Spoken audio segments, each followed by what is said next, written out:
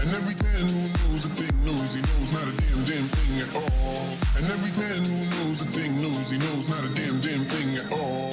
And every man who knows a thing knows he knows not a damn thing at all. And every man who knows a thing knows he knows not a man who knows a thing knows he knows not a man who knows a thing man who knows a thing man who knows a thing knows he knows not a damn thing at all. And every time I felt the hurt and I felt the giving.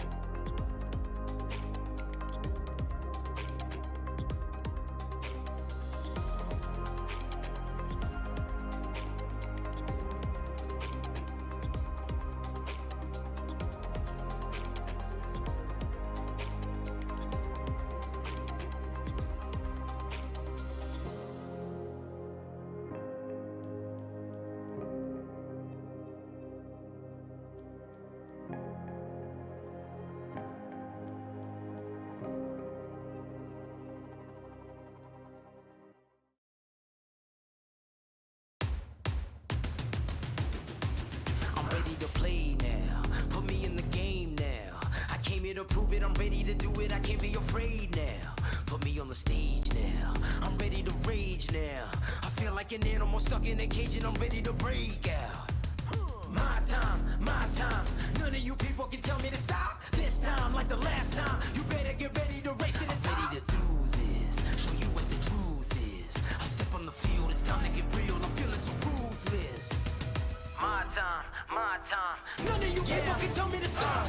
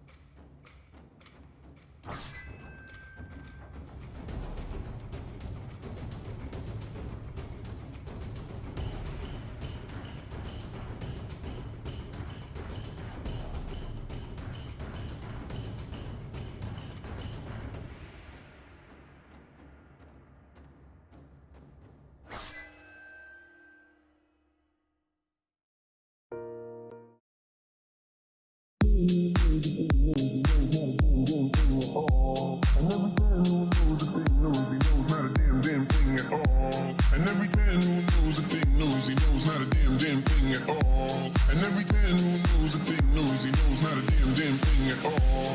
And every man who knows a thing knows he knows not a damn thing at all. And every man who knows a thing knows he knows not a damn thing at all. And every man who knows a thing knows he knows not a man who knows a thing knows he knows not a man who knows a thing man who knows a thing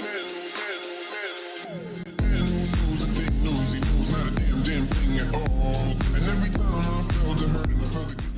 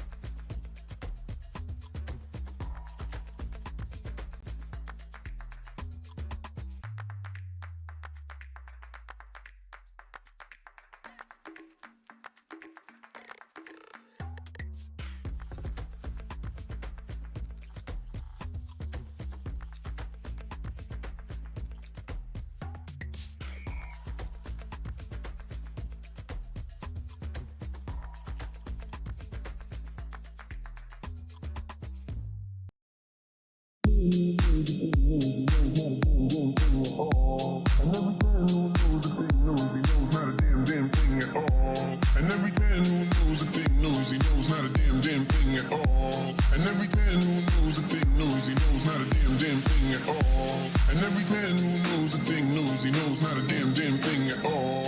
And every man who knows a thing knows he knows not a damn thing at all.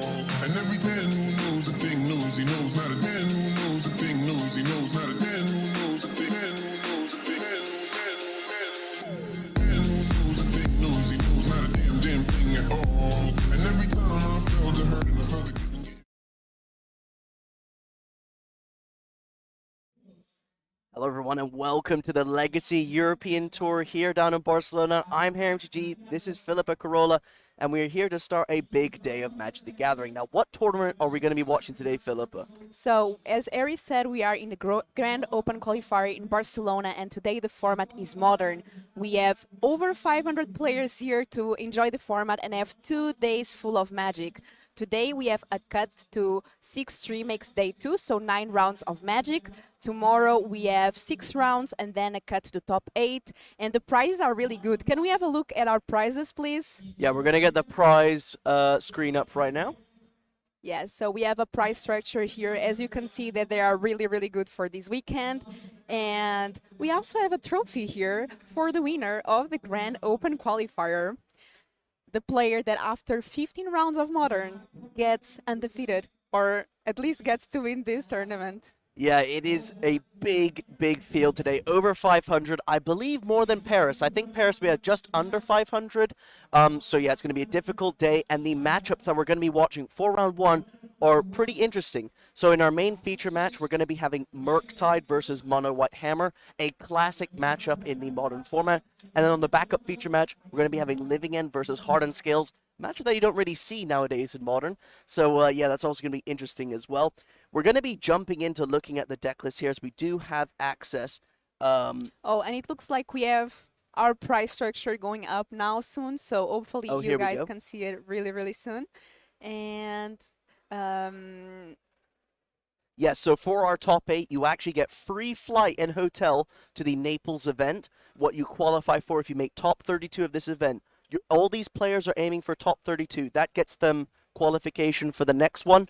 And then we've got a lot of cash and ticks prizes going from 64th to first place and getting a free entry into another event if you do make the top 32 as well, which is pretty nice. Yeah, so from this price structure, which I get is like if you make day 2, you already have probably some prize. If you make top 64, you have 140 ticks, 100 US dollars, so you already get something home. But top 32 is really where you want to be in, because you get a free entry to another or one of these events, and you get the entry for the regional finals, which are going to be in Naples. And we saw from the regional finals in Sofia last month that tournament, top 2, gets an invite to Worlds, which is no joke, right? Like Worlds, the biggest event of the year. So if you want to be on one of these events, this is your path for the Pro Tour and then to Worlds. This is the best way to get there. And we have a lot of players that are going qualifier for the regional finals this weekend. Yeah, awesome. So now we're going to go down to table 1 to see what the players are doing, as obviously you guys want to be playing Magic. As you can see, both tables, they're just shuffling up, so we can't show you Magic the Gathering as of now. But we are going to be tuning into Mono White Hammer versus Izzet Murktide to start off the day.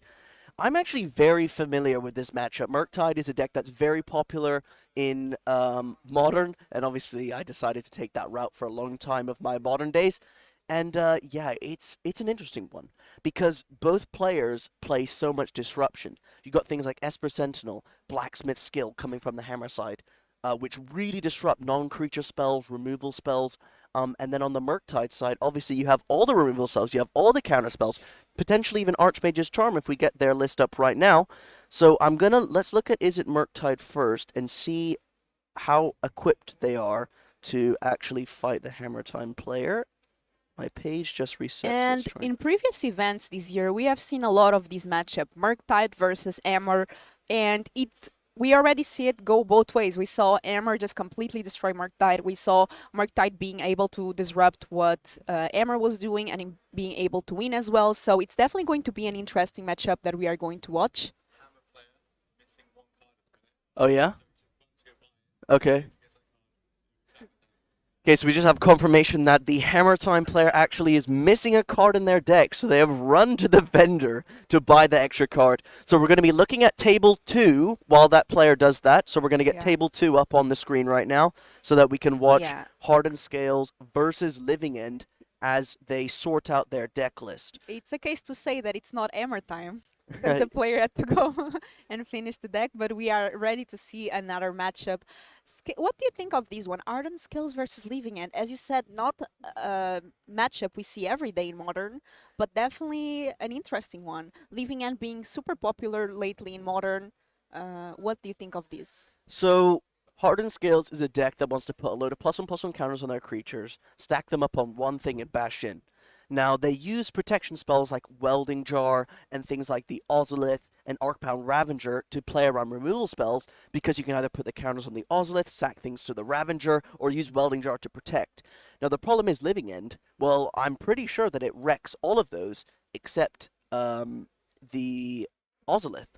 So, I'm going to be interested in how well this matchup is. I assume that they rely heavily on the Ozolith so that they can, get Living Ended, and then they can use Inkmoth Nexus to kill, I would assume, like put 9 counters on the Ozolith, have an Inkmoth Nexus in play, and then attack for 10 Infect in the air next turn. But then you have the problem of Living End is getting back flyers, things like Curator of Mysteries. So I don't even know if that's a strategy that's viable. What I'm saying is I would be surprised if Living End wasn't favored in this matchup. It might be a fast match, but we are back here to Hammer Time versus Murktide. It looks like our players have their decks ready and they are shuffling up. So we are going to see this as our main feature match. And then if that Scales deck is still playing against Living End, we are going to jump after that, this one. Yep. And now we have a rip sleeve from our Hammer Time player. David is not having the best morning. The Magic Gods is not in favor of this player as they're just fetching an extra sleeve out of their deck box here before we start the game. Esther is wearing the Ithaca shirt. I think it's a Spanish store, very well known here in Spain. So Esther, I assume Spanish, playing in hometown, getting some advantage. Yeah. I wonder how many cheers we're going to be hearing in the top 8 because there are so many Spanish players here today. There must be at least one Spanish player in the top 8 tomorrow, and we know that they love to chant and cheer, which is going to be great to hear. Hopefully you guys will be able to hear that tomorrow on our microphones. As we're doing the high roll here for both players, and that is going to be a start for which player? I think David. Yes. I'm trying to get their deck list up right now because the page refreshed.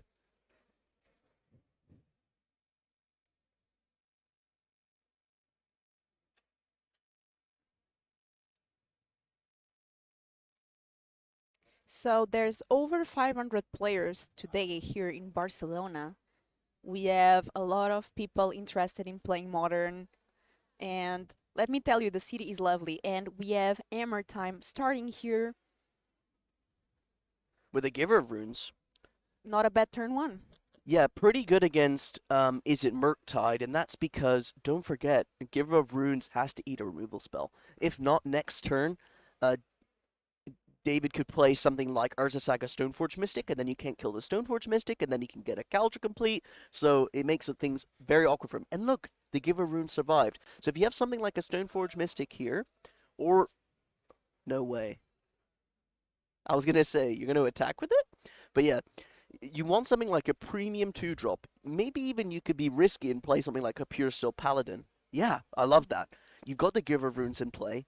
You can give it the Pure Steel Paladin protection from red. You know that they have to kill the Giver of Runes first, or at least have 2 removal spells. And there we see Esther fetching up. And is there a removal spell? Looks like no. And actually, this means the Pure Steel Paladin will live. Because like I said, we need 2 removal spells from the Murktide side. Yeah. And you can't cast 2 removal spells with a basic island on turn 2. We have a Consider here. And it looks like it's one Chandler in the grave and the other one in draw. That's an Unholy Heat off the top, but remember, with that Giver Runes in play, that ain't doing nothing. I mean, obviously, you could Unholy Heat the Giver, because the Giver can't give itself protection, but you still have the problem of Pure Steel Paladin being on the table. And I think I can see a Sigarda's 8 as well in David's hand. So, Yeah, this could get interesting. for sure. David having a good start here. Wow. So, a lot of decisions to make because now we're having a counterspell being represented, and that's why. Oh, Esper Sentinel is so good in this matchup.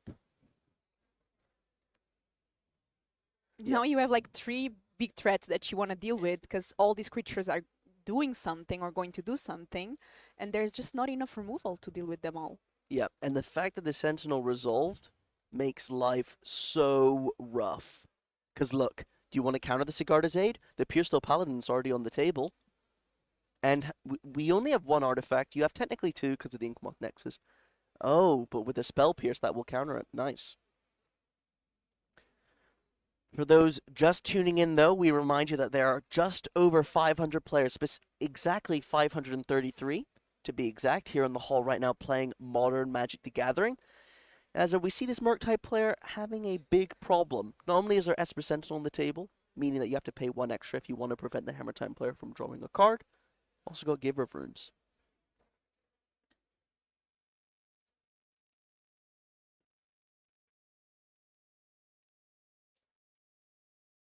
Okay, we start with a Channeler. Channeler go. I see another Spell Pierce there. Another Spell Pierce, 2 heat, and a 3rd red card which I can't quite identify. Oh, that's a Stoneforge off the top. Stoneforge means hammer.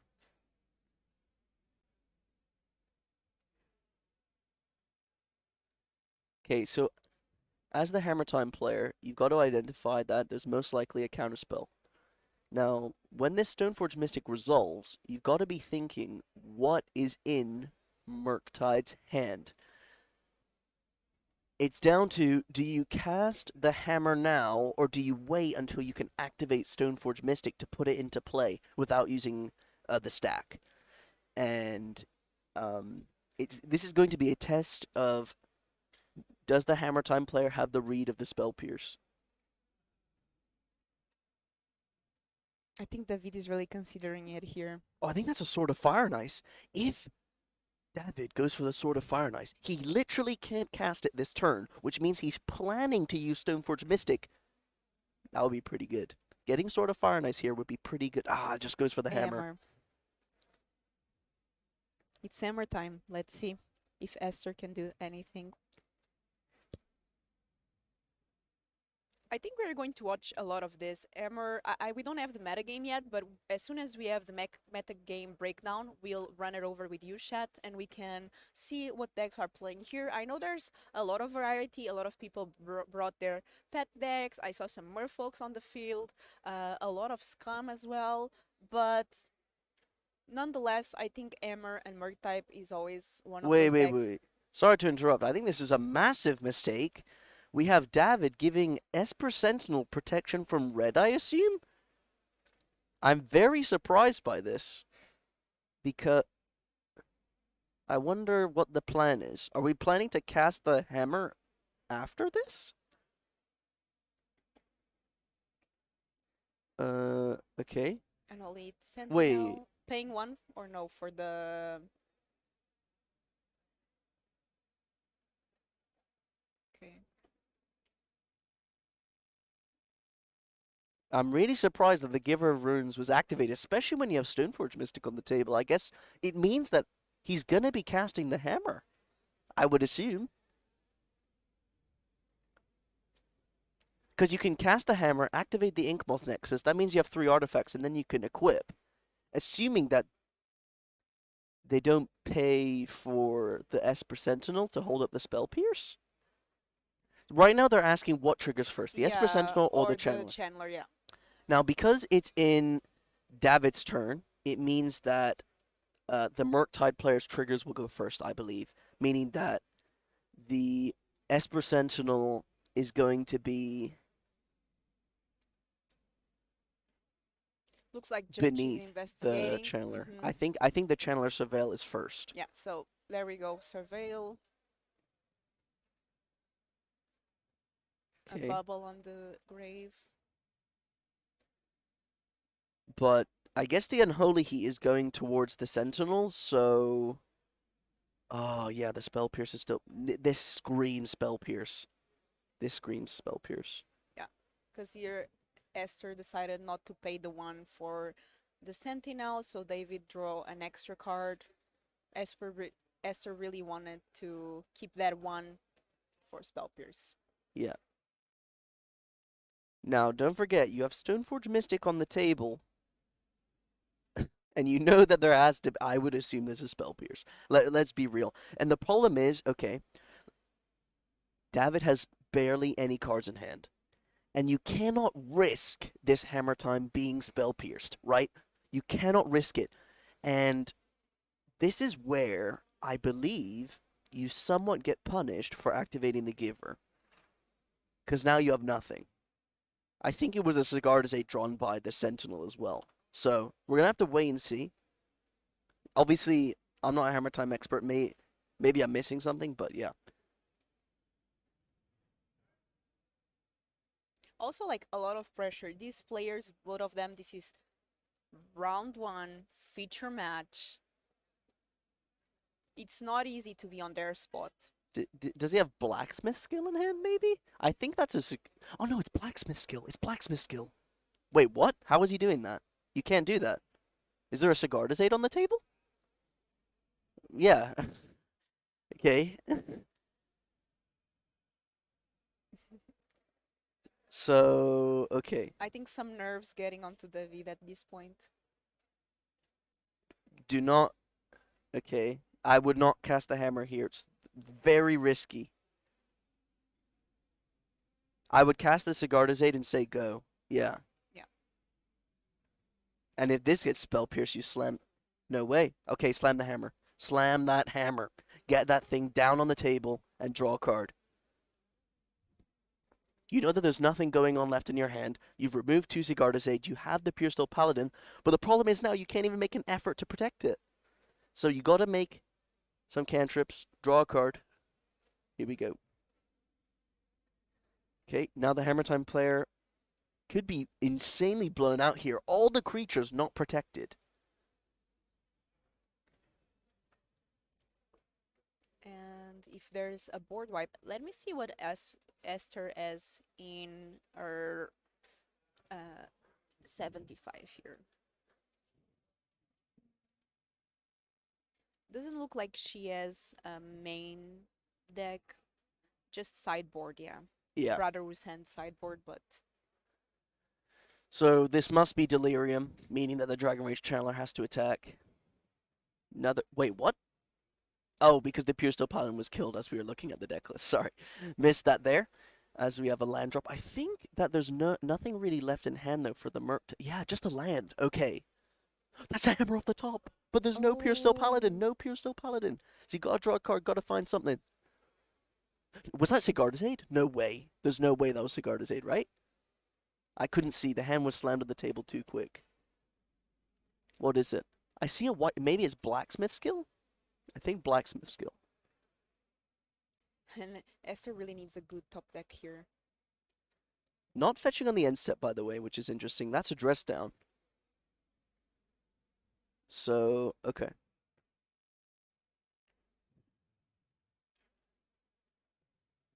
Dress down actually not bad here. Oh. What did we do? Sword of Fire and Ice! Oh my gosh! Oh my gosh. Okay.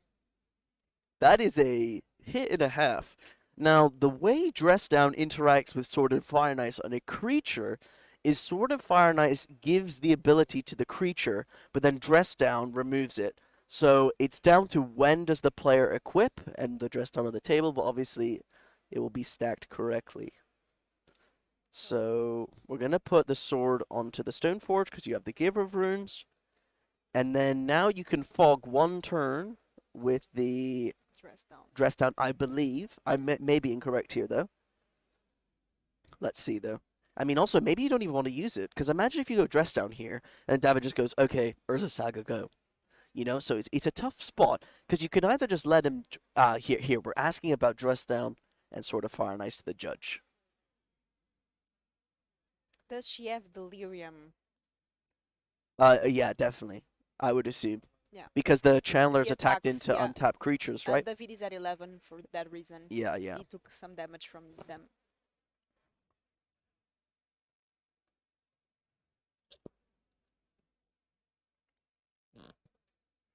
So those channelers have to attack.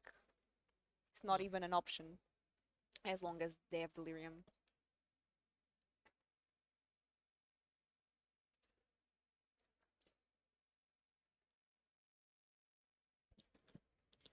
People saying that Murktide has the win. Clearly hasn't played against Hammer Time before. Surprisingly, Hammer Time can seal a win out of anything. We have a hammer on the table. You can go Pure Steel Paladin, and you'll have the sword, and you can animate the Ink Moth. So definitely no guaranteed win on either side of the table. I would say it's actually quite close. It's down to what does David draw. So let's see. Oh wow, okay. Trigger resolves. So I wonder what the judge said. Was that a Stoneforge Mystic? I think that was a Stoneforge Mystic off the top. It was. It was. And we know about the Blacksmith skill. We have the Giver.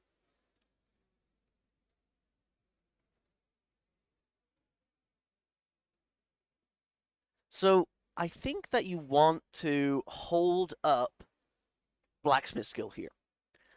And that's because Inkmoth Nexus can block. Inkmoth Nexus get indestructible and +2/+2 by Blacksmith skill. And you can just use Stoneforge Mystic as a demonic tutor and activate the other one if you really want something from the Stoneforge Mystic in play.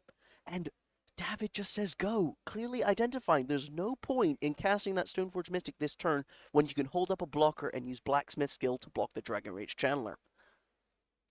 Nice play there by David, identifying that. And Yep. what does Esther need now? So the problem is multiple removal spells doesn't work. And that's because Giver of Runes is on the table.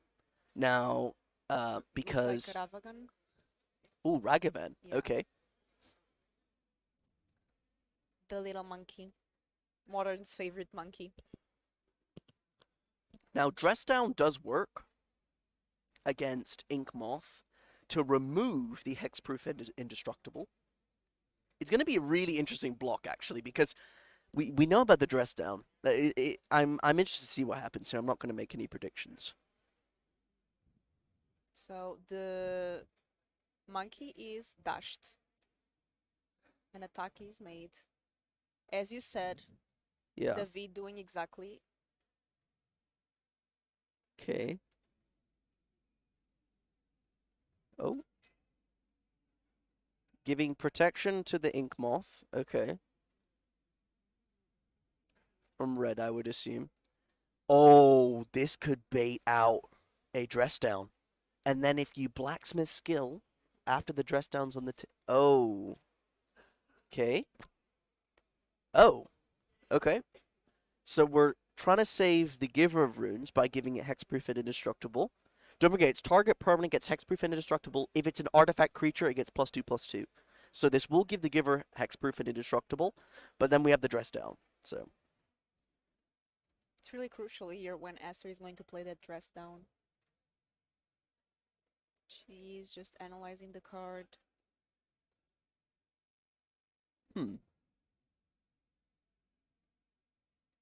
Okay. So now it gets even more complicated because Dragon Rage Channeler loses the +2/+2. Wait a sec. Is this in response to the Blacksmith skill?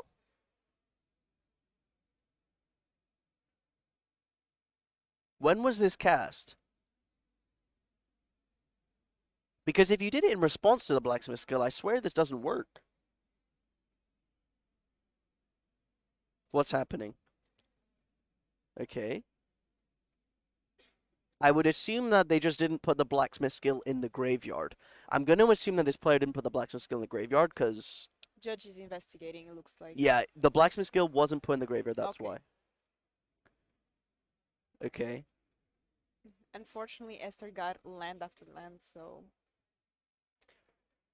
Okay, and remember, saw a few people saying in Twitch chat, this game is over for Murktide. They've won. Look how fast this game can change. Now, don't forget there's a Stoneforge Mystic on top of the deck. honestly, I wouldn't be surprised here if you just play Stoneforge Mystic and put Caldra into play. Obviously, the Sword and Fire and Ice trigger draw is really nice, but putting a lot of lethal on the table is also great. What's this? Esper Esper Sentinel. Sentinel, yeah. Okay.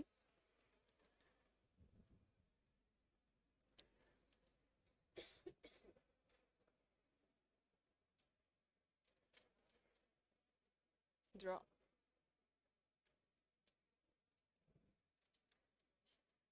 What was that off the top? I think it might have been an Ornithopter. That would be even better because you can block the Dragon Rage Chandler with an Ornithopter.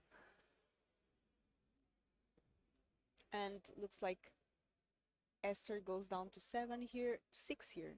Oh, it's Springleaf Drum. This retro frame is making it a little bit difficult to identify some cards. Right.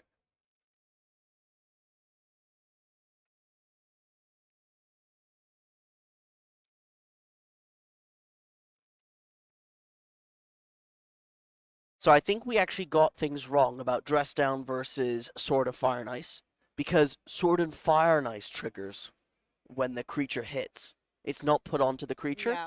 meaning that Dress Down makes the creature lose its abilities, but the Sword of Fire and Ice doesn't. Yeah, so the trigger always happens. So that's some nice confirmation. Thank you to everyone.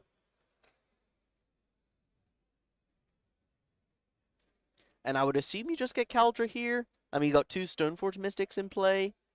I'm not sure what else that maybe you're thinking of Shadow Spear, but I don't know why you'd want to do Shadow Spear, because Caldra is just nuts when you have a second Stoneforge.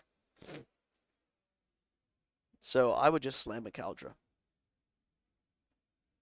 And it's been 20 minutes and this is still the first game. Oh, does our hammer You cannot find Cauldron? No way, it's not in the deck.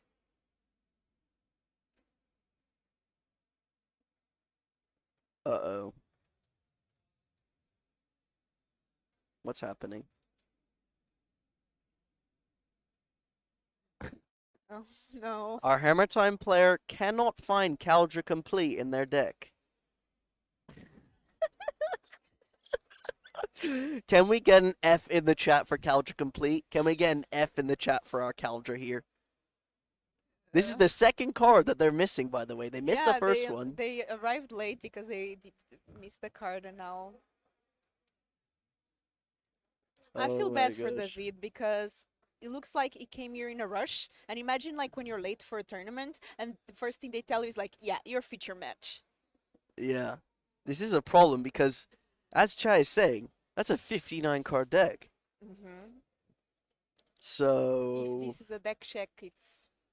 Now I think it might be a game loss. Because you're playing 59 cards. Judge is investigating. So... I don't know what the judge ruling is here. We're going to look into the other table because this is going to be a long discussion with the judge. We're going to move to table 2 as they do the investigation. So we will get you updated on that. We'll make sure we know what happens with our Hammer Time player, but we're going to be watching some more Magic the Gathering as we wait for the judge to investigate, as this could be lengthy. And Table 2, table 2. Oh, they're done. Oh, okay, we're stuck on table 1 because table 2 is done. Do we have the result? This happens. This is this is live events. Like, it's round 1. We have no idea to know like what is going to happen, and this is magic, right? This is paper magic. This is live events work like this. Situations like this do happen. Okay. So let's start guessing. Have you ever had something like this happen to you in a tournament, Filipa? No, I never had this happen to me because I always triple check. I'm always so afraid that I'll get deck check and like something is not right that I always make sure I triple check. But I know of people that this happens often. Yeah, the Caldra. Yeah. Yeah, he's missing Caldra Complete in his deck. He just played Stoneforge Mystic and looked for 2 minutes and then... Yeah. Okay, so for those tuning in, our Hammer Time player played Stoneforge Mystic, searched their deck for Caldra Complete, realized Caldra Complete is not in my deck right now, so had to call the judge. I believe that this is going to be a game loss. Yeah, and I think our player was going to win this. Yeah. The Hammer Time player had everything perfect.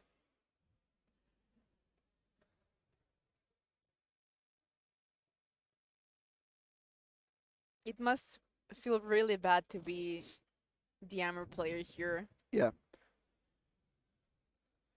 That's why, chat, if you go to a Paper Magic event, make sure you arrive earlier. You have all your cards, you have your deck list checked 2, 3, 4 times.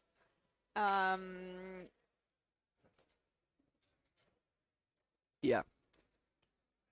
So, do we have more time? Is it going to be a game loss?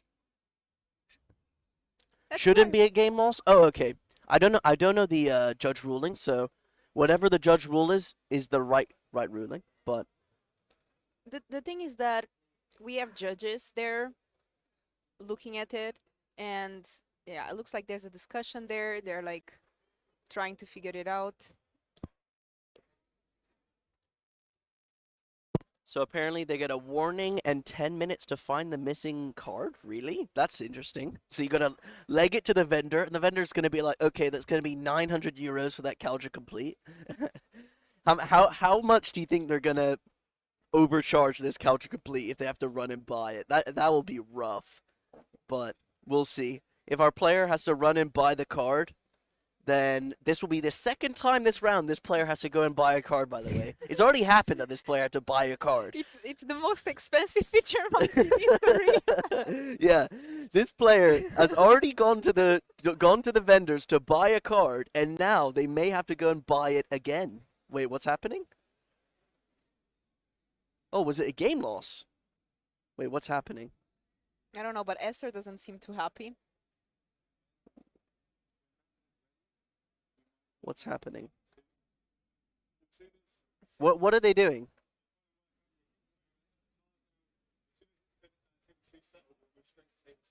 Okay. Okay, so we're getting a backup match now. We're pulling a table from the event, and we're getting on backup because this is going to take a while. This is going to take a long time. Apparently now, not only did they not have Caldra, but they believe that they registered or brought 60 cards without a Caldra. So now the judge is investigating, is this Caldra actually accidentally swapped out for something? So what a very unique investigation to take place here. For those wondering, the scales table has finished, so we're Yeah. trying to pull a table from the floor onto our backup match now to get you some magic. Yeah, we are getting the players in the middle of the match and getting him on the feature table just so we can move on, because Ardent Scales versus Living Ant, as you actually said to me pretty early on, it might be a fast one, and it was, so... Yep. These things happen. Round 1, it's early, and... Yep. So we're going to swap to table 2 now. Yeah. Because we do have players from the floor very kindly moving to the feature match area. We appreciate that. So we have Jeskai Breach versus the Mere Affinity. Okay. Okay. And it looks like Affinity is 1-0, so they're now shuffling up for game number 2. Yes. Now, Jeskai Breach is actually a deck I've played a ton of in Modern recently. It's one of my go-to decks. My good friend Kieran actually is a big pilot of the deck. Cherry X-Men came second in the mocks, qualified for Worlds. Watching a Worlds competitor play a deck in a combo deck like Jeskai Breach really opens your eyes to how complicated Magic the Gathering is. And we're going to see a very interesting game here as Jeskai Breach arguably has the most decisions in Modern right now as a deck because of the Ledger Shredder triggers, the way Underworld Breach works. Do you sacrifice things to Grinding Station when you don't have Underworld Breach in play? What do you do with your Emeries? All of that stuff. So it's going to be very interesting, and I wonder what the Dimir Affinity players actually playing. So why don't we get the deck list up now, Filipa, so you can tell Twitch chat what they're working Yeah, with. let's check here. Start the day off high. He had 52 cards in his main deck. Wait, what? Missing 8 cards. Our Hammer Time player is missing 8 cards. We have Yes, confirmation. 52 cards. So find 8 cards. Yeah? He loses that game. Yeah? He's got 8 more minutes to find those 8 cards. If he doesn't, he loses the Okay, so we have confirmation. There are 8 cards missing in our Hammer Time player's deck. He has 10 minutes to go buy these 8 cards. If he does not get it in 10 minutes, he gets an additional 8 minutes, and then he loses the match. What a interesting... We'll come back to their match when these things are sorted out, which Interesting might take ruling. some time. Okay, why don't you let us know what the Dimir Affinity player is working with? So we have here our list by Emir that's playing our Dimir Affinity, and it looks like 4 Memrites, 4 Ornithopters, 4 Patchwork Automaton, 4 Frogmite, 4 Sojourner's Companion, 4 Thought Monitors. Artifacts, we have a bunch of them, as this is Affinity, 4 Springleaf Drum, 4 Cranial Plating? Yeah, 4 Mistfall Breach, 4 Darksteel Citadel, 2 Treasure Vaults, 1 Wedding Jar, 1 Aether Spell Bomb, 1 Beating Needle, 1 Relic of Progenitus, 1 Shadow Spear, and 1 Nettle Christ. Okay, so our Affinity player here is playing a very classical Affinity list because you're looking to play 7 mana 4/4s with Affinity. That's a Frogmite, I believe. Paying 2 mana and having 2 artifact lands. Now, I wonder what this Pithy Needle named. That doesn't look like Emery to me, so I'm not sure what they named. Maybe Tezzeret? I'm not sure. If Twitch chat can read that, let us know, but that's an Yeah, Emery. Emery. I believe that the Milling footage 4. is flipped. It's inverted, so we're gonna speak to our team now to get that fixed. Yeah, they're going to fix it.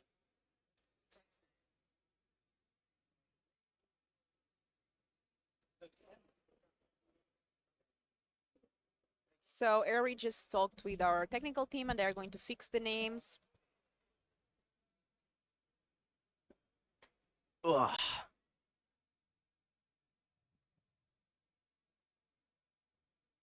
Okay.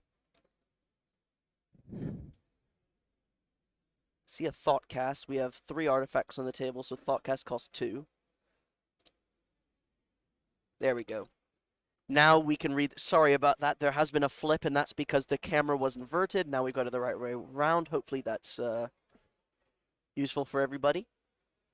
We're going to have to flip the players as well now, because obviously the camera's been flipped. That's a Springleaf Drum.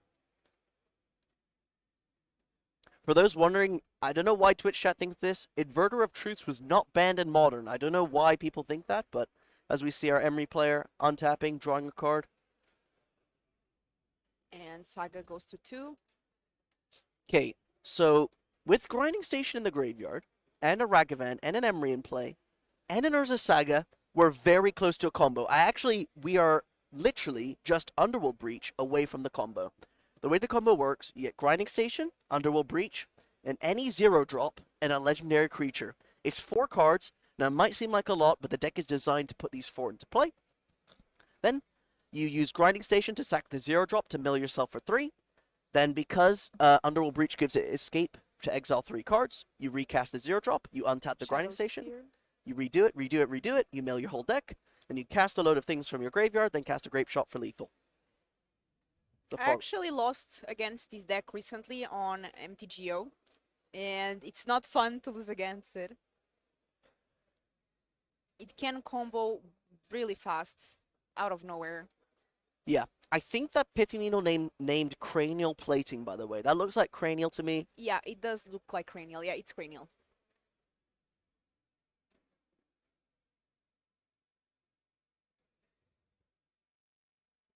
Oh, that's a Tezzeret. What does Tezzeret actually do? I haven't seen this Tezzeret in Modern in a long time. +1. Look at the top 5 of your library may reveal an artifact. -1. Target artifact becomes an artifact creature with base power and toughness 5/5. Target player loses X and you gain X, where X is twice the number of artifacts you control. Starts with 3 loyalty. Okay. Interesting addition. I'm surprised that they boarded that in, because I guess you're looking for... You must take the Relic here, right? Let's be real. It must be the Relic. Cranial Plating's turned off. Thought Monitor is great, but don't think you want to spend your whole turn to cast it. And Relic of Progenitus bombs the graveyard with an Emery in play. Oh, wow. Not going for the Relic. Okay, so maybe they have a Relic in hand or something. How many Relics do they have in the deck? They have They one. only have one, yeah, so that's not a possibility. Okay, so Urza Saga most likely floats some mana here. I'd be surprised if they didn't get Mox Amber.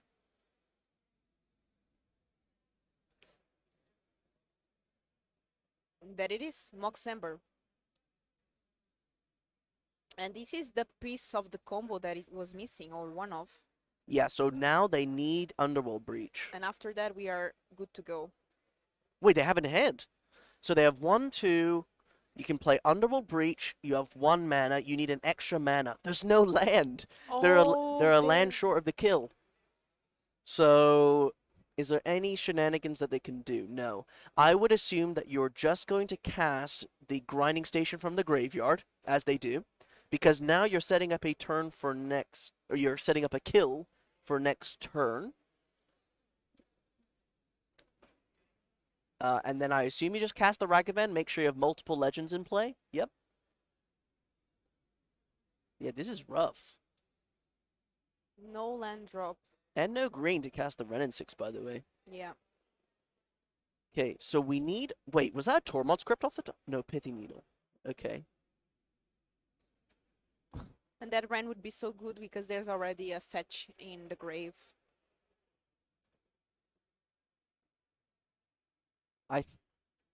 Ooh, okay, so I would assume we're going to plus the Tezzeret first to give yourself the most information. We have 1, 2, 3, I believe it's only 4 artifacts, as that blue-black land tucked under the treasure vault is not an artifact. So we have 4, Thought Monitor costs 7, so Thought Monitor costs 4? No, 3. But again, I don't agree with this play, I think. Because if you plus Tezzeret, find something like Relic, Relic reduces, or not Relic, sorry, Tormod Script, that reduces the cost of Thought Monitor. So I'm very surprised that they're casting the Thought Monitor first here, instead of getting information from Tezzeret. So draw 2 cards. Is that... Oh my gosh, they just ripped the Crypt off the top.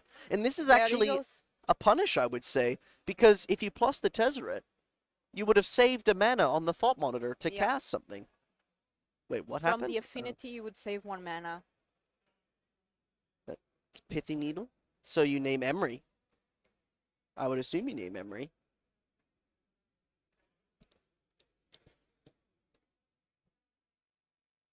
But... How can you, after a Pitting Needle, if you are... Oh, name Grinding Station, of course. Sorry, yeah? Yeah, so now how does he come back from this, stopping the combo? Well, this is just rough, because now Grinding Station has been Pithy Needled, and you're mana screwed. I actually would say that this is a terrible spot for our Jeskai Breach player. The game.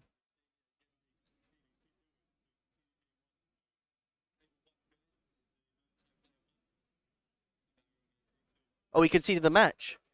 Our Hammer Time player has conceded the match because he was too... He was too...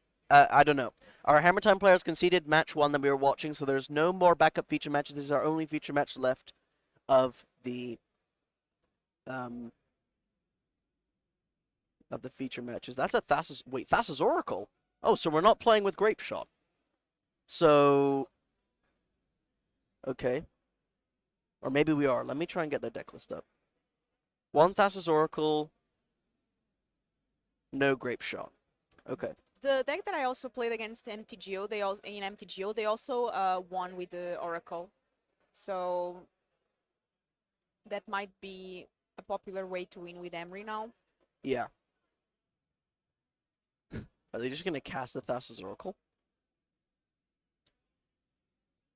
Thassa's Oracle does...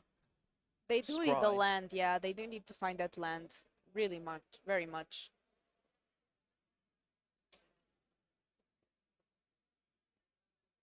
And I'm not sure if this is correct, but it looks like this is still game 1 because they fixed the...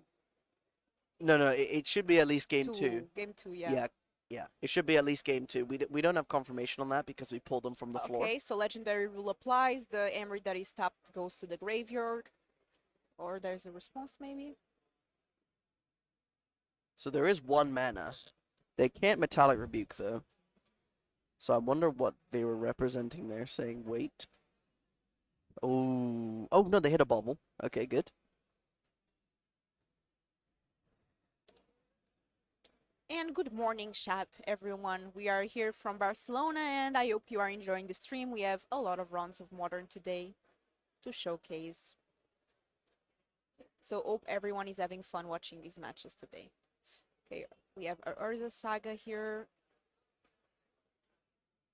Yeah. For those saying the live total is switched, we're sorry. That's controlled by the judge down at the table. But as you can see in the top left, the live total is correct on our player's phone. So, Oh, yeah, well, that's and going to be a concession. concession. So Do we have a game 3? it must be game 3, right? There was no handshake. They're going instant shuffling. Must be game 3. Now, we know that was at least game 2 because we saw the Tormod script, Yeah. which is only in the sideboard.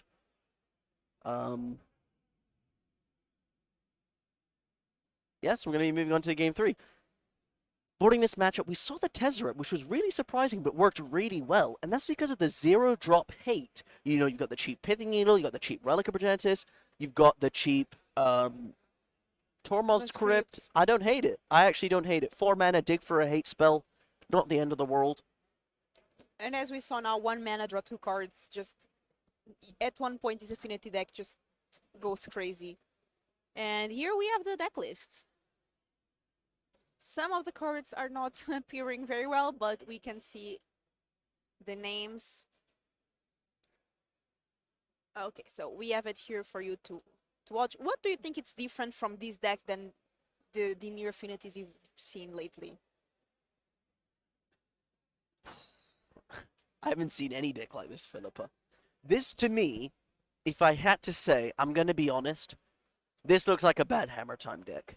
This looks like it has everything but the hammers, everything but the Stoneforge Mystic. You've got Nettlecyst in there, you've got the cheap artifacts. I would like to know why you would want to play this deck over Hammer Time. I would assume because you draw a load of cards with Thought Monitor and Thoughtcast, but I'm not too sure.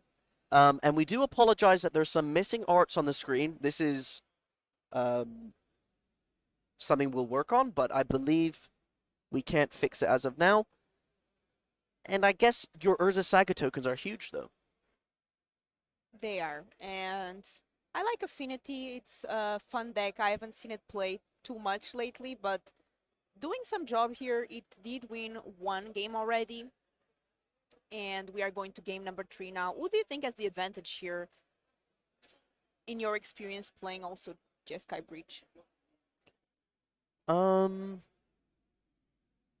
Must be Jeskai Breach. I mean, let's be real. It's all down to how much graveyard hate does our player have, our affinity player, and I would assume that.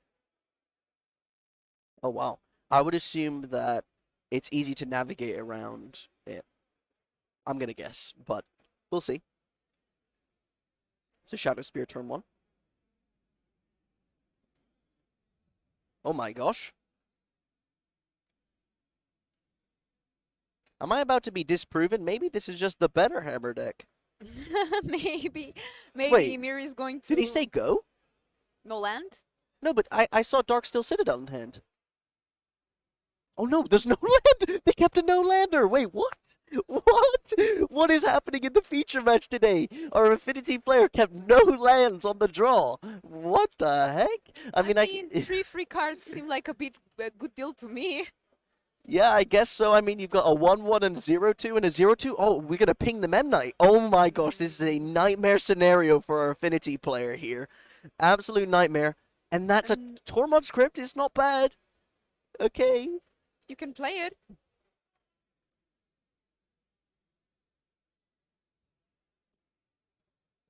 So, I guess you plus first to see if they want to...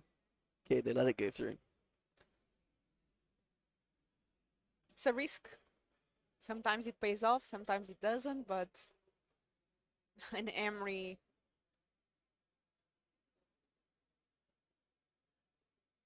Okay, Aether Spell Bombs. Nice. They're all nice hits. Beseiju in hand is also great. You can Beseiju, get it back with Ren and 6 as long as the Tormod script doesn't snipe it. Yeah. Stuff like that. This is looking really good for our Jeskai Breach player. Yep. And when your opponent doesn't have lands, This isn't Jeskai Breach. I believe the player listed their deck list on MTG Melee wrong. It's not Jeskai Breach. I think it's, what, Teamer Breach? Because there's a Ren and 6? yeah. So that's just a misregistration by the players. We apologize. And that's a Pithing Needle. Oh, wow. You're just going to name Tormod script. Yeah. Okay.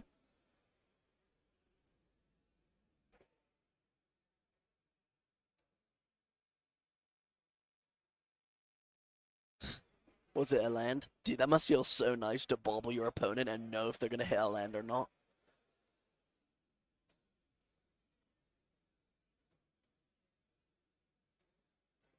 Another Ren and 6. And I don't think that's a land. Just go. Personally, I would have attacked with at least one Ornithopter there for the fun value. Just for the funds. Ragavan off the top. Bubble. Insta bobble. And now every turn just checking if the opponent's going to get a land or not. What's funny here is bobbling the opponent gives you perfect information on should I dash this Ragavan or not. Should I play my other Ren and 6, like ping an Ornithopter, play my other Ren and 6, ping an Ornithopter? That's a line. It's down to what's on top of the deck, what do you want to do? I would defo dash the Ragavan though. The treasure has so much value. Okay, we're plussing first. Right. So not looking to double ping an Ornithopter. Ravagan.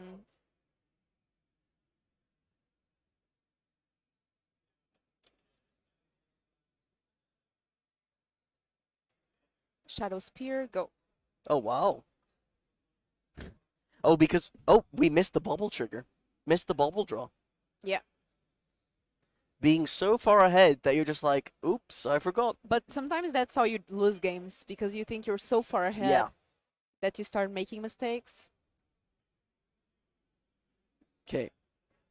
Emery gets back bobble. Bobble you. What is it? Is it a land? Honestly, if it's not a land, do you attack? If it's not a land, maybe you just start casting spells and not attack. And now imagine just attacking with Ragavan and getting a land off the top and stealing your opponent's land. Yeah. Now, time on the round has been called, but don't forget, these players have extra time because they were moved to the feature match area, so they're on a different clock with the head judge in the feature match compared to others. So do not worry. Go. Yep, they didn't attack. Ornithopter. I mean, you can play it. Oh, wait. It's the turn. Yeah, I think that was a mistake to not attack. What? You've just given them a free spell. Yeah, why didn't they attack? Ornithopter lets them do this. Interesting.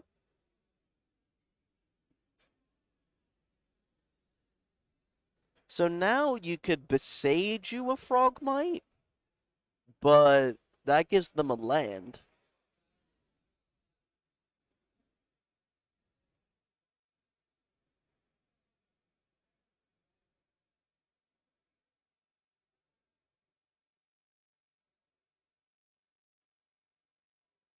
For those wondering, did he cast the Mox Amber? We have no clue what our player is saying to the opponent. Maybe they said, I'm going to put Mox Amber into exile and cast it. We don't know. I assume because it's still on the table, it was cast, so there's no way we can judge as Twitch chat and viewers if they cast it or not. I would assume they did, because it's on the table. We have a bubble. Let's see what our opponent has.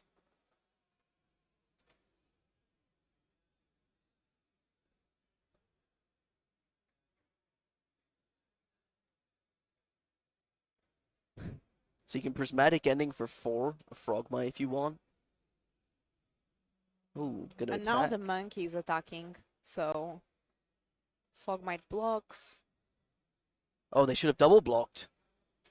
I guess if you double block it, Ren and 6 pings, so I don't know. You could have blocked with a Ornithopter though. Yeah. That's a close one for our Affinity player. We do get a treasure. There's meant to be a treasure for our... From the monkey, yeah. Yeah. Because the top card was exiled, they have to make a treasure. That's the way the trigger resolves. But it looks like they missed the trigger because I don't see any treasures, so. It's not a missed trigger because they exiled the land off the top. So because both have to be done and one has been done, the trigger's Oh, okay. been incorrectly resolved. Unless they're saying, I have a treasure, I'm going to use it. Like, we don't hear what these players communicate. So we'll have to see. We have removal, and now all that Emir has are 3 Ornithopters, 1. And there's the concession. I mean, what do you think of this keep with no lands? So you can make that argument that, oh, if they draw the land, they win. But I don't even think that's the case. You didn't have any graveyard hate. You have the value of when you mulligan, you can find graveyard hate. And I just think it's too risky. Okay, we're being told that we have another backup actually on table 1. So we're going to cut to that. Oh, okay. What's this? This is... Oh, Murktide versus Breach. Okay, we pulled another player, another set of players from the floor to our main feature. But looks like this one is Jeskai indeed. Yeah. I mean, I see a Murktide with 3 counters on it. That seems really good to me. Yeah. This is a live stream for those of you that are wondering.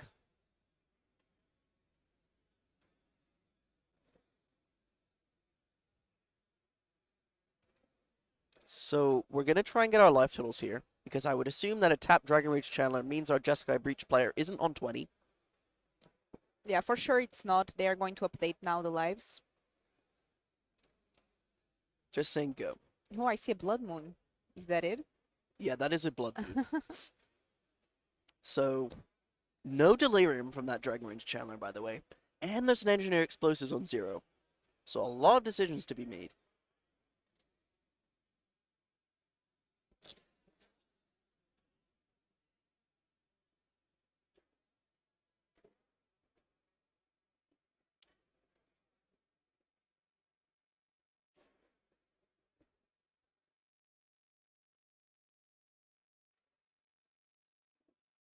What is our Murktide player going to do? They have so many options. That's the thing about Murktide. You always have so many options. It's not an easy deck to play, I think. To play it at least optimal.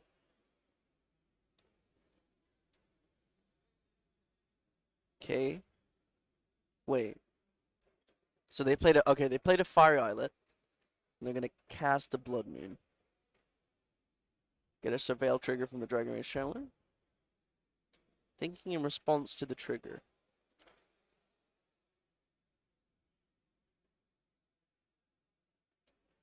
Okay, So losing 1 for the fetch. They've tapped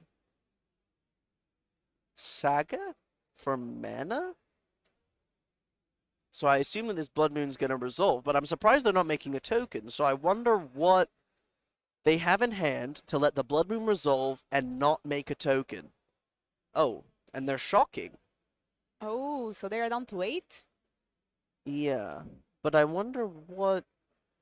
Okay, let's just see what they do. I'm interested in what this is. Yeah, so the life totals have been updated. It looks like Thomas, our Is It Murktide player, is on 13, and now Diaz just went down to 8 after shocking.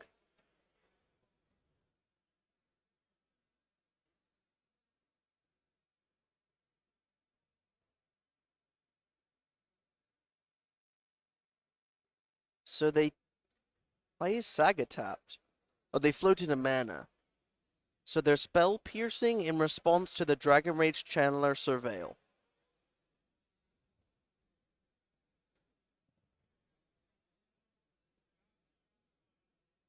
But I don't know why they tapped the Saga for mana.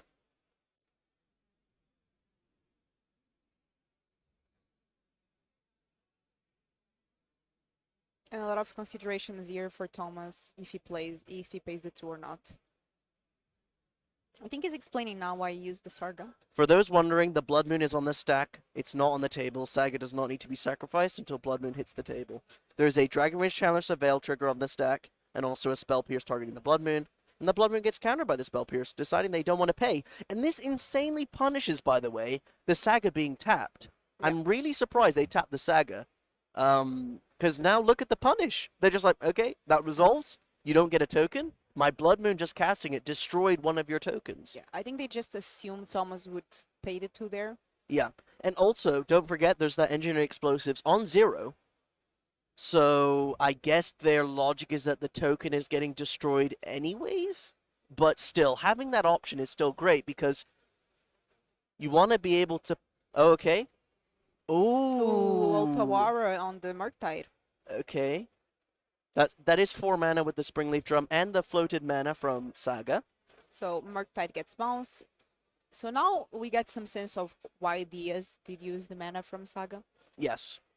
So just some mind games, actually. Just mind games. Very nicely played. So they're floating mana in response to the 3rd chapter. Wonder what they're going to go get. Oh, you can Pithy Needle the engineered explosives. Is this going to be a Pithy Needle? That engineered explosives was not sacrificed.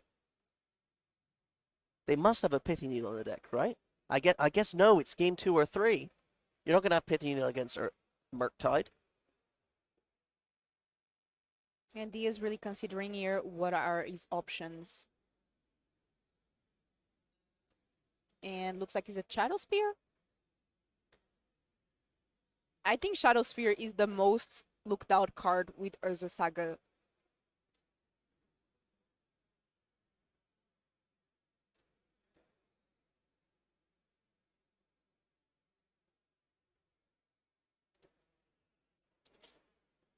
Okay.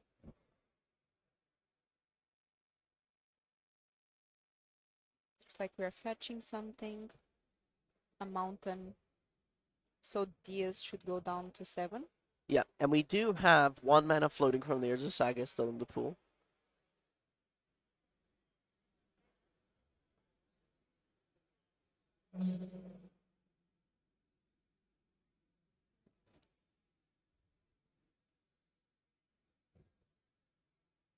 So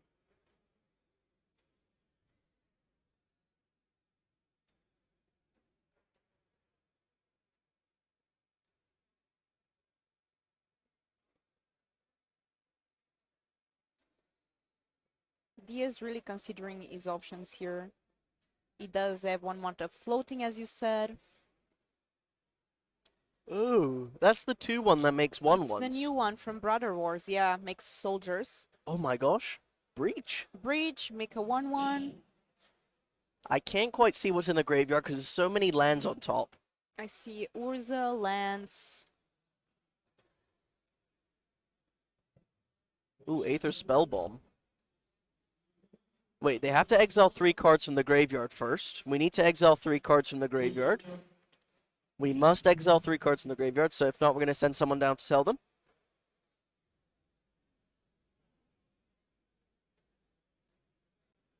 For those of you asking for an update on our first feature match of the Hammer player, we already gave it. So basically, the Hammer player only had 52 cards. Judge gave him some minutes to go find those cards, but the player just ended up conceding and losing the game and the match.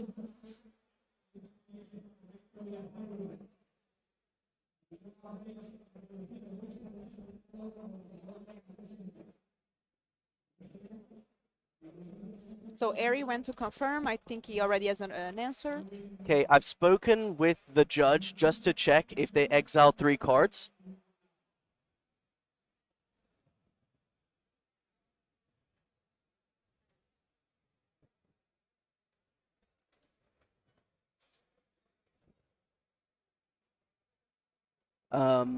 For those wondering, there are so many lands in the graveyard. This is not malicious, but obviously that has to be done.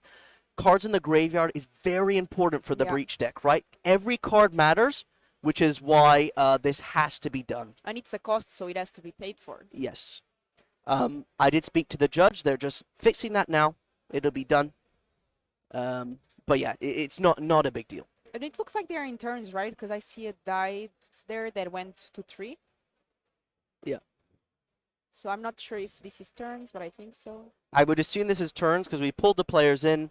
The time was called ages ago back in our other matchup, so it must be turns. So turn 3.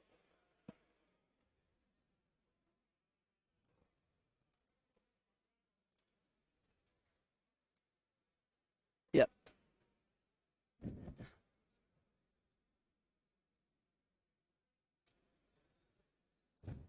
Okay.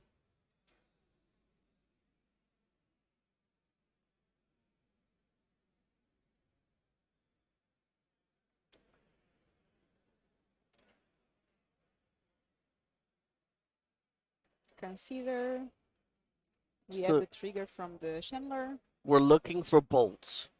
You need bolts. Because if you can bolt the opponent, you can win the game this turn. Now, you do have 2 turns, actually, because this is turn 3. Breach player gets turn 4. And then you get turn 5. So you could also go for the Murktide that we know that's in hand, because it was bounced with Otawara. But obviously you want to attack with Dragon Rage Chandler first, or dash Ragavan. And if you dash Ragavan and have a bolt, it's lethal. Do we have the bolt? Oh, you can even flip a bolt. You can even flip a bolt. Ah, never lucky. Now, I see Counterspell and Murktide in hand. So I would assume you just want to hold up Counterspell against the combo deck. Diaz is at 2 though, so Yeah. very close to dying.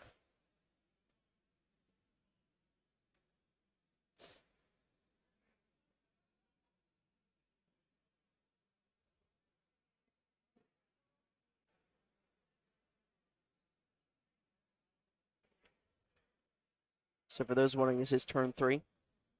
Yeah, I think at this point everyone is waiting for these players. They had some extra time because they are on feature table and they are ready on round 3. Yeah. Turn 3. Give me a shock. We're going to cast the Murktide. Oh, we're going to cast the 2-1?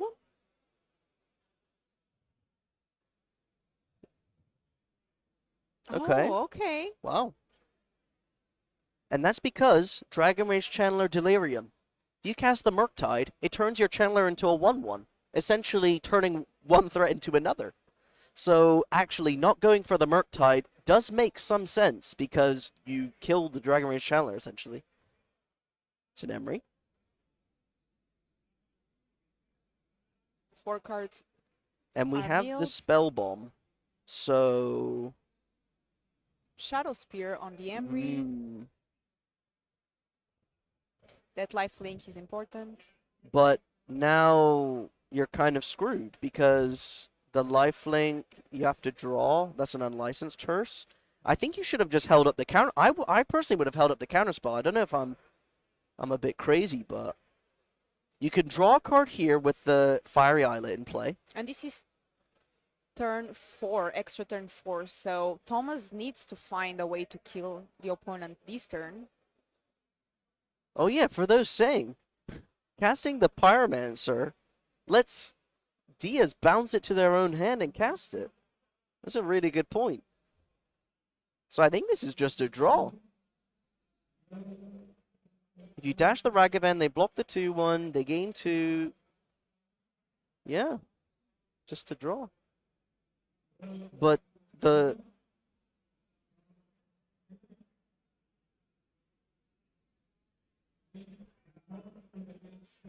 Yeah, they take the draw. This is a draw. A lot of magic we saw here today and some interesting matches, don't you think, Harry? Yeah, very interesting round 1 to start the day. I can't lie, I actually am very tired. I'm sure every player in this room is tired as well, as we are here in the center of Barcelona for the Legacy European Tour Grand Open Qualifier. Filipa, what do you think of that round, though? I think all the games we saw were crazy. First of all, that Hammer Time versus Murktide. Really bad for David there, I feel. So, David, if you're rewatching this stream, we feel you. It happens, it's paper magic. These situations are bound to happen, so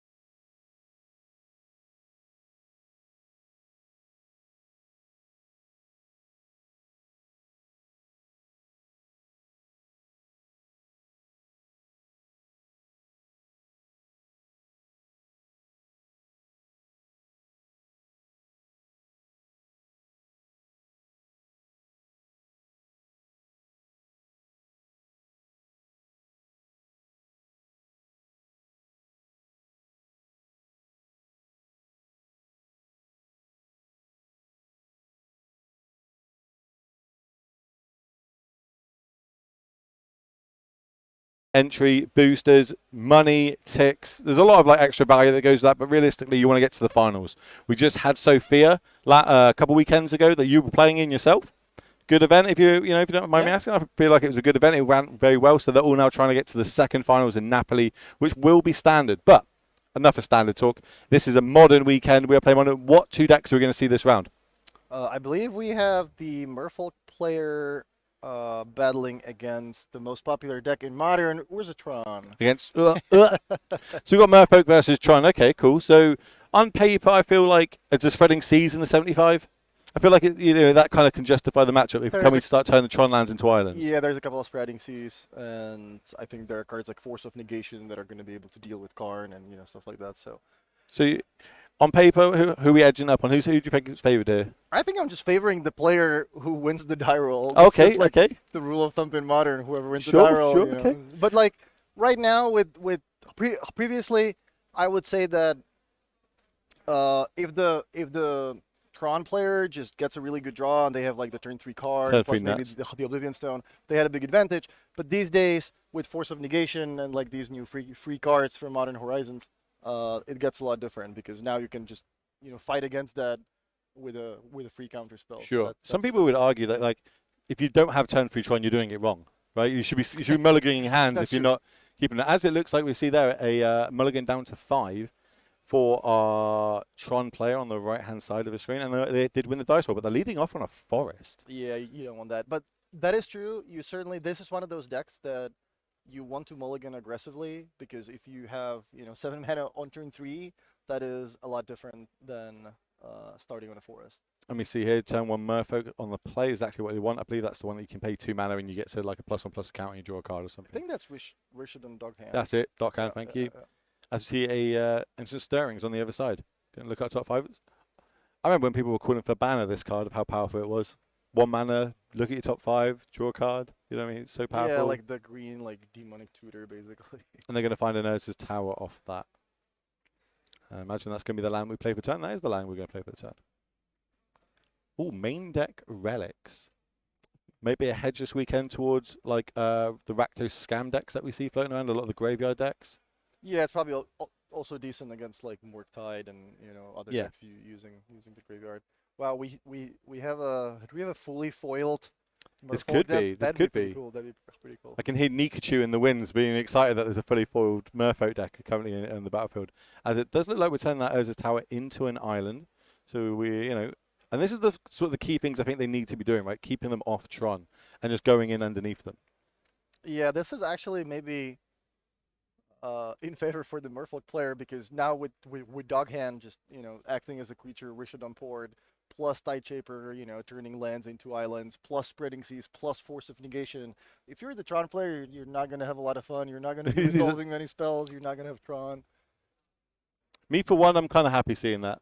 You know what I mean? Like, I'm an Infect player at heart, and it's just, I've lost a Tron way too many times in my life. As we see, a Blast Zone gets tooted up here. I'm a big fan of Merfolk. Like, Merfolk also picked up a lot of good cards recently. Yeah. Vidalian Hexcatcher is a new card. We've also been seeing it pick up a lot of results, and like a lot of top 8s have got a couple of Merfolks in it. I mean, we've seen from Vegas onwards where it shined again, should we say. So Merfolk in that ad 2 in the top 8. And since then, we've been seeing it turn up in challenges, turn up in some of the Mox events, etc. So it's doing pretty well. There is an Explorer Anthology expansion coming on Magic Arena next week, and that has a Mutavault. So if you're a Merfolk fan, getting a little toy, you can start playing Merfolk on Arena. The only cards that are missing, which are arguably 2 of the best cards in the deck, is either Vial, obviously, and the Force of Negation in the sideboard, or sometimes in the main deck is also a card that you really want, especially against these decks like Wizardtron. So how are we going to follow up here with the Merfolk player? Are we just getting in there? Just turn this sideways. Get a bit of chip damage in. No Lords coming into play this turn, though. So they're going to try and boost that up. We do have land in hand. Looks like they're Mutavault that you're just speaking about. Well, that's a GP promo, I think. Yeah, I think this is a fully foiled Merfolk deck. That's really cool to see. Love to see it. And that's what I love about Modern, right? Like, it's very expensive to try and change your deck up. So, you kind of commit to one deck, and, they've gone full on foil on this, and I love to see it. Love to see it. And it's the old bordered, the old art foils as well. Like the new ones. I like that a lot. Yeah. A man of culture. As our Tron player still has no Tron lands, just a load of islands and forests. as we're going to crack this relic here, draw a card. Yeah, I mean the Tron player is doing whatever they can to try to get out of a bad situation, but against the double shaper plus Irishidon Port, that's not going to be easy to cast your 7 or 8 mana cards this game. I think they've got in hand an Ugin, an O-Stone, and I couldn't make out what the other one was as we're going to sack this. Casting Oblivion Stone would be a good start to try to get out of this situation, but I don't think there is a 4th land in hand currently. No. Draw Oh, step. there you go. Alright, well, there it is. I think that's the power plant. And they have a map, plus stone in hand, or another rock, so... The question is, they might be able to get there. And that's the thing with Tron, right? Eventually, they're just going to get 7 land and start casting the big That's spells. true, So, yeah. we do have to put a bit more pressure on over on the Merfolk side, as there's the O-Stone. Yeah, if you're the Merfolk player, you need to try to find a Lord or two, because you're only dealing 2 or 3 damage a turn. I think the Dog Hand was being used as a Richardon port, so that's not a now- lot of damage coming in, but There's a Lord off the top there, but how much are we now going to commit? There's an O-Stone on the battlefield. Like, if we go commit fully, I suppose next turn we can tap down 1 land in the upkeep, so we're not threatening next turn, but in 2 turns, potentially this O-Stone could blow. So how much are we going to commit? yeah, I mean at this situation you just have to count how much damage you're dealing over the next couple of turns. I think I like playing the Lord, and what you suggested, like tapping one of the lands in the upkeep to make sure the stone doesn't get popped up next turn. So you play the Lord, you attack with the 2 creatures on the right side. So that's 4 damage, and next turn you can deal 6, 8, 9, 11, and then at that point, if the opponent blows up the stone, at 5 life or so, then you can just finish the job with Mutavault most of the time. Yeah, I think that's the 6 point. I think they get +1/+1 because there's an island on the other side of the battlefield, so they're actually 3 frees coming across as we now. Oh tap yeah, down. yeah, you're right. Yeah. So we tap down the pseudo blast zone island over there. I'm going to draw for the turn. I look like another Ugin. Another 8 mana card. Not what the doctor ordered. I do have to slave on the Tron side that the sleeves are on point. I'm a big fan of these Batman sleeves. Love to see them. Big fan of the new film. As we're going to pop this, imagine green will be floating. And there's a tower off the top. Okay, so we're still getting closer to Tron every turn. Play the tower for a turn. And we're playing a map. Okay, so next turn. So next time we will have Tron online, unless we've got another way in hand to, or we draw another way to try and turn one of these Tron pieces into another island. And I'm looking at the Merfolk list. The only interaction that I see in the main deck is Subtlety and Dismembered. So Subtlety might be good here. I suppose stopping an Ugin or something coming down, sweeping the board. While we are talking chat, one thing we are going to ask from you this weekend is clip all the good moments that happen this weekend. Obviously, casters and stuff, we don't have access to be able to clip it, so we're relying on you to clip it so we can start getting some highlights going, get them generated, as it looks like we are animating everything and turning it all sideways here. So Mutavault's coming in. Is this lethal? Just looks like it's lethal. Counted up over 2 turns. Can we do 17 damage? Easily did, and that's it for game 1. So we'll see if we can get their sideboards up. Just looking back at our team, sideboards. So if I'm the Merfolk player, I'm definitely looking at the force of negations. Like that is definitely coming in. I'm also looking at the 2 spreading seas. Oh yeah, yeah. Obviously to make the Tron player's life even more miserable. And yeah, you could technically bring in the 3rd subtlety if you have too many cards that you want to take out. You probably want to take out Dismember. Other than that, most of the main deck cards look pretty solid. And looking at the Tron's list, Nature's Claim, you might want to bring that in to destroy Nature's Aether Vial or the Spreading Seas. Yeah, like a hedge against it. Like this is not an open decklist tournament like we had in Sofia. The deck lists they will only go public in the top 8 when they, that's the only time they get access. So it is still a guessing game at this point. What are they going to bring in? What are they not going to bring in? Anything else take your fancy there?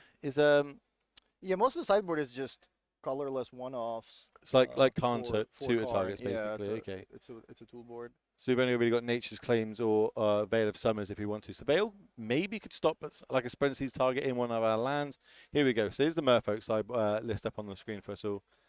So we like the spread and seas here. You like the force negations, and That's pretty much it. Yeah. that's about it. And the subtleties. Sure. So there is a couple of spread and seas in the main there. What do you like not liking it? Like what are we taking out? Yeah, Dismember just doesn't sound like a card you're going to be able to use in this matchup very effectively. So Wemcore being a 6/6 doesn't line up too Yeah. well to being a 5/5. yeah, Willamog is too big, and like if your opponent's casting these cards, then you're probably already dead anyway. So you don't really want to fight over that with Dismembers. So you just want to focus on trying to get them to 0 as fast as possible, and just I think both players are actually looking for the same thing. Like both players want to mulligan aggressively to try to find, You need to interact with them, right? yeah. Well, the advantage you got on the Tron side is they do mulligan quite a lot, right? Sometimes they do keep that opening 7, and you're just like, oh no, here we go. You know what I mean? Like they've got it. You feel bad when they have that opening 7, but other than that, we really need to start disrupting them. But then can they just keep Natty Tron with a couple of cards, knowing that they're against a Merfolk deck that can interact with their lands quite well? They've got a lot of cards. As we see now, we've got the Tron list up on here, and there's just a lot of 2 targets. Maybe a Frag Tusk comes in. It's a bit of life, or do you reckon it's a bit too slow? Thragtusk sounds reasonable, but it is probably not going to be able to block most of the time because of all the spreading seas and your lands turning into islands. So I mean, you probably bring it in because all of these 8 mana cards are just that's just too many expensive cards against a deck that plays Force of Negation and Subtlety. But it's not it's a fine card to bring in, but I'm not going to be like I see it in my hand. I'm not going to be like, oh wow, yeah, this is going to win me the match. It's game breaking, yeah. So I suppose the game plan has got to be get Khan the Great Creator out, get a bridge on the battlefield early, hope it resolves. Because other than that, I don't think we've got any ways to get it off the battlefield on the Merfolk side, and that could just shut the whole game plan down.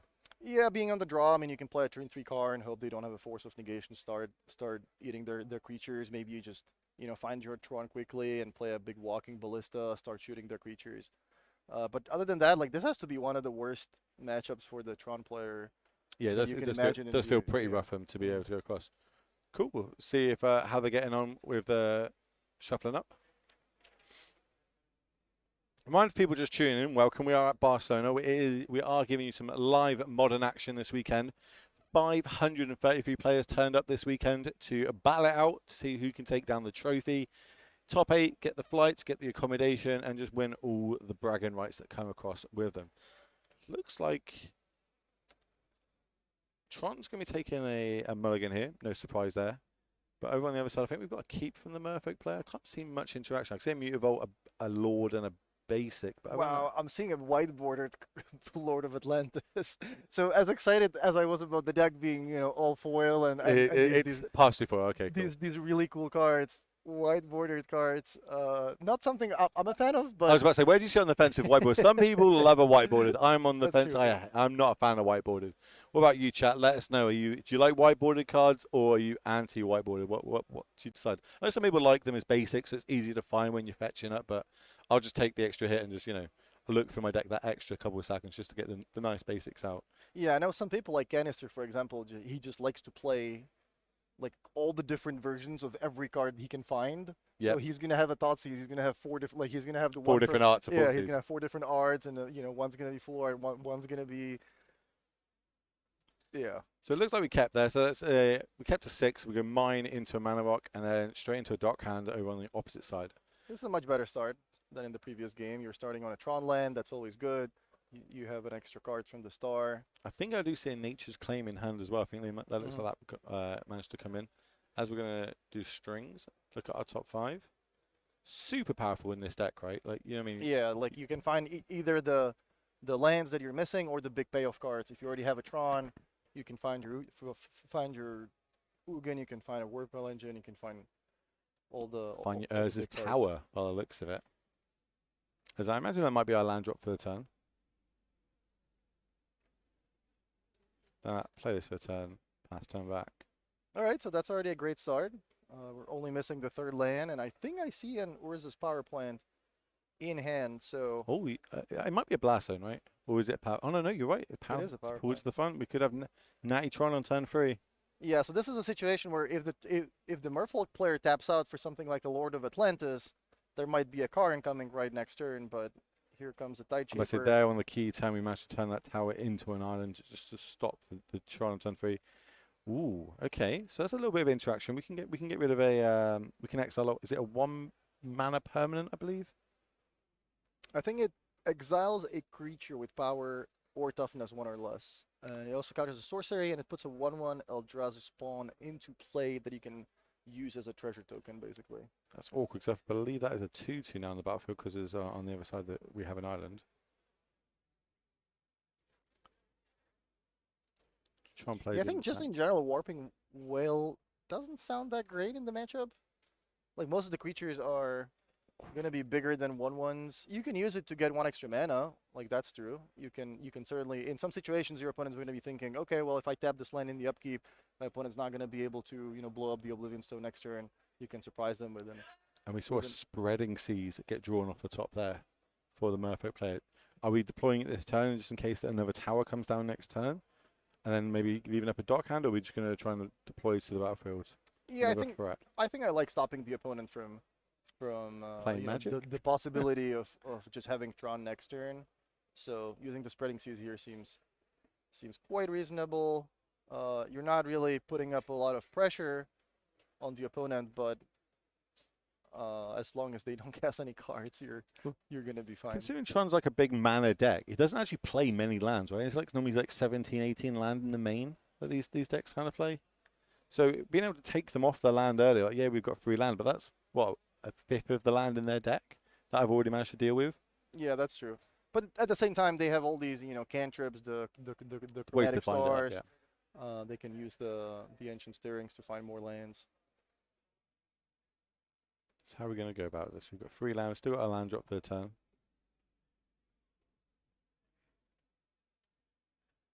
Yeah, now the problem might be that the Tron player doesn't even have green mana. So even if there is a nature claim, we currently cannot play that. Yeah, this is really the matchup. It's a nightmare matchup, This is really, a completely nightmare matchup. Yeah, just you just cannot literally do anything. All your lands are islands. Your opponent's attacking with a bunch of little creatures.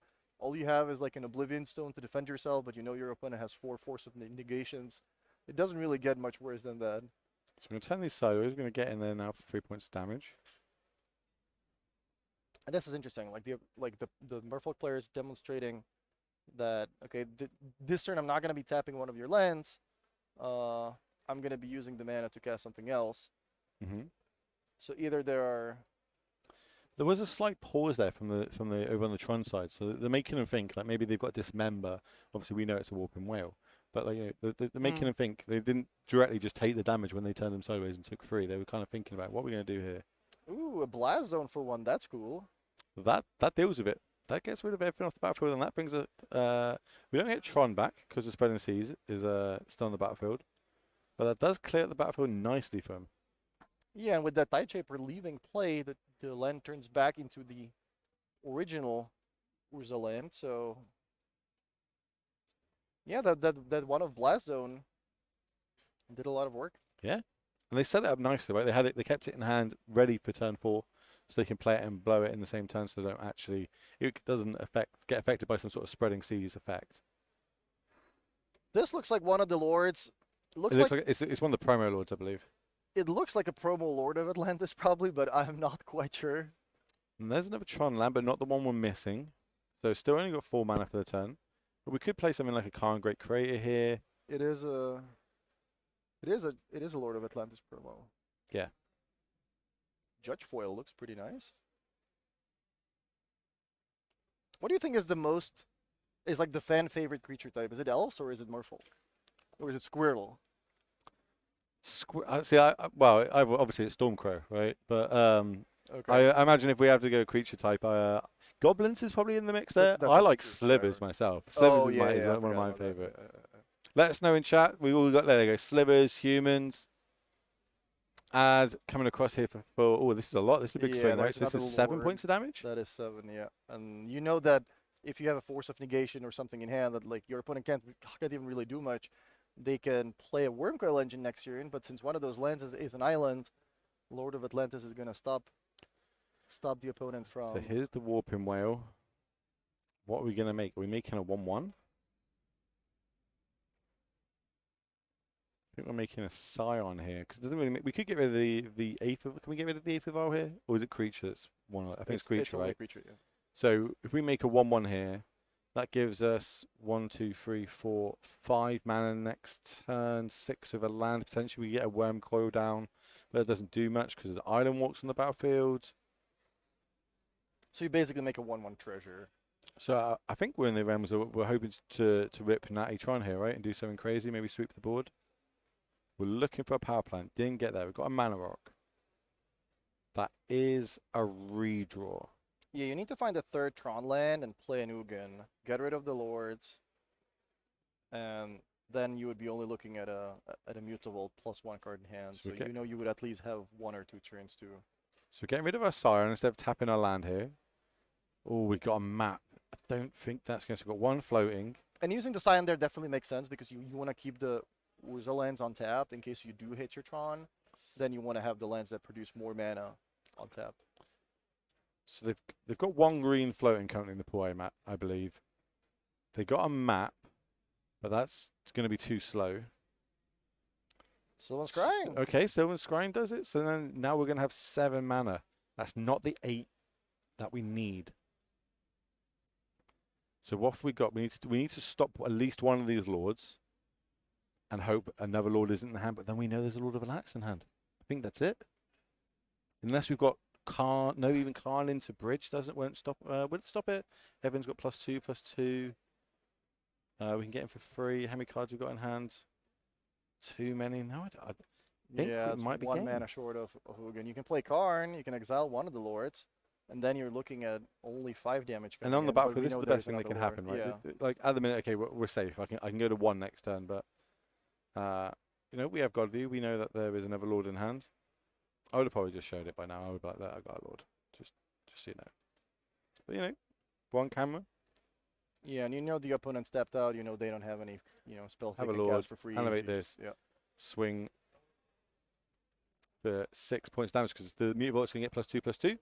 So we do have a backup feature match. So people just join in. The way that this works is we have a table A and a table B feature matches for you all. But then now that this game's finished on our table A, we'll now try and pull across players that are playing in the room on our top tables and move them across. So now in this game that we're about to watch finishes, hopefully we'll have another backup match for you. And we'll keep doing this till the end of the round until the judges tell us, no, we're not allowed to do it anymore, basically. When there's like 10 minutes left of the round, they don't let us. But other than that, the judges are very good. So shout out to the judges helping us this weekend. So this looks like we have D&T versus Yawgmoth. You told me I'm that was a big Yawgmoth player. I Yeah, do love the Yawgmoth. So, and it looks like D&T's 1 up. This could be very hard for Yawgmoth. Tax on the land. They have a lot of little mana gimps, having to play an extra, 1 or 2 mana per spell here.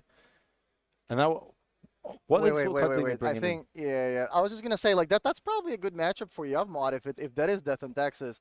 But I think this is one of the cases. This looks like they've registered it wrong. It's creativity. Mislabeling their deck, and I'm So- looking at the list right now, Yeah. and it does look like. So it's Yawgmoth versus creativity. Okay, this is bad for Yawgmoth, in my opinion. I Yeah, think it's very yeah. bad. We'll see if we can get the names changed across on the screen for you, but it is 5-color creativity.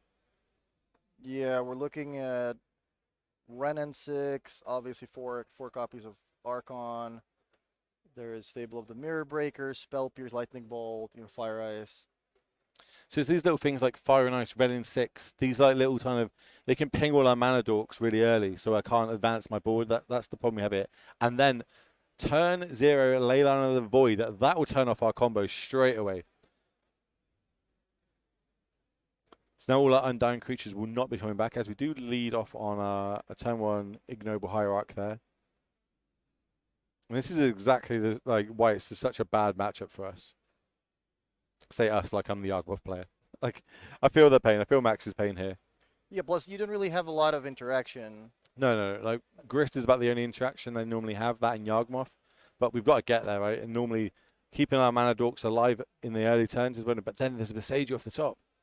Yeah, this matchup is going to be a race between the Yawgmoth player just trying to put their combo together, maybe just try to pressure the opponent with a lot of creatures. But at the same time, the creativity player has a lot of cheap answers. They have cards like Lightning Bolt. They have cards like Fire and Ice to defend themselves. And at some point, they're going to be able to find a Dwarven Mine and play Indomitable Creativity, which is going to fetch the Archon, and at that point it's going to start looking pretty bad for the Yov mod player. So it is a race. You're trying to put a combo together, but your opponent has so much cheap interaction that it's going to be really hard to do that. This is going to be nice. So bolt in response, I'm going to get rid of the ley line, so I do get my own dying trigger. There's a good and down. There's an upside and a downside to this. It's good that I get my own dying creature and kind of my game plan's turned back on here. But we're now ramping the creativity, and next turn potentially they could end up casting creativity. And if that's one of the new triome cards. As we play the Young Wolf. So now we're kind of fighting on both sides here. So next turn, a Yawgmoth coming down could either refill our hand or potentially win the game. And on the other side, this time we could have a creativity come down and we could get an Archon. But Archon's not as good when your creatures start coming back. So you don't mind sacrificing a Young Wolf. See how they want to go about this here. Play a land for a turn. Fetch. I like all the new card styles and that everyone can choose, whatever styles or whatever retro frames or foils fit them. And there's a lot of them printed now. As the Dwarven Mine comes down there, it does recognize that there's other mountains on the battlefield, so we do get a 1/1 Dwarf token. As we play the command here, I didn't quite make out what they were in. It looks like we were shooting this down and maybe making a treasure token. Oh, no, we're looting. We're going to draw 2, discard 2 by the looks of it. Yeah, I think that the token is from the Dwarven Mine that came to play. Oof, 2 Archons hit the bin. Okay, you can also use Persist. Yep, Persist can bring them back. That's like the alternate sort of... This is pretty much the kind of matchup you want to play if you are the creativity player. You have a lot of cheap removal, so playing against a lot of cheap creatures is great. You want to stop the opponent from dealing a lot of damage to you early on, and then at some point with all the card selection, you're going to be able to find creativity and get your Archon into play. Looks like we're going to fetch up there. We did draw a ley line for the turn. Have a little look what we're going to get here. Is untap that. So maybe we're hard casting this ley line.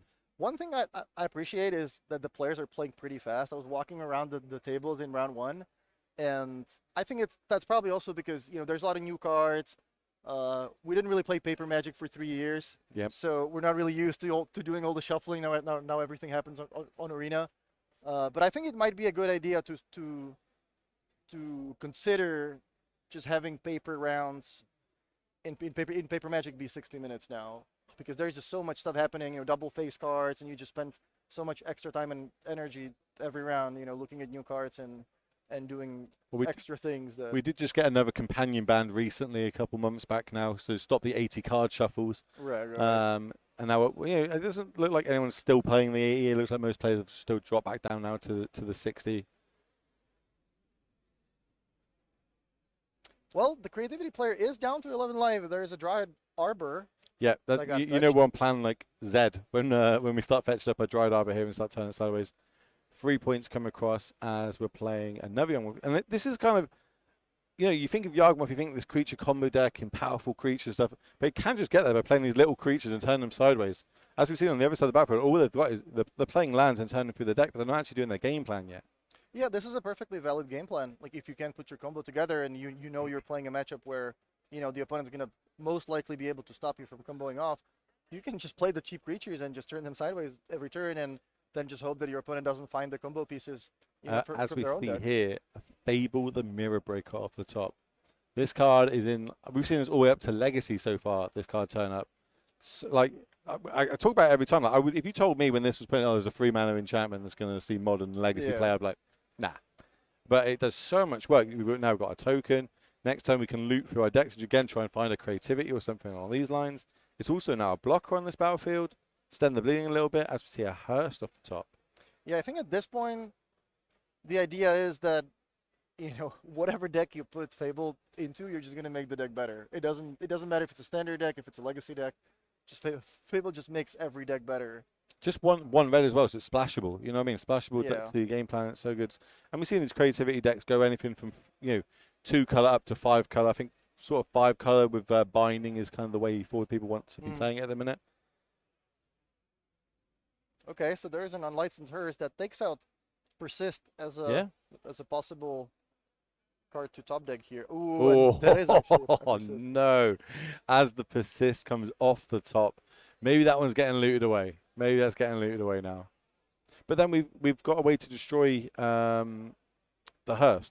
Problem is when we destroy it, it'll probably target, get rid of the only 2 threats in the graveyard, so maybe that's not what we want to be doing with it. Yeah, if Persist was an instant, one thing you could do Oh. would be to use the Prismari command and target the unlicensed Hearse, force the opponent to use it in response, and then in response to them trying to exile the 2 creatures from your graveyard, you would be able to play Persist and bring it back, but it is unfortunately a sorcery, so this play doesn't work. I think that's an Emrakul. They just entered their hand. So ditch 2, draw 2. One of them is a Ren and 6, and the other one is just a little Emrakul. Just a classic 15 mana Emrakul. Alternate art as well. Just to throw another spanner in the works. So many alternate arts as we see this Ren and 6 come down. And imagine start pinging off. And probably the Young Wolf. Because we've got the Leyline on the battlefield. And it ticks down, kills that. Yeah, and I think at this point, there's just too much on the side of the creativity player, and the beatdown plan is not gonna be looking as hard. Yeah, I think we need something like a Grist or a Yawgmoth to get back into this game right now. Like Yawgmoth can help us fill our hand a little bit more. The problem is the Leyline on the other side, so that our Undying creatures are not doing what they're in the deck for. Undying creatures are not as good without Undying.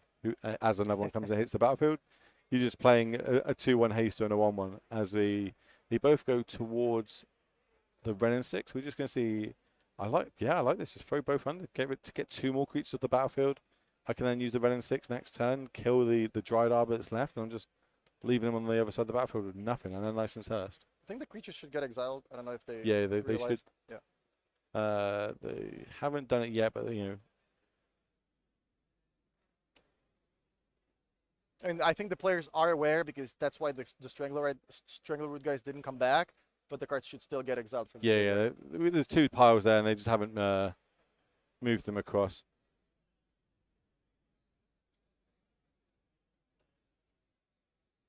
See if we can get that sorted for you. Okay, there you go.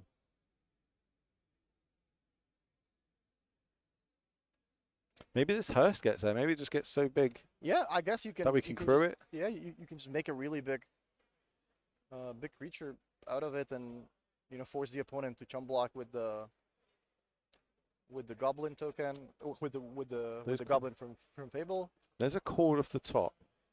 Not ideal once now we've got no creatures on the battlefield. Yeah, those cards we are aware. If it comes apparent, we will. I'll run over to the tables and make sure. But right now, those cards being in the graveyards to do exile zone and not making too much difference. So with Cord for 1 and unlicensed Hearse having crew 2, is there anything in the deck that you can fetch to be able to crew it next turn by by surprise? Not really, right? There's just Young Wolf is 1, all the other than that, it's just Burst a of Mad Paradise, Ignoble Hierarch is 0. This is live. This is not spelled out. We are watching live as an Emrakul hits the bin. Does that not have the trigger effect? We're going to exile the Emrakul in response? I can't like that. Yep. Exile this, exile this. So now we're in the territory of, okay, if you don't have any blockers and I'm suddenly gonna draw a creature with power 2 or more, I'm gonna be able to crew the Hearse and attack for lethal. There still is the 2/2 creature on the other side of the battlefield, but I mean, at least you have some hope.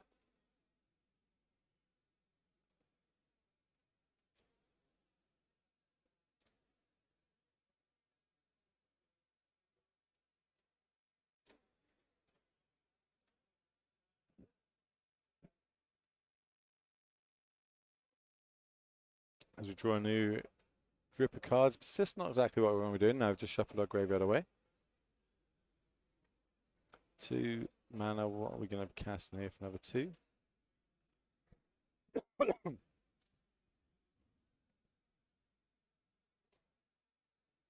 More looting effects. The Kiki-Jiki Reflection is now able to copy anything you can put into play. So if we can find a creature, We're just getting in? Doesn't this leave us...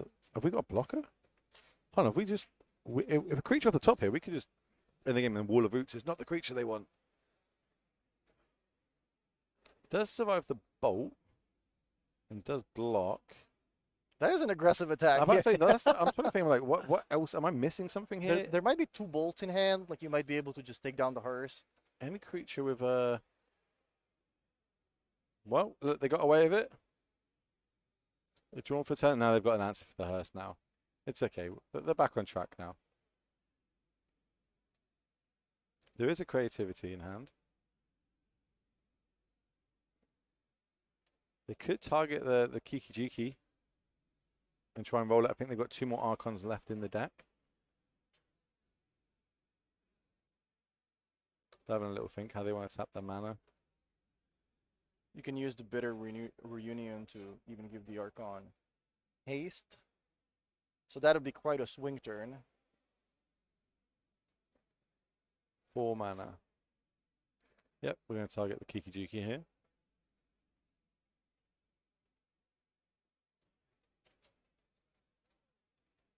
So you can get 1 mana from Wall of Roots. You can use it for Convoke. So you can technically court for 1. If there is something in your deck that can stop your opponent from doing their thing, now would be the time to reveal your secret deck. But I don't think there is really anything in the format that's going to stop you from. So I think there's going to be 2 creatures left, 2 big hits left in the deck, and there's one of them. There's the Archon. I think there's 1 more Archon left. We've seen 2 Archons and the big Eldrazi get exiled so far this game off the Hearst.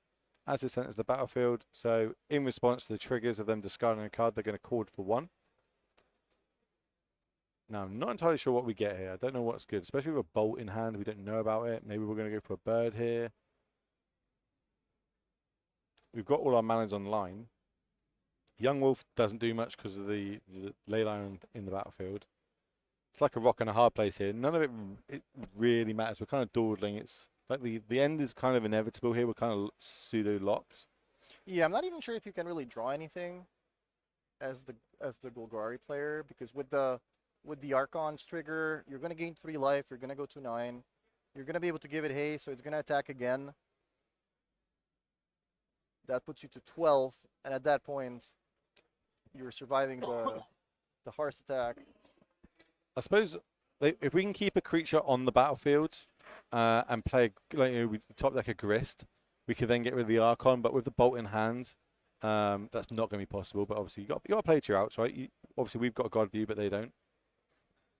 Oh wait, if there's a bolt in hand, oh yeah, there is a bolt in hand actually. Mm-hmm. That might actually be a lethal attack. See how they want to go about this. Oh yeah, so we'll get Classic another modern, lots of shuffling. more time shuffling, less time magic. Classic.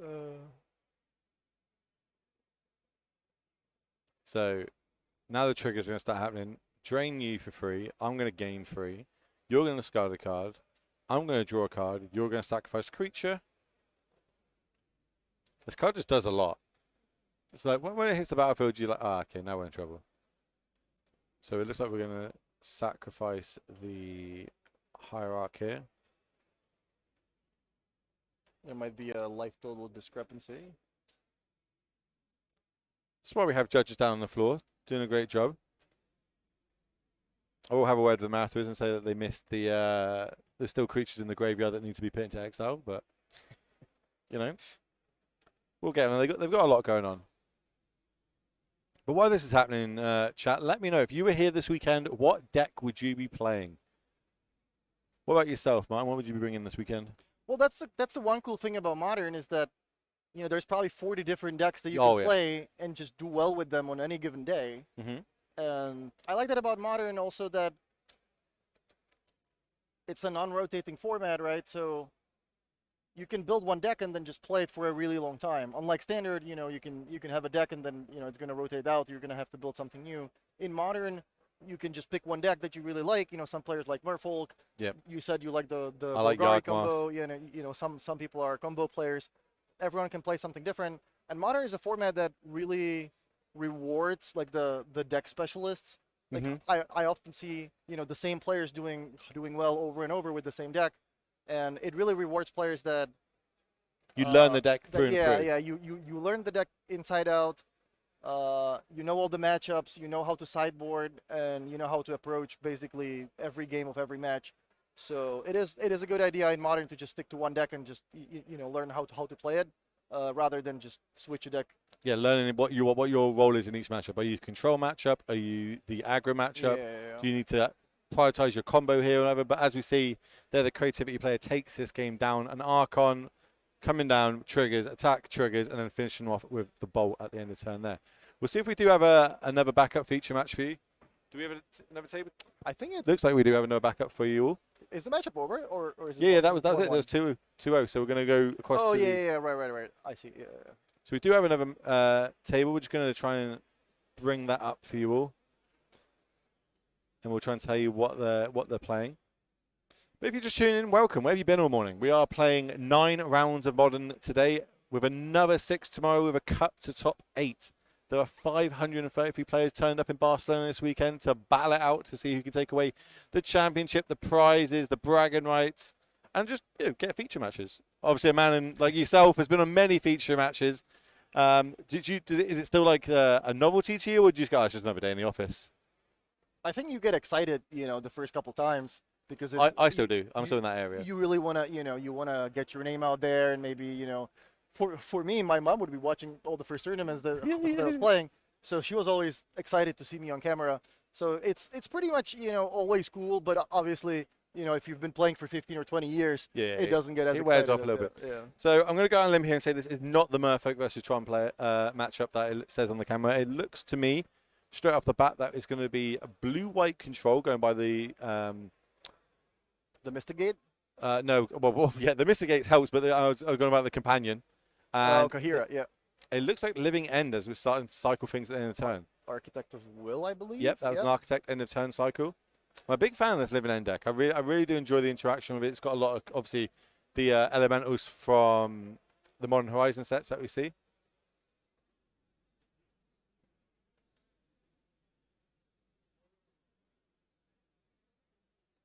So if you're playing a tournament on MTG Melee, I'm just gonna get it out there.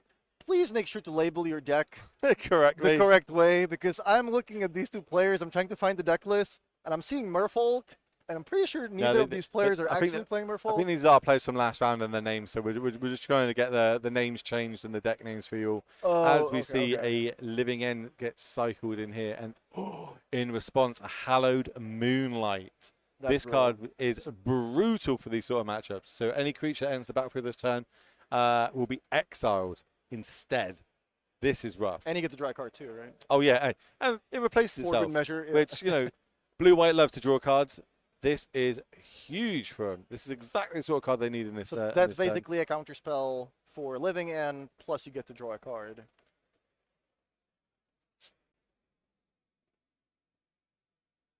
Oh yeah, we're asking for the Oracle text.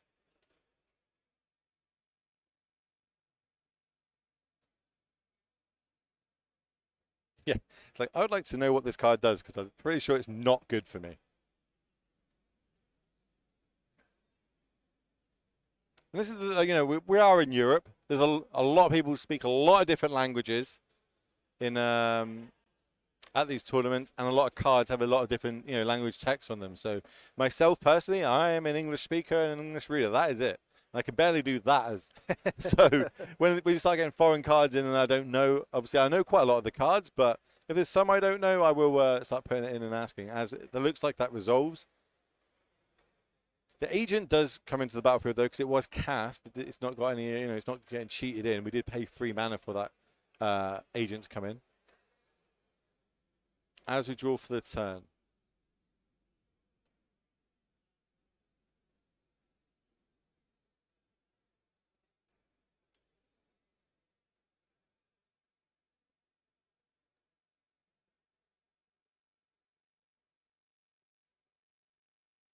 Oh, is that Charles agent? Yeah, Charlotte. That's the a promo art Charlotte's agent. I was trying to figure out exactly what card. It looks like some kind of Jace to me. No.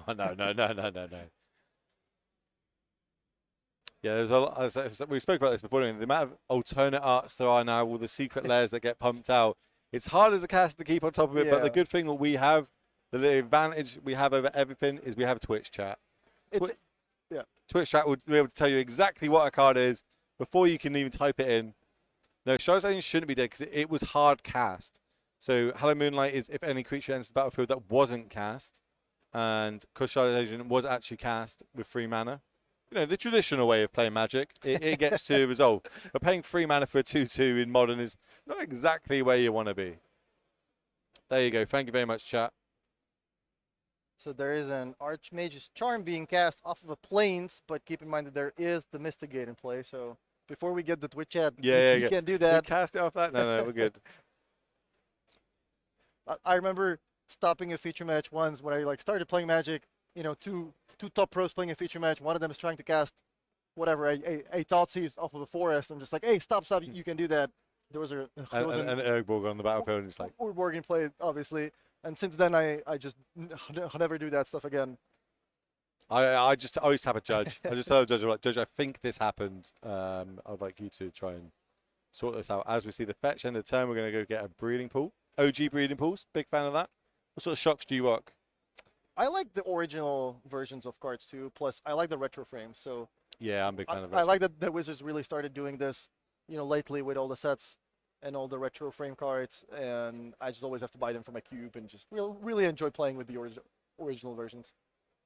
So as we come across the 2 points damage, we're still nothing. So there's nothing end of turn and nothing during our turn. We do have a couple of instant ways to cascade. I don't quite mind doing that at the end of the turn, getting to tap out for a counter spell so I can untap in my turn and cast again, try and cascade off. But then there's not much in our graveyard. I think we've got a Street Wraith. Yeah, this is an interesting situation. If you're the blue-white player, you might be thinking, oh, okay, well, at the end of turn, I can play something like the Wandering Emperor.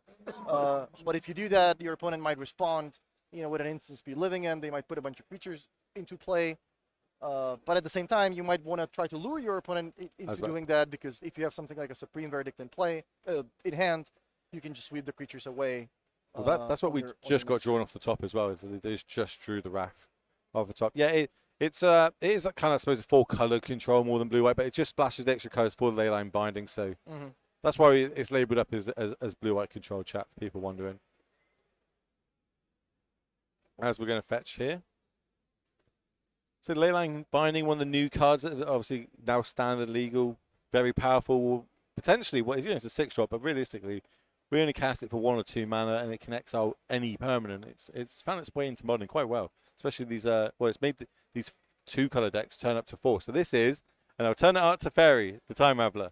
This is Teferi? This is a Teferi No Time Raveler. way. So they printed them as actual. So it looked like cards with a big block of text on them. There's Khan Great Creator and Dark Faden all got printed in a secret lair. As a subtlety comes down, and they would like them to put this on top or the bottom of their library. Maybe this could be out a counter spell here. I actually use these Teferis as well. That's how I know. That looks pretty cool. I mean, yeah, It's nice. a weird art, but it's going to go to the top here. And now we've increased our board. So now we've got 5 power in the battlefield. Okay. So now this is representing you have to answer this. As soon as you tap out for a Wrath, end the turn, I cast my Living End. And this is where it's going to start being, a very back and forth mind game. I think the blue-white player might actually have to pull the trigger first, which is not what they want to be doing. Yeah, this is exactly what you need to do as the combo player against a deck with a bunch of counters. You just have to slowly chip away at their life total with some little creatures, maybe play an end of turn, Brazen Borrower or the Subtlety, and try to force them into playing the Supreme Verdict. Basically, try to force them into blinking first, into just having to do something on their main phase. And if they do that, you can try to resolve something on your own turn. Maybe play an end of turn, Living End, and Here's try to the kill binding that we spoke about. So this being exiling as well means that the Living Ends will not be getting this back. But we are going to raise. Are we timing this wrong? I think it is the end of turn of the Living Ends player's turn. So I think he's trying to cast the bounce effect here. So he's like, yes, this resolves. But obviously, now just give a bit of information away that you kind of, that's a key card in this matchup, especially if this Teferi comes down or something like that, because now we can bounce the Leyline's Binding. Subtlety will come back into play, target the Teferi, which I imagine is what we're going to see here.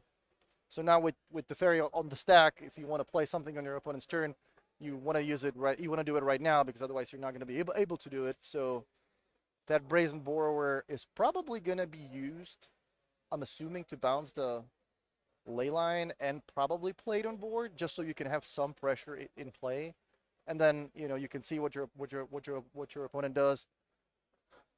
Either way, it's not looking too good for the living end player, because even if you do manage to get the Brazen Borrower in play and bounce the Leyline, your opponent can use the Teferi to bounce one of the creatures and then use the Leyline binding to get rid of the other one. So that would clear the board, and obviously if you're the control player and there's nothing in play, you have a Planeswalker, you're definitely feeling good.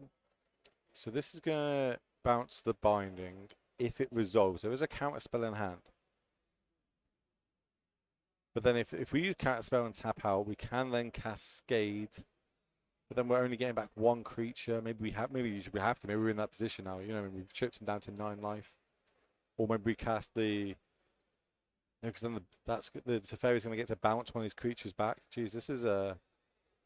And Teferi is a brutal card for the living end player, just for being in play, because it forces you to play your cards as a sorcery, and obviously, if you're playing something like a Violent Outburst, that card is on the stack when you're trying to cast Living End, and you can't use instants. Yeah, so that goes on Adventure. That's not going to exile, just so everyone's aware. And it's going to get picked back on top. Okay, interesting. I feel like there's a slot there that maybe, if we use that counter spell, there's not much in the graveyard. I'm not really scared of a Cascade. Then our Teferi resolves. We can then at least bounce something back with the Teferi. But then I suppose we lose it next turn. We are fetching up. It's going to be the tap shocked end of turn. See, here, I don't like, even there, I feel like I would try to maybe hard cast the Brazen Borrower end of turn then and put a little bit more pressure on. That would have been, what, 8 power on the battlefield with a Violent Outburst that's lethal? Violent Outburst has extra text on it that says, all your creatures get +1/+0. That's true. That's a great point, actually. And we're seeing that come in the turn. We're still holding on to this counter spell pretty well, but now if we draw another land, we can double spell next turn. I think that dice means that we're in extra turns. So what happened was that the Teferi was on the stack, Brazen Borrower bounced the Leyline, that made a Subtlety come back into play, so you can use the trigger again to put Teferi on top. So currently there's a Teferi on the top of the library, and Living End player is able to pressure the opponent quite a bit, but there's still the Leyline, so you should not be taking lethal this turn unless something like double Violent Outburst happens. We do play things like Force Negation over on the Living End side, but obviously that doesn't happen. The Burrow is going to get taken out here, and it's going to be 5 damage coming across. Oh no, wait. Yeah, if you're pausing here, you're telling the opponent, okay, wait a second, then that pretty much telegraphs the Violent Outburst. But here, taking the opponent down to 1 or 3 is not really that big of a difference, because the creatures in your deck, I think all of them are attacking for at least 3 damage, so it's not going to be that big of a difference. I think I'm on the side of casting it here, because I know there's a Teferi coming down next turn. I'm not going to get, unless I cast it in response, but I'm at least getting an extra 2 points of damage here, which drops them down to 3. I'm going to get back on the a Street Wraith, which is 3 power. I've got a Subtlety that's 3 power. I've got a 2/2 on the battlefield, and I've got another Outburst in hand. So 3 damage is like 3.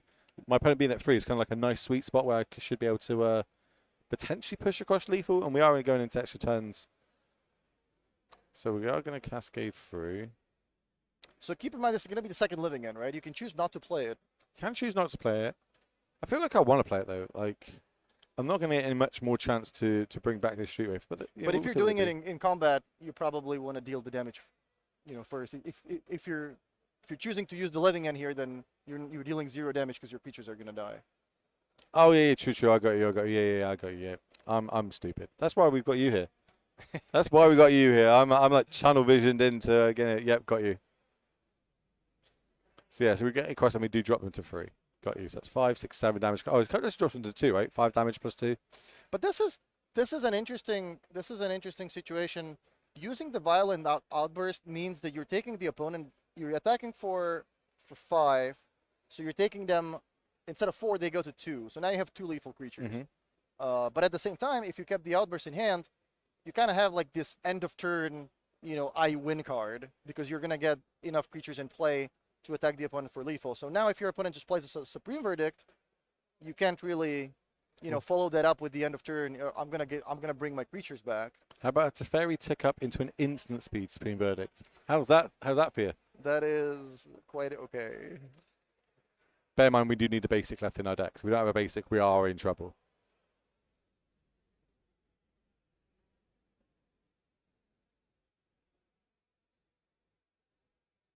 And it looks like, it's getting ticked up. Yeah, if your opponent goes to Fairy Plus and they're facing 2 lethal creatures, you probably know what's coming. But now, using the Violent Outburst the turn before just to push 2 more damage might gonna cost us. I don't know what's in hand, but... Well, our Cascades are turned off, right, because it's a Fairy. So we can't Cascade into Living End anymore. That's true. So we are just like, everything's about to turn sideways. Drop to 1. Good basic. I use these as a Saga basics.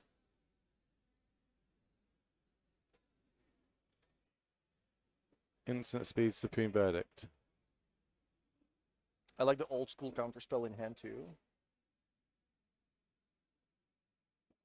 Man, Modern is a really cool format. You just get to play so many different decks. Like if you're a control player, you can play a deck like Blue Eye Control. If you're a combo player, there's probably like 15 different decks you can play. You can play Breach, you can play Yavmod, you can play Living End. There's a bunch of aggro decks. I feel like we're just gonna cast 2 Charlotte Agents this turn. Opponent's at 1, I'm putting 2 threats on the battlefield. One of them's gonna get bounced next turn. Okay, so Charlotte's Agent is gonna find Living End. That can be played. Well, I'd say, yeah, I'm not casting this. Shuffle it back, hit to the bottom, and guess what? I'm going to play another one. But normally this is great, being able to cast multiple Living Ends. Not currently on this battlefield.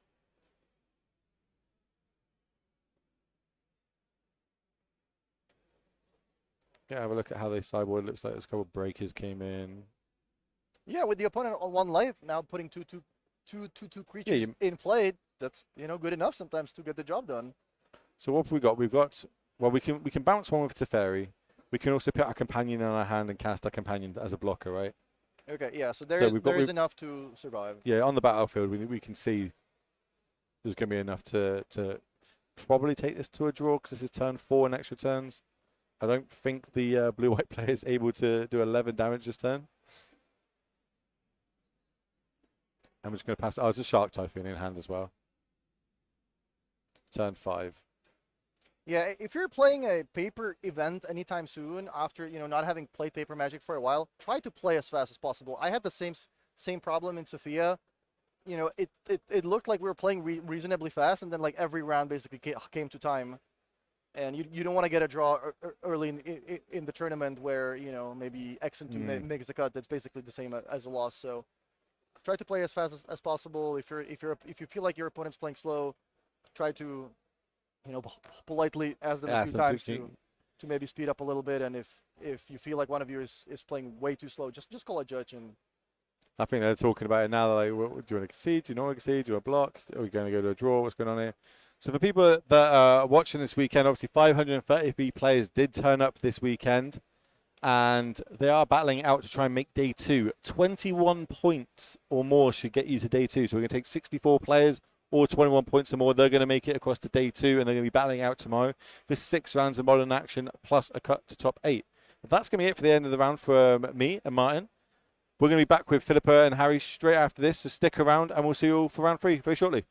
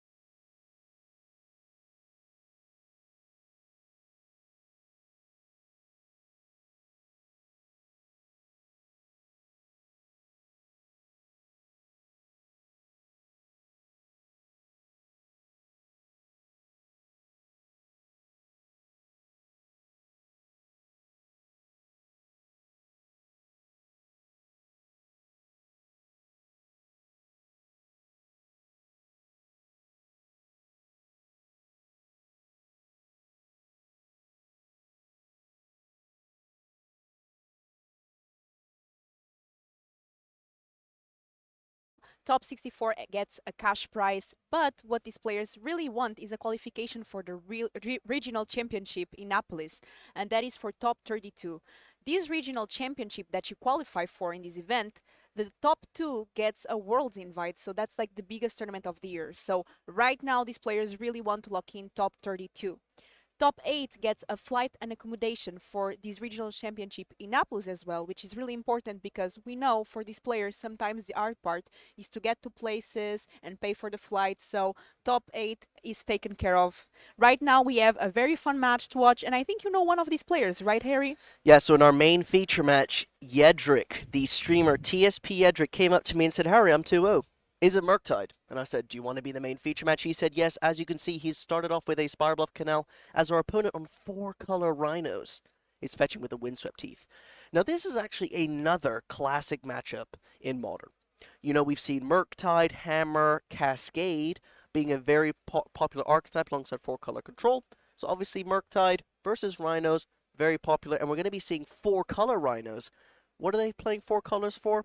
4 Teferi Time Raveler, 4 Omnath, Locus of Creation, 4 Solitude, 4 Leylines Binding, and playing white gives you access to Ardent Plea, an additional Cascader. It's the enchantment that gives Exalted and has Cascade for 1 blue and a white. About this matchup, though, I think that, personally, I would assume that it favors the 4-color Rhinos. And that's because look at all the removal they have. Like I said, 4 Teferi Time Raveler, bouncing a Murktide's amazing. 4 Omnath, 4 Solitude, 4 Leylines Binding. This must be looking to be in Rhino's favor. Now, Twitch chat, let's see, who are you rooting for? Can we get a 1 in the chat for Yedrick? Can we get a 2 in the chat here for our Rhinos player, Jordy? Yesterday, I was actually talking with a player that decided to bring Rhinos today, and I asked him, why did you decide to bring Rhinos? And he just told me, I don't want to think too much. I just want to do my thing. 15 rounds, it's a lot, so Yeah. definitely an interesting choice here for this weekend. I'm interested to see the metagame breakdown. You should be having that in the next couple of rounds, and definitely a lot of Murktide. I've seen a bit scouting the tables, and looks like a lot of Murktide there. So consider. Yedrick is a very technical player. Generally speaking, a lot better than me, a lot better than most people in this room, I would assume. Magic Online legend, Twitch streamer, YouTuber, has a Patreon as well with Sodec. Well-known content creator. I'm sure many Twitch chatters knows Yedrick. Binning a Ragavan, drawing an Unholy Heat. Okay. I see a Charmin and Okay. On the upkeep, Crashing Footfalls removes a time counter. There's a Shardless Agent off the top. oh, Ooh. missed the 3rd land drop. That's huge there.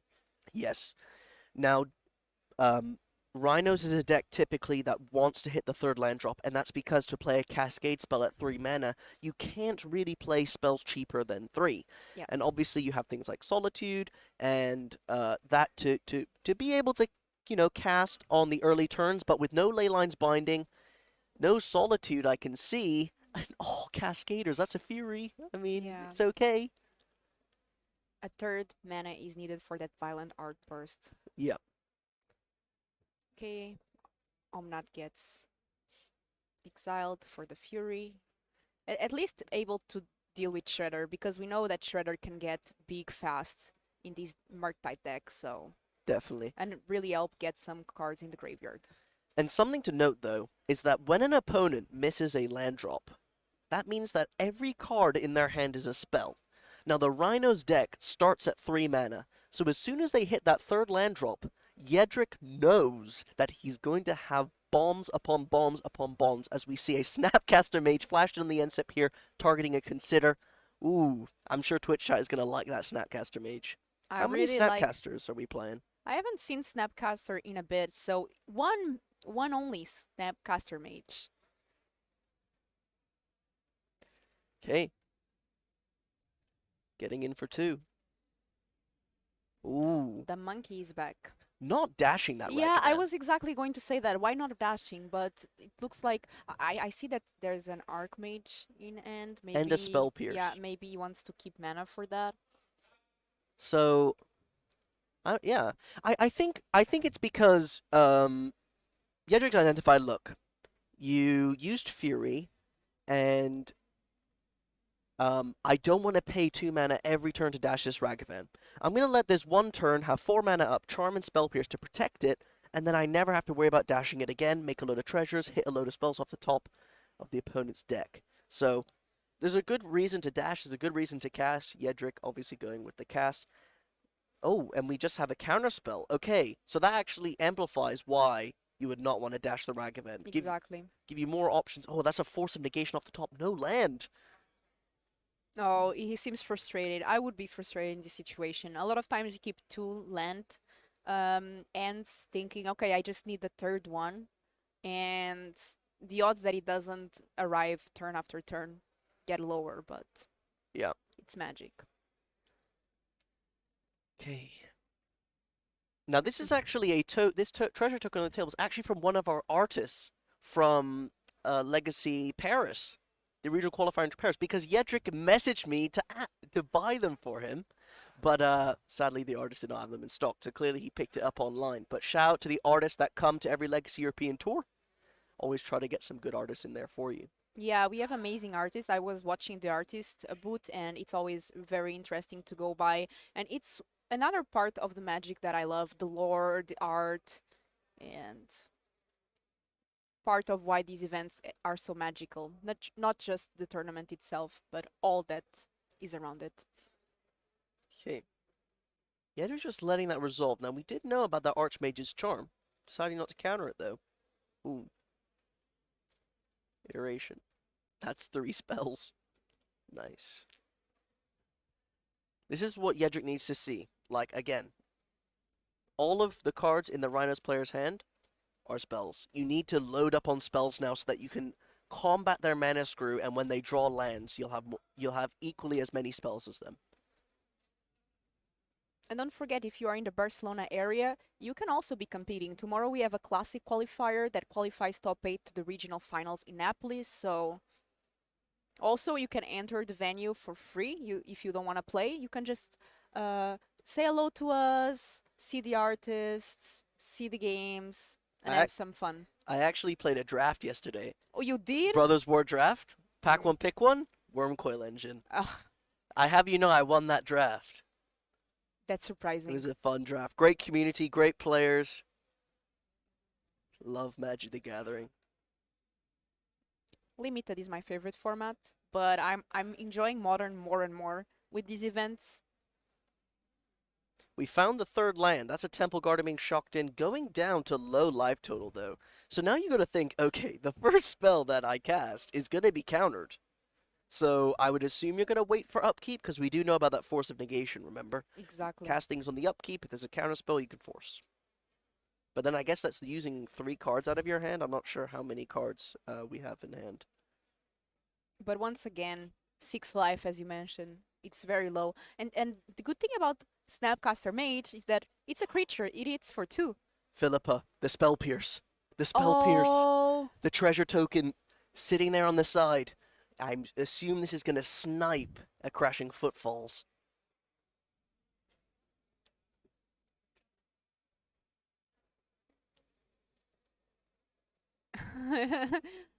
it looks like it's always on the end.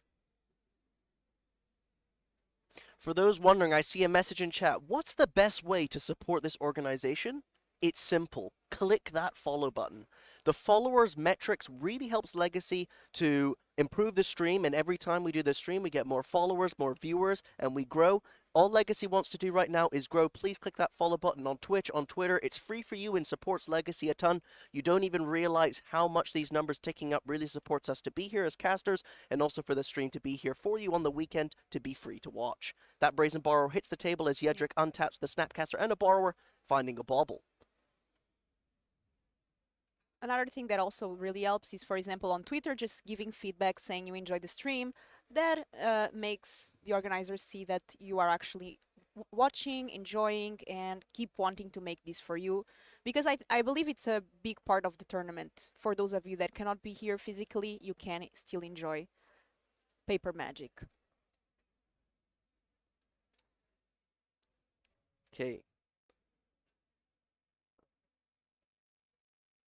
So Crashing Footfalls resolves. I mean, it makes sense, right? The tokens will have Summoning Sickness. You've got a Brazen Borrower. You only care about cards that kill the Brazen Borrower. That's it. Game over. Yedrick takes game 1. Now, how much of that game do you think was decided because of the mana screw? A big part. It just let Andric accumulate counter magic and being able to deal with it. So definitely a rough start here for a Rhinos player.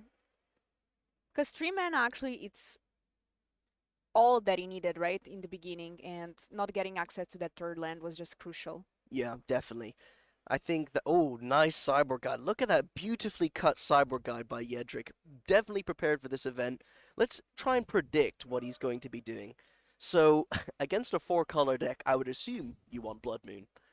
2 of those in the sideboard. Yes, and a card that actually some people might not realize is Engineered Explosives. Those Rhino tokens are 0 CMC. So when you're playing things like Dragon Rage Channeler, Ledger Shredder, you can use Engineered Explosives on 0 to trigger them and also really disrupt the Rhinos on the table. 2 Flusterstorm, well, Crashing Footfalls, a Mystical Dispute. You do know about Force of Negations because they're 4-color control. You do know about the Omnath as well in Game 1 that was pitched. So maybe you want Mystical Dispute as well as additional counters. Anything else that I think Yedrick would want? I can't quite see anything else. Maybe a Brazen Borrower, but looking I at like 4-color... the snap, so there's another one on sideboard. If we look at the 4 colors, they have 4 Leyline of Sanctity sideboard, 4 Mystical Dispute. That's a good card. 3 Endurance, 3 Force of Ego, and 1 Unmoored Ego. That's a fun card. I haven't seen it in a while. Yeah. I actually think we saw another Unmoored Ego in the top 8 of Legacy European Tour Paris, actually, in the 5-color domain deck, but we never saw it being cast, only in the board. 4 Mystical Dispute, you're playing against Murktide. That's we saw obvious. Charms, Pierce, Counterspell, get those disputes in. Leyline of Sanctity, defo don't want that. Endurance is very good. So we're going to see 4 Dispute, 3 Endurance, and what you take out. That's always the tricky question, right? Because Yeah. it's easy to find cards that will be good in, but taking cards of your main strategy out. So I would assume that both Fury is slightly weak, and that's because Ledger Shredder gets really big. Dragon Rage Channeler becomes a 3/3. Ragavan is only the true creature that you can ping unless, they dump a lot of Channelers early game and they don't have Delirium, and you can get tons of value. I'm not too sure you want that. I think you want the instant speed value of Solitude. Anything else that I would take out? Potentially Force of Negation. Really? And I would assume because you're loading your deck with disputes, I'm not saying cut all the Force of Negations, but you have to cut something. It's like if you cut 4 Fury, 2 Force of Negation, and something like that, you want to trim. Because everything else seems so premium. Yeah, I see 4 Leyline Bindings, 2 Ardent Plea. Yeah. So, And you don't want to cut your Cascade spells, obviously. yeah.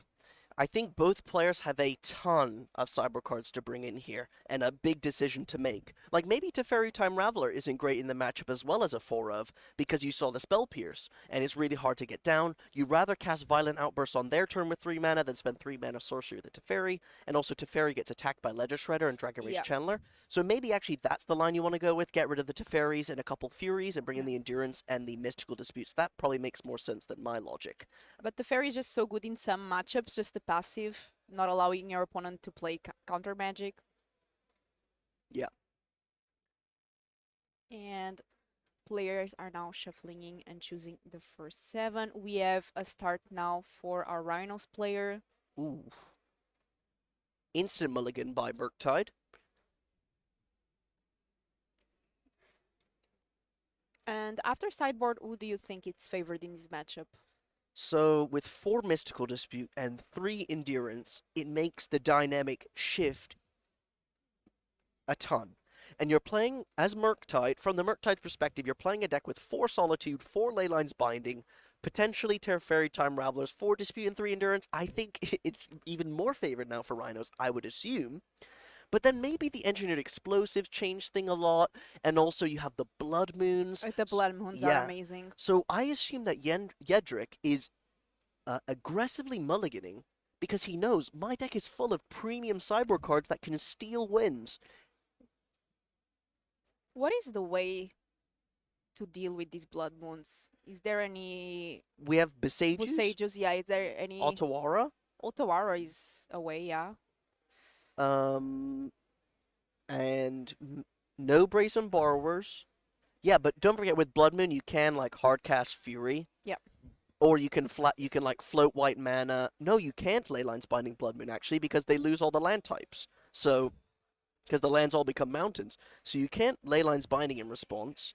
You can just counter it basically. You got to counter it. They do have one of each out. So one snow-covered forest, one snow-covered island, one snow-covered plains, so yeah. Okay, Yedrick having the ideal start with the Ragavan. and again that token being so cute. Yeah. For those wondering, top 64 doesn't make day 2. What do you have to do to make day 2, Filipa? So to make day 2 you need to go 6 and 3. Yes. We've changed it. Typically there was weird, draws to get into day 2. Now it's clean cut. You're 6-3, you're in day 2. So this event could have many people in day 2, which actually makes it more fun.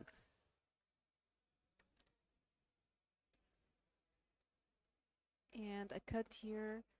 By the way, if you, chat, watching this right now, find any good moment, please clip it, put in the title round 3 or whatever round it is, favorite moments, so our editors can pick up these favorite moments and do some cool little editing with the favorite moments from chat. So yeah, if you clip your favorite moment through Twitch, retitle it to the round and your favorite moment, we'll put it on the stream. We'll review it. Okay, I see a Fire Ice at hand. Obviously, Fire Ice, you can use fire to kill. But are we about to see a third miss land drop? I haven't seen them play a land yet, and I don't think I see a land in that hand. Are we about? Let's see. And don't forget, Yedrick has mana up. So if you, let's say, Ice, Sorcery, Speed, that's heavily implying to Yedrick that you're looking for that land. So maybe even it'll be identified and countered. Let's see.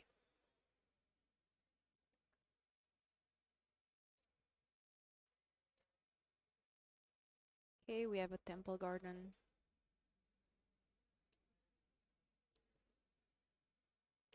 Going down to 16, taking the shock. Actually, looks like they're 14. Oh, just fetch, shock, go. Okay. Consider, and let's surveil the top card.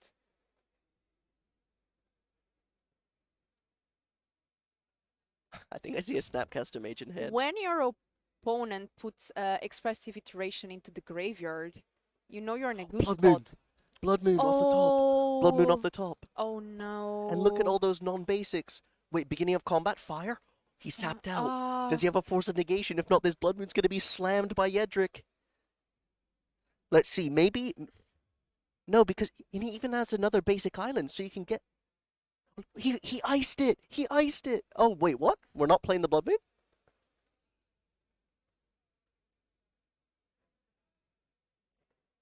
Okay. I'm surprised. I think everyone wanted to see the Blood Moon enter the battlefield here. I would have slammed that Blood Moon. Maybe I'm missing something. He definitely has it in hand, right? Maybe he's just afraid of the Force. Yeah, definitely. It makes sense.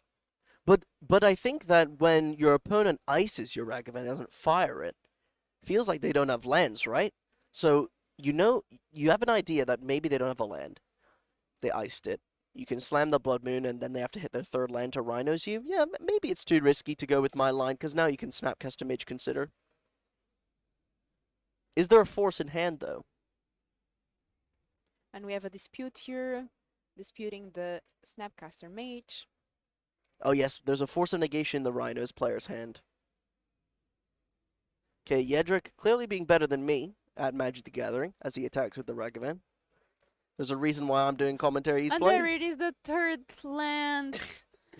This always happens. I feel like you're missing your land drop, and then this monkey just steals your lands off the top.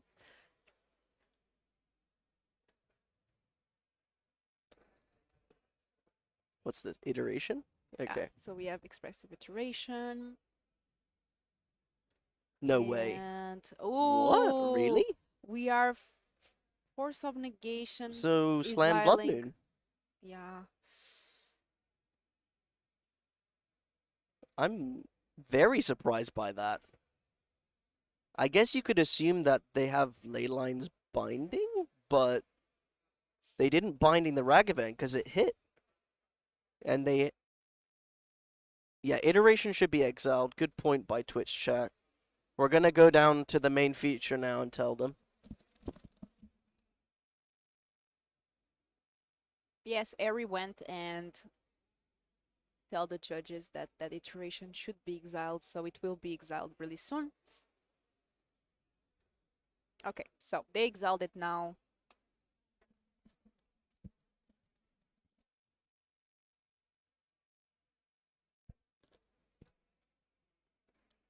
I think Andric just playing really carefully, like... Yeah. Now, I think for those... it's quite obvious now what Gedric's saying. It's like, okay, you used Force of Negation on my expressive iteration. That's so weird that you must have another force. Your hand must be full of counter spells because you're wasting a counter. So what he's doing is waiting for next turn, gets a treasure from Ragavan, then he can Blood Moon plus Archmage's Charm. So I don't actually hate it. I don't hate it. Wait, what? Oh, okay, this is to stop a Murktide Regent. So when we're upkeep, we're gonna Endurance, shuffle the graveyard and put it on the bottom of the library. So many of these evokes cards playing lately. Yeah, I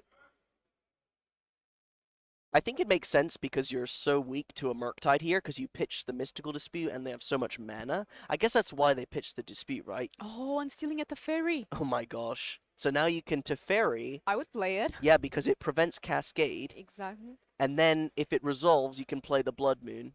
Oh, they have Mystical Dispute. But he has mana to pay for the 3. He has Yeah. 2 treasure tokens plus 2 mana. Yeah.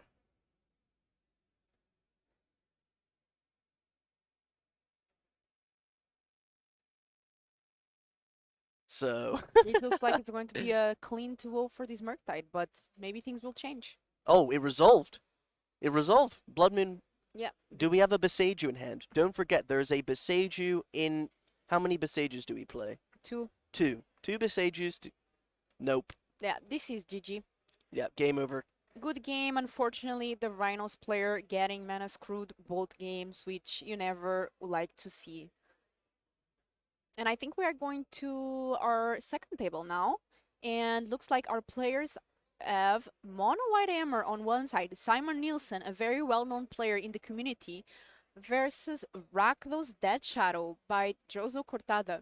And I haven't seen Rakdos Dead Shadow in a while, but by the state of the board...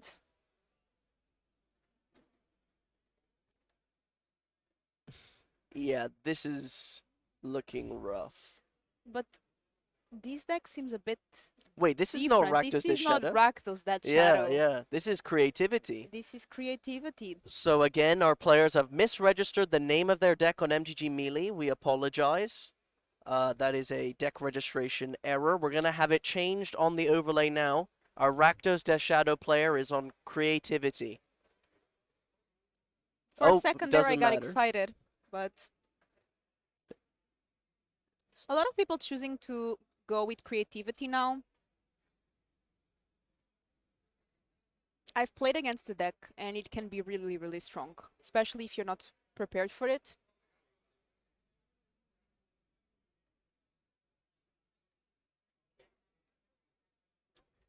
Okay, so let's get our players' deck list up. This is Simon Nielsen, for those who don't know. Established player on the Pro Tour in the past. Gonna get both of their deck lists up now. Choosing here to go for Mono White Hammer, which apparently a lot of people decided to do so because we are seeing a lot of Hammers today.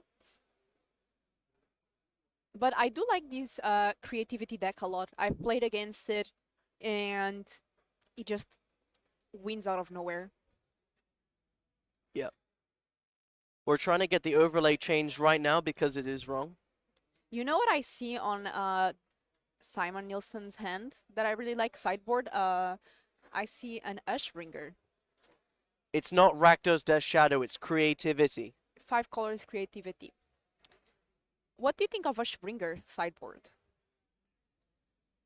Hushbringer in the sideboard, very good, preventing that trigger from the Archon.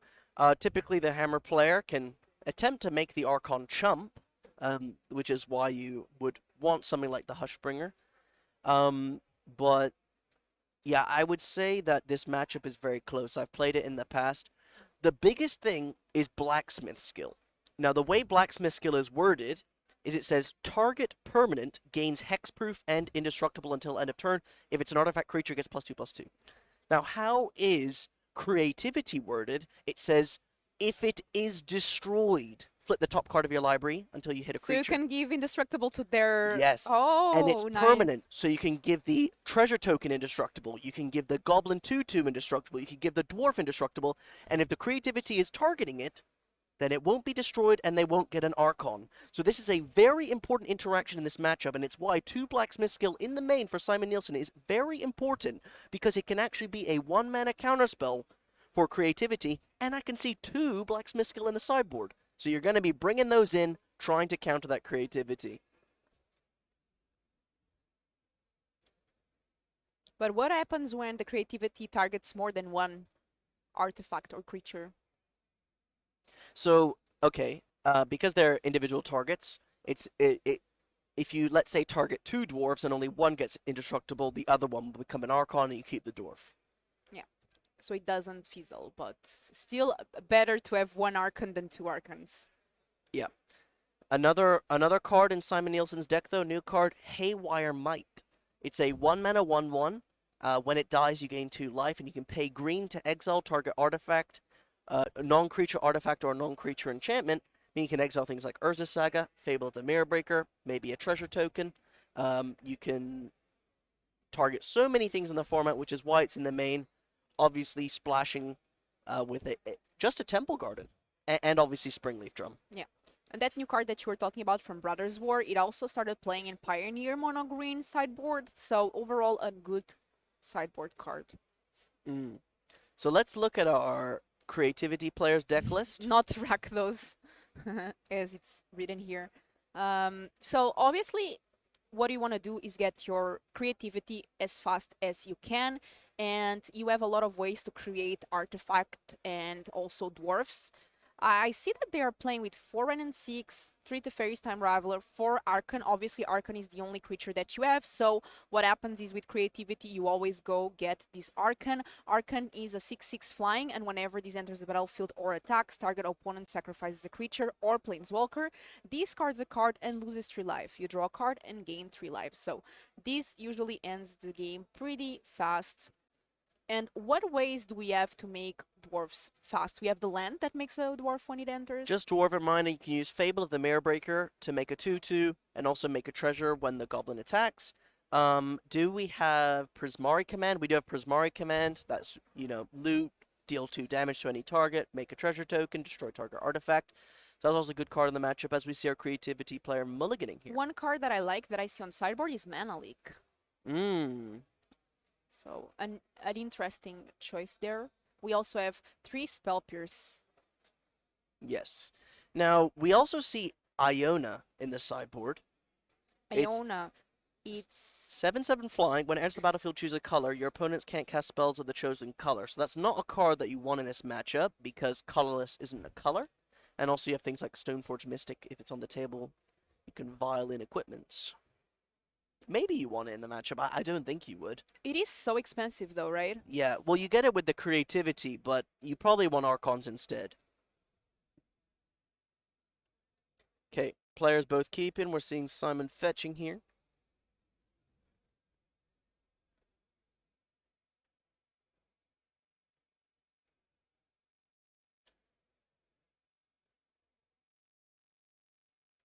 I really like the Ren and 6 against this matchup. Okay, it's a Springleaf Drum. Do we have a 0 drop? We don't.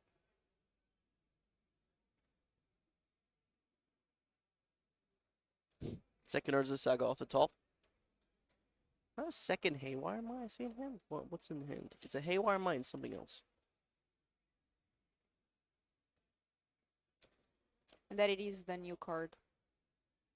Here's a Pure Steel Paladin.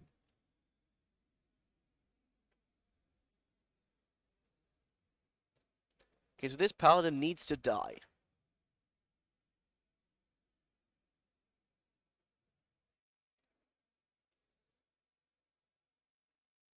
Who do you think is favored in this matchup, Harry? I think it's not about who's favored and more about what draw do the players have, because you have things like looping Beseiju with red and 6 from the creativity side. You also have things like Prismari Command, which are big blowouts, Dwarven Mines to chump. I would assume that, assuming that Simon has a very quick hand, and well, it's down to the speed. It's just down to the speed of the game, right? Because Creativity wants to be on turn 4 and 5, and Hammer Time wants to be turn 3 and 4. And if Creativity can stop the 3-4 and survive and get an Archon down, I'd say it's, you know, favored for Creativity. But in general, in my matchup, in my experience, I would say the matchup is close. It's close. It could be favored by a couple percentages either way, but it's close. Because the Creativity players have so much removal. Yeah, there's some lightning bolts there. 3 of those main fire and ice. We have Prismari Command that also works as removal. Yeah. I mean, okay, Stoneforge Mystic is a good pickup. So it's down to, do you want to make a token or do you want to get this Stoneforge down? Ooh, another Urza Saga. You could even do something like make a token and play Haywire Might from hand, but I would assume that you want to Stoneforge Mystic? It's close. This is a close decision. I guess making a token and playing Haywire Might is way more mana efficient, so maybe you want to just go with that. Yeah, being mana efficient, like this by Simon. A very experienced player, and it shows.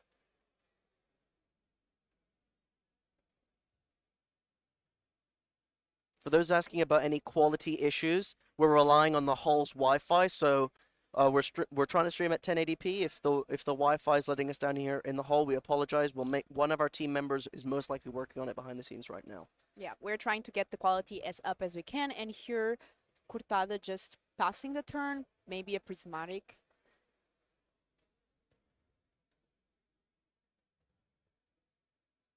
This might be a blowout. Yeah, so Let's I think see. there's the Prismari here. Prismari Command and Oh. Okay. some decisions have to be made now. You can remove something, create treasure token. Yeah, looks like. Oh, he decides to draw 2 cards. Now discard.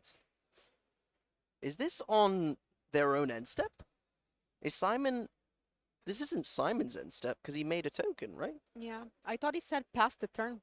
Yeah, But- I'm actually surprised by that you would because imagine if Simon just went Sigarda's 8 Hammer. Yeah. So I'm surprised that they tapped out. It just seems so risky to do this. I'm not... I guess you want to play around Blacksmith skill from Simon, right? Because if Simon untaps, he's got white mana, and then he can Blacksmith skill. So, I guess that's why. Yeah, Twitch chat identifying. Yeah, Blacksmith skill.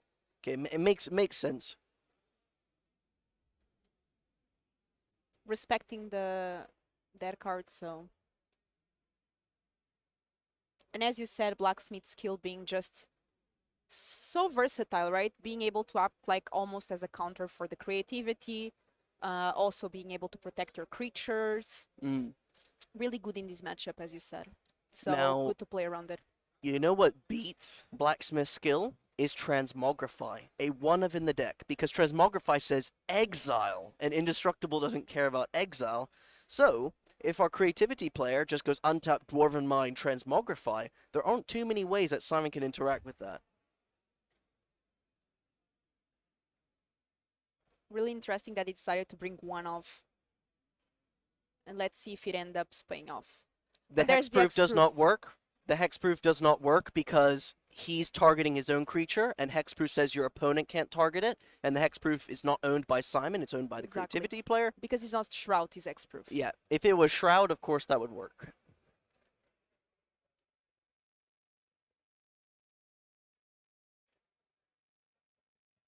Here we go.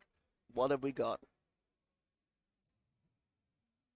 I think I haven't seen an hammer being played today, like being played yet, but being attached to a creature and just attacking. I actually played, there were some Spanish players that wanted to test, so I actually played a lot of Hammer yesterday. I played like 10 to 12 matches of Hammer last night in the hall, just because I knew it would be on coverage so much.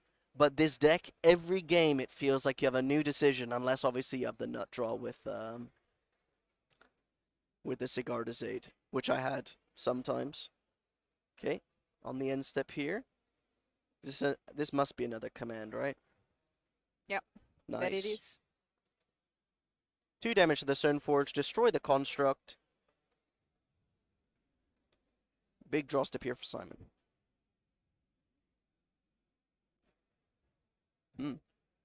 Inkmoth, right? Yeah, Inkmoth Nexus. Inkmoth, another way where the Hammer time players can win, with that making it infect. What's happening here? Okay, we're gonna make a construct, I would assume.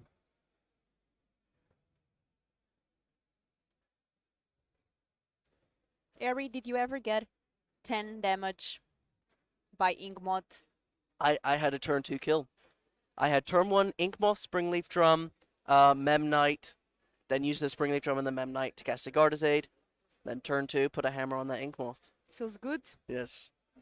My my Amulet Titan opponent yesterday was not too happy. Yeah, you I- felt pretty poisoned. I would repeat what he said, but I don't understand Spanish and I was told it was rude.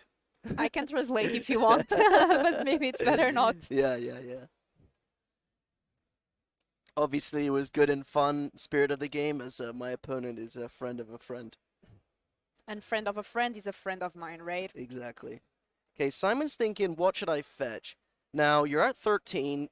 I wouldn't assume, I don't even know if Shadow Spear is still in the deck. Yeah, Ginger Oh, Brew. Gingerbrute. That's another fun card that can get through, because only creatures with haste can block it. Yeah.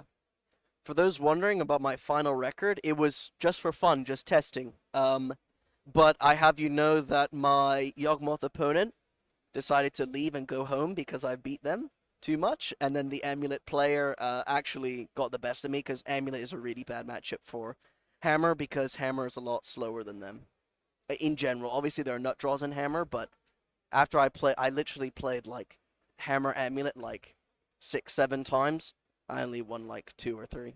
And there we have the dwarf being made by the land, blocking. Yeah. For those wondering what was fetched by Stoneforge Mystic, it was a Nettle Cyst. For those wondering, Nettle Cyst was fetched. I think there's one off in the deck. Yeah. Oh yes, you could Pithing Needle here. Now, is Pithing Needle still in the deck? Does Simon play a Pithing Needle? No Pithing Needle in the main. No Pithing There's Needle. one in the side. One in the sideboard. Yeah. Okay, so Simon had to board in the Pithing Needle. Maybe he just didn't board it in. It was Cauldron that it was fetched, maybe. Oh, was it Caldra? Yeah. Oh, okay. Oh, okay. He got the Nettle Cyst and changed it to Caldra when he was fetching. I Good missed that that. this player had the Cauldron in the deck. Sorry, my mistake, Twitch chat.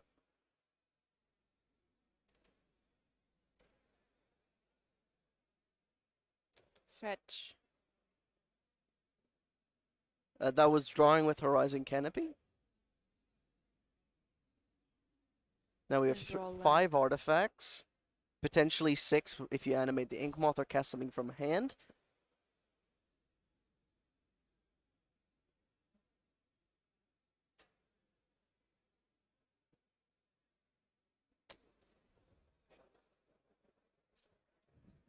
Okay, dwarf blocking the Gingerbrute because it was not activated. And they trade.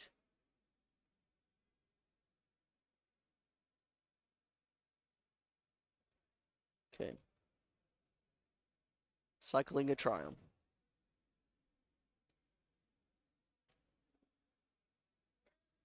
Oh yes, for those wondering, the life totals do seem inverted. Yeah, they are inverted. We're gonna get our team right now to fix that. The life totals are inverted. The life? Can we fix that? Thank you.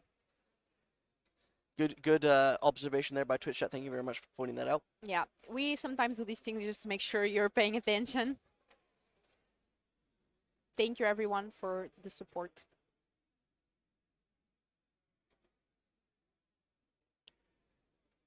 So Simon is at 19 and Cortada is at 5. Yes. Now I think we're about to see Blacksmith's skill on creativity. Ooh, okay. Let's see. I think I saw creativity in hand. Sorry, that mountain was dropped on the floor by accident. Happens sometimes. What is that? This looks like some sort of bolt. It's a bolt, I think. The Japanese art from Strixhaven, maybe? Or no, it's some different art, but... Okay, big decision here by creativity. Here we go. This is creativity. Now we know Simon has blacksmith skill in hand. This gives the creature indestructible, which means that the creativity doesn't work because creativity says if it was to be destroyed. And really good observation by Harry here that predicted this exact scenario in the beginning of the game, that this could happen, so... Yes. Okay, that's the most important interaction in the matchup. Now, we have a path to exile, so if you have 3, 4, 5. Yeah, what you there can... we have an hammer. Yeah, you can play the hammer, you can animate the Inkmoth Nexus, use the Inkmoth and the Springleaf Drum to path to exile the dwarf, and then attack. Yeah. There we go. And we are 1-1 now. There we go. Okay, so that is going to be 1-1 hammer versus creativity. Excellently played by Simon Nielsen here, a well-known player in the community. Yeah.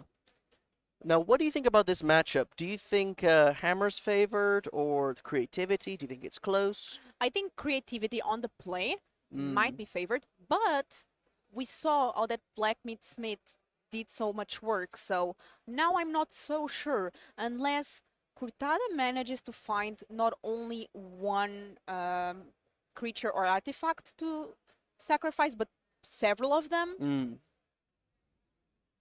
Yeah, I think in general the matchup is close, but there's something that we need to identify, and is that Simon has 4 blacksmith skill post board, 4 1-mana counterspells, right? As long as obviously creativity card targets 1. I think that it slightly favors Simon. But being on the draw as hammer is rough, because you need to be quick, you're fighting through the removal cells being cast first by creativity, so I think, again, the dynamic changes. Simon has the interaction as well as the pressure, but creativity has the removal as well as the play. So let's leave it to Twitch chat. Game 3, who is favored? 1 for hammer time, 2 for creativity. Who is favored going into game 3 here? I think one of the key cards actually might be Prismari Command. I think that card is really good on the play. Definitely. Yeah. Making a treasure. Killing one of your opponent's potential threat in instant speed. Lots of 1s. We have 2 Haywire Might in the deck. Post board. And don't forget, if you're enjoying the stream, leave us a follow. That really helps us coverage here to improve. We are trying to improve every tournament. A lot of backstage work is putting in by our technical team, by the members of the crew, and everyone is doing a lot to try to improve within each tournament. So if you watch maybe the VODs from like Paris, where we did our first casting, to now here in Barcelona, Yeah. I think you can definitely see the improvements that were made. Yeah, definitely. Every time I come to the country being hosted by Legacy, every time I'm like, oh, a new change, this change, that change, coverage change, new cameras. I'm like, oh my gosh, keep at it, keep at it. So if you guys click that follow button, coverage is going to keep getting better.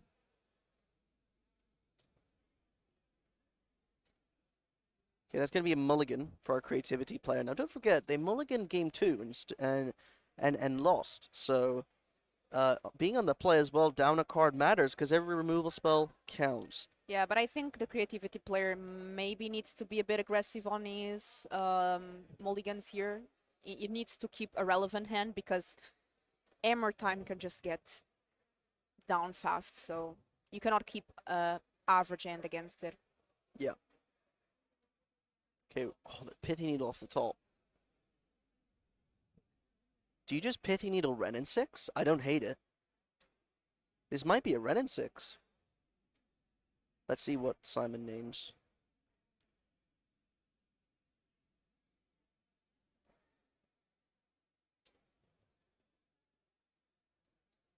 What would you name if you were playing the Pitting Needle? In the blind, Ren in 6, right? The creativity player needs to hit all their land drops. You've mulliganed to 6. Yep. Ren and 6. Confirmation from our floorman. Ren in 6 has been named with Pithy Needle. Just want to stop that pesky Ren getting them extra lands that they need. Is there a Ren in hand? I can't quite see. Yeah. Cortada is hiding the cards. It's really difficult to tell what's in hand. Especially because there's some alternative Strixhaven art, as we saw, for example, the Bolt.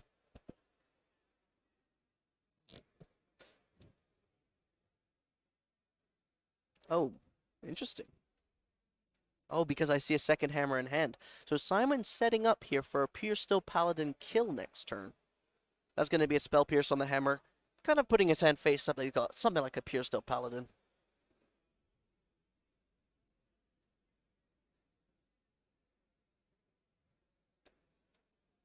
Now, what is our creativity player looking to do? When Simon casts a hammer, it heavily implies Pure Steel Paladin. So you want to be holding up mana next turn, right? You don't really want to be casting something like Teferi Time Raveler. I'd even be surprised if that's still in the deck. 3 mana go. And here is where we can see Prismari command. Yeah. And if there's a Prismari command into creativity, this game can end fast.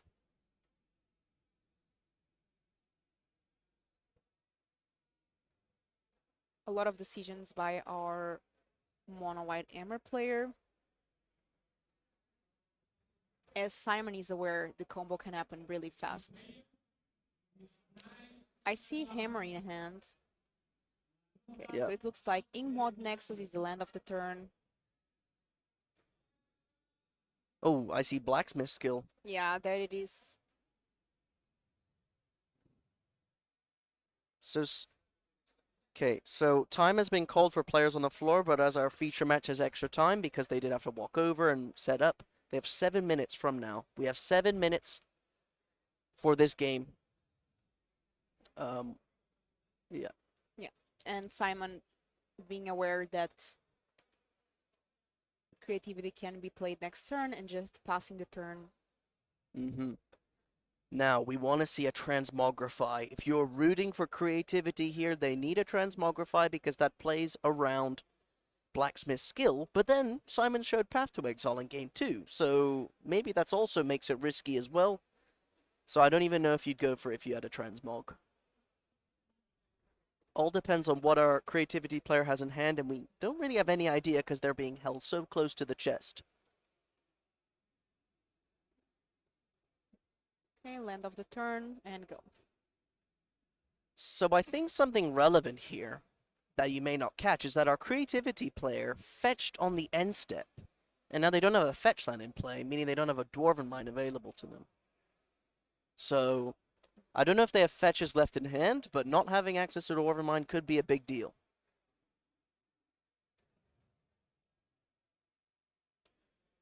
That Saga goes to 3, and what is Simon going for? So we know about the Blacksmith skill, and Blacksmith skill helps play around some things, but you can't play around Prismaric Command because that targets 2 things. So I would assume that you want to maybe make a token, get Springleaf Drum, and hold up blacksmith skill and march, but it's close. It's tough, especially since our creativity player could have something like Prismari Command to make a treasure. I personally here would make a token and get Springleaf Drum. Let's see what Simon does. Okay, so Urza Saga going to get something from the deck. I already see Shadow Spear on top, but let's see what Simon decides to go for. I think it's an hammer on top. Look at that, prediction correct. Make a construct, get Springleaf Drum. Now we have Blacksmith skill and March of Otherworldly Light Up, because I think Simon drew that for turn or just had it in hand. And March being one of those cards, the card is fairly new. I think it's from Kamigawa, and it's been playing in so many modern decks. Such a sweet card. Actually, White has gotten a lot of love recently. There's March, there's Leyline's Binding.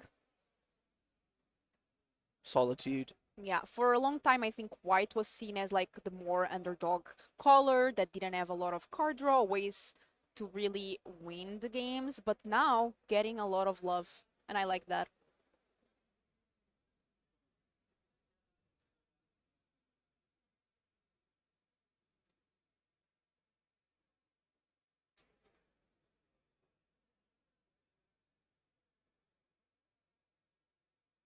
Okay, what is Simon think? We thinking about casting? No way you're gonna cast Pure Steel Paladin. I assume you're thinking about attacking, right? What's this? Yeah, it looks like he's going for an attack, maybe. Yeah, so Yeah. he attacked. But now this one damage could bite Simon, because let's say... What if you Prismari Command and make a treasure? Okay, wait, nothing. Oh, wow. Oh, there's a creativity out of the top, I think. Yeah, but... And now, remember that fetch land I pointed out? Burning the fetch land for that tap Steam Vents is actually hurting a ton. Obviously, there's the counters from Simon's side, but... Yeah, nothing cast in the end step, nothing cast in the main phase. I'm interested in what's the creativity's hand.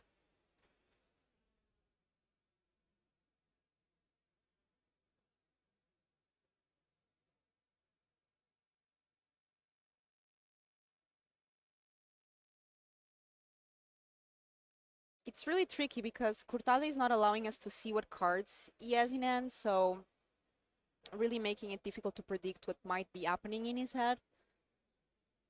As Simon is just developing the board at this stage. Attack for 6.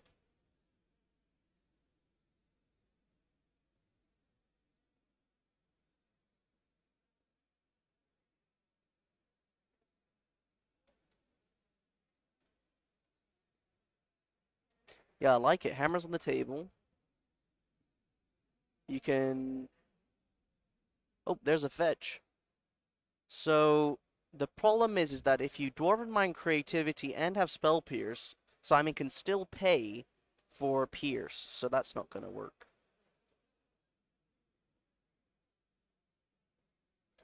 Yeah, we do have the life total swap, so we're going to get that corrected. The life totals are in the wrong order. Thank you very much.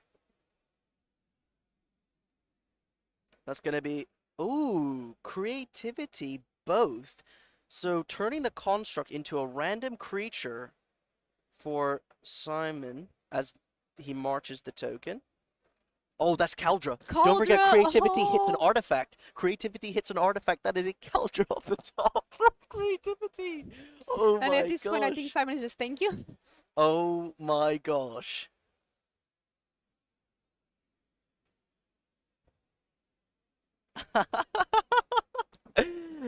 Beautiful Magic the Gathering here. That's a Giver of Runes. Pure Steel Paladin. That's going to be lethal as we can equip. Game over. Simon Nielsen taking the match 2-1 against Creativity. What a finish to that round. What did you think of these matches, Eri? Honestly, I was very impressed with how powerful Simon was at disrupting the Creativity player despite the amount of removal in the Creativity player's deck. So I did think that creativity was favored. Simon proved me wrong. Definitely that Cyborg coming in clutch, having 4 blacksmith skill as both games he was able to disrupt the opponent as well as with the march. What did you think of the matchup? I think it was a sweet match, and again, as you said, like I thought creativity had the advantage, but just seeing how Simon was able to interact with it and just be in control the whole game, having answers for the creativity was really nice. Sometimes we think only blue decks have answers with counterspell for this kind of decks, but it's nice to see that white also has some answers, some ways to deal with it. So Simon, a great player, well known in the community, competitive player, and hope to see more of him in this tournament. Yeah. Congratulations, he's now at a 3-0, which is a very good start. Don't forget, 6-3 is what you want to make day 2, and tomorrow we have 6 rounds and then a cut to top 8. Yeah, so that is going to be it here for our round 3. We're going to be returning to Will and Martin as soon as possible. When players are shuffling up their decks and playing Magic, you'll be seeing it, but for now we're going to have an ad break.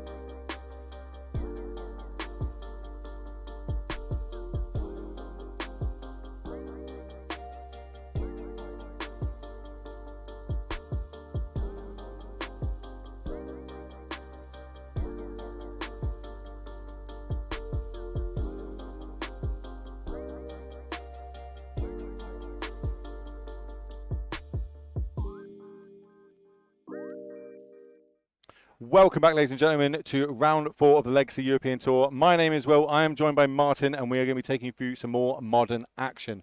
Martin, what decks are we seeing this round?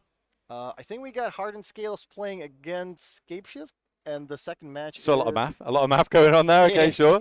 We can deal with that. And the second match is one of my favorite decks is the 5-color Zoo against I believe Team of Rhinos. Okay, so a bit of a creature matchup there. But what we have got for you now is we're going to show you the players to watch. So we've got 8 players on 8 sort of different decks this weekend. So we're going to follow them, see how these decks are doing. We're going to see if we can get the graphic up on screen for you in a second. There we go, beautifully translated in. We might have to move our faces, but obviously Ben Jones on there, local boy to me, one of the Brits. Obviously we saw him do really well in Sofia. He's currently 2-1. He's picked up a round 1 loss against Heliod combo.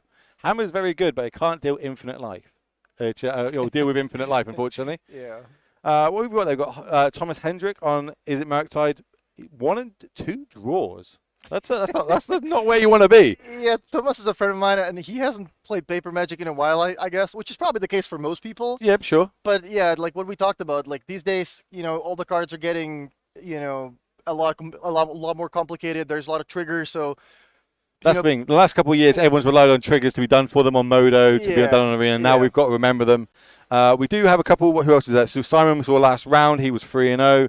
And then moving across, we've got the last 3-0s, another Is It Murktide. So we've got Hardened Scales, Rhinos. Everyone's kind of fallen off a little bit off the way there. It's what I would expect, probably more the Murktide side of things. But we're going to keep sticking with them. Once they get the dead, we'll replace them with some other players. So we keep the scores up, tell you what decks are doing well. Realistically, it's modern. We're probably going to start seeing, we haven't seen a scam, to be fair. There's not a lot of scam. There was a lot at the start of this weekend. We're not seeing it do too well, but that's what we've done that. For this round, more importantly, we do have, what did we say we had for this round? The two decks playing this round? It was 5-color Zoo against... No, that's the backup. What's our main one? The first one was Hardened Scales against... Hardened Scales, that's it. Hardened Scales versus Scapeshift. So that's going to be our round 1 feature match for you all this round. Pardon me. We'll go down to the table. They're shuffling up, or it looks like they might have already started. So we'll go to table 1. That is, if the players filled the names of the decks correctly. Yeah. It could all be changed. We are using MTG Millie, and players sometimes do register the wrong names for decks.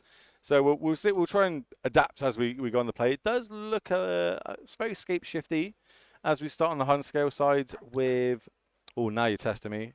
That's the promo one where it comes in and gets a +1/+1 counter. When a creature comes in, you can move it across. Chat. That would be the Arcbound Worker, or no. It's the land. Oh, the land. Yeah, it's like a green land that comes to play tapped. Does it? Chat will tell us in a second. With Graft. Yeah.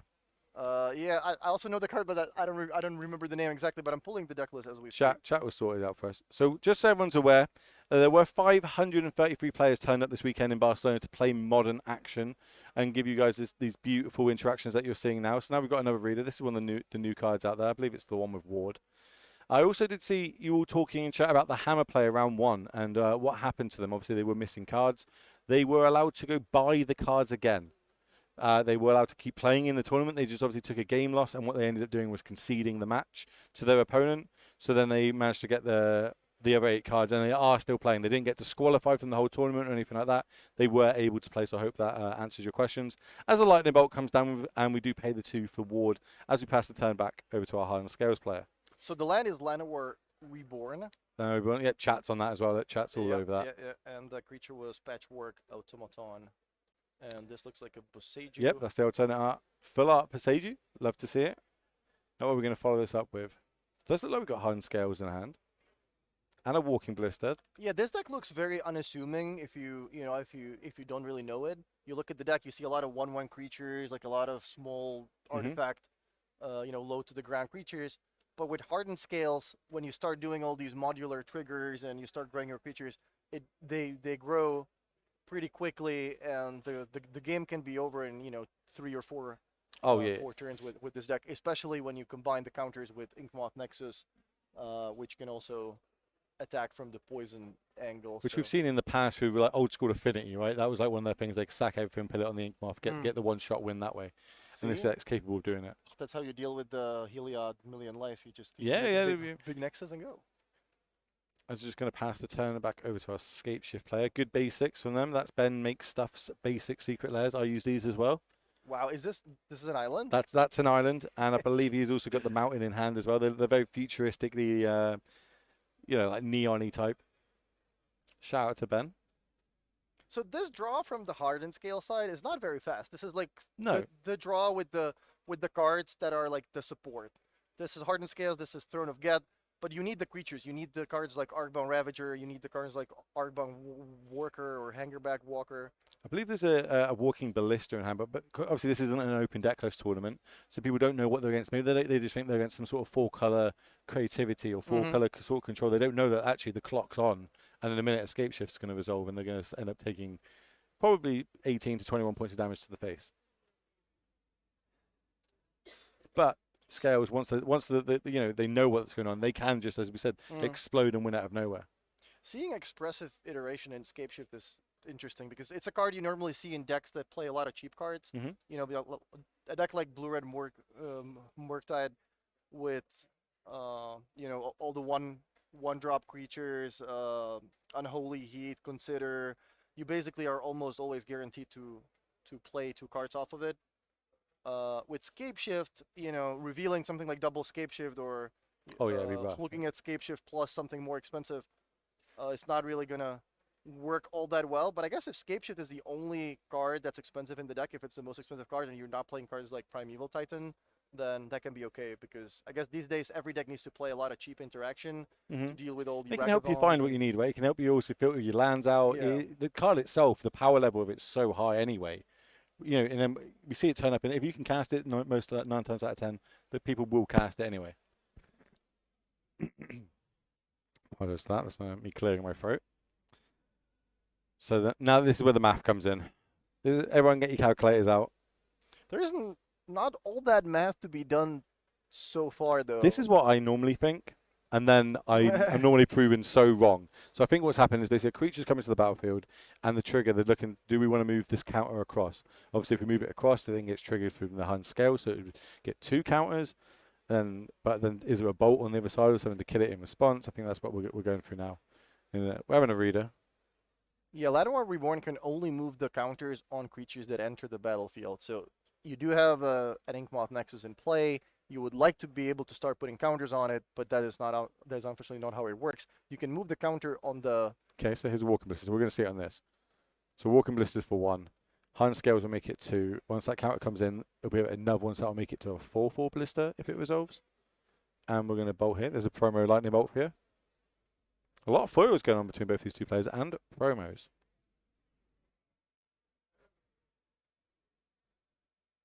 What we're going to do here, we're going to... Does it sack and proliferate? Is that what this one does? Yeah, that's a sacrifice. I believe it's a creature, and then you proliferate. Yeah. So we can sacrifice the creature as well as... no, you sacrifice an artifact to proliferate. Yeah, so we sacrifice the creatures getting targeted with bolt. Then we proliferate, making our land 2 counters, and then now when the Walking Ballista comes in, it's going to be well out of bolt range. That should be what, a 5/5 Ballista, if we move the counters across. So it comes in with the 2, trigger this. I think you can only move one of the counters. You only move one. Okay, so it's a 4/4. Yeah. That's also just as good, right? Yeah, now the real math begins, and if you're the Escape Shift player, you're thinking, yeah, I mean, I have a lot of time, I'm not really taking any damage here. I can just... One thing we normally see on the Escape Shift decks is they actually ramp, right? We haven't seen any ramp on the other side. It's just 1 land a turn, which isn't really what they want to be doing on. Here's the basic forest of the Secret Lair. That's true. This deck is more about the early interaction. Like there's cards like Lightning Bolt, there's Fire Ice. Obviously, you're playing Wrenn and 6 to deal with all the Ragavans of the format. And as far as ramping goes, there's only Growth Spiral, and I'm seeing 1 copy of Explore. But so, yeah, you're right. Other than that, there's not a lot of ramp effects.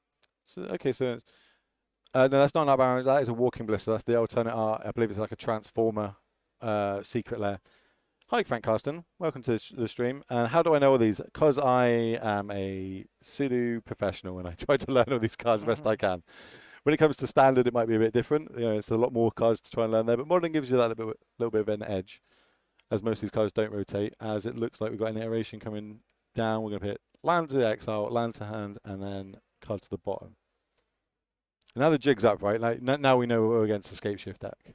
I do have to say that these basic lands look really cool. I think they're really nice. They come in foil. I'm not trying to sell them to anybody, but they, I did pick up a load of them. I actually subscribed to his Patreon as well. He makes very nice tokens. Well, there's a Dryad. That's another ramp effect that also allows you to play an additional land. So now if we play this land, now we can start bolting, right? So if we can play 2 lands this turn, well, we would play 1. So we've only got 1 extra land drop. But if we had 2, we could potentially end up killing this Walking Blister, which in turn would probably end up killing the Dryad. We're having a little read.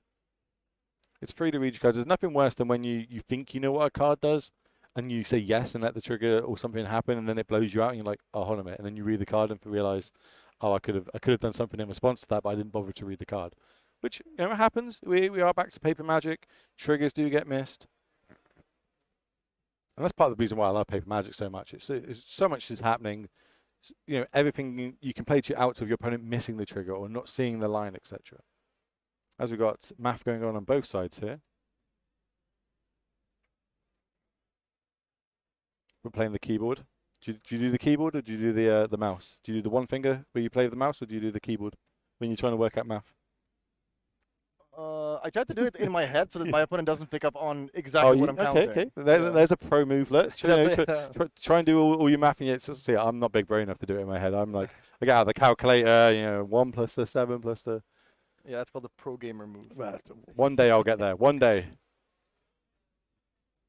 But yeah, I mean, Magic is a game of information, and the less information you give your opponent, the better. Obviously, we're especially when you play at higher stakes like you have. Every little margin your opponent can pick up on and use to their advantage. Where you can probably get away with it a bit more at these bigger tournaments. There are 533 players did turn up this weekend to Barcelona to try and take down the title of the Barcelona champion and win their invites to Naples, which will be the finals in it's the start of next year really. I keep forgetting it's December. The year's almost over. What a year it's been. Paper Magic is coming back, ladies and gentlemen. A lot of reading going on for both players here. So while we've got, everyone's kind of deciding what they want to do, what triggers they want to happen here, let me know what deck you would have bought this weekend, as we are cashing in this Walking Blister to take out that Dryad. That's interesting. Why do we not hold priority to be able to play our second land? So what happened here is normally if you play the Dryad, it's your turn, the stack's empty, you are the one with priority, so you can just play a land. But since there is Llanowar Reborn in play, and it says whenever a creature comes onto the battlefield, you can move a counter. So there is actually a trigger that happens. That's great. That's a really niche interaction. But yeah, because you basically don't gain the priority because you've been able to never trigger. Chat asking 15 rounds. Yes, there was 9 rounds of modern action today, followed by 6 more tomorrow. And after those 6, we will have the cut to top 8. We'll bring the top 8 live when it is announced, and then we will be playing those rounds out for you all. So make sure if you're not following this stream, hit that follow button. If you want to know about the meta breakdown, etc., we are getting that made behind the scenes. That's kind of getting made up for a slide. Once we get that, will be put on screen for you all. And also we tweet it out. So if you're not following Legacy on Twitter, make sure you go give them a follow on Twitter. And while we're at it, while we're getting to some people to follow Twitter, if you were playing this weekend or you want to play one of these events in the future, make sure you're following the casters. We do get codes, and you get yourself a little bit of discount if you're going to turn up to one of these tournaments. Why not? Legacy might hate me saying that out loud, but they're there. Use them while you can. As we're going to see, all this is getting cashed in, and now the math's still going. So I'll let you talk through all this. Arbonne Worker came into play as a 2/2 thanks to the hardened scales. The Llanowar Reborn trigger happened, putting 2 more counters on it. Then, the game. And basically that Ink Moth got really big and did more than 10 infects is basically the end of that story, right? Yeah, that was pretty big. Also, it combined with the Throne of Ged, combined for enough counters to move them on the Ink Moth Nexus, and that was enough to poison the opponent. It didn't. It looked like they didn't have much. So kind of dawdling a little bit, and then all of a sudden, boom! They just come out of nowhere and just get the big impact win that we said. You can tell that Jin knows what he's doing. And we say that in modern, right? If you can master your deck, it's so much easier. Yeah, even just the fact that you stop the opponent when the Dryad comes into play. I'm pretty sure most people just have no clue why would there even be a trigger or what do you mean? I'm going to play my land. No, there's a trigger. I can respond. Yeah, exactly. And they actually played into that, right? They played the Dryad thinking they had the extra land drop into exile, and then they're like, oh no, there's a trigger. Yeah, I'm going to kill it in response. And then all those counters get moved across. We then get the ink moth, and then bam, just as simple as that. While you're tapped out, yeah, I'll take the win. It's the little things. I mean, Magic is a game of small edges, and every small little thing counts. Here's the sideboard. So we're getting the sideboards up for you now. So looking at this sideboard here for the Hard Scales player, what do you like to bring in, and what do you like to take out of that? So you're playing against Scapeshift, right? So you're playing against another combo deck, obviously a lot slower than you. So you want to bring in anything that can stop them from comboing fast, but at the same time, this is a deck that, I mean, your overall game plan is already pretty well set up against someone trying to combo off on turn 6 or 7. So you mostly just want to keep the composition of your deck the same. You want to be able to pressure the opponent as fast as possible. So you want to mulligan aggressively for these fast opening draws. And that's a a good point that we spoke about, right? Is like knowing your role in the matchup. Yeah. Like, do I need to be the control deck? Do I need to be fast? I think. So we're just gonna see if we can move chat for us. Chat. If you are the Scapeshift player, you are also aware that you are playing against a deck that's trying to beat you in 3 or 4 turns. So something like Engineered Explosives is a card that could be really, really good in this matchup, because your opponent's going to have a lot of 1 and 2 mana permanents. Something like Chalice of the Void on the play could be okay. Like if you can play it for 1. That stops the opponent from playing a lot of cards. Even things like Dress Down, right? Dress Down can, in response to something, could also turn off, stop the counters. One moving across, or even it coming in with counters. The Passages, there's a lot more in this sideboard. So I feel like Force of Vigor. Yeah, Force of Vigor is huge in this matchup. That one's obviously coming in. So is this going to be like and as we about knowing your matchup and knowing what your deck does? Looking at this, I would be like, right, okay, I'm the control matchup. I need to. Stop them doing what they're doing until like turn 7 or something, and then I can obviously try and use my own scape shift. But I'm definitely the control matchup in this. Yeah, definitely. You're basically the combo control player in this matchup. You need to stop the opponent from killing you really fast, and at the same time, you need to progress your own gameplay, put enough lands into play so you can eventually get them with all the Valakut triggers. But it's not going to be easy fighting against a bunch of Boseijus and the opponents. Well, Boseiju plus Ren and 6 is almost Wasteland plus Ren and 6. You know what I mean? Especially against these sort of decks. So game 1 didn't really go favorably there for them, but game 2 there's a lot of sideboard cards that can come in there. There's a few cards that are kind of dead that can come out, and we can hit. The good thing about Boseiju is it can hit the lands, right? Like that Ink Moth, I could just take it out of the sky. It's come across, boom, 2 mana, get rid of it. But then do we start bringing in the protection spells over on the Scapeship side? Because this isn't an open decklist tournament, but we're guessing maybe they've got some sort of protection. We did see they've got the one that makes all the stuff indestructible for 1 green. Can't remember the name of it off the top of my head. Tell me a safekeeping, I think? Yeah, that's it, safekeeping, yeah. So maybe we bring them in, or is that diluting our own game plan? Because a lot of new players do this, right? They board in 8 cards, and they take 8 cards out, but they've actually diluted their main game plan now. Now their plan to win the game is diluted, so it's going to be harder for them to do it. Yeah, that's a great point, especially in a combo deck like Hardened Scales. You need to keep like a critical amount of creatures with modular. You need to keep a critical amount of the combo pieces. So if you're going to bring something in, you make sure it's not the full 15 cards, because then your deck is not going to work. But yeah, something like Tamiya's Safekeeping is pretty much the perfect card for a matchup where your opponent is going to want to try to interact with your creatures with Lightning Bolts and cards like Fire Ice, Nature's Claim, and all that stuff. So I think Safekeeping is probably coming in, and yeah, it can also be just a giant blowout if your opponent is banking on using their Lightning Bolt to not die to the Poison Land, and all of a sudden you just use 1 green mana to stop that from happening. So as both players are now shuffling up, we're going to go to game 2. Hardened Scales is 1 game up. If you're just tuning in, welcome. Where have you been? We're in round 4. We are bringing you 9 rounds of modern action today, so make sure you stick around. If you do enjoy the modern metagame, I really enjoy it. I prefer watching modern to anything else. It's kind of like my jam, so to speak, as we do see there's an EE in hand there for our Scapeshift players. So that definitely came in out the sideboard. Looks like we've got some keeps. Yeah, both players keeping 7. And that's going to be a Wooded Foothills come into play. That looks like a Pendelhaven to me. That's the promo Penhaven into a Hardened Scales. So Hardened Scales is definitely the key card Oh yeah, that's like what you want turn 1, right? of the deck. Yeah, that's the card you're pretty much always looking for. And you can certainly win without it. I mean, there are some hands, some opening draws that are going to work like the old Affinity, where you just go Arcbound Worker into Ravager, and then you just make one big Inkmoth Nexus, for example. That can work, but it's going to take a lot more work than if everything just comes into play with double counters, and if it just doubles the counters that they move on to other. It's also the scare factor. Like now that's on the battlefield, I'm like, oh, now I've got the math really works. So I think it adds 2, but actually it's adding 4, and I'm like, oh. It's a nightmare on the other side of the battlefield. I hate playing against Scales, mainly because I find it very hard to keep up with what they're doing. As a Saga gets drawn for the turn, though, from our Hardened Scales player. Well, again, another Modern Horizons card. Seeing a lot of modern play currently.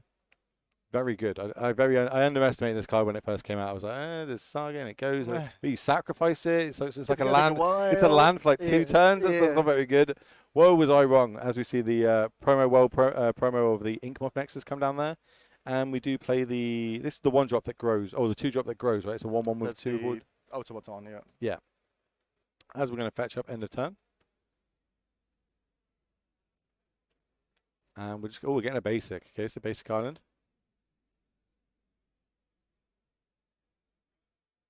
Let us know in chat, what basics do you use? Any alphas? Any gurus in chat? Anyone got the big money? I'm a big fan of the unhinged basic lands. Like Unhinged? all the on lands, all of them are just really, really nice. And it's really cool that WotC has been printing a lot of these lands lately, even in just normal sets. So it's not that hard to collect them. Do you remember when like full arts were like so hard to get back in the day, and now like everything's full art and stuff. So yeah, it is good. Nice lands for everyone. Trying for my basic sign bubble. Well, I actually have them on me, but you haven't come to a tournament yet. I always bring them. As we're just going to use that bolt. We beat a game 1. 3 mana Lightning Bolt because of the Ward 2. Not exactly how you want to spend your third turn, but I mean it is better for you if you keep the board clear. So whatever you have to do to slow the game down enough so that you can start shooting. Exactly. We've got to play into our game plan here. As we see the Saga come down on chapter 1. What else are we going to do for the turn? We could deploy 2 creatures here.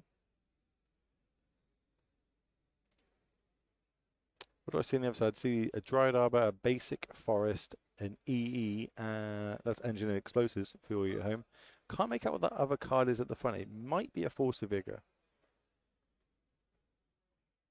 As the Walking Ballista comes down as a 2/2.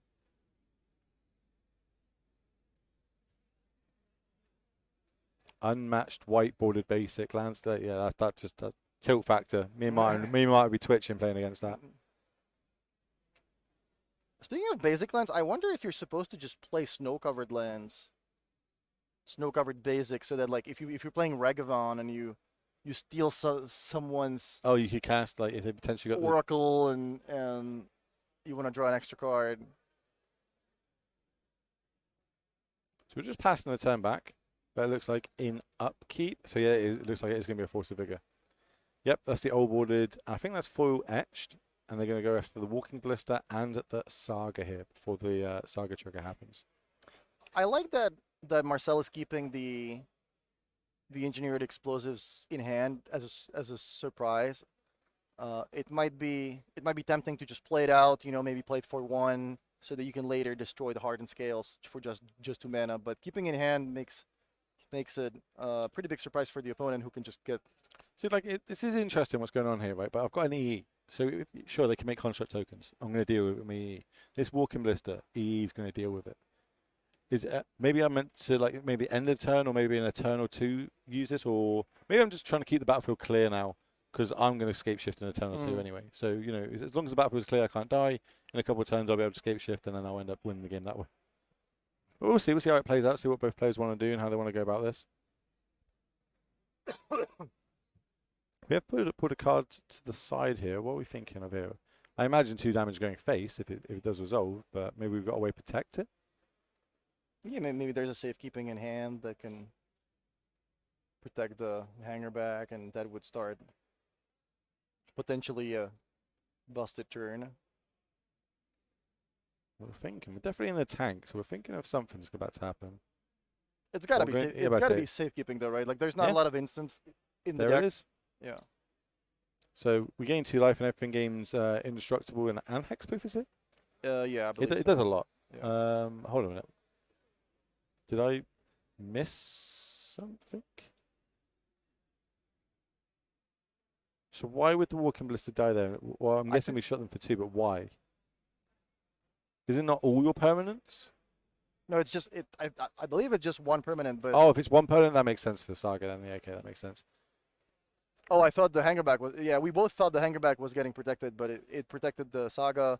Hangerback sacrificed itself for the team. Got you, got you. Shot the opponent for 2.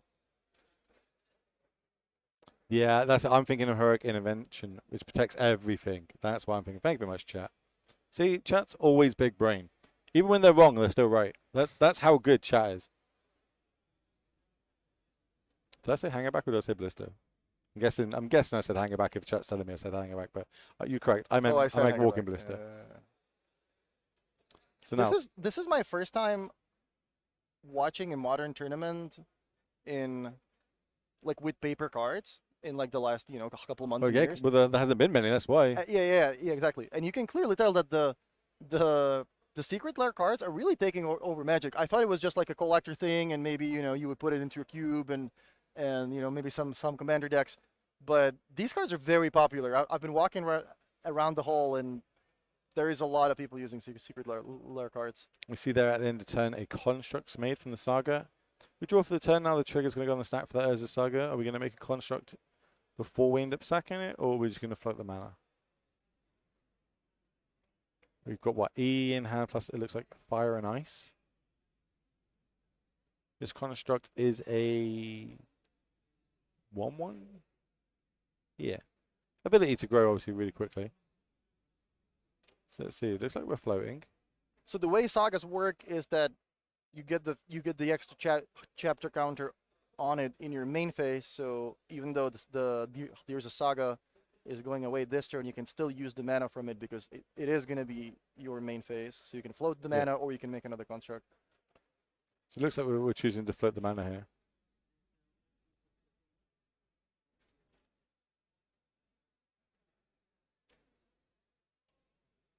So yeah, we got the one floating. Now we're going to search up an artifact of 1 or 0. And if your opponent's stopping you, saying like, "Oh, I may respond to the trigger," if you fetching another artifact, that would probably tip me off as there might potentially be a Fire Ice in my opponent's hand because me adding another artifact into play is gonna grow the construct, and for that reason, what could be the card that could make my opponent stop? So I'd be thinking something maybe like Force of Vigor, because that can stop the saga before the trigger happens. I could end up killing it. Maybe stop the search that way, but obviously we got good view from where we are with our camera setup, so we know it's a Fire and Ice. But yeah, now our opponent's got to start thinking, hold on a minute. So they could have Force, they could have a Fire and Ice. What sort of stuff am I playing around? Because it is an open deck list. Not until the top 8. Top 8 will be open deck list. We are going to be having 9 rounds of modern action for you today. Another 6 tomorrow before we cut to top 8. And then we're going to bring you 3 rounds of more modern action. As someone's going to be playing for flights, they're going to be playing for hotels, money, ticks, boosters, trophies. Everything's on the line. Could also be playing, also Beseiju, well pointed out by chat there. So many options that they've got to start thinking and playing around. As it looks like we found I'm pretty sure it goes into play, so you can show us. Let me show. Still got that one colours floating. Grip for the cards.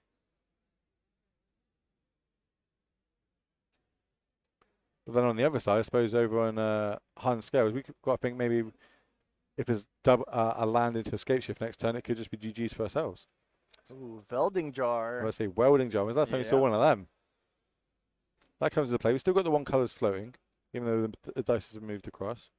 And there's no way to respond to this because when the saga triggers, it says that you can get an artifact out of your deck. Your opponent can respond to that, but once you actually put the card into play, there's no more window for your opponent to kill something in response to the Welding Jar. And we see things like that with like Pithing Needle.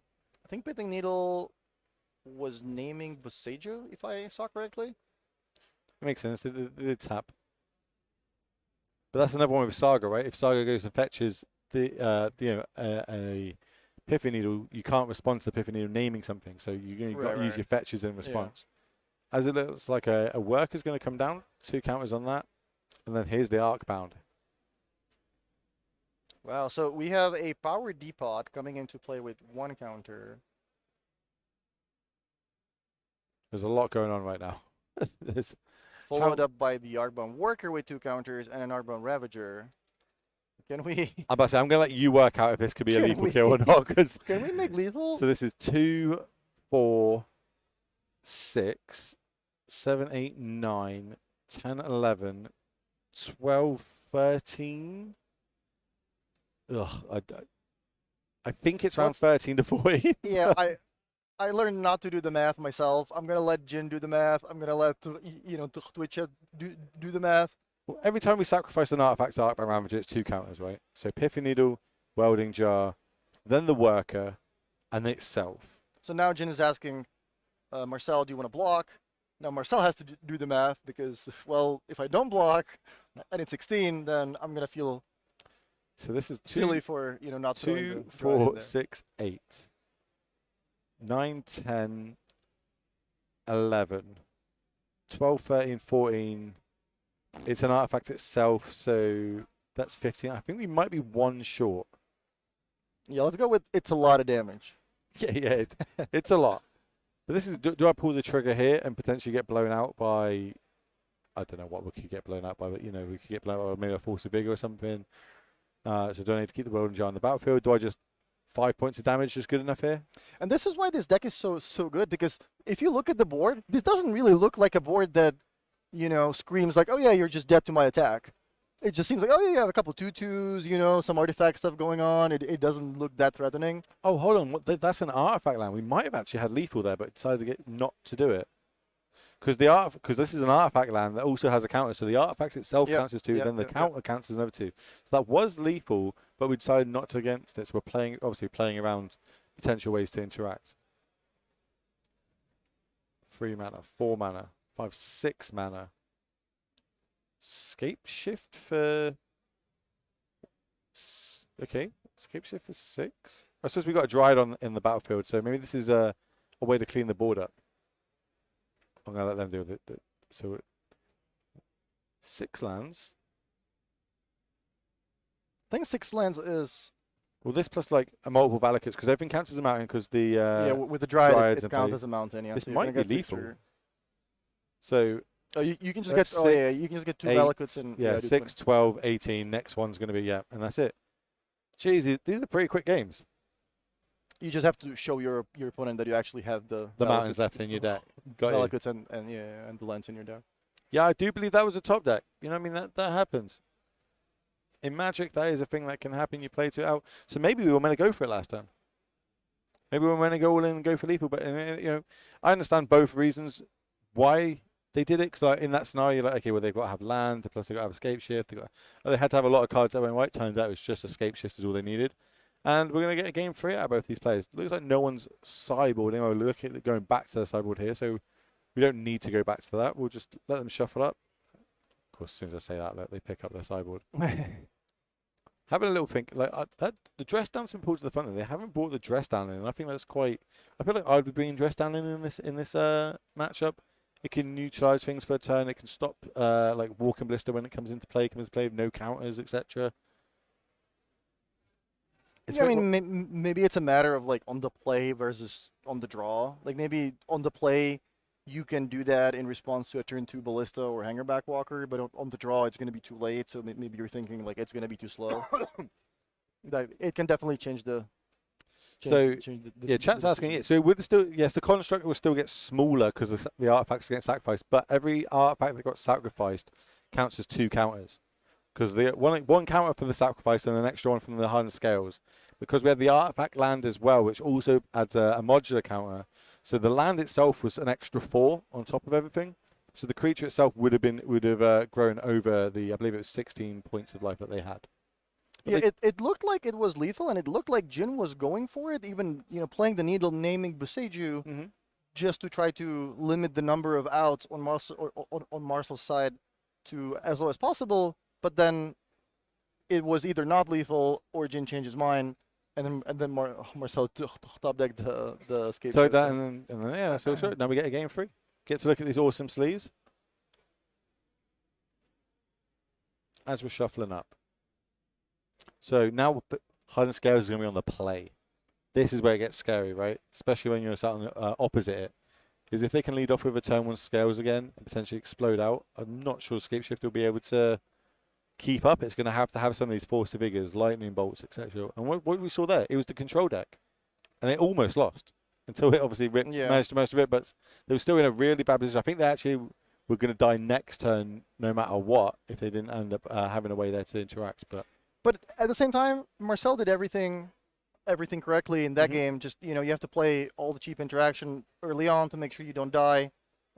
Then if you think you're dying next turn and you have a Dryad in play and 6 lands and you don't have Escape Shift yet, then your only chance is to keep the Dryad so that the 6 lands are enough if you draw the Escape Shift and then hope to draw the Escape Shift. But you got to play 2 outs, right? Got to play 2 outs, and it worked out well from there. Yeah, but exactly, that's the play to make. And if you think you're dying, it doesn't make sense to just chump block with the Dryad because you're just going to die 1 or 2 turns later. And this was a play that allows you to win if you have the right card on the top of your deck. And sometimes that's what you have to do. I think Jin had some mulligan in that hand that did have double Scales in, but I don't believe it has any land for him to cast any of the spells. So they were taking a mulligan down to 6, as it looks like Escape Shift is going to keep their opening 7. I wonder how many green sources are actually in the Hardened Scales deck, because there is a lot of artifact lands. It's around 10, I believe. Seeing 4 Pathway, 3 Forest, 2 Boseiju. So that's 9. 2 Llanowar Reborn, 1 Grove, 1 Horizon Canopy, and 1 Pendelhaven. Yeah, that's a decent amount. So at 12, 13 land? Something like that, yeah. Okay. So it looks like we just put that one to the bottom, and here comes the I can't pronounce it. Llanowar Reborn. Thank you. I can't pronounce Llanowar for some reason. Okay. As we just passed off with a triome over on the other side. Now let's start playing some spells, chaps. Let's see what's going on. 100 Scales. Drew Forest for the turn. Gonna play that. There's one. Is that one of the unglued ones or the unhinged ones? I think this is unhinged. I think unglued was the original one. This one is the one where you could get the lens in foil, and they are now very rare expensive. and very valuable. That's the Walking Blister comes down as a 2/2. The counter does get moved across, which keeps it safe from something potentially like a Renin 6 coming down this turn. Yeah, and that's definitely important. Just running out an Arcbound Ravager here with, possibly no way to make it bigger. Like if it was just a 1/1, if you didn't have the Llanowar Reborn, I'm pretty sure that would probably not be the right play if you had other options, because there are 4 copies of Renin 6 in Marcel's deck. So I'm going to pass the turn back. What we're going to do, but we did play an untapped land, so it looks like we can see there's a growth spiral in hand. So that's probably the play of it. End the turn over the Renin 6. But what are you going to do on the Hardened Scale side? That's the thing, there's so many options with this deck, like so many different lines.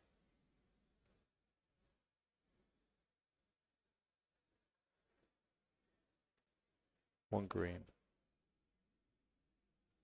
Yeah, that can be a lot of things. That can be Ancient Stirrings, Arcbound Worker, Hardened Scales. I think there's an Arcbound Worker in hand, but other than that, I can't really. I think there's an Ink Moth in hand as well. Haven't made a land drop for the turn yet. We're really in the tank. I think that we've got the artifact land as well. I think that's the one at the front. Yeah, looks like there's a Power Depot.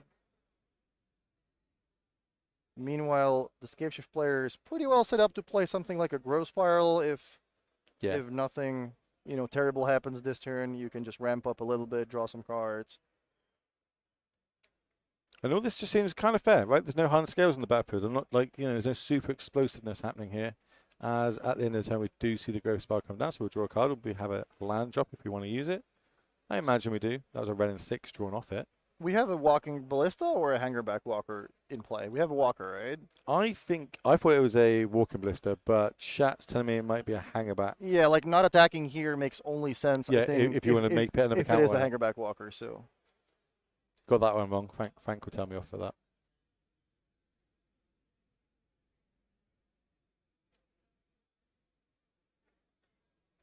Deck lists are not public until we get to the top 8. So you won't be able to look them up on MTG Mini. As we're going to shock in a stomping ground. 4 mana. What are we going to do here? Lightning bolt. I'd like to turn this into a 3/3 and make some Fopters. So this is interesting because you also had the option of just passing the turn, and you know, in pretty much every case, your opponent's just gonna go end of turn, tap my 1 mana to add another counter on the hangerback walker, and you know, try to put a counter on it. And if you respond with lightning bolt, then your opponent only gets 2 tokens. Okay, yeah, I get you. You think that we should have waited there? So I thought maybe Marcel wanted to play something like a run N6 and start shooting the flyers or something along those lines, but they could have 1 less, is what you're saying. You know what I mean? If they waited, were patient, the lightning bolt, there could be 1 less. Maybe it plays out. Maybe they end up losing by 1 point, and it makes all the difference. Or potentially, in the grand scheme of things, that's another artifact that we can sack to an Arcbound Ravager later on with the Sync Mob now on the battlefield. So it could cost them. They're in the tank. They're having again another think here. So now, if what happens if something like a Ravager gets played? It gets an extra counter from the artifact land, so that's 2. It can eat the land 3, 4, 5, 6, 7. So that wouldn't be lethal. I think that would only make the Nexus an 8/8 creature. So I think that's why Marcel was comfortable tapping out. Maybe if you play something like Hardened Scales, but then I don't think you have all that much to do with just 1 mana if you also want to activate the Nexus. So I think Marcel just recognizes, yeah, I'm probably safe this turn. I can just play the Dryad, you know, tap out, let my opponent do their worst. And if I untap for turn 6 with 5 lands, or turn 5 rather with 5 lands in play already, I'm also threatening lethal with Scape Shift. So maybe I'm gonna force my opponent into plays that they don't want to make, just to, you know, try to get me as low as possible. And we are back to, like, obviously Paper Magic, and this is a feature match, right? These players may never have been in a feature match before, so they've got the added nerves of this. And as we see now here with Ginny, he's going through every line in his head. He doesn't want to, like, mess up. He doesn't, you know, he's on camera. Maybe he's a bit nervous. Maybe it's his first big tournament. Maybe it's, you know, and we are going back to Paper Magic. You've got to remember your triggers. We spoke about this numerous times in the past. Arena, MTGO, these do triggers for you. You just have to stack them in the correct order. Now we're back to Paper Magic. We see it all the time on stream, on camera, people missing triggers. I remember playing in Sophia, and I really appreciated playing with my friends all Friday long, and them pointing out, like, oh yeah, you just missed a Ledger Shredder trigger, and then, you know, it just took me like 20 games to actually go through 1 game without really missing the triggers, because yeah, as you're saying, on Magic Arena, on Magic Online, everything just happens naturally. And that's what we've done over the COVID era, right? Like, we've almost been forced into play in a digital era, and now we're going back to Paper Magic, which I'm very happy about. Yeah. The Jin is taking quite a while to decide what to do on his turn 4. There are judges down there. We'll see if the judges are going to have eyes on this. At least these decks are pretty fast. Like, this is game 3. I think both players are fine with, you know, both of them taking maybe a little bit longer than normal, because there is still a decent amount of time left, and they're both threatening lethal, so they're probably being okay. You want to be with extra that. cautious. You want to play the best you can. The both players are at 3-0. So we do see a Ravager come down here. So now things are getting spicy. And I believe that one's the Ballista. That's the Ballista. Okay. So we're going to get in here. So yeah, Jin was probably trying to do the math. Like, okay, what if I play Ravager? Is there? And again, I'm trying to think now. Is this lethal? So he swings across 3 damage. He's going to drop to 15. Can we sack everything and make this Ballista huge and win the game that way?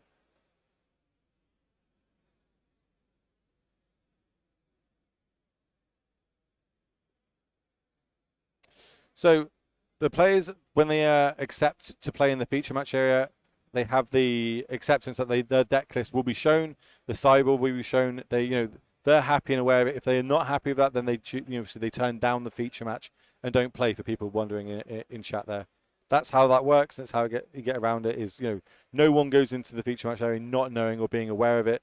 They're happy.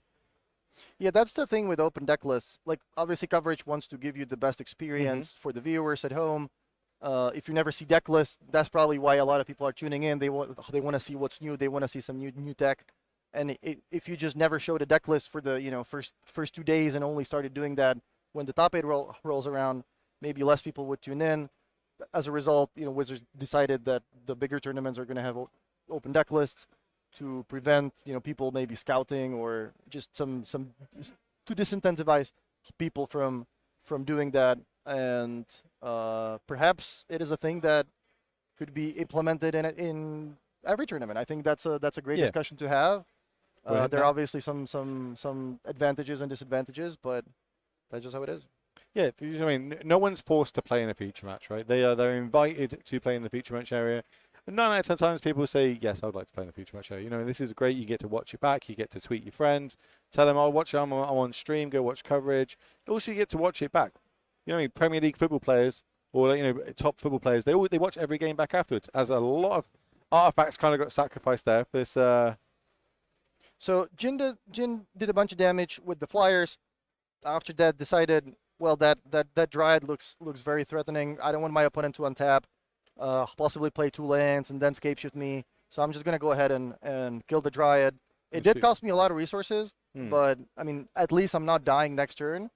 But now this is maybe a play that maybe it cost you too many resources. And maybe now, if your opponent does have that scapeshift and the extra land or 2, they're going to be able to do that in 2 turns anyway, and maybe you just put yourself too low on resources in play. This is something that people talk about, right? Like, did we play to not lose then? But to the counters now we can't win. Should we be playing to win, or what's the balance here? Because realistically, as I said, we've used a lot of resources there not to lose the game. I definitely don't want to make assumptions. I was just No. But it's a good conversation point, right? Yeah, saying like a different point of view, because we don't see the cards in hand. Obviously, the players may have something in mind. We don't know because we don't see all the cards. But that was just a thing to keep in mind, because we talked about it last game. Sometimes playing to your outs and just hoping you have the right card on the top of your deck is what allows you to win, and it is sometimes better than just playing not to lose. As a Renner 6 comes down, takes out that last token. Now we're top decking over on the Hun scale side. Not exactly where they want to be. They don't have many ways to draw cards or get the card advantage back once they've done this. And we're just going to animate the ink moth here and turn it sideways. So when the Scales deck has everything and it works the way it's intended, it looks like it's the most busted deck ever. But when you have to take a mulligan, your opponent has like 1 or 2 interaction spells, sometimes it just looks like you're just playing a bunch of cards that are just very underpowered compared to what everyone else is doing in Modern. I always feel that when there's no Hun scale on the other side, I'm like, cool. I feel I've got this. When I see a Hun scale on the backfield, I'm like, oh, okay, here we go. Oh, and as we see a EE for 1, we do have 1 mana, so we can activate one of these ink moths if we need to. But also, The doing timing it of this, now means the counters move on the Nexus. The Nexus can just attack next turn. Well, that's a 2-turn clock now. So, because how does it work with scales on the battlefield? Does that not also get blown up? Does the triggers still stack? And that's a great question for the judges. It looks like it does. And Jin obviously moved it across as well, so maybe he knows how this interaction happens already. So yeah, it looks like that's how that works. And we're just going to make this, turn this 5. Yeah, and this was an interesting decision to make. Do you want to blow the explosives right away and have a 2-turn clock from the Nexus? So basically, you're going to draw 1 more card on your turn, and then if you don't have an answer... Hold on, I think we've just drawn our 7th land into Escape Shift.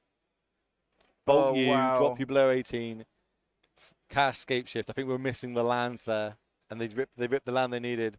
Sack these, Escape Shift you. That's 2 top decks in a row at the turn before they needed it. Show me the mountains. 1, 2, 3, 4.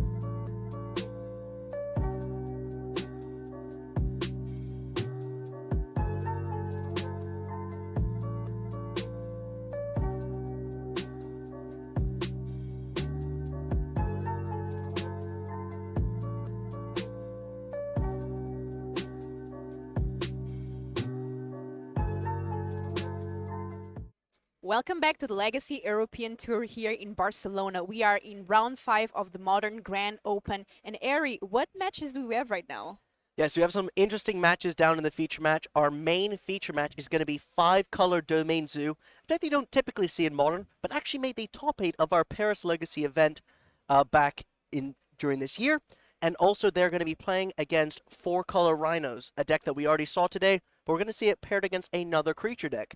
Then in our backup feature match, we decided to pick a match that would go long. A Murktide Mirror. Now, I think you know both players that are playing. Who are they?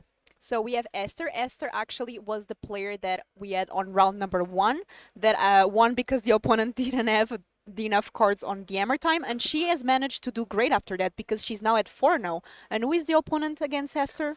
Yeah, so as Is It Murktide is 13%, the opponent is Yedrick. Now, going into today, as we look at this metagame breakdown, 13% of this field is Murktide Regent. 13.5 almost, actually, I should say. We've got 6% Rakdos Scam. These are the two decks. I've been speaking with many pro players and good players down on the floor, and I said, what were you prepping for this event? Most of the Hammer Time players saying they were tuning their list specifically for Murktide and Rakdos Scam. I even spoke with some Yawgmoth players who took out a Gris the Hungertide in their deck for a Shieldred, specifically just for the Rakdos matchup. So a lot of these players tuning their lists for Murktide and Rakdos Scam. Those are the most popular. We also got those control players that can never not choose a different deck. Azorius Hammer, sorry, at 6.5%, and you've got control players at the bottom there, 2%, repping my team, as you should say. So a very wide range of percentages of decks. And we don't have much mono white hammer, which we saw doing well with Simon Nielsen. So I wonder if they've been kind of clumped together with Azorius Hammer. I'm not too sure. But yeah, just a very wide range of decks, which is really nice to see. We have our player shuffling up in the main feature, but anything that you saw kind of interesting about that metagame breakdown? So in my opinion, what I liked about this metagame breakdown is that it is very diverse. 31% are other decks, which means people are bringing their pet decks, decks that are not the like tier 1 decks that everyone is playing. So it looks like a very healthy metagame to me, and it's nice to have this diversity and not have the same match over and over again. Even the most deck played was 13%, which I think is very healthy format right now. So I like that.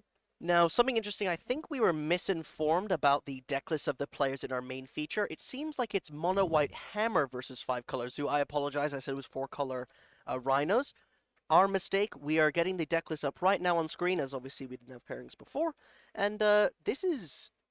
I want to see how much removal we've got in the 5-color Zoo deck, because removal typically is how you fight against hammer. You know what, a card that I want to tell? I saw this player, and after sideboard they have Itsugo, and he's just so good against this deck, in my opinion. Yes. So there's 2 Itsugo on the sideboard, and that's definitely a card you want to be seeing against mono white hammer. And one reason why you play this 5-color Domain Zoo deck is because of Tribal Flames. 1 in a red.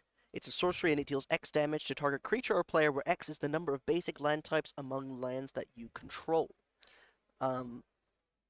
That plus Leyline's Binding is going to be crucial in disrupting the hammer player. Have we got any other ways to disrupt hammer? They're playing 1 Remand in the deck. That's super interesting. 2 Dramoka's Command. I believe that destroys Urza's Saga, doesn't it? Yes. Target player sacrifices an enchantment. Also, crucially destroys Sigarda's Aid. This 5-color Domain Zone has become more popular with the Triumphs really helping the deck be more consistent in eating all basic land types early, because that's what the deck wants to do. Yeah. I really like playing with this deck. So we have Monkey turn 1. Yes. Now, a misconception, I think, with Hammer Time, as I've spoken, I actually spoke a lengthy conversation with Sergio Jimenez, a mono-white hammer player that top forward the Legacy European Tour in Paris. He said a big mistake is being scared to mulligan with hammer, and that's because it's not a creature deck, it is more of a combo deck. And that's why he said typically in events he will aggressively mulligan to shape his hand to kill quickly, to at least do a paladin or a hammer strategy. So it was really interesting to see that insight from a very good player, and I think that our player in the main feature also has this sort of logic, going down to 5 and has the Sigarda's Aid turn 1. Exactly, and at 4-0 you can see that both these players have been doing really well with the deck, so both experience with these decks and something giving them the edge. So maybe that different vision that you were talking about. I see in hand a ginger brute and a hammer. Ooh, that's pretty good. Mulligan to 5 has a Cigar to Say, ginger brute, and hammer. Now you could essentially burn a hammer because you do get one back from the Urza Saga. Do we have a Pure Steel Paladin in hand? No. So this is all that you've got going. So now our hammer player has to assess, is it worth it to even attempt to try and hammer this ginger brute? I'm not too sure. I don't think so. I assume that we're either going to just see a go or an attack for 1. But let's see. I'm sure that the 4-0 hammer player knows what they're doing. Yeah, Okay, just they as have go. several options here. Yeah. I like this play a lot, you know. I think with hammer, people assume that you're just meant to bash and smash with your hammers, but patience does reward this deck a ton, especially against red decks that play burn. And here, the 5-color zoo, it's actually impressed me a lot. I was watching when Will and Martin Juza were commenting last game. I was watching the backup feature match which had these 5-color zoo that actually won, and it's definitely a deck that is not the most played, but it can surprise really fast with the oh, there is. I was going to talk about the Draco itself. Yes.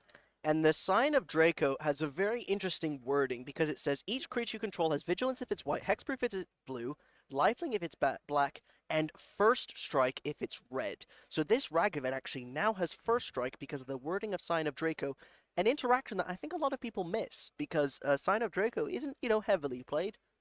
So let's see. Okay, they block. Going for the hammer. Is there any burn? Oh, okay. Stubborn Denial. Wow. Yeah, they play 4 Stubborn Denial in the deck. Wow, I didn't even notice that. That is some cool tech. Maybe was really maybe good that's here.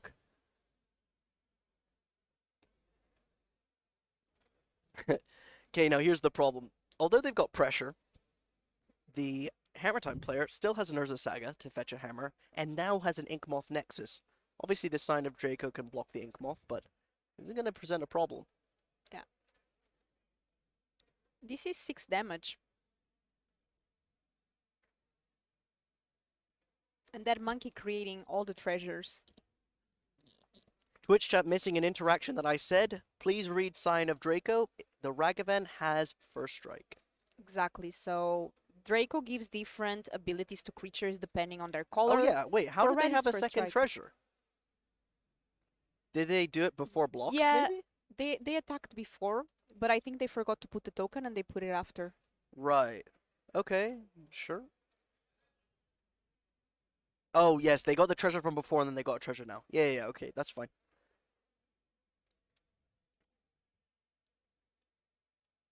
Maybe I'm missing something. Don't forget the head judge is literally standing there watching. So, probably just something other like. Anyways, what are they going to do with the saga? Because you can make a construct, you can animate the nexus, but then the opponent has 3 cards in hand. I don't know how you navigate this.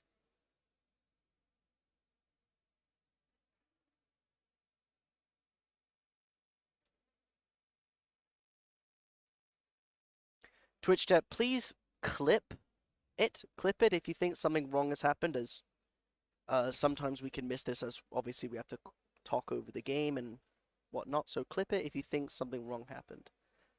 That's a binding. We're going to go for that Sigarda's Aid. 3 lands in hand for the Hammer Time player.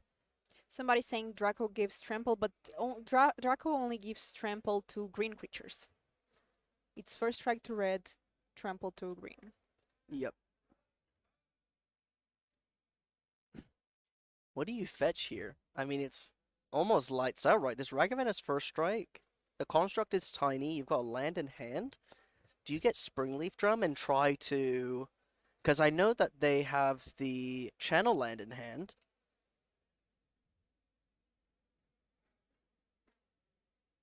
Maybe you just get Springleaf Drum and just say go.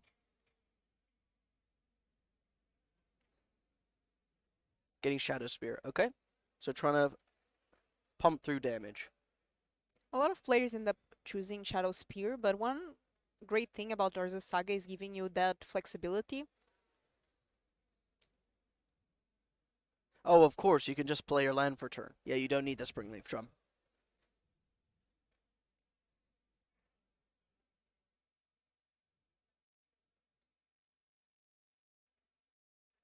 I would like to see what cards does the mono white player has in hand. I saw one snow, basic, plain.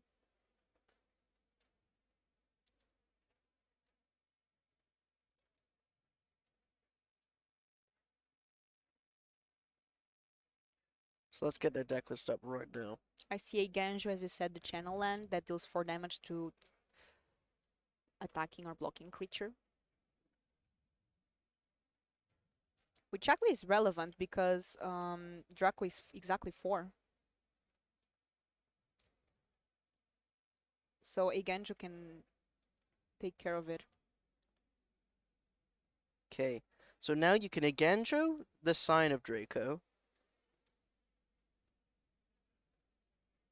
I wonder if you should have blocked first? Because unless maybe they're planning to not block, that would also make sense.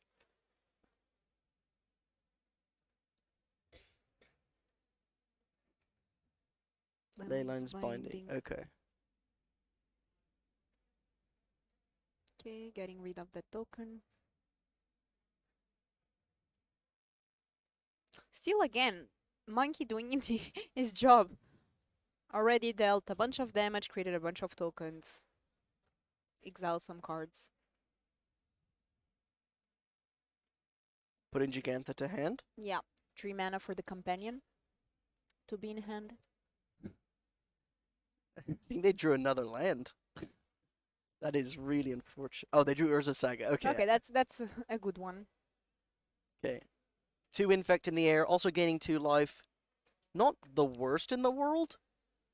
And you kind of know that they don't have a removal spell because they have 3 treasures and they didn't kill the Ink Moth. Now they can have Leyline's Binding because Leyline's Binding is non-land permanent, but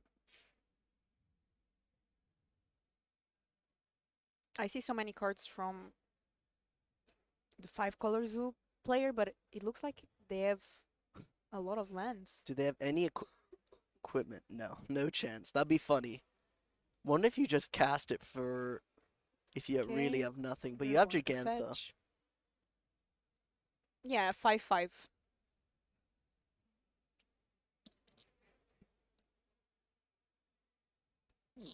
I haven't seen companions play as much since Luros got banned, but it's nice to see Giganta here being played.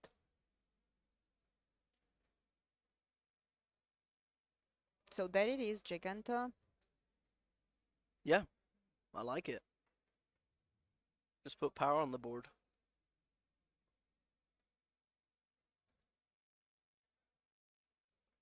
And here, I think Mono White Hammer player needs something really good. Not even sure what would be the best draw. I would assume you want something like Pure Steel Paladin, maybe? But that's rough on your mana to cast, so... Oh, what's happening? I think he's saying that there's a treasure, maybe? Okay.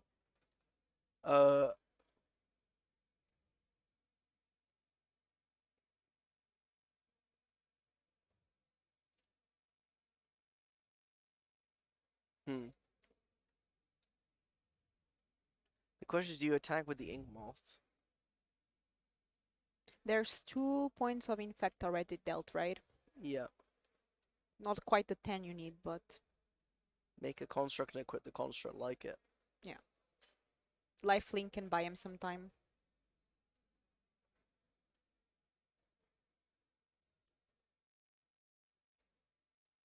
Not looking too good for Hammer. I mean, the problem is with hammers, once you run out of cards, your deck requires so many things to kind of start working again. It's really rough. Your deck's full of Ornithopters and Esper Sentinels when the opponent has tons of mana. You know, I think our Hammer Time player is looking for Stoneforge Mystic now that I think about it. Maybe get a Caldra Complete because that's a great blocker.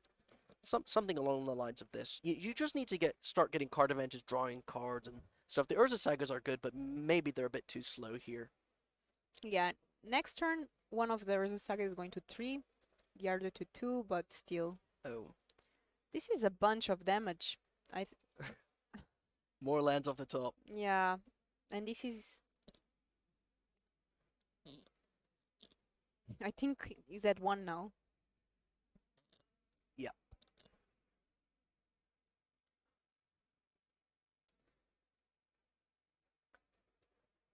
Coddle. That card used to be banned in Modern. Did you know that? Really? No. Used to be banned long time ago.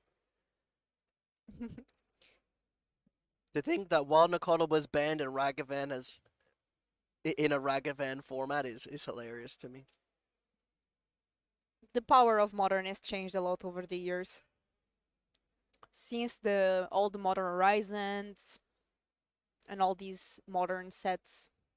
Should I ask Twitch chat a controversial question? Yeah. Twitch chat, do you like Modern Horizons in the format? Give us a 1 if you like Modern Horizons, a 2 if you don't like Modern Horizons.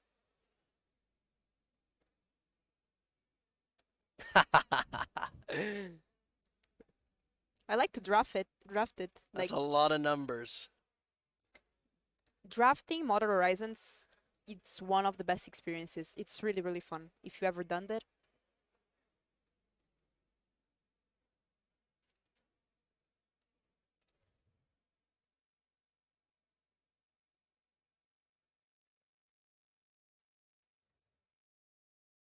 Okay, getting an Ornithopter. I mean, this is just playing to survive, right?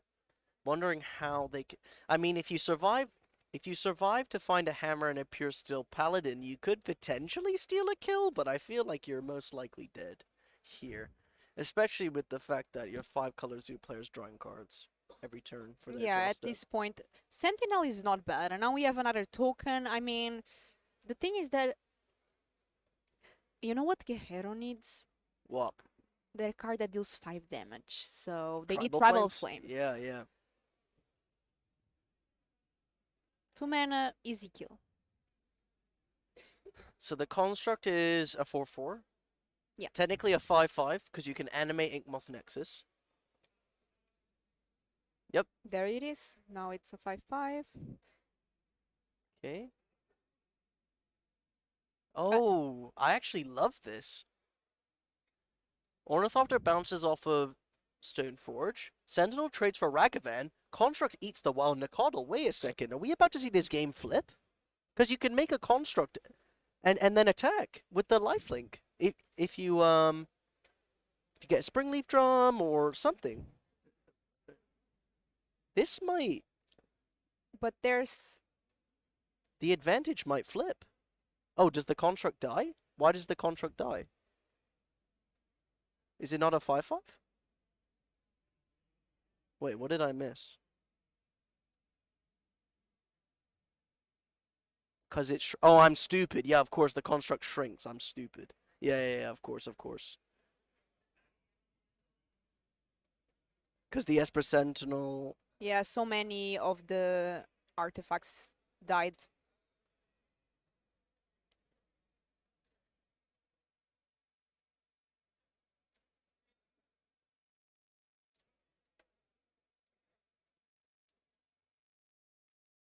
Why is the Ragavan on the table? I thought the Sentinel... Oh no, they cast a Ragavan from hand. Yeah. Oh my gosh. This Red Bull didn't do me enough. Yeah, I think your first Red Bull ever didn't help you too much.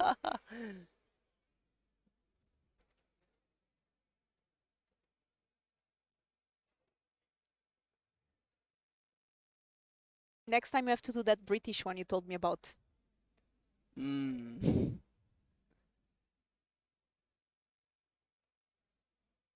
Okay, Ornithopter off the top. I mean... No mana to equip. You have another 5/5 construct. Oh no, you do have mana. That's a Springleaf Drum. Bro. Okay, I'm gonna stop talking.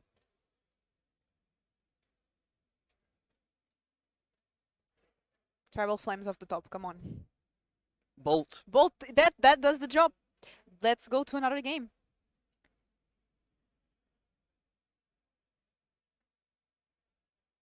So here now for sideboard, let's see what our players are bringing. I'm seeing here the 5-color zoo sideboard. They're running some, like we have 2 Itsugu. Obviously, I think this is really good against the mono white hammer, a card that it should be an auto inclusion. Okay, we are seeing it here for you as well. What else does it come to mind when you see this? You have Ashbringer, but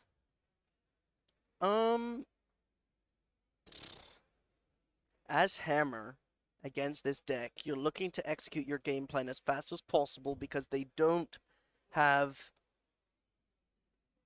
a lot of hidden ways to kind of blow you out. It's very face up if they have something. Because you're playing against a creature deck with Ragavans, Wild Nacoddles, Sign of Draco. They want to tap out a lot. And I think that it's a lot easier to navigate removal in this matchup than, let's say, Creativity. So I would assume that in the sideboard for our Hammer player, you're going to be bringing in something like Sanctifier and Vec, for example, is a really nice card. It's got protection from red and black, so it can block things like Ragavan. It can't be Tribal Flames. Obviously, you can get it with Leyline's Binding, but you essentially half the removal spells that can target it. That's pretty decent. You can also block the Territorial Kavu without having yeah, to that's worry really about it dying. important because the Kavu can get really insane really fast. I would assume that you might want March of Otherworldly Light because it does exile some removal, things, yeah. but maybe again that dilutes your game plan. You got to assess, is diluting my combo, my game plan, my aggressive strategy justifiable enough to bring in so many cards? So it's down to what our Hammer Time player thinks is suitable there, but I would assume only up to 6 cards, potentially 8 coming in, because Hushbringer doesn't really do anything either, really, because No. it's enter the battlefield or dies. So yeah, 6, maybe some more cards, but I wouldn't expect too much. I think Itsugu is going to come in, and maybe that's definitely. it. Wear Tear is really good, destroy an artifact, destroy an enchantment. Prismatic Ending, 1 mana, exile the Sigarda's Aid, exile a Hammer, exile Pure Steel Paladin, exile a Stoneforge, exile a Germ Token. Prismatic Ending is something that's very good in this matchup. Teferi Tom Raveler's okay if you want that type of effect. It bounces Urza Saga, it stops Sigarda's Aid, making them flash in things. That makes it awkward for them. Not too much else, so I would see like 2, 4, 6, 7, 8, potentially up to 8 cards coming in for our 5-color zoo player. What's weak in the matchup? I would assume something like Wild Nacoddle is weak in the matchup, right? Obviously a 3/3 is great, but it doesn't kill anything. Sure, it chump blocks, but again, I don't think that's something that you want. You want to just trim on. I mean, Remand is terrible, for example, the one of Remand in the main. You Remand a Hammer, okay, I'll pay 1 mana again to cast it, so. Itsugu is the key card, I think, after sideboard. If the zoo player manages to have it, it just completely destroys Hammer game plan. Because the first part of the saga destroys everything with mana 1 or less. After that, exiles the grave, which maybe not be too relevant, but then it also becomes a creature that attacks and grows every turn, so.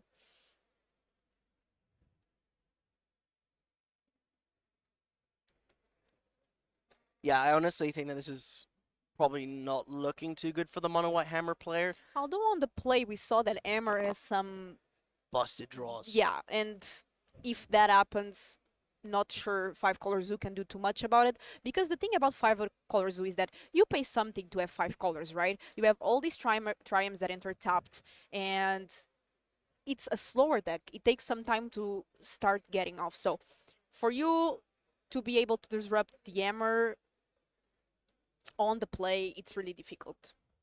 Yeah. Here we are looking at the opening 7, and Emmer player has the decision if he wants to keep or mull.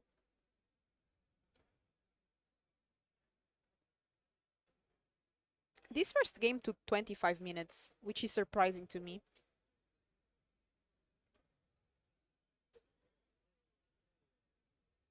Hmm. Okay, so Emmer player decided to keep.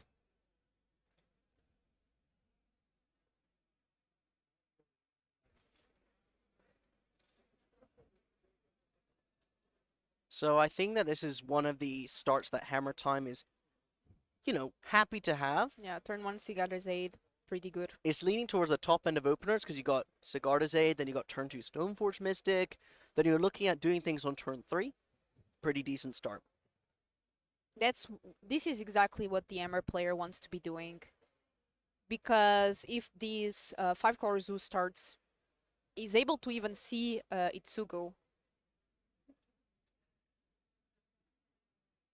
Okay, this smells like a prismatic ending, a wear tear. Could be a wild Nakotl, but let's see what type of interaction we're having here, or just a creature. Yeah. What is it?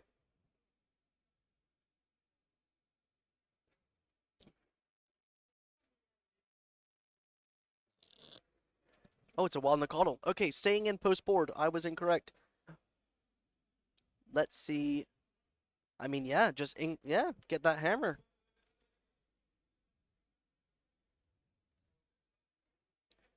It's Hammer time.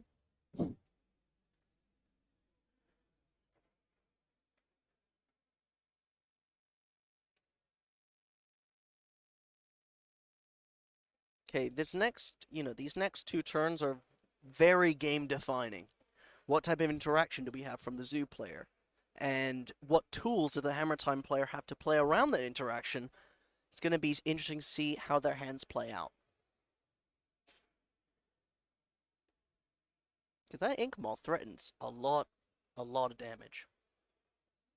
Almost lethal damage. Okay, we have an attack here. Okay, taking 3, going to 15. I think it's only 2, right? It's only 2? I think it's like a mountain and a plains to Oh, okay. get Yeah. the pump. Oh, but there's a fetch in response. Yeah, so we're gonna get the mountain now, obviously, get the extra point of damage.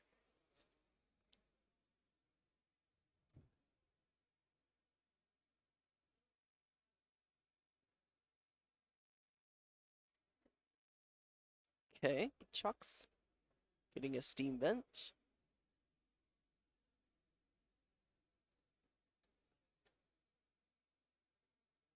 And that's these things that I was telling about the 5-color zoo. Like, either your lands enter tapped, or you have to shock yourself. Fetching and shocking, it's 3 damage, which it's not exactly what you want to be doing against Emmer.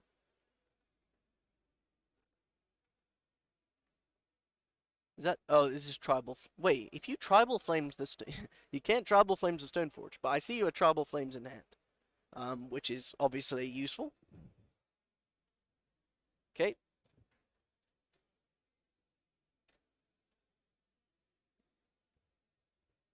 So I see a Sanctifier in hand. Is that a March of Otherworldly Light too, maybe?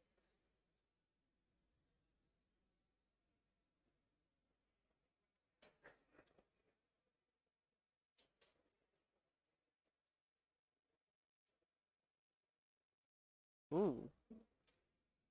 Just attacking with Stoneforge takes the 1. I like this patience. It's somewhat obvious that the opponent has some sort of interaction. Yep, just getting threats down. Can leave up the hammer as a pump spell on the end step, essentially. Dromoka's Oh. Command. Okay. Wait. You know, about So these... this is interesting. Wait, they can't cast that.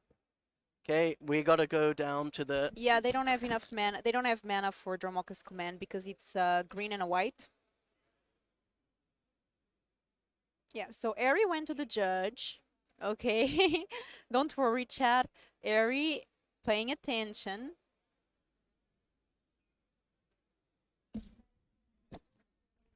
So Ari went down to see what happened with that Dromoka's command that got played.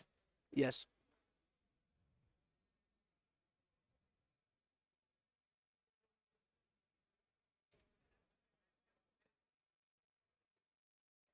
Sorry about that, Twitch chat. I just went and spoke to the judge. I said, I believe that player couldn't cast that spell. Can you check with that, please?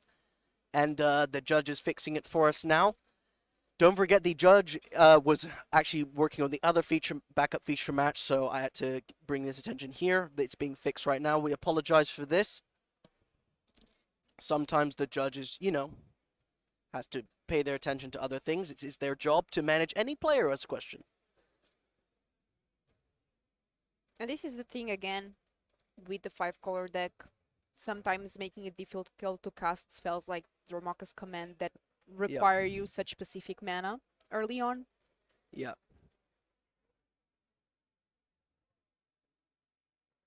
Well, that's rough. And now you know. Yeah. That's so. Oh, okay. Leyline's binding. Okay.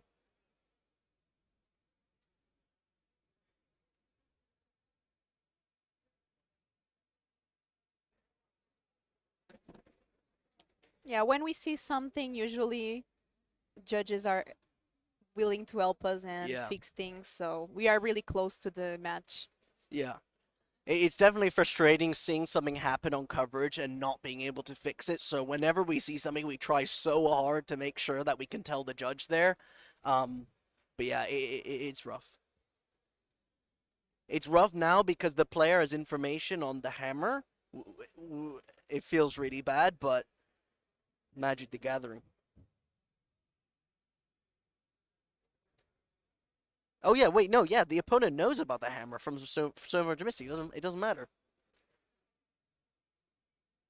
Yeah. Yeah, of course. Sorry, I'm trusting Twitch chat too much sometimes. What is okay, let's quickly. People are saying you need another Red Bull. Let's not do this to Eric. No more Red Bulls. Yeah, I need another Red Bull badly. Okay, I think this is this card. Nishoba Brawler.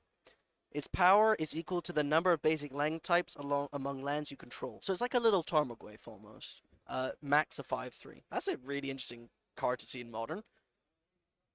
What do you think of this one in Modern? I actually played with it in draft. It's a pretty cool card. 2 mana here. It can be 5/3. So. And it has trample, which is important as well. 2 mana, 5/3 trample. Usually that's what 5-color zoo plays it for. Seems pretty good. Yeah. Right now I think it's a 4/3 because there's swamp missing, but still 4/3 trampler, pretty good. Ooh, we're going for lethal, I think. Inkmock Nexus attacking, Hammer, Dead? and that's enough because of the infect. Yeah. Wow. Stealing a win there. I think that the 5-color zoo player just played the Nishoba Brawler and it did nothing. And remember what I said in boarding? I don't think you want cards like Wild Nacatl and the Nishoba Brawler because they're not so expensive as in they're overpriced, but they're expensive to play when they don't impact the board too much and it prevents you from casting removal. So I think especially here, showing that you need to have a balance between holding up mana, playing your creatures, putting pressure on the board, and I think the 5-color zoo player maybe didn't balance it out too much effectively there. So yeah, what did you think of that game?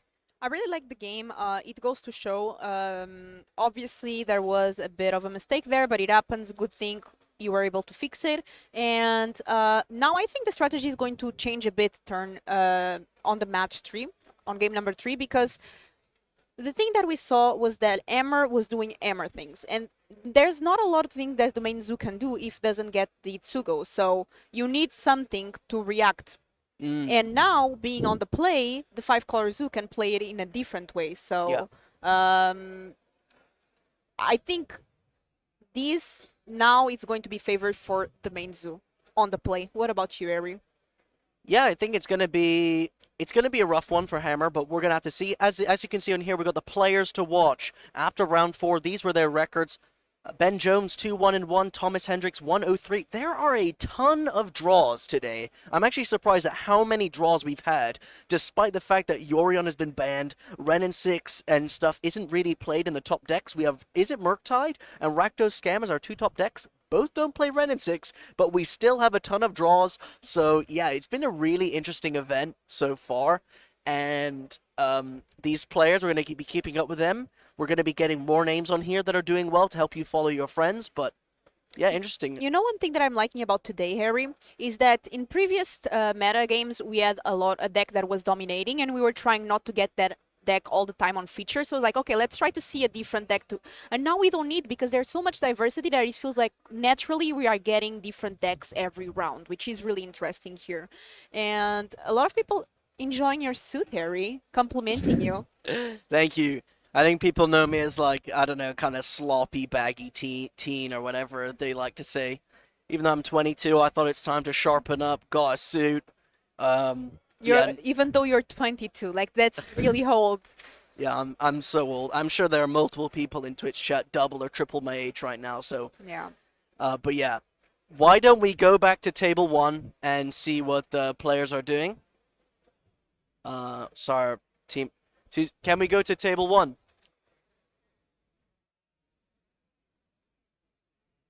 We are trying to Julia, change can we go to table 1? Thank you. 22 feeling blue. This is the Taylor Swift of Magic. Okay, so we are back here on the game, and things Oh are my looking gosh, we good have- for the Hammer This player. is the dream start for Hammer. We actually missed it, but we had the nut start of Springleaf Drum 0 drop plus Sigarda's Aid with the Urza Saga, meaning that you can fetch the Hammer really quick if they don't have it here. They have a Nettle Cyst in hand, a Stoneforge Mystic. This is the dream. This is the dream.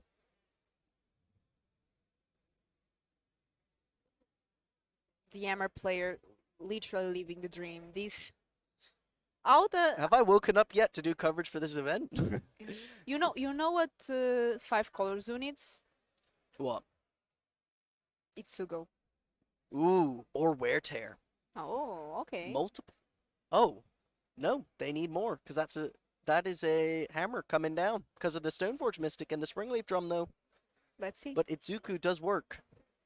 Wait, I think I see it in hand. Come on. I think I see We it in want to hand. see it. I see a Saga in hand. Okay, so we are fetching. I think this might just turn so quick that Twitch chat won't catch it.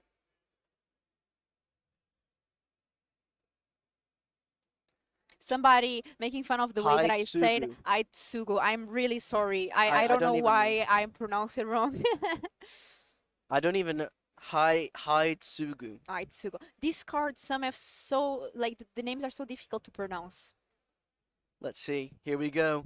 On 5 life, don't forget though. There we go. Yay, we got it. This will destroy. Let's get the exact wording. Destroy each non-land permanent with mana value 1 or less. That is going to wipe the board. They have a Stoneforge Mystic. That's it. Idetsugo? I assume you don't attack? You could attack, I guess. You're at 5. Yeah, I like it. No attacks. Saga ticks up. Yeah, and this Saga can turn games. I mean, it was completely lost for 5 colors. It's not looking amazing. Wait, don't wait, get me wait. The wrong. Saga did not trigger. Oh my gosh. I'm right, and the Saga didn't. There we go. Opponent noticed. I was about to leg it down to the coverage area again. We apologize for this. The judge is there to fix it.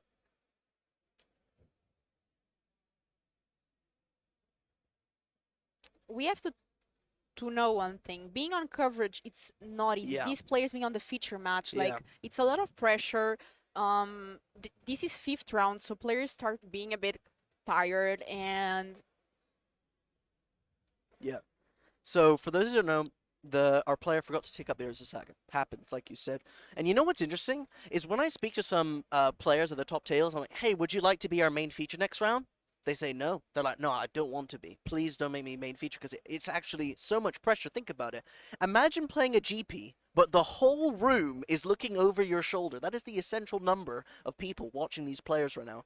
Pressure's high, stakes are high. We're looking for those sweet 6 wins as well for day 2, especially being 4-0. Every win in this stage matters, so... Yeah, so props to everyone that accepts to be on coverage, because without these players, we wouldn't have a show to run. And so thank you so much for putting yourself out there and allowing us to see sometimes some brilliant plays. Yeah. For those saying he purposely didn't trigger, if you have 1,000 people watching, you think you're really going to attempt to make the most blatant cheat possible? I highly doubt that. Yeah, if So- there's a place you don't want to do it, is on feature Yeah. match with the head judge next to you. Yeah. And I don't know how many of you are watching, but I think a lot, so... Yeah. I mean, easily done. Mistakes happen. The judge is there to rewind it, as well as, you guys can't see it, but the head judge is watching over their shoulder to even emphasize that you wouldn't want to cheat. You're going to cheat in front of 1,000 people plus the head judge? That's ballsy. So no, definitely not a cheat. We're fixing this now. Why don't we take a look into the second table? We're going to go to the second table to look at the other match. We're going to go to the second table now. Just while the judges figure out this. Yes. Now, we got the names wrong. It is Yendrik, but it's not not playing as Esther, because they're on the same team, but Yendrik is currently playing against... if we get- Adrian Yes. Alvarez. So we have an Izzet Murktide mirror. Yep. Now, let's try and compare these lists.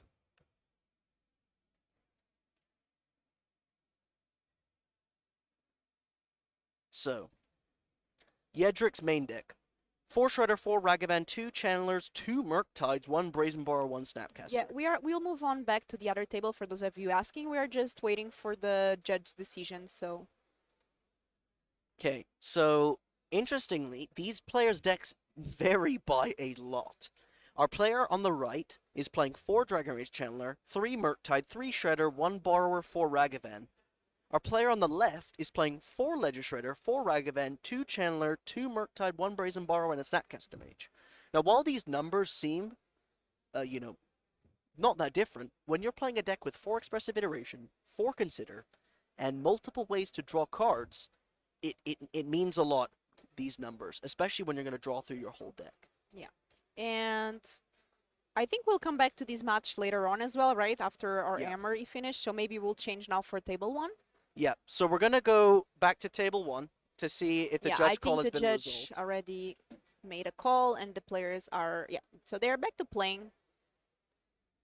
Yes. And the Urza Saga fetched a hammer, and we've got 1 mana floating. So the Urza Saga was tapped for mana, fetched for a hammer, and now let's see what our player does. Okay, that's going to be the Stoneforge Mystic activated. No.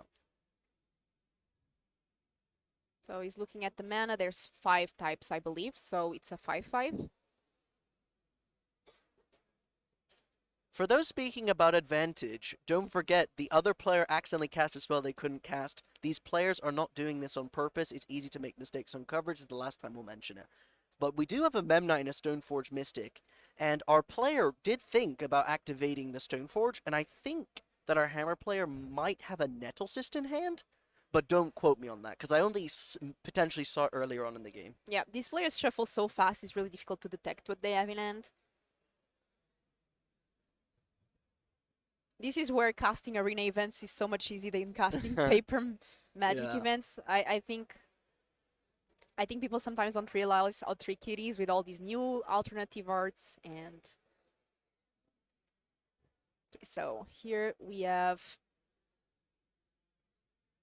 This is a comeback from the domain zoo. We have the Draco. Okay, that's a good start. So now this is a 5/5 with trample and first strike.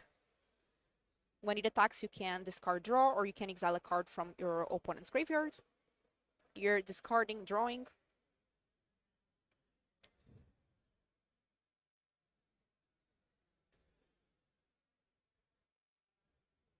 And here, Yeah, Nettle Garcia Cyst. Guerrero at 3 lives. So Oh, No, maybe something else to be done. So you want to cast removal spell now, potentially, because of Blacksmith skill. You could be scared of Blacksmith skill, which, there's 3 copies. 3 copies in this Hammer Time deck. Okay. Didn't get to see what they drew. It's going to be a surprise for everyone.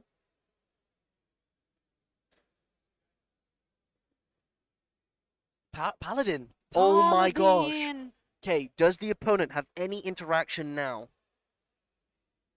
It It resolved! resolved. Okay, so where do you equip to Stoneforge? This is great, and that's because okay, because the reason why you equip Stoneforge is because if there's a Tribal Flames, you're not killing an artifact, which is relevant because you keep getting to equip with the Paladin. So now the question is, what do you want to equip the Nettle Cyst? But there's 3 artifacts in play. Nettle Cyst is a 3/3. Maybe. Ah, but then there could be Leyline's Binding. Yeah, attack with all. I like this. Is there anything, or is just a bluff? Okay. Draco is going to block.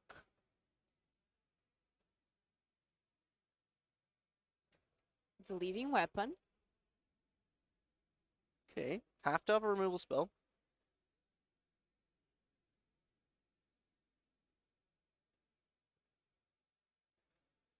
Trouble Flames is a sorcery. But there's Bolt. Bolt the Paladin. Wait, okay. But now what? But binding has to be binding. Oh, it has binding. Oh, okay. Wow, That's something. that is good. Takes 1. Staying alive. Fair play. Nicely played there by our 5-color Domain Zoo. Really patient on when to play, really waiting for the right moment. I really liked it. Yeah, I think that's almost game over, really. So many blockers on the ground, no flyers, no haste flyers. Something like Ginger Brute doesn't do it as well because they're at 2 and not 1. So if you find another Paladin, maybe? Could you do anything interesting? Well, you don't have Trample. And I think the last card is a land. So we have another Kavu. 5/5.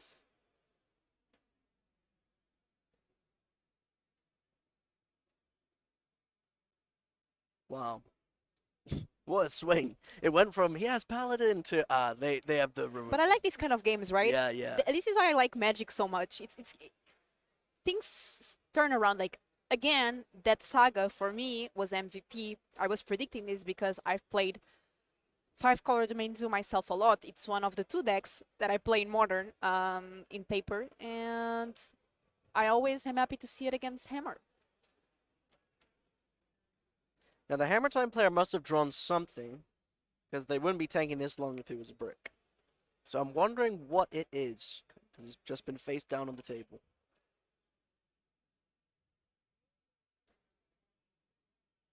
Okay. Oh, Steel Shaper's Gift? Yep. That doesn't really do anything. But there was another card behind it that I could not really see what it is. Yeah, I wonder what that one is.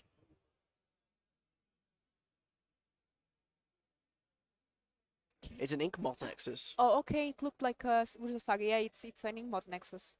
Yeah, it is. So, okay. Okay.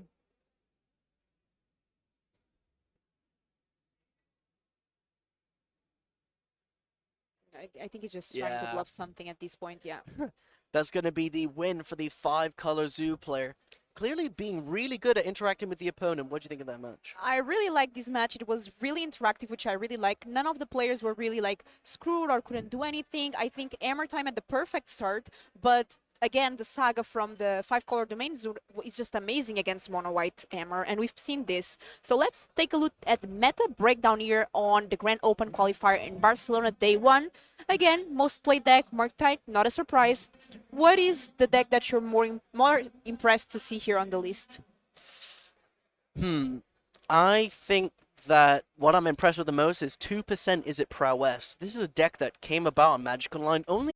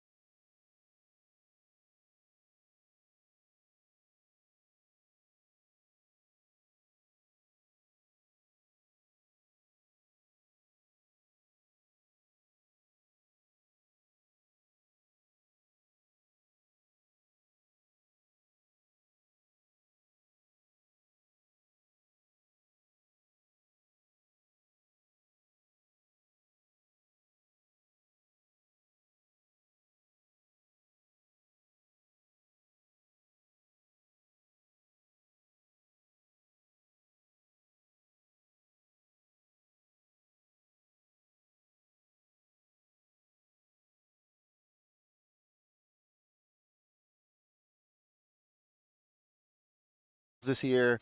70% of the players played Esper. Obviously, that was a much smaller tournament. But it is nice to see, a diverse metagame. Modern is a format that doesn't rotate, so the metagame is usually diverse. There's a lot of decks. It usually rewards players that master a certain deck. So And we've seen that pay off a lot this weekend, right? People are just turning up with like Merfolk, like a fully forward Merfolk deck, but they're doing really well with it because they know the interactions. They know what they may need to be doing in what matchup. Am I the control matchup? Am I the defense matchup? What do I need to do in this matchup? Oh, I need to aggro under early. Oh no, I need to sit back a little bit, not commit too much on the board. But it looks like we got down to our players. I think they're just ready for the thumbs up to go ahead. I'm enjoying walking around and just looking at the decks. I was walking around the table as one player had a fully foiled Japanese Merfolk deck. It's just fun, like watching how people take care of the decks and getting the cards. It's like a fun experience. So there was 533 players managed to come today to Barcelona, That's pretty beautiful city of Barcelona, to jam some Modern. As we're off to the races, so it looks like we've got Jund Combo versus Rakdos Scam. Oh yeah, we picked Rakdos Scam for this round because looking at the standings, there was a lot of Rakdos Scam players doing pretty well in the event, and yeah, we kind of wanted to show it on the stream. It is a very special deck. It is that's why it's called Scam, but basically it's playing a lot of the creatures that you can evoke from your hand by exiling a card, but then they're supposed to die. And there's a lot of cards that bring them back, and that's kind of, trying to scam the opponent by doing something that would normally cost you a lot more mana. You can end up with a powerful creature in play by round 1 or 2. Yeah, see, we see the Sportsies come down against the Scam player. Normally, obviously, on the Scam side, is what we see here, but it does have the name Jund Combo. Bear with us. This is MTG Millie that we're using, and people sometimes select the wrong deck names or they try to throw us off in the booth here. So we'll get that up and we'll just check it here to make sure that it could be a Jund Combo, it could just be straight Jund. We'll see what the players that we're looking into that as we go along. But first things first, this Fortsies resolving. What do we like to take here? We've got a lot of Scam effects, a Fortsies, a Ragavan, and a Lightning Bolt, and a couple of land. And we decided to take the Fortsies here. So we're trying to protect what's in our hand here and hoping maybe a grief or something doesn't come off the top for our Scam player. And this is why you see a lot of players, playing burn decks in these kind of modern events. Turn 1, fetch, shock, take 2, Todd sees you. I'm on 15 life. Yep, just the classic. And then it's when you look at the hand, you just see it full of Polish Charms and Goblin Guards. You're like, yeah. Oh, I regret my life choice. But we will get the live totals updated for you. That they should be at 15, I believe. Oh no, yeah, fetch, shock, Fortsies, yeah, 15. So looking at the deck list, we do have Rakdos Scam. Running a couple Croxas, the classic stuff. Fury and Grief, Ragavan, Thoughtseize to look at the opponent's hand, make sure they don't have anything too crazy. There's obviously Undying Malice and Malakir Rebirth. And on the other side, Jund Combo is actually the Indomitable Creativity deck with Persist, Fable of the Mirror Breaker, Bitter Reunion to dig deeper into the deck, and then obviously Archon of Cruelty as the main target. We have Ren and 6 and the classic suit of just removal package, Lightning Bolt, Fatal Push, Terminate. So it's creativity, really. It's not Jund Combo. It's like it's got Fortsies and stuff. So it's a four color. Oh, actually, they're running Mishra's command. I thought it was the Prismari command. So this is actually just Jund. So it is a Jund creativity. Jund creativity, yeah. Okay, I got you. Bitter Reunion is a card that I think very few people probably thought it was going to make it into Modern. Like, when I was first looking at the spoiler of Brothers War, looking for some new cards, for Constructed Magic, I didn't really, this wasn't a card, that would strike me as, oh, bam, this is going to show up in a bunch of decks. But it makes a lot of sense. You don't want to draw certain cards. Cards like Archon, you would prefer to have either in your graveyard, so you can bring them back with Persist, or in your deck, so that you can find them with Creativity. And the bonus of the reunion is that you can also just give the Archon haste somewhere down the road when Which you. matters, right? Double triggers in one Yeah, turn. yeah, It's pretty brutal. As we do see the Ragavan getting cast here, getting dashed in, and 5 points are coming across. So I believe that's going to drop a jump play down to 10. There we go. We should have a treasure on that. Oh, yeah, we got the treasure token set down there. But we don't play a land drop for the turn, and Ragavan returns as we pass it back across. Missing a land drop there. You know, Jund Scam does have a very low land count. It normally tries to, play the big 5 mana, 4 mana sort of spells for free and then flicker them for 1 mana. So, it does kind of struggle on its mana a little bit, but it doesn't really have many things it needs to cast that are huge. It tries to scam them out, right? We're not paying 5 mana for things like a Fury. We're going to get the Triumph there at the end of turn. Yeah, and the creativity player is mostly going to be looking to. Well, that's it for this Not- turn, right? This turn's now it's live. Just play some removal spells, early on, maybe play some card selection, bitter reunion to dig deeper into the deck, and then the two card combo you're looking for is Indomitable Creativity, and the 1 token you can target that you can even get for free on turn 4 is just by cracking a fetch land and getting a Dwarven Mine, which if you have 3 other mountains in play is going to come with a free 1/1 token. And if you target that with a creativity, it is going to get you an Archon of Cruelty on turn 4, which is a pretty solid deal. Okay, so it looks like we're throwing a removal spell over here now at this Void Walker. I think we've got a Mishra's Command. is it the commands, yeah. So, okay, so we're going to use one of our scam effect cards. There's multiple in the deck. They normally play between 8 to 10, I believe. So we're basically it's going to end up flickering it back. I think it's Is it exile? Does it exile the card? so Mishra's Command is you choose target player, and then they may discard up to X cards. Then they draw as many. It deals X to a creature, it deals X to a planeswalker, or it pumps a creature for +X/+O and haste.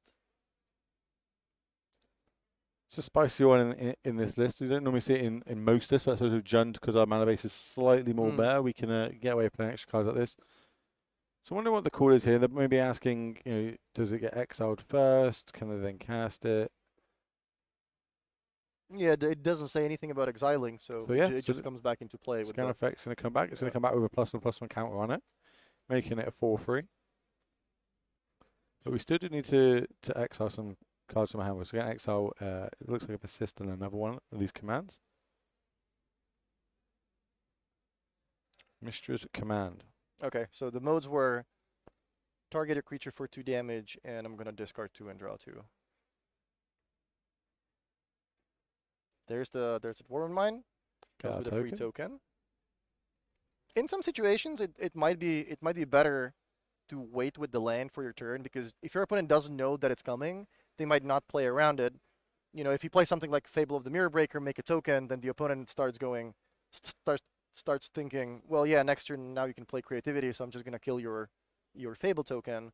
If you just pass with 4 mana with nothing in play, then they might be assuming that you're not going to be able to untap with a creature, at which point you can just, untap, crack the fetch land, get the Dwarven Mine, make a free token, play creativity, and out of nowhere there's an Archon in play.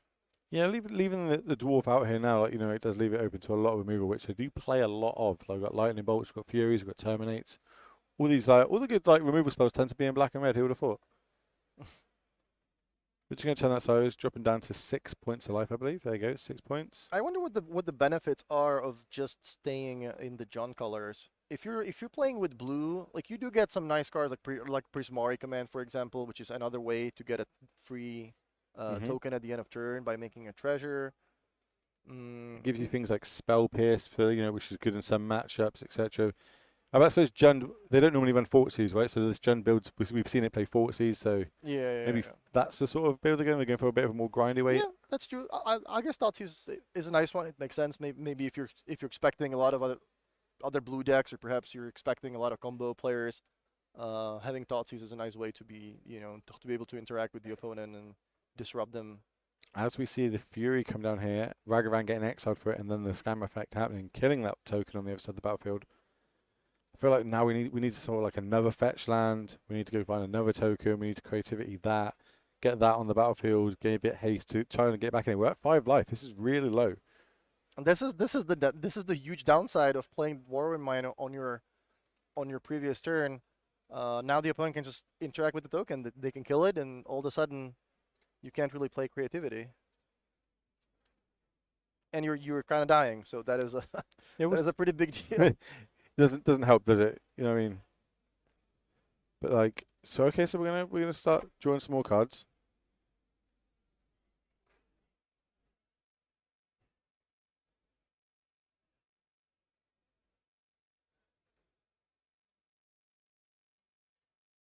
And the Fury is currently a 4/4 because it has the extra counter from Undying Evil. So Lightning Bolt is not gonna No. solve that problem. And double strike is huge as well. We see that a lot. Like a lot of times when you're a scam deck and you have to race, you can just turn one Fury, make it a 4/4. So we're gonna bolt the Void Walker. We're gonna have we're gonna use this token as a blocker, I imagine, for the Fury. Right. So But we know yeah. there's the Terminate in hand for the Rakdos scam player, so this could just be a kill the token, turn it sideways, game 2. Yeah, I believe there is a Terminate and a Lightning Bolt in hand. How's a lightning bolt? Yeah, I think there is a creativity in hand. I think I've seen it since the first So turn. yeah, so maybe we were going to hold that turn before where we basically just played a land to make a 1/1 and didn't really do anything with it. Maybe we should have saved it then and gone with it. But you know, that's how it played out. We'll see how the want to go moving forward. So here's the sideboard for the Jund in creativity. Anything here you feel like you want to be bringing in? So Leyline of the Void is jumping out at me. A lot of players I know speaking to this weekend have brought that in. So the sorry, we're just going to try and get something on our screen at the minute. Thank you. There you go. So the Leyline of the Voids. A lot of players I've been speaking to this weekend have been bringing these over other sort of graveyard hates to try and battle against these scam decks. Because if I have a bit of graveyard hate in my hand, 9 out of 10 times scam can take that out of my hand already. So if I can have a leyline, start the game with it, it stops the flicker effect of them being able to scam me out of the game. right, because the creatures can't come back from the graveyard. I mean, you can also bring in Veil of Summer. That sounds pretty reasonable against someone who's packing a bunch of Thought Seizes, cards like Grief. So having Veil of Summer basically counter a discard spell and give you an extra card. That sounds pretty good to me. I'm wondering if they've registered something wrong in the sideboard. Why would there be Abundant Growths? Maybe to play around Blood Moon? It's possible. Is that a hedge? Yeah, I mean, it's possible. It's a weird one. I'm not sure how that works, but I would like to ask the player if that's either a missed typo or something on Millie or not. But that's what it is. So yeah, a bit of graveyard hate. Bring that in. That's the sort of thing. Maybe Veil stop the forces target is, and now we've got the Rakdos deck here. So anything on here? Against these creativity decks, Blood Moon tends to be very good against them, right? They can't get their Dwarven Mines. It locks them out of their 3, 4, 5 colours, whatever they end up going with. So do you like bringing in another Blood Moon in here? Yeah, Blood Moon sounds reasonable. I mean, something like Fatal Push, depending on how much removal you have, just bringing in an extra copy or two of cheap removal spell to basically counter the creativity is definitely a consideration. How does Necromancer feel for you? This is the whole reason why we have Emrakul in the sideboard for the other deck, because Necromancer we can just bring it in, we can name Archon, take out basically the win cons. That's why we have the. Do you like bringing this in? Do you think trying to strip the deck of their big threats? Can we win through an Emrakul, so to speak? Yeah, I mean, I think that's certainly a card you can bring in. It's usually good only against decks that have only one win condition. So it depends on how well both players know the format. If you just expect most black decks to bring something against you like that, in which case you already bring in the Emrakul or you bring in some other cards to have some alternate win conditions.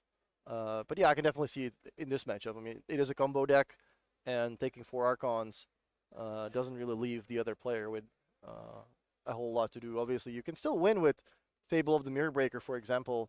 If you get two Kiki reflections, you can just sort of fireball them by copying each other and then making a bunch of tokens with haste that copy more reflections, and then you can just attack for for a lot of damage. One thing to note on this build, like the Rakdos scam decks with obviously all the Leylines bindings floating around at the minute, it's just a lot of enchantments, I suppose, in Modern, is they're now splashing a little bit of white. The newer builds splash a little bit of white for the wear and tear. So you notice that is one of these for people just tuning in or just watching for the first time. Obviously, you might be used to just straight black-red, but obviously black-red doesn't really have many enchantment removals. I believe there's like one card that got pretty kind of recently that they can use, but they don't use it because it costs a lot of life. So now they're splashing the white. It's kind of free in Modern because we play a lot of fetch lands, and they're using it for the wear and tears here moving forward. So that's how we're going to sideboard both. We'll see if we can go back down to the table and see if the players have finished shuffling up. Looks like they're just coming to the end of it here. If you're just tuning in, welcome. Where have you been? We are round at 6 in Barcelona, where we've had over 500 players turn up to play a Modern action, all battling out because a 7-2 record or top 64 will get them an invite back tomorrow to battle it out to see if they can get in the top 8.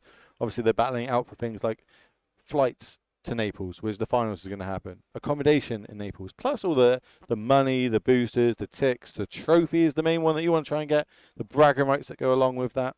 We just had our final, the first finals over in Sofia, which was Pioneer. The next one in Napoli will be Standard. And all these players are now battling out to try and get their invites to that. If you can't make it to one of these, your local LGSs are also putting the like smaller events on. Where if you end up winning them, you can also get invites to it. So there's a lot of different ways to qualify for Napoli's. Hope to see a lot of you there in the future.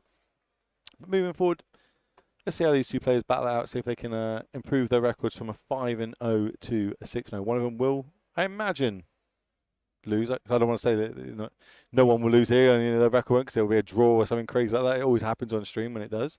For day 2, you need to have at least 21 points or better, which equals to 7 wins and 2 losses. But we already have a player with 3 draws, and one way to do it is yes, we do. If you have 6 wins and 3 draws, that pretty much equals 21 points. So you can be undefeated and barely make it. And yeah, there's a lot of draws. Obviously, we haven't played Paper Magic for some time, and it is happening a lot. I think it is definitely avoidable. But yeah, there's been a lot of draws. It happens, in Magic, especially like the nerves of being back. Maybe it's the first time people have played since COVID. You know what I mean? It's the first time we've been in Spain on this tour. Yeah, Modern is a hard format. There's a lot of decks. There's a lot to think about. There's a lot of different cards your opponent can have at any given time. So yeah, that it's definitely good to give every play a thought, but I mean, you can't just spend 3 minutes to think about your land drop for your second turn or something along those lines. Especially like when you start playing the 4 or 5 color decks. It's very mana intensive, and you see that with like the zoo decks. Like they need like green red turn 1, but they also need green white. It's just like they've got to work out and sequence their lands. Maybe they don't have all fetches in hand, and it does take a long time. So you see players like in the tank, so to speak, quite a lot. One about plays, but also about the land drops, and then we add shuffling in because it's Modern, and some of the rounds can take a lot longer. They only have 50 minutes to play 3 games. And there's a Necrometer. I see a Necromantia, a Blood Moon, and a Thoughtseize. I think it's a Thoughtseize. No, that was one of the scam pieces, unless okay. the Thoughtseize at the back of the hand there. Leyline. So both players are going to try to stop each other from doing their thing. Well, let's see who's going to be more successful. I like That's it. a lot of lands, though. Oh, there's a Thoughtseize. Is it 4Cs? You called it. There you go. And it's foil and signed. Japanese signed. That is a pretty Thoughtseize. Bowler. Love it. Okay, we're going to fetch in response.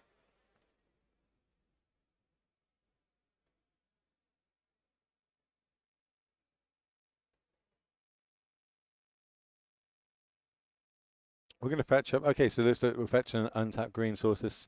I smell a veil. Oh, that would be nice. I smell a veil right now. Because why would you otherwise fetch an untapped Stomping Grounds, right? Ooh, and this just feels so bad when you're on this side of it. There we are, the Veil of Summer, meaning they cannot be targeted by black or blue spells. Or stuff can't be countered. And not only that, they get to draw a card. That's a really pretty Thoughtseize you got there. It'd be a real shame if it went straight to the graveyard. Just exile that straight out of here. Yeah, just to rub salt in the wound. I've also got a Leyline, so it's exiled. Get it out of here. And that's quite a strong hand. Leyline into some way to blank a removal or a grief or something like that. I'm going to shock this in. It's crazy how powerful the cards are in Modern. And obviously, there are powerful cards in Magic, but it's not Legacy. In Legacy, you expect people to combo play decks like Reanimator and be able to do crazy stuff. But even in Modern, like the cards are really powerful. Really powerful these days. And as we see one of them now, so this is Croxton. Not going to be at his best.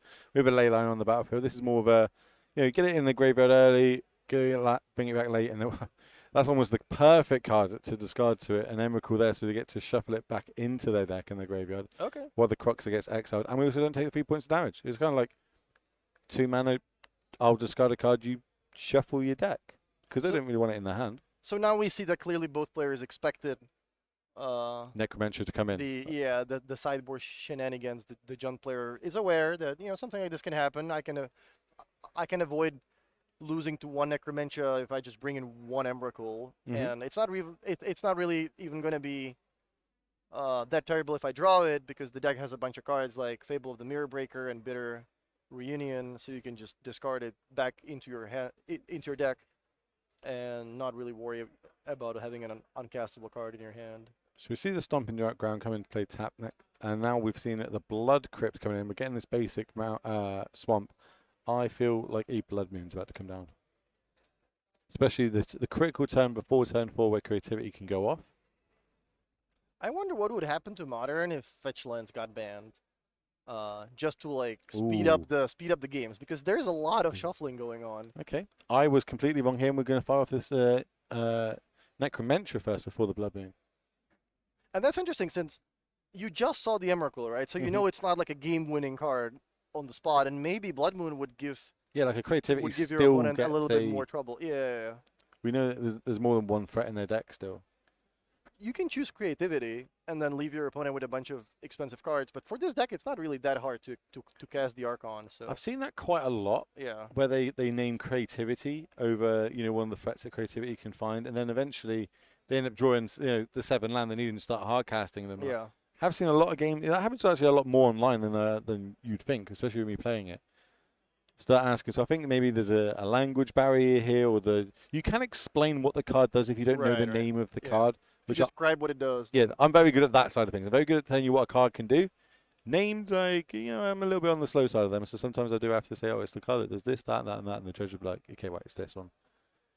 I think that's what's happening right now. But chat, if you were here this weekend, obviously you're not, because you're watching us, and we appreciate it on Twitch, but if you were here this weekend, what deck would you bring? I'm pretty sure I'd be on Yawgmoth this weekend. Yeah, I think I would play Murktide myself. I like casting proactive cards. Ragavan just seems like an insane card to me. Ragavan is a very good card. Yeah. If you're just coming from playing Arena and turn up and watching Modern, you're like, what's this 1-drop do? And then having other cheap, you have the actual counter spell, you have Lightning Bolt, you have Expressive Iteration, which is a great card as well. Could go in mid-range, some Price, Storm, Mill, Hardened Scales. There's a few Hardened Scales doing quite well this weekend. Yeah. I think it's a typo on MTG Millie, but I did see table 2 had Mill on it. I feel like it's wrong. I feel like they registered the deck wrong. There was a person in Modern that top-aided 3 GPs, and they were playing a quadruple sleeve deck. Of course they will. It was fully foiled, quadruple sleeved. It was like a giant tower of cards, but they really knew how to play the deck.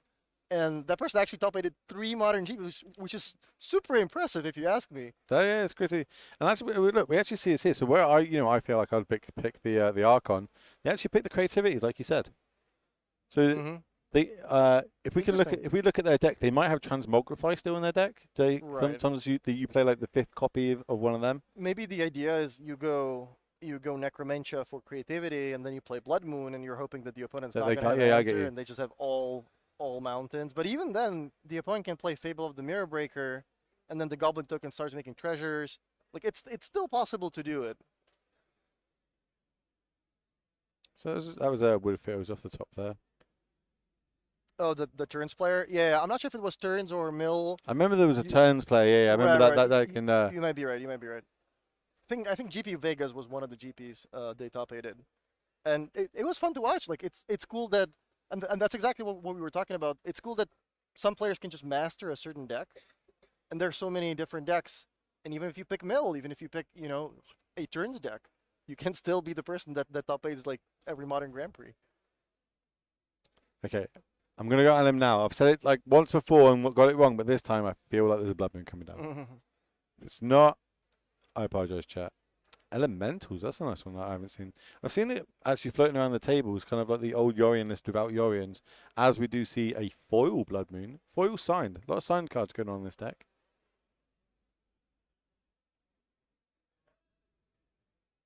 Yeah, I imagine we're going to fetch in response. Ideally, it's not really the one we want to be fetching. Not entirely sure what basics we've got left in the deck. Is it Mountain?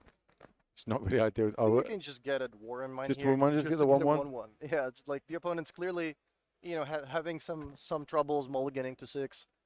They don't really have a lot going on. So just having a 1/1 token in play is pretty valuable. That's an 18 turn clock, right? Yeah. Easy. Just hope that your opponent does nothing for 18 turns. They should be lower than 18, I think, because Thoughtseize happened. There was a couple of fetch lands. So I think the life total might be... So there's 2 fetch lands. There was There Thoughtseize, might be the Thoughtseize. Oh, wait, the Thoughtseize got countered. Never mind. Oh, yeah. It's correct. Oh, yeah, because it didn't resolve, yeah. That actually fit. I just got won this game plan. 17 turn clock. Second moon off the top. Plus turn 8. Plus. Here comes the Dolphy Voidwalker.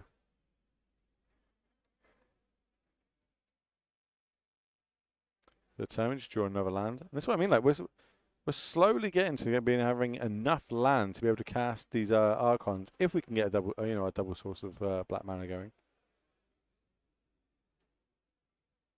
Yeah, Shadow doesn't care about No, the 1/1. It just fights in its own zone, sort of. and that's a mechanic that we haven't really seen it printed in many years, and then randomly just pops up on this card. Yeah, and, it happens to see play. Okay, so we're going to pay 1 red. Are we bolting? Yeah, we're going to bolt this. Yeah, and this match can now take a very long time because both players are going to struggle with their main game plan. Like the Ragda Scam player is not going to be able to bring the cards back from the graveyard, but they can of course just hardcast. I said we're getting to the point where we're just going to actually hardcast them. So there's our 5th land drop, 2 mana, another Voidwalker, and at the same time, the John Combo player, 7 mountains in play. Not exactly. Nope. There's another Archon off the top as well. So we're just going to attack down to 8. 3-2 will win this race. Yeah, that Blood Moon is absolutely brutal. And that's just a thing in Modern. There's so many decks with very greedy mana bases. Everyone's playing all these fetch lands and all these shock lands. You don't really see a basic land in many decks, and Blood Moon can just completely stop you from... Did you play Pro Tour Born of the Gods? Was you at that Pro Tour? Yes. Where Blue Moon was kind of like the breakout deck. And Oh, like, yeah. Oh man, that is probably my favorite Pro Tour of all time. Watching that, I was very new to Magic. Watching it, my eyes were just wide. Like, oh my god, look what they're doing! They're locking everyone out of the game, and then they're playing it. I thought that was so beautiful. Yeah, I think Blood Moon is like the one acceptable way of not letting the opponent play Magic, because like you were super greedy with your mana base. All right, here's a Blood Moon, but like cards like Strip Mine or a land destruction deck, you don't really want to have people just sit there and just be unable to cast their spells because you played 2 Stone Rains and they didn't draw a 3rd land. Okay, here's the Fable, the Mirror Breaker. This can get us, well, if this Goblin lives, get us some treasure so we can start casting some things. Ooh, and we have a Bitter Reunion to possibly give the creature haste, but I believe there is a Terminate on the other side of the table. Yeah, and that's a great play. The jump player recognizing that this is a race now. I'm at a low life total. I need to find two black sources, and the only way I'm going to get them is by attacking with this Goblin token to make some treasures. So this makes sense. I was about to say, are we big braining it, or are we going to kill it first? Like we've shown that there's weakness, right? Yeah. So I actually like this. Like you're showing that this, you're prioritizing this quite high. So I'm going to kill this before you even get you 1 token. Yeah, Adria also recognizing this is what the game is about now. You're stuck on a bunch of mountains, can't really cast anything. I'm not gonna let you make a treasure. And now we're in bolt range, right? if we can connect one more time with this Voidwalker, now we'll start getting within bolt range. Due for the turn, it looked like it was maybe it was Scam Effect to our land. That's going to drop him down to 2. And this is also kind of like modern in a nutshell. The sideboard cards are just so busted and So so powerful. powerful that game one, there's so many things going on, and both players are like kind of doing their thing. Things are happening every turn. People are triple spelling. And after sideboard, you have all these cards like Rest in Peace, Stony Silence, Leyline of the Void, Blood Moon, and all of a sudden, if you draw your sideboard card on turn 2 or 3, you just completely stop your opponent's deck from happening. I like to say this like about Modern, when people start crying out for bans of certain cards and stuff. Modern's got so many cards in the pool that you can get. If you got your deck, and you can pretty much tailor it to not lose to a deck of your choice. Unfortunately for you, Modern's so big, you'll probably play against the other 40 decks. But it is like, if you don't want to lose to a certain deck, you can make your deck and have enough sideboard cards in all colours, pretty much, to be able to battle most archetypes or decks. But it will leave you obviously really soft to the other ones that will probably end up knocking you out of the tournament. That's the thing. If in the past, if you asked the pro players, what format do you like the most, what format do you like the least, they would usually tell you, well, I prefer not to play Modern because there's 40 different decks and I can only have 15 sideboard cards. So yeah, if I draw the right sideboard cards at the right time, I'm having a great time. It's great. My opponent's deck doesn't work. But what if I put a bunch of Blood Moons, Rest in Pieces, and Ley Lines in my sideboard, and then I get paired against whatever Boggles. Blue White Control 3 times, or Boggles or something along those lines. You unfortunately cannot be prepared for everything. You can't, and that's you can't win them all, right? Literally, you can't win every game of Magic, otherwise you just be broken. So we're looking. What can we play around? We've got a question away from the table here. Like, we're literally one swing away from lethal and winning this game here. So now they're going to start asking questions. What am I playing around? What can I think of? Judge, can I get the name of this card? So keep in mind that Voidwalker. Oh, he's going to sack this to bolt them. Is exiling the cards with a oh counter. No! Okay, we're going to get the Archon and use the Archon trigger. I like that. Stylish win to take down our game one. So we've got a backup feature match for you all. So we're going to move across to that. That is it Murktide versus Bring to Light Scape Shift. I'm a big fan of Bring to Light. I do like that card. Okay, that's an interesting matchup. And it looks like they're a game up as well. But they are also looking at another Blood Moon on the battlefield, which again, if you want to be greedy and play 5 colours, Blood Moon's very good against you. So, got a Ledger Shredder on the other side of the battlefield with 1 counter, and did we just try to fetch with a Blood Moon on the battlefield, or is the Blood Moon being cast and we're going to fetch in response? Looks like that's what's happening. So the Blood Moon looks like that's on the stack.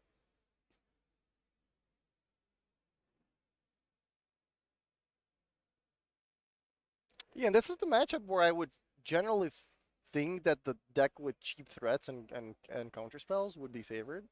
But we are seeing the Bring to Light player being up a game, and We're also looking at this. It looks like there's no cards in the Murktide player's hand.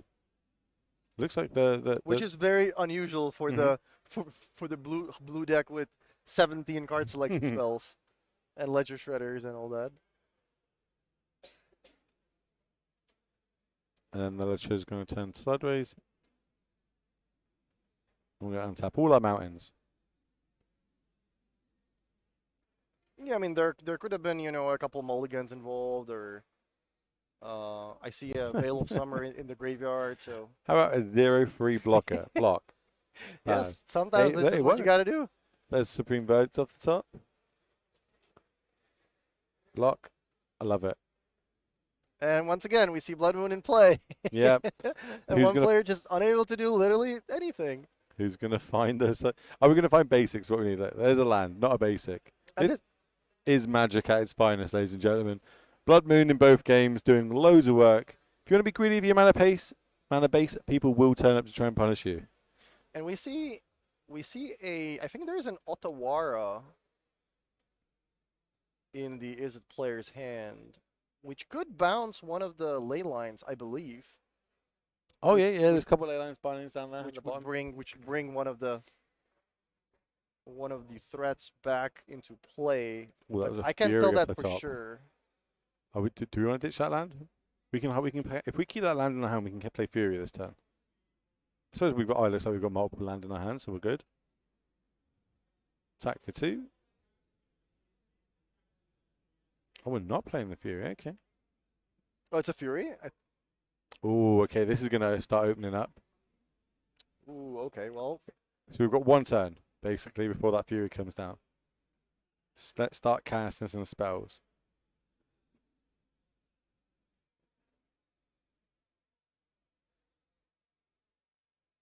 The Connive got triggered. They ended up discarding a land to it. now let's see. Okay, Well, now well played, well played. Recognizing the second spell on the opponent's turn, not missing the trigger. now this gets resolved. Top 3. Oof, that's a lot of land.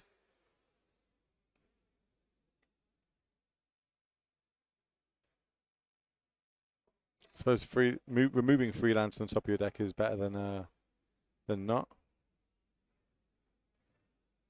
Oh, it's a fairy. Bounce this. Draw a card. Is that escape shift at the top?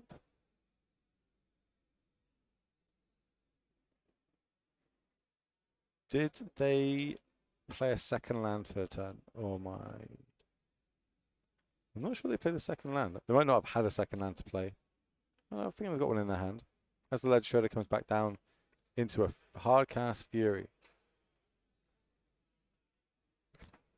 And I believe there's a trigger on the there's a trigger on the Yep. stack for the Ledger Shredder. There's a backup Blood Moon just in case. I think it's just like we've got Spell Pierce plus a Mystical Dispute. We're going to keep that Blood Moon in hand. So that dies. What else can we do here? Jeez, that looks like that's a lot of skill. Oh, we've got another Dryad in hand. So the problem is that Blood Moon, right? If that Blood Moon was on the battlefield, we can win this turn. We can cast a lot of spells. Maybe we've got to start casting Endurances as blockers. See, I think we've got one of them in hand. Or do we do something like cast Escape Shift to go and find some basics? Ledger Shredder triggers again. Nice catch. I had so much trouble in Sophia keeping track of that. I was about to say, how many did you actually end up missing in the end? Like, there's a lot going on with that. It's not just your cards; it's also your opponent's cards.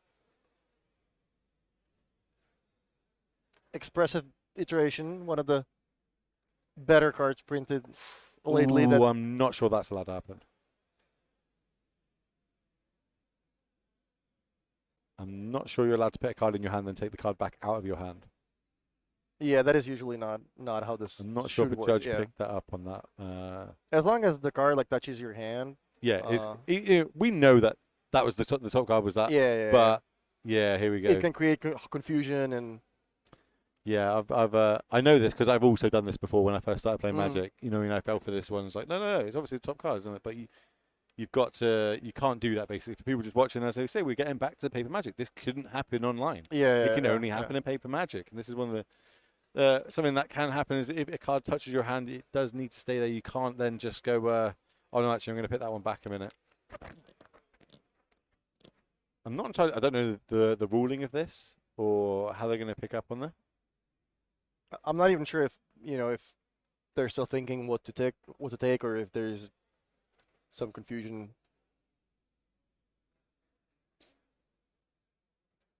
We did pick cards to the bottom, and now we've taken it back off the bottom, so we do have judges on the down by the table, so the judges are there. The judges are overseeing this.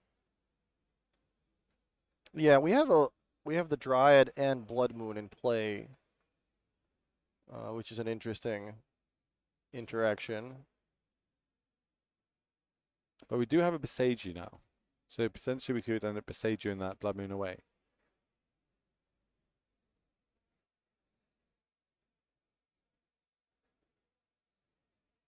So that one's going to go to the Yeah. bottom. Also keep in mind this is game 2 and there's 11 minutes left. Oof. At some point, it might be a good idea to start playing a little bit faster. So we're going to play our basic mountain, basically. And we're just going to pass the turn, okay. So that looked like it was another land off the top. So we've got 2 land plus Blood Moon left. Are we going to hedge against a Beseju? Doesn't look like we are. So this is an attack for 6, 7, 8, 9. This could drop us to 1. We do have access to, obviously, the endurance, it looks like, in hand. And this is a really interesting spot because if you are the Murktide player, you only have 1 spell in hand. You would like to trigger the Ledger Shredder if possible. So that 1 Blood Moon in hand, there's a pretty good argument for keeping it in your hand so that you can try to double spell next turn and get an extra card draw and discard trigger from the Ledger Shredder to dig deeper into your deck. But at the same time, you know, putting the 2nd Blood Moon into play would prevent the opponent from having something like Boseiju or some other way to get rid of it. So it is going to be interesting seeing what the decision is going to be. We're just going to... Ooh. But then, I suppose we've got Boseiju in hand, so we can still get rid of this Blood Moon on the battlefield. Okay, I don't hate that. It's not too bad. Did we draw another one off the top? Oh, can we go Boseiju into Yep, I believe. Scapeshift? Yep. And now seeing the 2nd Blood Moon in hand. Yep, you can go find a basic. One thing you can do now is you can sacrifice the Fury Islud. I believe they've ditched all their counter spells in hand, so they're going to say, look, I've got Dryad, plus I've got Scapeshift. They can draw a I card. say they could draw a card. Oh, but there's the Teferi. Never mind. I forgot about the Teferi completely. So yeah, it's just Is like there anything they could do? I got Scapeshift. You can't really play spells. Otawara doesn't do anything in that situation. No, looks like it is going to be the end of that game, and they're going to be able to Bring to Light, taking it down 2-0. I wouldn't have called that. I would have said there would have been like too much counter magic over on the Izzet Merc side, but clearly not. It didn't get there, unfortunately. So we'll. Oh, it looks like we might have another backup feature. So yeah, if we've got another backup feature match, let's just have a look. Oh, no, it looks like it's just finished. As I see a lightning bolt and a handshake happen there. So unfortunately, it does look like we've used all our matches up for the round. We're just going to double check that.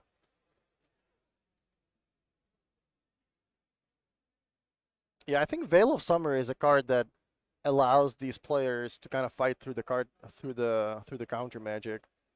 It also protects your combo from thought seizes, but it's like a $5 uncommon, isn't it? Like it's a very expensive card for what it does. I think we might. So it looks like we might have a backup feature match. We're just gonna... Look at that! That was fast. Maybe they're re-sideboarding. It looks like the match is. It looks like it's over, but it might not be. It might be going to a game 3 here. No, the deck's getting put away. Are we sure? Are we sure that this is over? I think it's over. I think the game's over. Yeah, the players are shaking. The handshake there is the big indicator that it's good. Yeah, we tried to bring in one more match, but it looks like there might have been some miscommunication about what the record was. Oh, players to watch. Okay, yeah, we'll get okay, cool. So yeah, having confirmation. So that is all the games are. All the games are over now. So we're gonna. It looks like we do have some players who've been watching, some decks who've been watching all weekend. So we'll see if we can get them on. We've also got the metagame breakdown.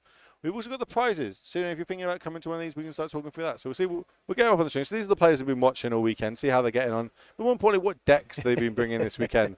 So Thomas Hendricks, 3 draws. Classic, the classic free draw there. Being there. We got Ben Jones, 3-1-1. Happy with that. We saw him in Sofia doing really well. Obviously, a countryman myself. Simon Nielsen looks like he picks up a loss. He was 4-0 going into the last round. So managed to pick up a loss there. Our Zoo players 3-2 still holding. Everyone's still holding in. Everyone here's still live. We've still got Scales live there. Over with Stan.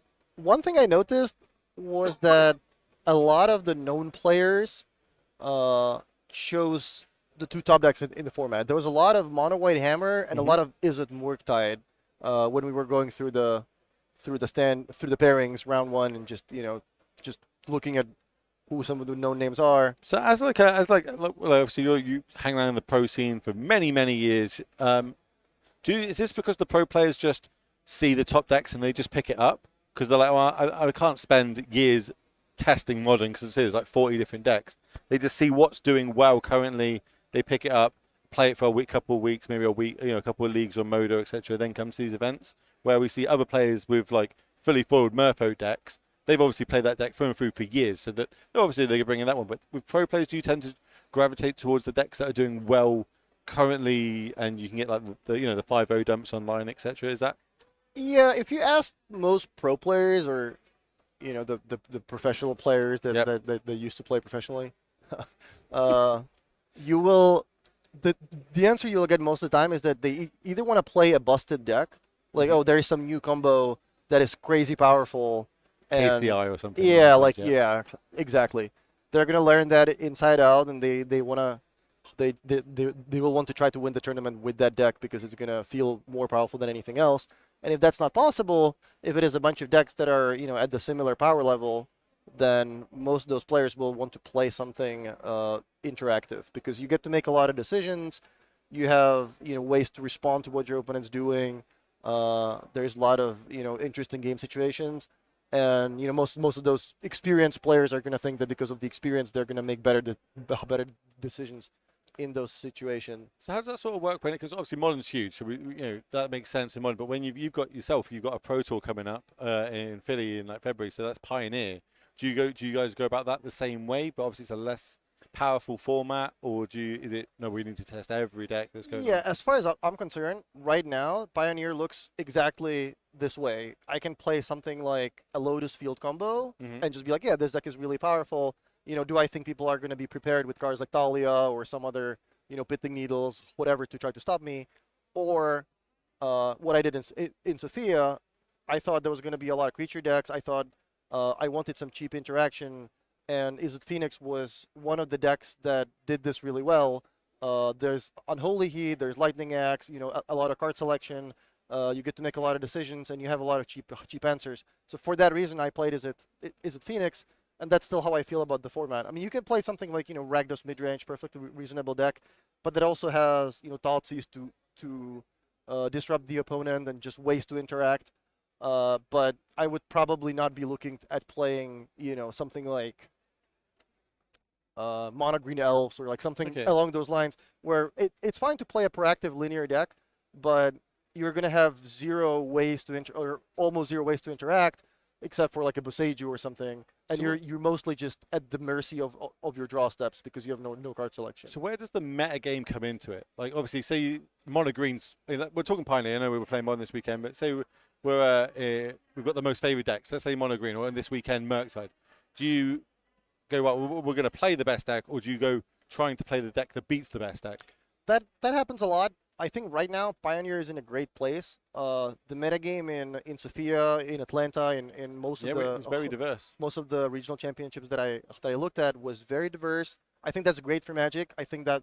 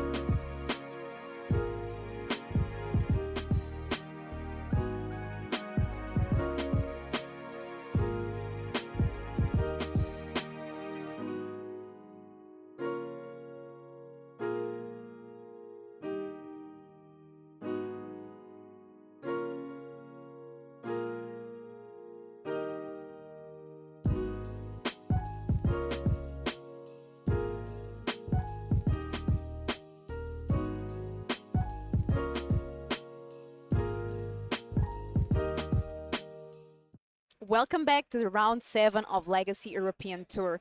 We still have some players waiting for the pairings to be announced, so we are not going yet to gameplay, but we wanted to talk to you about something. So first of all, let's clarify, who makes day 2, Eri?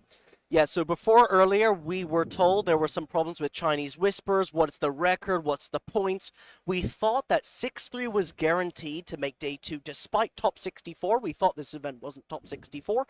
But after clarifying with the main stage desk, miscommunication took place. You have to be in the top 64 to make day 2. It's only going to be 64 players in day 2. And to guarantee day 2, you must be 7-2. We did some maths. We spoke with the judges. We apologize for that misconception. Just some communication there, but yep, that's going to be the record. And we still are in round 6. There was a long judge call, but as you guys said, lots of downtime. And we just wanted to get the stream on and chat to you. Exactly, so you can see our faces a bit longer. Yeah. And Portugal is playing right now, so I cannot be looking at my phone because I'll be too stressed in the World Cup. So it's better to be here with you, Shad, with Eri. And we have, I think, the prize structure. So let's see and show our chat what are our players going for. So important thing, as we can see, top 64 makes day 2, and they already make some money, some ticks that they can get some things from the prize wall. But what these players really want is top 32, because top 32 qualifies for the regional final championship. We had that tournament last month in Sofia, and the next one is going to be in Naples. So this one qualifies for Naples in March, and on that event, the top 2 gets an invitation for Worlds, and the top 32 qualifies for the Pro Tour, so that's really good. Yeah. What else are these players looking for? I think it's worth mentioning that the top 8 gets flight and accommodation for the regional finals in Naples.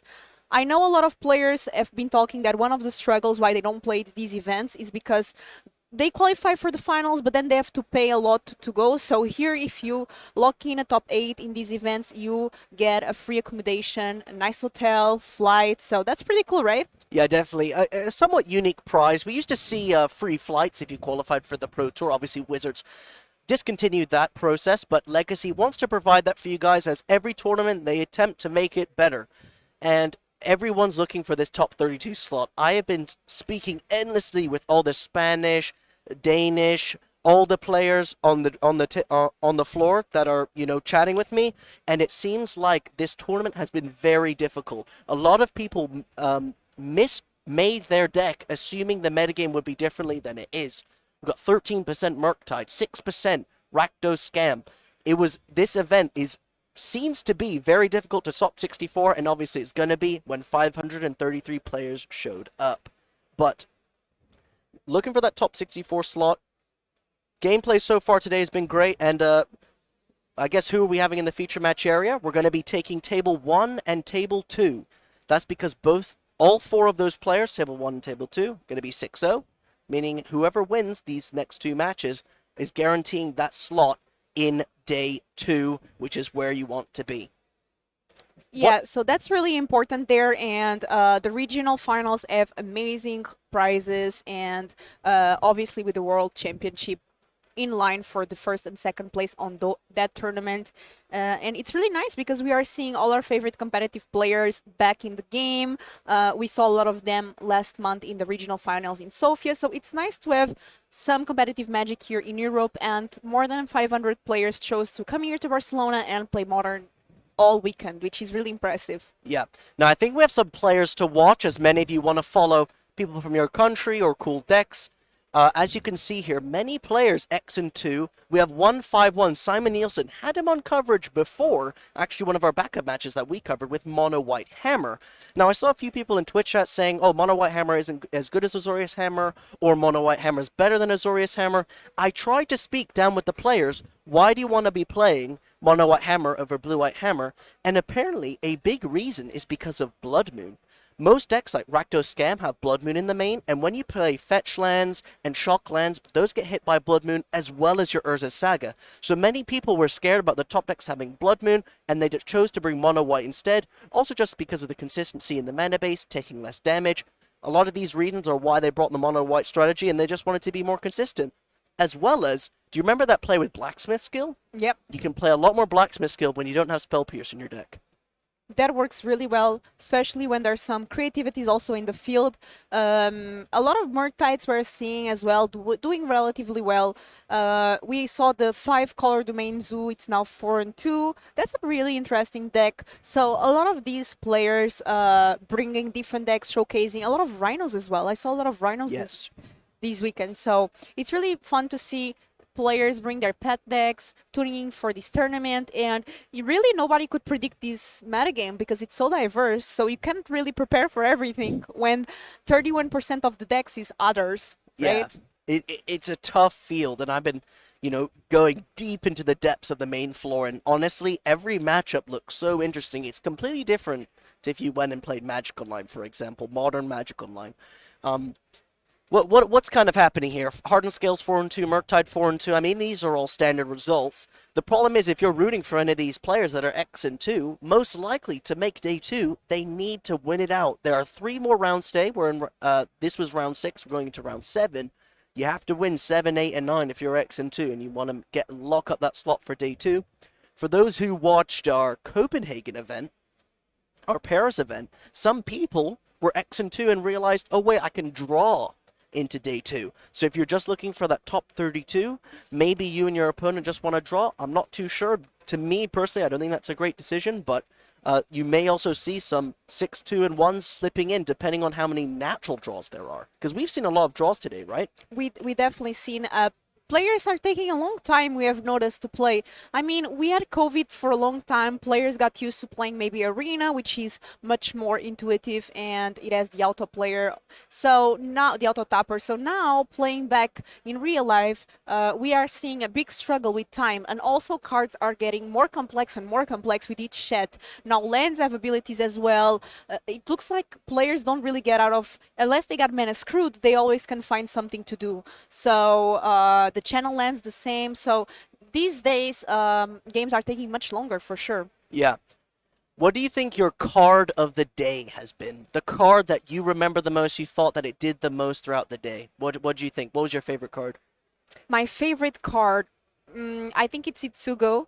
Ooh. The saga, because we saw it showcased against Mono White and it just destroys Mono White, because the first ability on the saga is destroy all non-land permanents with converted mana cost 1 or less. So that takes care of a lot of decks. So I really like it. Also, even against Merc type, you have the Channelers, the Monkey. So it's an interesting card for me. What about you? I think my favorite card today, Blacksmith Skill. We have seen so many blowouts time and time again from our Hammer players using Blacksmith Skill to win the game. And I think when Simon Nielsen used Blacksmith Skill to counter Indomitable Creativity, it highlights the power that all these white cards, the white removal, the white instants, the white creatures, have really shown themselves to shine in the modern format. And we even see it through Leyline's Binding, Solitude, so many white bombs now, especially on the floor. If you go and watch the amount of Solitudes I see being evoked, the 1 mana Leyline's Bindings. I mean, white to me seems like one of the highlight colors in the format right now, supporting a lot of strategies. To be honest, I felt like for a long time white was seen as like the worst color in Magic, and Wizards tried to print some cards to make it better and more playable and more competitive, and now we are seeing all these cards showcased very recently, as you said. Yeah. Also, we have a Ganjo, which is one of the channel lands, and it's actually a very cool one.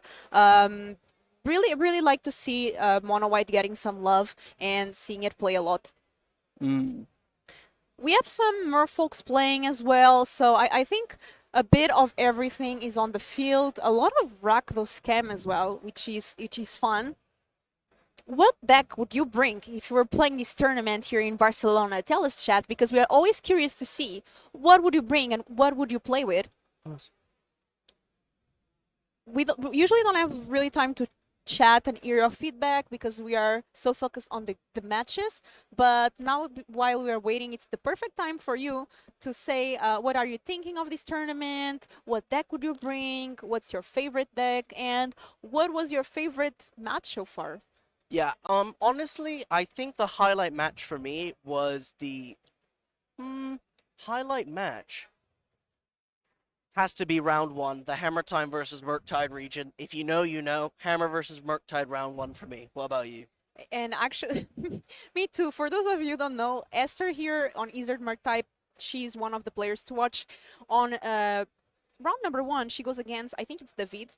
And David was playing mono white Hammer, and he got 52 cards instead of 60. And they realized mid-match, so he got a game loss, unfortunately. But yeah, that's fun.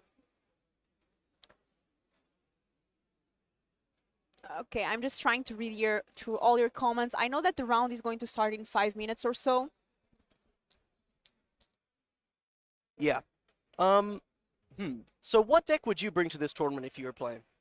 Okay, so before I saw the games today, I would say Merfolk. After, I'm going to say 5 Colors Minzu, because I watched the deck being played and I thought, ooh, I would like to be playing this deck right now. What about you? I actually got asked this just like 10 minutes ago from some Spanish players. I actually have a good friend from Barcelona, so they've been, kindly let me into their community this weekend. They're all playing Hammer. And I helped them test Friday night, last night, for this event, just like playing and chatting. Not test, as maybe practice is a better word. I would say, honestly, I feel the most comfortable with Hammer Time.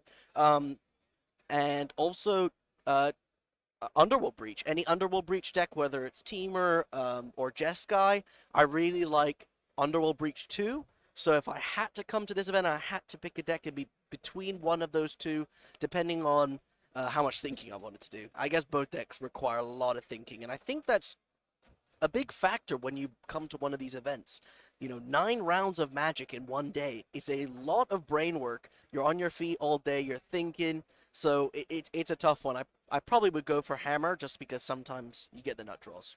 Yeah, I agree. Hammer, I think, is a good choice. You know what I'm sad not to see on the field, and I haven't seen this deck play? I guess it's not playable anymore, but when I started playing Modern some years ago, I remember there was this Boggles deck, but nobody plays Boggles anymore. That always makes me laugh. So Modern definitely has a lot of fun decks, and I want to see more Rakdos Scam. I know that deck is doing pretty well. I saw it was on the top tables, so excited to see how that deck is performing. You know why Bogles isn't playable anymore?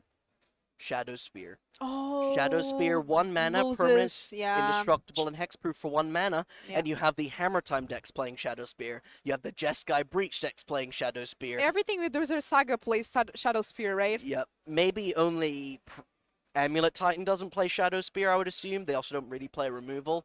But they have Beseiju, I guess. Beseiju's annoying for Bogles.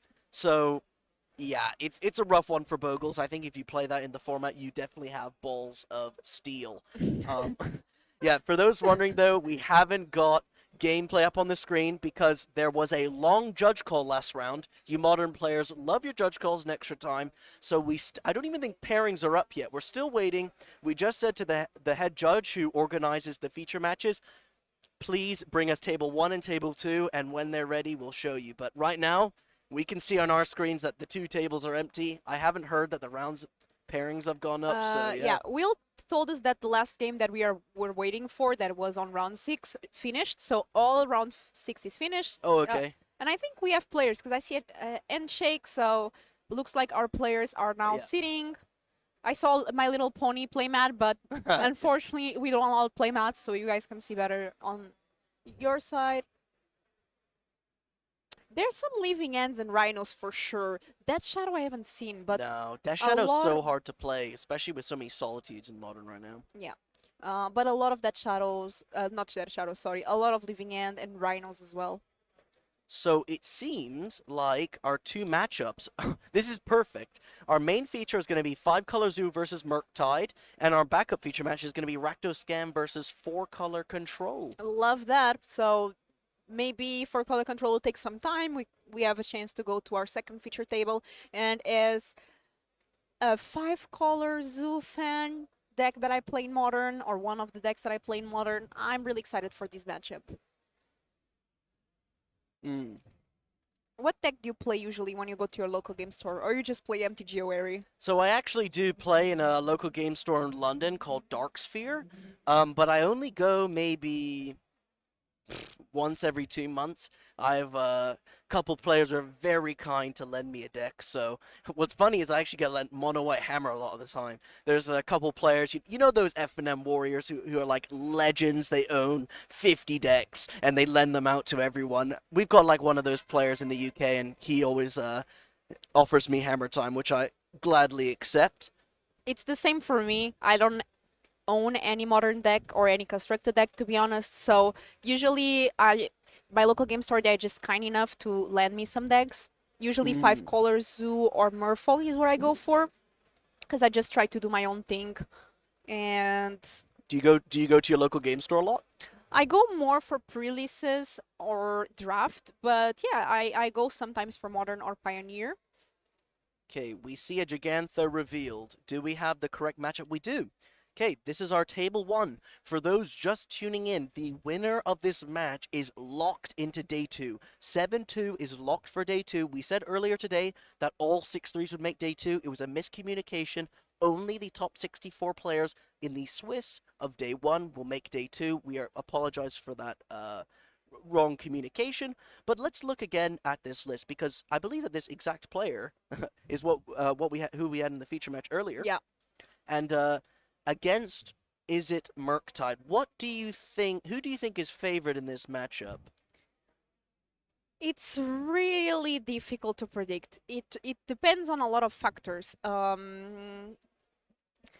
If they manage to put Murktide on the table, it's difficult to deal with unless you have a tribal flames and that's sorcery speed. So sometimes the Murktide even grows to go bigger than that. But if you don't have Murktide, a lot of times the Zoo player manages to get the Dracozine, the Kazoos early, and manages to win that. Yeah, so I think that a key card in this matchup is going to be Territorial Kavu, and that's because of its attack trigger. When Territorial Kavu attacks, choose one. Discard a card. If you do, you may draw a card, but also exile up to one target card from a graveyard. So, you can use that to chip away at the opponent's graveyard, disable Delirium for Dragon Rage Channeler, shrink a Murktide, something like this. I believe Territorial Kavu is very good, as well as 4 Leyline's Binding. That's a key card here in Yes. this matchup. Definitely a great addition for the 5-color, and that's what you also get for playing 5 colors. You get to play with all these powerful spells. This deck changed a lot since the last time I played it, sometimes some months ago. A lot of new cards were introduced with Dominaria. Yeah, I think that I lean towards 5-color Zoo, and that's because of the consistency of the disruption. We even have things like Remand, Stubborn Denial, 4-Bolt, many ways to remove Ragavans and Ledger Shredders, so I would say that the weakness, though, is the mana base. How many Blood Moons are we playing with? We have 2 Blood Moons in the sideboard of the Murktide player. I assume that that's what you want to be doing in the Game 2 and Game 3, so... Yeah, I've played with this deck, as I said, and Blood Moon is a nightmare because suddenly, even if you have things on the board, your Kavu is now a 1/1, your Tribal of Flames deals 1 damage, even the spells that you are able to cast. And one thing is that this previous version of 5 colors played with Cascade, but no longer plays with Cascade, so... And also add a card that gives you red and green and you draw a card. Manamorphose? Yeah, it played with that. Okay. So that kind of helped with Blood Moon because you Okay. could get that mana that you were looking, play the card with Cascade, the Blood What, Braid Shardless Elf. Agent? No, the Oh, Blood Braid Elf, okay. Yeah, because it gives you green and red, so then you can cast it. So you Okay. had ways to go around Blood Moon, but this new version, you don't really have a way to go against Blood Moon. I mean, I guess I'm seeing here... Leyline's Binding doesn't work because Blood Moon removes all the land types, so then you can't cast it very easily. Because it loses domain, you can't float white mana and cast it. So, Oh, that's true. yeah, so it's rough to remove. It's very rough to. I mean, you have Dramoka's command, I guess, but how are you casting that? You have 1 plains and 1 forest. You have to hope to draw. And already we are seeing the removal with a bolt in the Chandler. We have turn 2 Ledger Shredder. Yeah, players here shortcutting a bit. That's okay.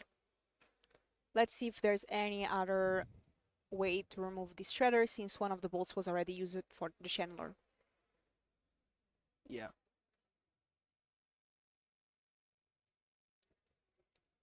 Okay. Tribal Flames. Gets rid of that Ledger Shredder. Another one. That's its brother. Tap land go. And this 5-color Zoo Captain in with a lot of removal, but at the same time, Adrian there with Chandler into Ledger Shredder into Ledger Shredder. Okay, taking damage. So let's see if we find maybe a shock here. Yeah. Now, this is not an open decklist event, but when you get on the top tables and you're winning and winning and winning, you're going to be eventually playing the people that you sit next to. So I would assume both of these players knew what they were playing against before they even started the match, which is why I would assume that these players kept both of these hands for a reason. I find it funny that the Murktide deck has a load of creatures against the deck full of removal, and the deck full of removal kept a hand full of removal. So, nice. Yeah, and not only that, it looks like by the name both of these players are Spanish. At least the names seem Spanish, so maybe they even know each other from... Because if you don't know, Spanish community is a very close community. They have a lot of players. If you never went to Spain to play Magic, you definitely should. The community is great. Mm. It has an expressive iteration. What is that alternate art card? Do you know? Which one? This one here. It looks like another expressive iteration. Right. That would make sense. Yeah. Yep. There it is. So this is a connive trigger from Ledger Shredder, Mm-hmm. drawing and discarding a card.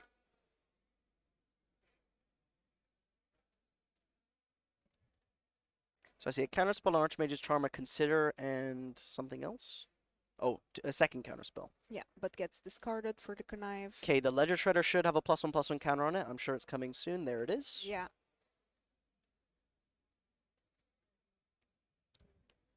So this Ledger Shredder now a 2/4, but this Draco is a 4/4. Yes.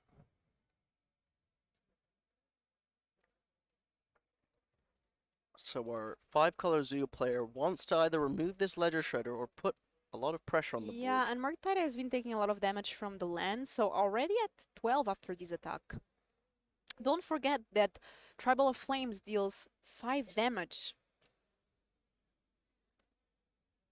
Sometimes this just kills you on the spot when you're not ready. So right now that's a 3/3, right? Yeah, the Walnut Coddle is a 3/3. That's a Consider. Insta keeps it on top. To be honest, I'm not sure how impressed I am by this card. Consider. No, the cat. Oh, Walnut Coddle. What Nakata, yeah. I'm not sure I've played this the main zoo before, not with this card, but Okay. Yeah, Walnut Coddle, I think it's just something that you need to play to apply pressure alongside Yeah. everything. It also gets Trample with the Sign of Draco, which ain't too bad. This Unholy Heat is getting Stubborn Denied. The players have bumped the table, so if the camera misaligns, we Yeah. will make sure that's oh, fixed. and there is the Oh. Murktide. Yep, that's the Murktide Regent. Apologize there for the shaking. Now, I wonder, you want to keep Delirium, because you want to keep Unholy Heat as a good threat. Ooh, that's interesting. So this, to me, implies that there's another Murktide in hand, because the way Murktide Regent works is that if you... the Murktide triggers for when instants and sorceries are exiled from the graveyard when it's on the battlefield. So if you have a second Murktide Regent, you can play that, exile all the instant sorceries in your graveyard, and it pumps the one on the table. Could also be because he's worried about just a removal spell. Yeah, like binding, Yeah. and we know that Garcia Guerrero has 4 of those mains, so definitely a big threat. Yeah. There's an argument to make it a 5/5, so that you can block the Sign of Draco profitably. But 4/4's good, 5/5's good. See what they do. Yeah, a good play there, and Flame of Tribal of Flame also destroys either his 4 or 5, so because it deals 5 damage.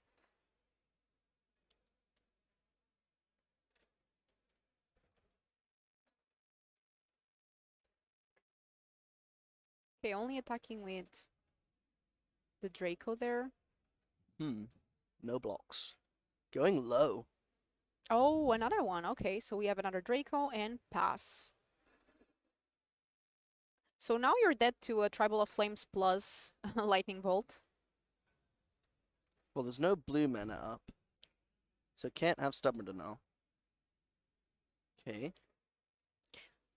But Guerrero also surprisingly low at 9, and Oh, here we go. Adrian is... This is what I was talking about. You made the first Yeah. Murktide very small, so the second Murktide makes it really big. Yeah. And you also get a Connive trigger. What's happening? Maybe doing... Oh, just okay, doing combat math. Yeah. Nice. Shuffling up, and looks like Adrian here gets the first game. Let's go see our player 1 sideboard and take a look at what we can do. So we are looking at 5-color zoo sideboard. What does it immediately draws your attention, Ari, here? Teferi Time Raveler seems pretty good against the deck with a load of counter spells. I think that there are arguments for things like Flusterstorm, Veil of Summer. Rest in peace. Yeah, Rest in Peace is nice. You've also got Haitsugu. Hopefully we are saying it right this time, but Yeah. But that one's a bit rough, and it's all down to how many Dragon Rage channelers the Murktide player playing. You know, there's a big disagreement between all Murktide players. Do I play 4 Ragavan, 4 Dragon Rage Channeler? Do I play 2 Channeler? So a lot of people debate on that card, and this Murktide deck is playing 4 Ragavan, 4 Channeler. So there is some value in destroying all the 1-drops, and maybe the treasures, and also exiling the graveyard with the second chapter, but maybe that's something that you only want to do on the play, but not on the draw. It's down to the Domain Zoo's player, down if they actually want to bring that in. But the saga is not good only to destroy the... Obviously, it's good to destroy the monkey, the chandler, but the second step is also really important, exiling the graves, right? It's also a benefit there, so... Yeah. And then the card attacks and exile, so that can be really good as well. Can we take a look at our other player's sideboard? Yeah. I think talking about what to cut, that Wild Nacatl really didn't do anything that game, did it? Now, obviously, Wild Nacatl is a decent card, but when you're playing in a matchup where every card matters, maybe that's something that you want to trim on. And maybe something like the Nishoba Brawler, for example, that's also not great. What do we have in the sideboard for a Murktide player? Blood Moon. And I think that's the card that you immediately look at. 2 Blood Moon sideboard. That card can do a lot of work. What else do you see that seems interesting, Ari? Subtlety seems pretty good against a deck with big bomb creatures, and that's looking to grind. You're looking to grind out the opponent, right? You want to cast your creatures, your removal spells. I wouldn't be surprised if Subtlety was an option. I think that you definitely want Blood Moon. Dress Down is definitely decent. Fury is decent as well. Fury kills Sign of Draco, which is a very relevant threat. You can't really get 2-for-1s unless they have like a Wild Nacatl and a Ragavan. And also like hardcasting the Fury isn't unrealistic too, so I think you want a good range of cards at the board. Yeah, and our players are shuffling in, going for game number 2. Now the main zoo is on the play. I think on the play this deck will be favored, but let's see, because Murktide had a great game number 1.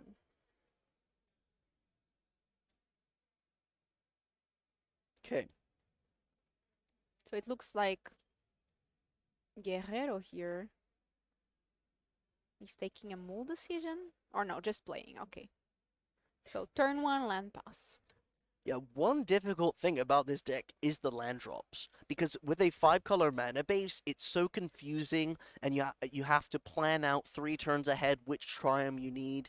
And while it may seem, somewhat easy because the triumphs help your mana base a lot, I think that, these turn 1, turn 2 decisions with the lands do matter.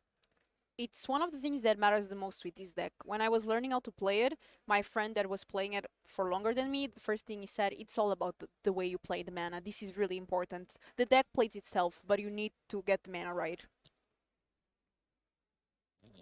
Taking some damage there. And we are shocking for Boros Shock, so Sacred Foundry there. Kavu maybe? It can be. Oh, sign of Yeah, Draco. that's good. Consider. I mean, turn 2 Draco has to feel really good. Because what ways does Adrian have to deal with this early on? He needs to get the Delirium going to be able to deal with this. Yeah. And Delirium isn't impossible to get on turn 2. Oh, I think I see Subtlety in hand. I think we might be considering in response to the Draco, maybe. Yeah, there's the Subtlety, like we talked about. The Draco is so powerful and it's so hard to remove sometimes that you need to slow it down by a turn. Interesting sideboarding here by the Murktide player. Also filling the grave. Dash Ragavan, stealing the Draco. Oh, nice. Wow, what an amazing heads-up play. Put the Draco on top, remove it from the top of the deck with a Ragavan, and make a treasure. What a surprise. It's Draco on top.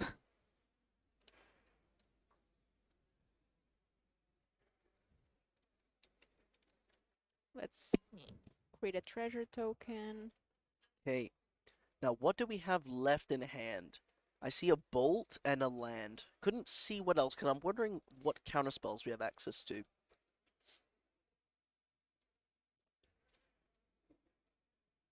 Really good here for Adrian. And if I thought Garcia had a great start with that Draco number 2, turn 2.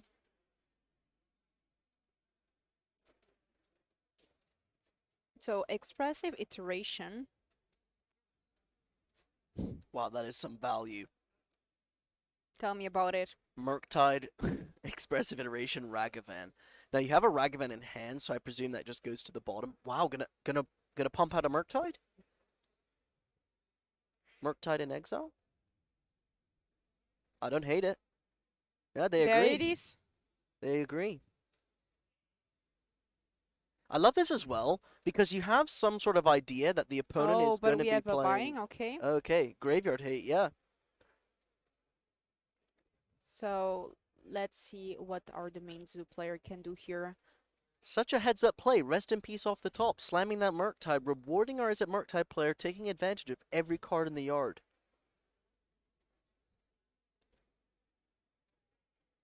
Really well played here by Adrian today. There is a reason why both of these players are 6-0. Yeah, you cannot go to one of these tournaments 6-0 and not know how to play your deck the best of your ability. So, although usually on rounds 1 and 2, sometimes we see some more debatable plays, let's say. Here we can see that even the plays that look a bit weird end up paying off.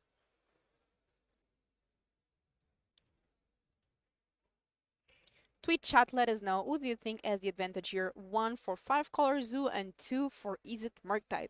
Who do you think has the advantage? Okay, Yuck. bolting the monkey.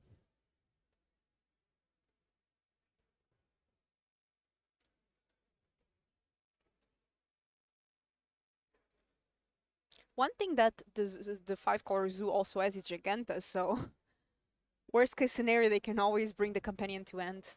Yep. Ooh, people are predicting a Zoo comeback.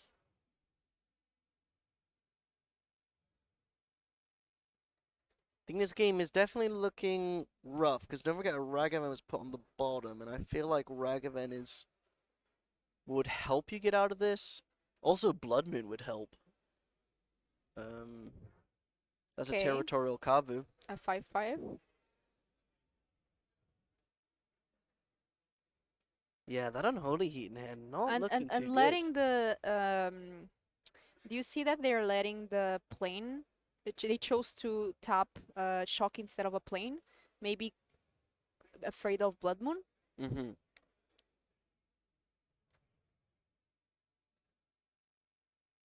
But also now Stubborn Denial is just Counterspell. Is that Dress Down? Yeah, Dress Down kills the territorial Kavu, right? Mm-hmm. So I'm surprised that they did it now and not the upkeep. I guess you're drawing for maybe a Ragavan or something. That would make sense.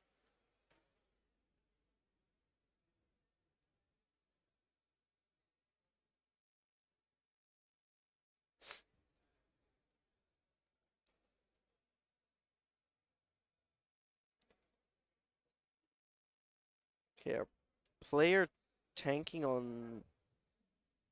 Oh, we Oh, got a wow. dash the monkey.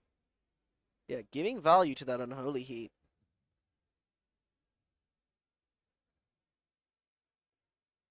Not bad at all. Now, the way the Kavu trigger is worded, you have to discard a card to draw a card, and you can exile a card from the graveyard, but there's no targets, so trigger doesn't really do anything. This is just an attack for 5. Gigantha goes to hand. And that it is the value of having a companion. It's not that often that you use it, but when you're in a situation like this, a 5/5 is not bad.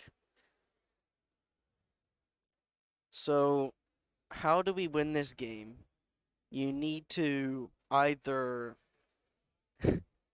like Ragavan dash and cast a Leyline's Binding off the top of the opponent's deck. That's a possible line. You know why I really like Giganta in this deck? Because if your opponent casts Blood Moon, right, you can still cast the Giganta, and then Giganta gives you mana to cast your other spells, right? True. So it works really well in this deck, Ooh. actually. Ledger Shredder, Shredder, go.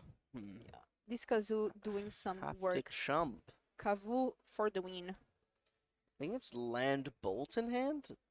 So now this is a 5/5 first strike trampler. Every time that it attacks, you either discard draw or you exile a card Yes. from a grave. So Okay. okay, discarding the land, getting some value. Oh, bolt off the top. That's just lethal, right?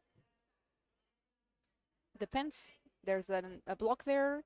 It has first strike and trampler, so some damage passes. But now it's the bolt. Yeah. Yeah. It's Our 5-color zoo player taking game 2, like Twitch chat predicted. But now we have the interesting part of how does this game go when Murktide's in the play, and they get to act first. I think that it's rough for Murktide, right? 4 Stubborn Denial, 2 Rest in Peace, multiple ways to interact with their big bombs, and the Sign of Draco.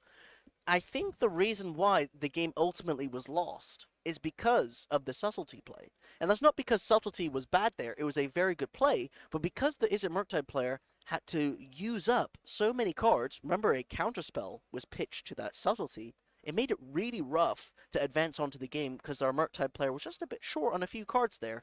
Like that Ledger Shredder at the end, there was no spell to really cast to trigger Connive, which is relevant, and things like that. So subtlety was definitely great there, but going down a card really did hurt.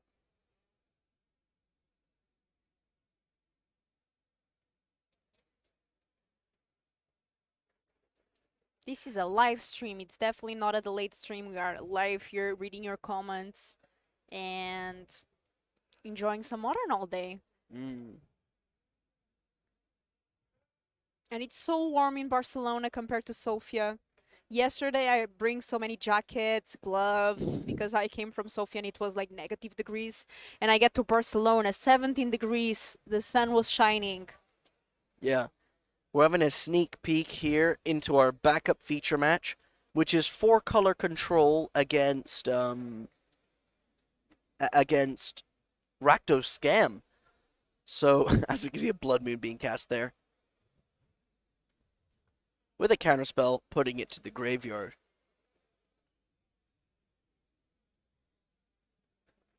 And I feel like there's some times in Modern that people prefer to play with Magus of the Moon. Now I feel like people are playing more with Blood Moon.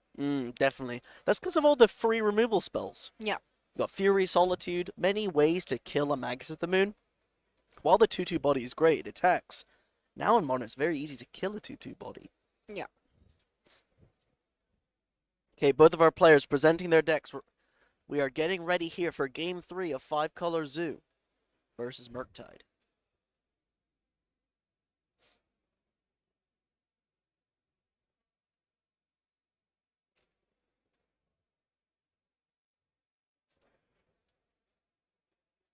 And let's see if our players decide to keep or mold their hands. Adrian is the first one to decide. Okay, they both keep and... Ooh, turn 1 monkey.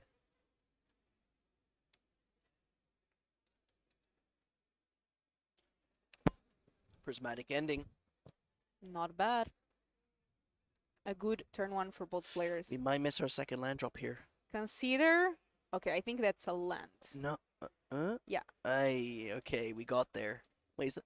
I think they didn't play a bauble, and that's because they have a ledger shredder, so they want to be conniving next turn.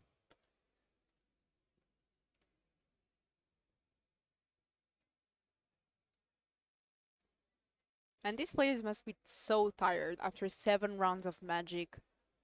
They've been playing since 9 a.m. Yeah.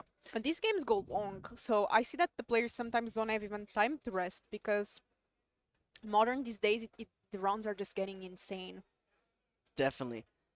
Don't forget, though, the winner of this game is guaranteed locked for day 2. That's a rest in peace. That's what you want to see if you are the 5-color zoo. Oh, Blood Moon off the top, but we're going to have the Ledger Shredder here and Mishra's Bauble to connive because we do not have a third land. Oh, and that's not a third land. It's exiled, right? Because of rest in peace? Yep. Yeah. Okay. Ooh, basic island off the top. Very nice for this Blood Moon. We want to put as much pressure as we can on the table. Especially Brazen Borrower helps. We have a binding Ooh. and no third land. Do you and just now slam Blood Moon? I think you would just slam Blood yeah, Moon. Here I we go. think- So now Garcia Guerrero has 2 lands, so he didn't play his third land and he only has red. That helps. Dash Ragavan to make a treasure. Getting Okay. Everyone's saying GG. It's not over yet. that monkey.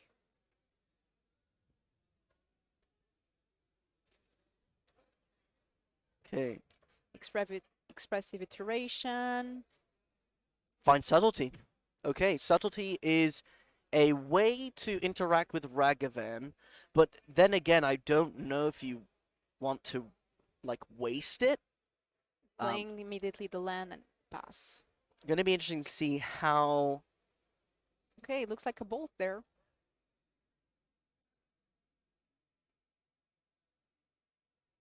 Yeah, I wonder what the plan is, because that treasure token represents a lot. So... Let's see. Oh, wow, okay. Just go for the Kavu. Yeah, but that's a 1/1. Another Blood Moon off the top. Not too much use.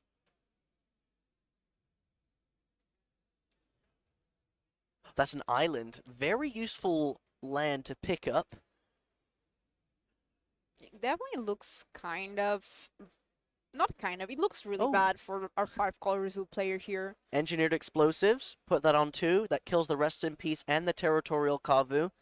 I don't think you necessarily want to show it to them now. And you've got a Fury. I guess that makes life... I guess you could just play the E on 1 then. I cannot think of an out for this zoo player, to be honest. Just saying go, so you can bounce the Leyline's Binding and block the Territorial Kavu or the Ragavan, which I don't hate. The Kavu has the ability of discarding drawing, so that's good, trying to find some answers. Yeah, but we're gonna bounce the Leyline Spine. But Oh, not finding okay. a third land, really punishing there. Wait, okay. Not doing anything, Yeah, no land, so but they didn't bounce the Leyline's Binding. Bolt. bolt. Maybe I'm missing something? I don't know. Okay, There's a land now, I think. Yeah. I mean, you can put Gigantha to hand and work towards that. Pretty slow. You have the Ragavan. But I think at this point, that's your way to coming back of the game, being able to... That's not bad, but subtlety.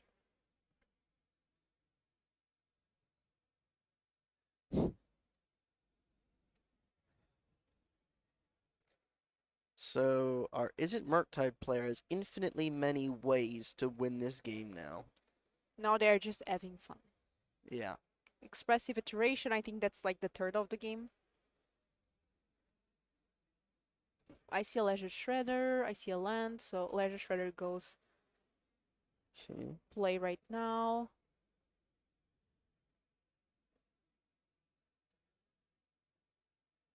So I think we can all safely say that the result of this match is clear. We're going to move to table 2 now to see what the other players are doing because let's be real, it's so unlikely for a 5-color player to win that we're going to actually just watch a match that probably has more interaction. So this is 4-color control versus Rakdos Scam. We're in game 3. The winner of this match also locked for day 2 because don't forget, 7 wins gets you that nice spot. Kahera in end for our 4-color control player. Look at these lands. To me, they don't look like islands. It's confusing. They are pretty, but they're confusing. Yeah.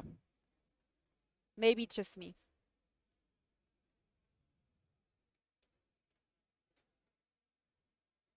And what do you think of this Scum deck? I haven't seen it played that much, but it looks like it's well represented here in the field. Giving all the Solitudes +1/+1 in Vigilance. Not bad. Can't really attack though because that Turak has protection from white. So now both players are kind of staring at each other because if the Turak attacks, oh, that's a Fury.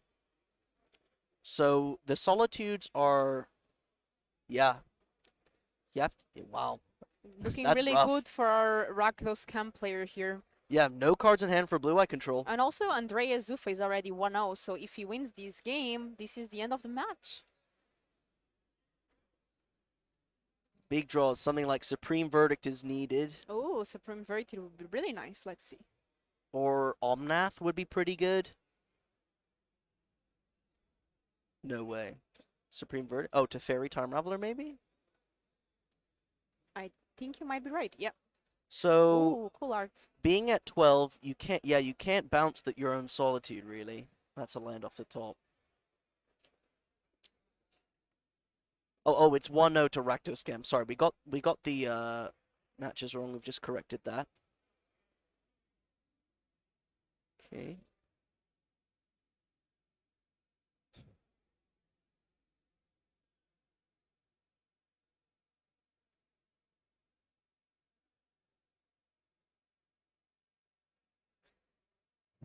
I mean, I would assume you just attack with the Fury and the Turok unless you have a something in hand. Maybe they have Seasoned Pyromancer. I'm wondering why they're fetching, but this is looking also rough in this match. I wonder what is that counter spell with the dice on it. So that's from Dothy Voidwalker. Oh, okay. Dothy Voidwalker puts void counters on things that go to the graveyard and they get exiled instead. But yeah, this Blood Moon probably locks up the game.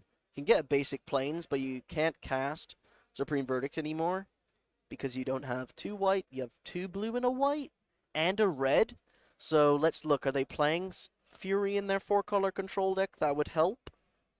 A Fury would be nice, so we can see here. Because you can cast Fury with Blood Moon on the table. This is post sideboard, so is there anything on the sideboard? No. Nope. No Furies. There's Supreme Verdict, that's the only thing, but...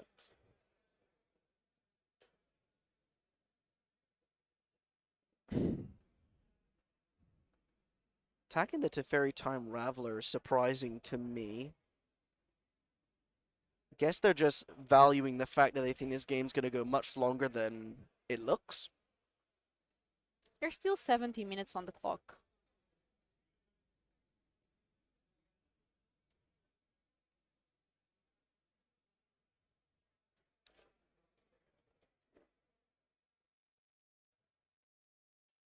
So, I mean, unless you drew something, it's clean cut. You attack with the Fury and the Turok. If you attack with the token and they block the token, they go to 10. Oh, Dothy. Okay. Yeah, I assume you just attack with the 2 big ones. Block the Fury, take 3. Or is the... Wait, how big is the Turok? Yeah, it's... Oh, no, it's not 3, it's 5? 5, so Yeah. I think Jesus here going down to 2. That's the extension of the hand. Rakdos Scam locking up a spot on day 2 for our other table. Is it Murktide beating 5-color Domain Zoo?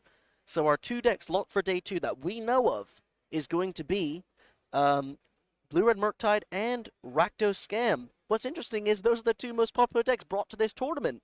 Twitch chat, why don't you quickly let us know what deck would you bring to this event if you wanted to day 2? Let us know the archetype you were going to be playing. That is going to be the end of this round, though. Fun thing though, I see chat commenting funny things about how much foil deck costs. You know what is free, Ari?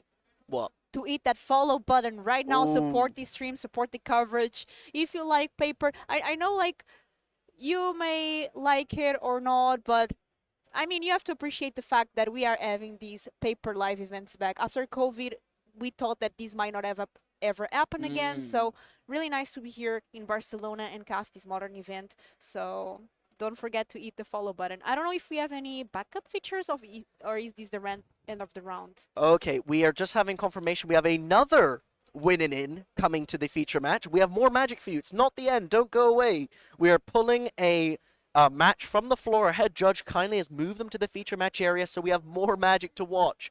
Please hang with us, though. They're setting up right now. Man, the head judges of these events are freaking sick, man. Can we have a heart in the chat to appreciate the judges? Every round, they're looking for extra matches to bring up on the feature match. I don't even think the Pro Tour did that. When the Pro Tour ran out of magic, that was it. No, we're pulling matches in. So, our judges are amazing. Also, big shout out to our technical team. They are amazing. Working really hard to make everything work smoothly. yeah. Who won? Zoo or Tide? I mean, if I would bet, I would say Murktide, but maybe we can try to get a confirmation. Yeah, it was Murktide. It was Murktide because of Blood Moon. Pretty clear there.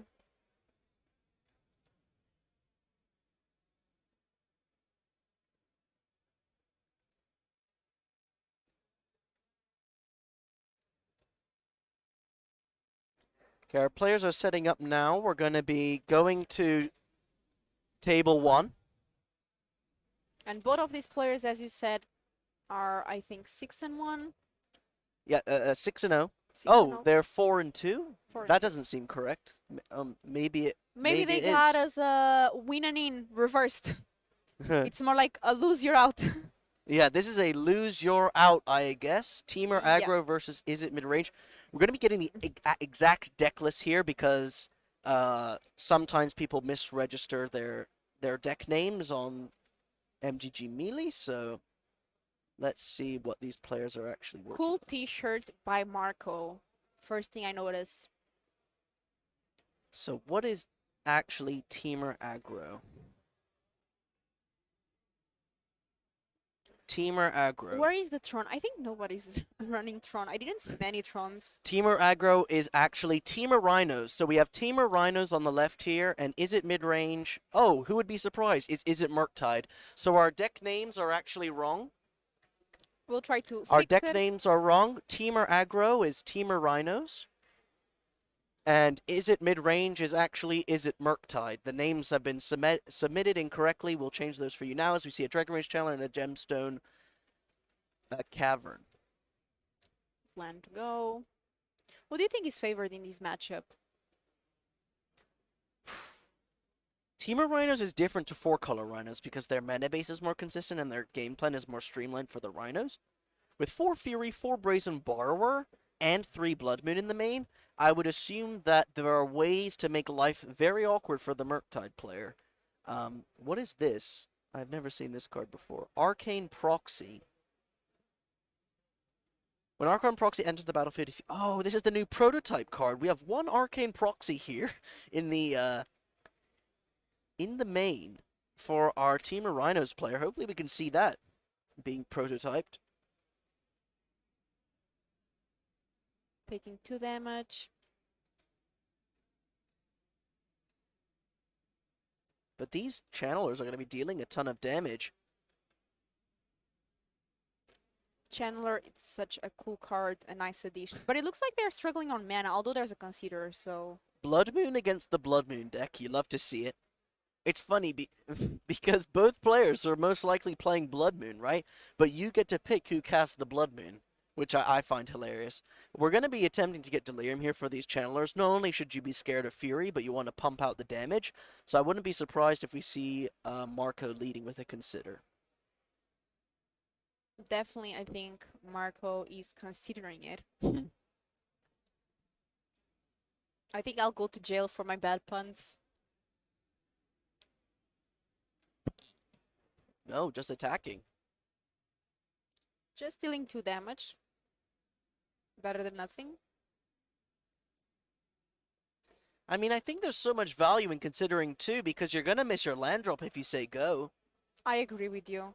I mean, what is Marco afraid of? Instant speed rhinos, but we know about the Flusterstorm. So I'm interested in what they're scared of. Okay, but they are considering now. I hope this is in combat. I would assume it's in combat, but I would have done it main phase. So this is the 2 surveils from the Dragon Rage Channelers. I would assume you're 100% to bin them, unless there's something so insane on top, or maybe a land. I think it's a land, right? But I think you still want to bin as much as possible. It depends on the CMC of the rest of your hand. Oh, they... Okay. Okay, just keeps everything. Makes sense if you just want the land. And it was on combat, as you said, so that makes much more sense. Land go. And there it is, the Violet Art Burst, and of turn, going to cascade to Rhinos. So we know how this deck works. We cascade, the only thing that we can find is Rhinos. We make 2 tokens. Yeah, but we're playing as a blue deck, Filipa. Nothing resolves against a blue deck, as every casual FNM player says. So this is going to be countered.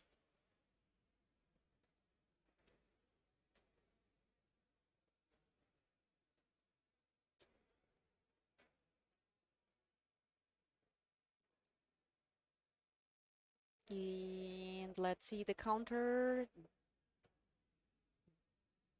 Fluster. Double Surveil. And also a Storm Trigger. Yeah, important not to forget about these Yeah. surveil triggers. So we only need one more type because we have Sorcery, Instant, and Land. So you're looking to bin a creature, maybe bin a Mishra's Bauble. I would assume that these channelers should 100% bin the card. I don't like being, being too conservative when you have 2 channelers on the table. Leaving a card on the top really does slow down how fast your graveyard gets filled up. I mean, if you don't have a Murktide and you really like the top card, it makes sense, but topping twice has been rough, right? We've lost value from a Consider, a Surveil, and now another Surveil. So this graveyard could have been way thicker than it is right now. As well as something like a Fury here would be potentially a big blowout. Okay, let's go. Shardless Agent. What do we have? Just resolves? Oh, it's going to resolve only Mystical Dispute in hand to counter a Rhino, to counter a spell, and obviously Mystical Dispute for 1 mana doesn't work on the Rhinos. You can counter the Shardless Agent. But yeah, the Cascade. that you cannot counter the Rhinos Exactly, here. so... Some interesting cards we saw there. Leyline of the Voids and Clothis. I like Claudius a lot. I don't Wait. see it play too much, but... Are there no Rhinos left? Oh, No, okay. there it is. I was about to say.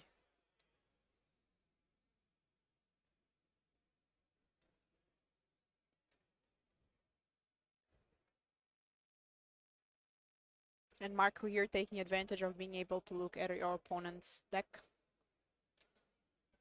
Yeah. The more cards that are exiled with the Cascade, the more information you're giving to your opponent. Mm-hmm. Although this is post sideboard, so at this point they pretty much know what your opponent is running. Yeah. Now, I would assume you Mystical Dispute the Shardless Agent. Well, I don't know, because this goes back to the fundamentals of Dragon Rage Chandler. Unless there's something like an engineered explosives off the top of the deck, because we know that there are 2 in this Murktide list, we've lost a lot of value from maybe, let's say, digging for a Murktide region. Yeah. So I don't know if you want to fire off this dispute, because you could be worried about cards like Force of Negation from the Rhinos player. So it's down to how much you value a 2/2, and if you think you can bin the top 2 cards now because the information's changed, it's a close one. It's a close one. Definitely a close call here for Marco, and he's taking his time to decide. And oh, okay. There's actually a Ledger Shredder in hand as well, so I really wonder what that. The only card I would assume is left on top is either Flusterstorm or Engineered Explosives. I wonder what else could be on top.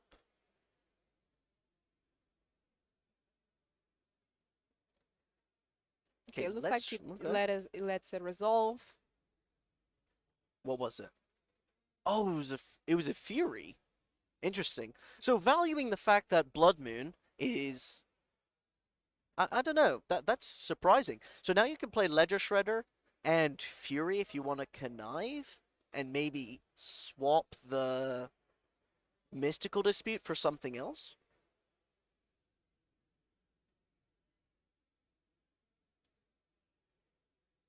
Five minutes left on the clock.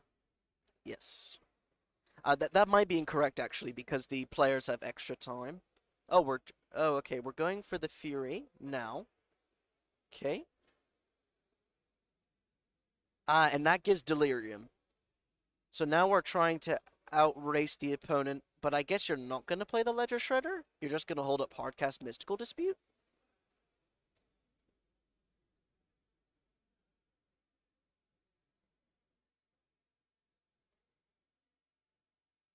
And Magdaleno at 9 now. Okay, I don't hate this line.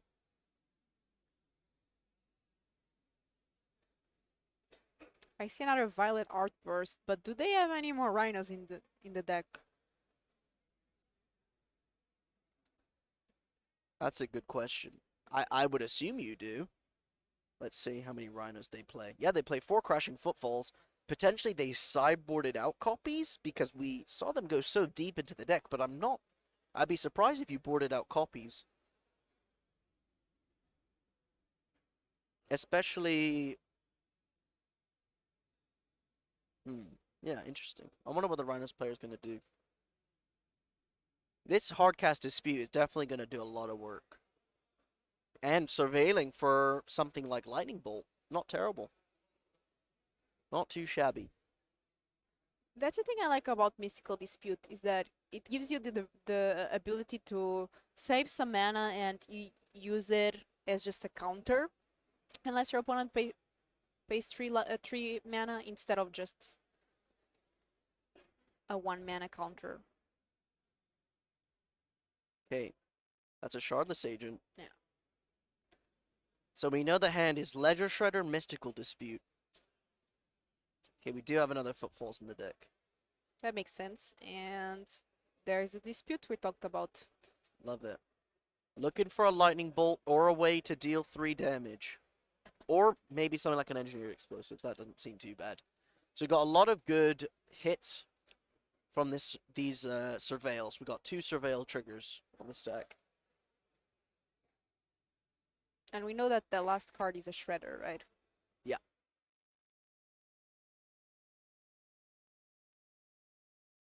Keeps again. Every Dragon Rage Chandler trigger's kept it on top. Wonder what it is. He's being fast, so maybe it's a Bolt. Is that an Auto Aura? No. I can't quite see. I don't know. Is it a Murktide? Shredder? Okay. Was it a Flusterstorm? Maybe. I actually It's have no a blue clue. card, but Yeah.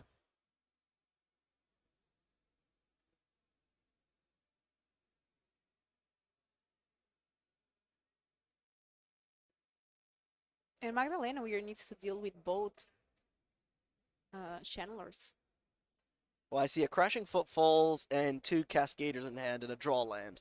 So you can draw... What can you draw into? You can't draw into Fire Ice because there are 2 lethal threats in the air. Doesn't have Endurance in the deck and obviously doesn't have mana for it. Brazen Borrower, same logic, doesn't work. So I think there are no outs here. And that's it. It's game over.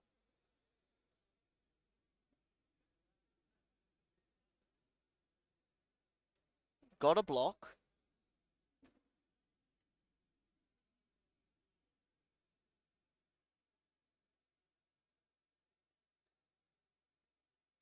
Okay. Yeah, Ah. love it. Absorb as much damage as you can. He's thinking about it though. Okay.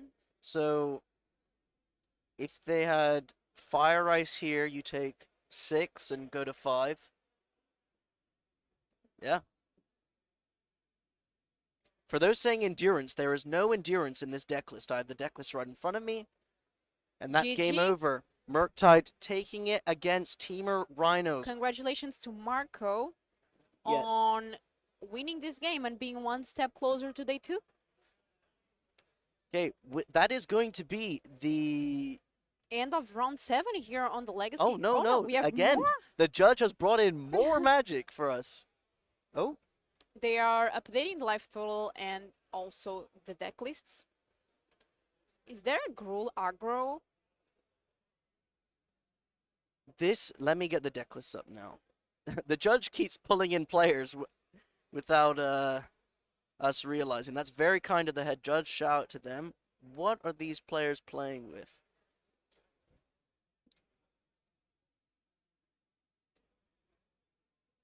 So, Gruul aggro. Okay, so Gruul aggro, our player on the left, Mateos, actually didn't submit a online deck list. They submitted paper deck list, so we do not have access to their list. But we do have access to the Gruul aggro deck, and it's really interesting. It's Gruul Urza Saga with Ren and 6 Channelers, Ragavan, Tarmogoyfs, Haywire Might, Yeah. Experimental And it Synthesizer. looks like Rhinos on the other side. Yeah, it looks like some sort of Rhinos deck. Life total, we see if they are correct. Our Rhinos player is at 11 and our Gruul player is at 9. Urza Saga going 1 to 2, the other 1 to 3.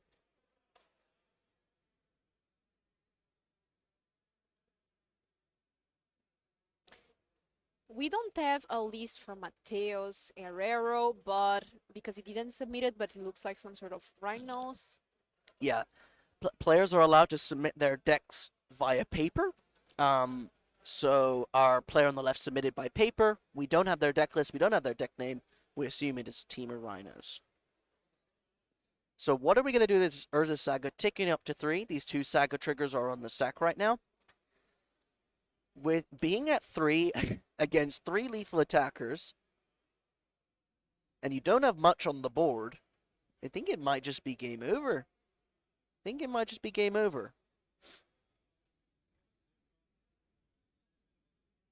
They got 11 minutes. We just got the information. Don't forget these players that are feature match. They have some extra time compared to other players because it takes time to get on the feature match, wait for us to start the stream, etc. So they still have 11 minutes. Okay, that's a mana being floated as the trigger resolves.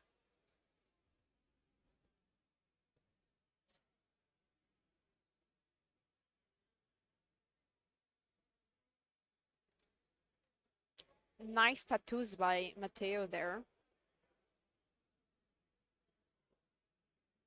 Haywire Might. Okay. Yeah, one of the new cards, I think. So this, when it dies, you gain 2 life, and you can sacrifice it to exile target artifact or enchantment for 1 green mana. Makes some sense.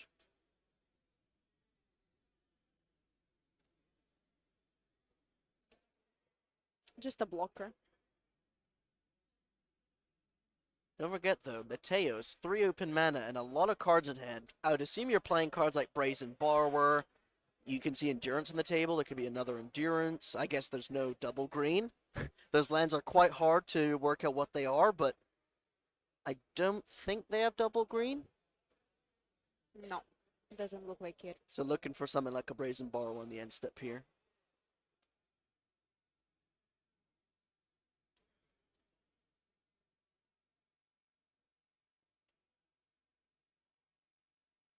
A lot of decisions here by Jonas. Don't forget, if these players lose, they're out of the tournament, right? Or out of day 2.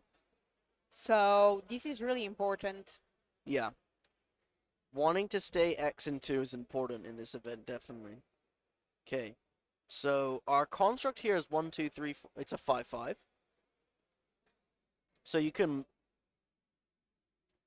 block a Rhino, block the Endurance with the Haywire Might, sack the Haywire Might to do whatever. You gain 2 life because the Haywire Might gains 2 life when it dies, and you just about hang on. Oh, is that Galvanic Blast in hand? That might be a Galvanic Blast. Do they have Galvanic Blast in their deck? Yes, they have 4. Galvanic Blast kills a Rhino.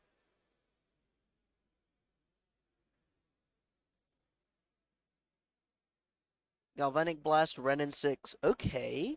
This game could change.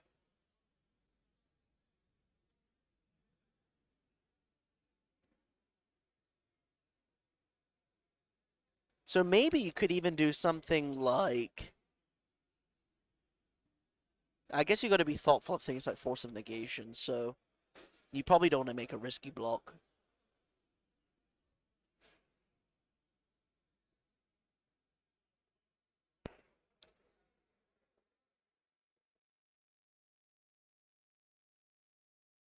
What a game here with both players being so low on life. Oh, That's Otawara. Otawara. Wow, bouncing the construct, the way trample works is... This is 8 trample going over now. Looks like enough to me, unless Jonas has something in response. Looks like game.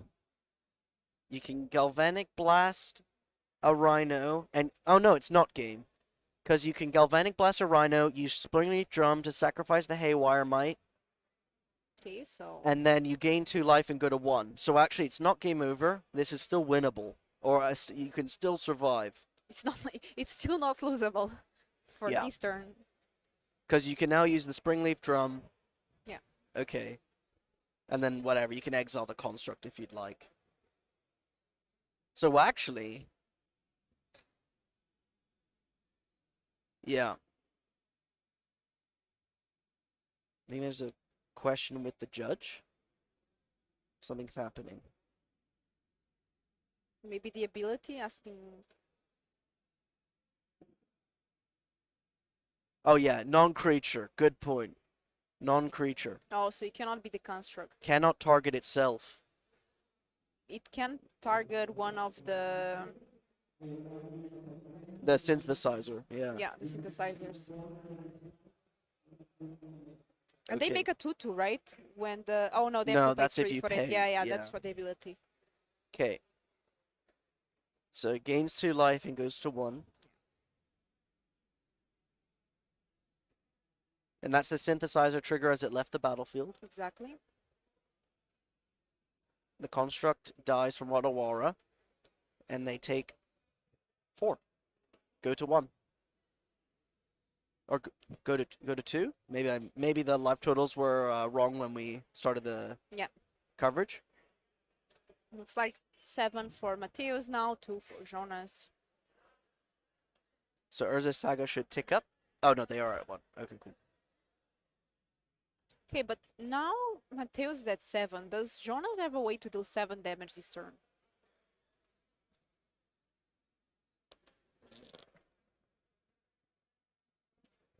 Bolt Galvanic Blast works. Okay, Urza Saga is going to get something.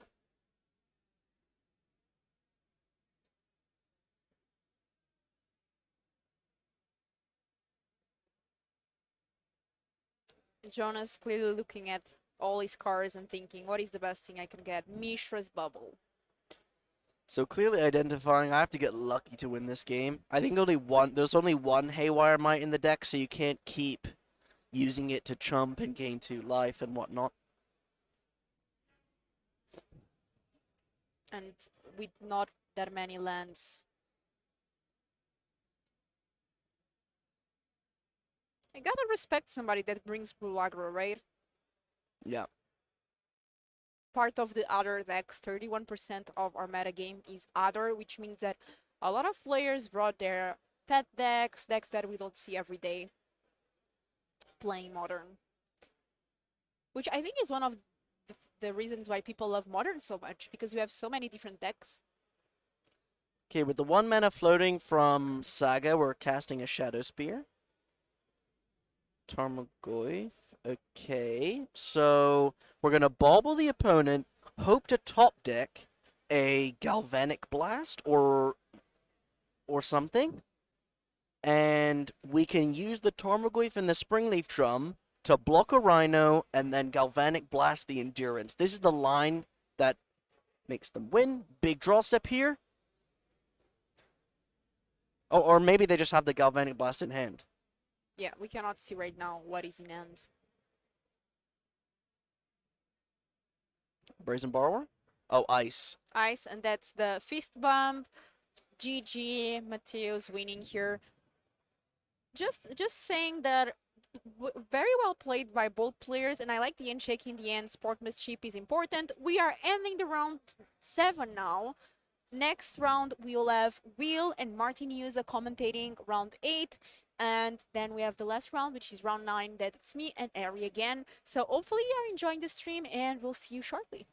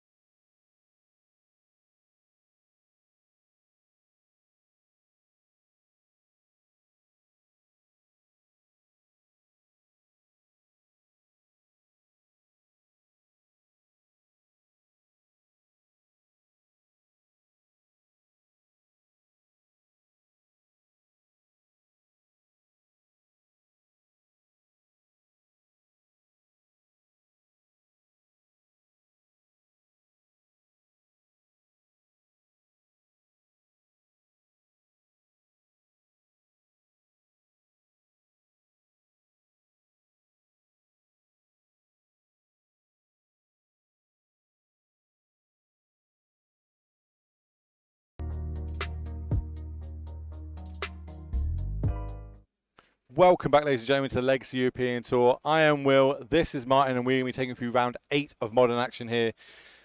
What 2 beautiful decks are we going to see this week? We've got something spicy, and I want you to tell everybody at home, what spicy deck are we going to see now? We have one unfair deck that is going to be the Living End combo, playing against some good old honest magic in form of Jeskai Stoneblade. Jeskai Stoneblade is X and 1 chat. We managed to find it for you, and we've got that as our main feature match this round for you all.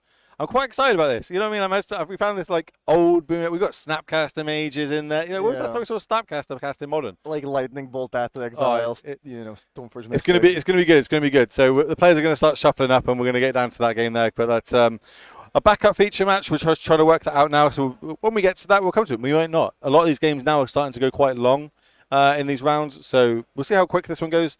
Stoneblade versus Living End. Living End can be quite a quick deck, but you know, if we've got some maybe we've got some mana leaks going on. Yeah, blue maybe. has some decent counter magic, Yeah. And there's probably gonna be some maybe flash threat, something like Brazen Borrower, I can imagine.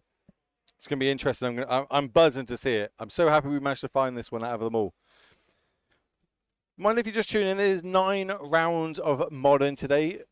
Over 500 players turned up to play in Barcelona to play Modern this weekend at the Legacy European Tour. And they're all battling it out to try and get a 7-2 record. All 21 points. Well, I suppose that makes 21 points. 21 points. Or six or wins and top 3 draws. or top 64 will get them into day 2, and that's where they'll be battling it out. They're going to be playing for, if they can manage to make the top 8, they get free flights and accommodation to our finals in Napoli. We just had our last finals in Sofia. But these players now are battling it out at 6-1. So they've already made day 2 if they win this. This is like a winning in for them, right? If they lose this, yeah, cool, they've got one more winning in, but realistically, winning this gets them invited back tomorrow to play more Modern action. The way I look at it, when I'm like, 6-1, when 7-2 has to be the record for day 2, I'm like thinking, well, I just have to not go 0-2, right?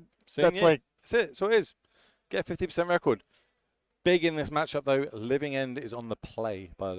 So I'm looking at the Jeskai Stoneblade list, and there's no flash threats. I thought maybe something like a Brazen Borer, but there is a Rugavon, obviously, because these days you have to play the busted one Snapcast drop. is a flash threat. Come yeah. on. Oh, right. Come on. Yeah, right. But nothing like a No. Vendilion Click, that just doesn't cut it anymore. But yeah, we have Rugavon, Snapcaster Mage, Stoneforge Mystic, obviously, for the 12 creature package. There's a Teferi Time Reveler. What sort of swords are we using? We're using a Batterskull, Mhm. a Cauldra Complete, and the Sword of Fire and Ice, which makes sense because there's probably a lot more Lightning Bolts here than Path to Exiles or something like that. We do see in the turn that on the end of the Jeskai players' turn that we did have a cycle there, managed to put one more creature in the graveyard as they're now fetching before they want to take their turn 2. Steam Vents is coming in. Looks like untapped.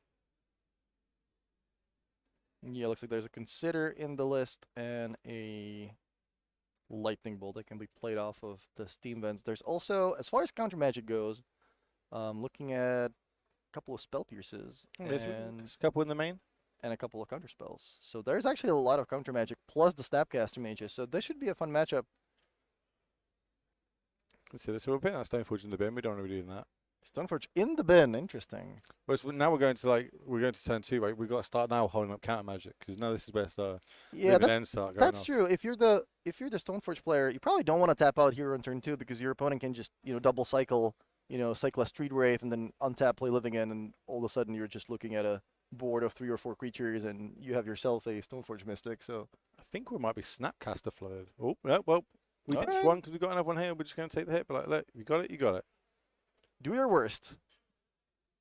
Thing is, they always have it. Though, What's the worst that can happen? What's Right? the worst? You're going to get back a 4/4 flyer. Oh no, that's not too scary. Yeah, I mean, I suppose if you don't have a counterspell, you just have to tap out and hope for the best. So That is a promo Batterskull. Full art one. all right, Back in the days of fair magic where Stoneforge used to just get Batterskull, that was it. No hammers or cauldras. That's going to go to hand. And I'm going to go out on a limb here and say we're probably going to start cycling something at the end of turn. Yeah, if I'm the Living End player, I'm pretty stoked. They're cycling before cracking the fetch land, which usually signals not having a third land. But that was a Living End off the top.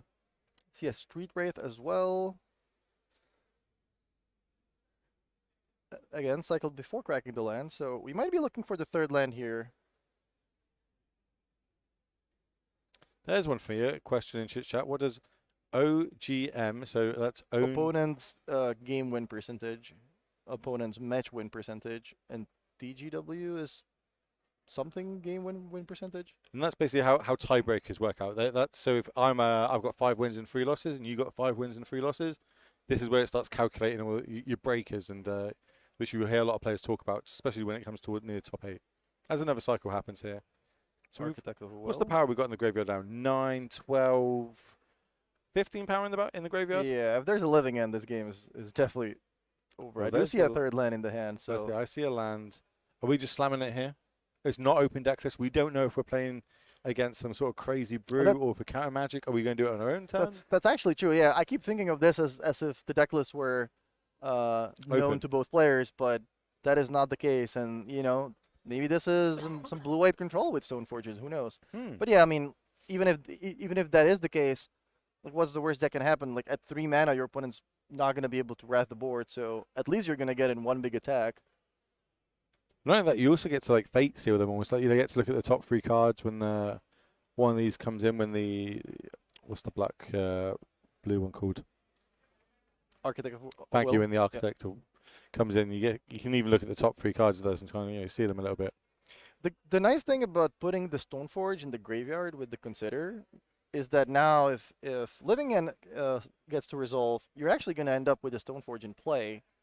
Plus, you're going to get one more artifact, and you're going to be the first person who gets to untap with the creature, so you can do some nice tricks next turn before your opponent gets to attack.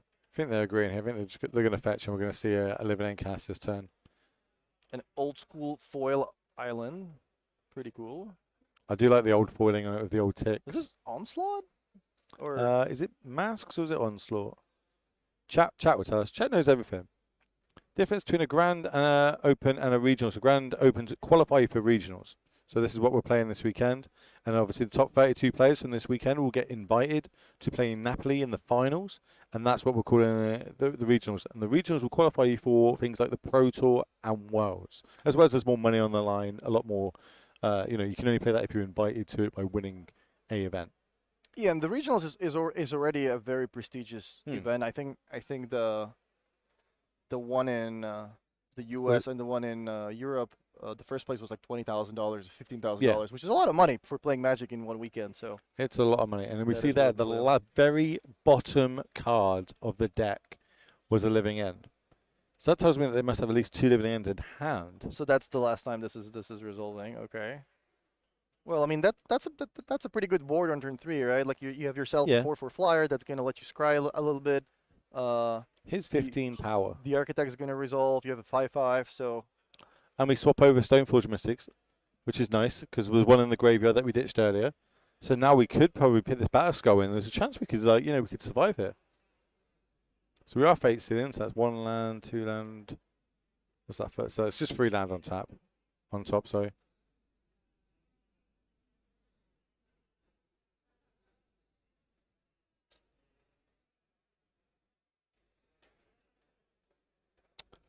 So it doesn't look like they actually, because the second Stoneforge came into play, it doesn't look like they actually chose to go search the deck for another equipment.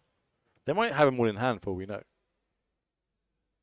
I think that's a Coldra I can see in there. So we need, I think, Coldra and Battle Skull, and there's a chance there's a sword in there, right? Yeah, I mean, you can choose not to use the trigger if you have the equipments in your hand. And now here comes all the math, right? So you've got a stone. We know about the Battle Skull, right? We know about that one. Why is Stoneforge in play? There's a Stoneforge in play because there was a Consider cast on turn 1, which put a Stoneforge in the graveyard. So what the Living End did for the opponent was basically just replace the one in play with the one in the graveyard. Living End is worded like that you sacrifice or exile your creatures in play, right? You don't destroy them or anything like that. So yeah, it gets set aside, and then you exchange the zones or like something along those lines. Oh. Okay, so we didn't know about the Coldra. The Coldra comes to play, and this will be able to get rid of that big 5/5 of Hex on the other side. There you go. Block this. I believe it has first strike. But at this point, like you have to realize it's coming, right? If the opponent chose not to search with the Stoneforge, I mean, if they're playing this deck, they will probably know how their deck works, and that their trigger, it's what you're looking for when you cast the Stoneforge. It's like, oh yeah, what am I gonna get? Nobody forgets to search for the equipment, so at that point, you must realize the opponent is probably holding all 3 of these equipments. But if that living end was the bottom card, yeah, there's 2 living ends in hand. They only play 3 in the main. Yeah, it's not a If we great could- situation. But like, yeah, at the same time, you know, maybe you just have to try it. You just have to hope that your opponents. I guess they can't even really be bluffing because if you don't have it, you just No. find it. So Because all the information on the table, they literally saw them cascade through the whole deck as well. So they know they're not playing any more living ends. You can't hard cast living right, ends. you this actually deck. see all the cards. So you can Yeah. basically piece together what your opponent has in hand if you are, one of the players that just plays modern all day, every day, and you know the deck lists like inside out. Because as you said, they don't have exact deck lists, but I mean most of the time, a lot of these cards are usually 4-off. So there's going to be 4 violent outbursts. As you said, there's So- going to be 3. Chat asking, does a Keldra exile? It only exiles if it doesn't kill the creature. Because it does 5 points of damage and kills the creature still dies. If it did something like 4 points of damage and the creature didn't die, it would then be exiled. It's very, very weird, tricky wording on the card. But that's why we're here, chat. That's why we're here. We're together enjoying modern action. If you've got any questions, make sure you do ask them. As we see the Cauldron get turned sideways now. We're getting aggressive. Yeah, I mean you have a better skill. About to say, hand, yeah, but right? no, the battle's got that's fine. This went from like, okay, this is a bad turn, bad game for him, and to I think they might actually end up taking this down. If they had an advantage, but I'd be slightly to the right now. I think there is a the blue Otawara in hand, but I don't think there's a 4th land. No legendaries on the battlefield to reduce that. Okay, so it looks like we're going to grief. So here's a living end. Grief, I would like to see what's in your hand, please. And here comes the Batter Skull. There we go. Get another germ token. Now this is interesting. So I feel like I've got a lightning bolt plus multiple snapcasters in hand, plus these creatures in the battlefield. I don't hate just bolting face it, but then I think on the other side there's a force of negation. So we'll see how this plans out for both these players. And it does look like we're going to have a lightning bolt upstairs, and we're just letting that resolve. Okay, cool. Take that, drop down to 6. Who's to beat down now? Yes, so that is a prismatic ending. Yeah, the other sword, the other target was in the Yeah, hand, so that's why they didn't search for the Stoneforge. Double Snapcaster. Yeah, who would have thought? Like when I first saw, the 15 power Oh, coming back from the graveyard and the yeah. board getting wrapped up, we were like, oh, yeah, fine. all the cards getting cycled, you're thinking, yeah, I mean this can't go wrong, right? And turns out all you need to beat 15 power of creatures is just 1 Stoneforge Mystic. And this is maybe where the experience just comes in as well, like putting that Stoneforge in the graveyard. That is already a really good plan. Just being like, yeah, if you resolve a living end, I'm gonna have a Stoneforge Mystic that's gonna be active next turn. So that's a pretty big deal. I think we got a little lucky that, obviously we then ended up drawing 2 of them, but that happens with living end. You draw so many cards through cycling, inevitably you will end up drawing some of your living ends. But this is where we watch Magic, right? This is why every single person who's watching the stream right now is for games like this, seeing how these interactions happen, learning things. Some people didn't know about how the Cauldron works. Everyone's here enjoying Magic and just watching, well, Jeskai Stoneblade Yeah, do Jeskai Stoneblade things, and it's going well. depending on exactly like what the living end lists runs, if you're playing something like the creativity combo and you're on the draw, maybe just drawing your card and not playing a land and discarding your Archon Yeah, it is is. just the way to go, because at least you're guaranteed to have one when the living end resolves. Are they playing any burn spells besides the lightning bolts? Is there any helixes in this list? Let me see. I believe there's only 4 bolts, and then it's 4 counter spells, 2 spell pierce. There's 4 consider. Yeah, it's the only. That's the only. That's the burn. only burn. Okay. There's expressive iteration. There's prismatic ending, but as far as burn goes, there's only lightning bolt. I wonder what the most played card is in the tournament. I think lightning bolt would be a good guess. There's a lot of Murktide decks. Even if you're not playing Murktide yourself, if Yeah, you're but playing red, you just want to be on Gam lightning and bolt. Murktide being the top 2 decks, I'd imagine lightning bolt's Mm. probably probably up there.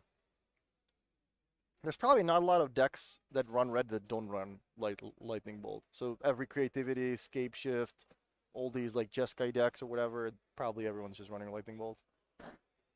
It's a good card. and you get to play different arts. What are your lightning bolt arts of choice? I would just go with the old one. What, just betas? Yeah, beta is like hard to get, but like the foreign black bordered ones from like fourth or fifth edition or whatever that is. You would love my lightning bolts. They're pretty cool. I just upgraded my lightning bolts to the Street Fighter Secret Lair ones, which is a Hadouken. Okay, okay. That would throw you right off. So, how are we going to go about this? There's a lot of power on the other side of the battlefield. We're at 6 apiece, but now we do have the Battle Skull. We don't have the 5th mana yet to equip this Battle Skull across. But we do have it Snapcaster Bolt. We also have it a Fairy. Oh, okay. Yeah, when you see this, you're thinking, well, this probably is not a great matchup for the Living End player, right? Like, all it took was one Stoneforge Mystic. And now, if you see at the cards, you also see the Fairy, which just stops you from resolving Living End. You also see all the counter spells, like Spell Pierce is a brutal card to have because it's 1 mana to deal with your combo. And then now there's that Force Negation coming in. So I think we're coming in with both. So this is 9, so this is a lethal attack. We do have to start blocking.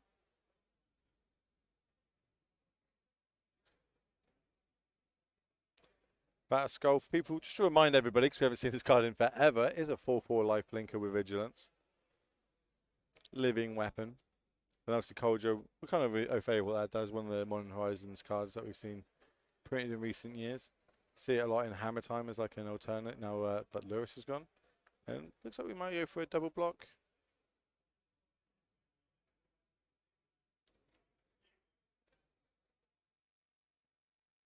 So we could double block these, go to 1. Is there any way that we can win? 6 is an awkward life total, awkward from this this spot here. They don't play Reach in Living End. The only thing they've got is maybe an Outburst that can give it +1/+0.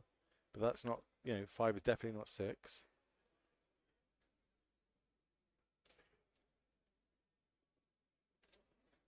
But we're making this block awkward for them.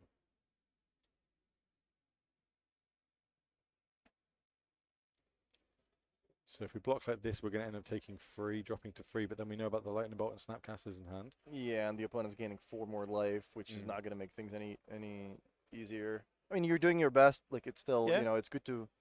It's just like, if there's another Living End left in the deck, I'd still think they're in a good spot. But because we know that there's no more left in the deck, we can commit to the board. We know that everything's not getting raft. And that looks like a load of damage is going to happen. They're going to get dropped down to 3. They're going to go up to 10. So Battle Skull can also, for 5 mana, it can be re-equipped to something else, and for 3 mana, it can just return it back to your hand, at which point you can also just use the Stoneforge again to put it back into play. Yeah, So- just good old honest Magic. Just, putting some equipment in play, moving them around. That was the first off the top, but that gives us the Aurora in hand as a way to get damage through. So we can attack here. At least I thought it was an Otavara. I'm not 100% No, sure. no, it is. Yeah? It's not turn it 1. Yeah. And we're leaving back a blocker here, right? Because if we hit a 5th land, we can just equip the Battle Skull to a 2nd threat, and then you're going to bounce one of them, you lose to the other. But then we know about Snapcaster Bolt. So now on the other side, on Paulo's side, we're thinking about Force Negation. But now we've just shown them that there's only 1 card left in our hand, so it can't be a Force. Now you just know it's probably... And there's a Spell Pierce in hand by the looks of it. Snap. Good old Snappy. Target Bolt. Target you. And that is it for game 1. Stoneblade manages to take it down. You gotta make them do it. Like I know what everyone wants. I know everyone wants to see this deck list. Let's see if we can get this up on the screen for everybody. Show everybody what is happening this weekend.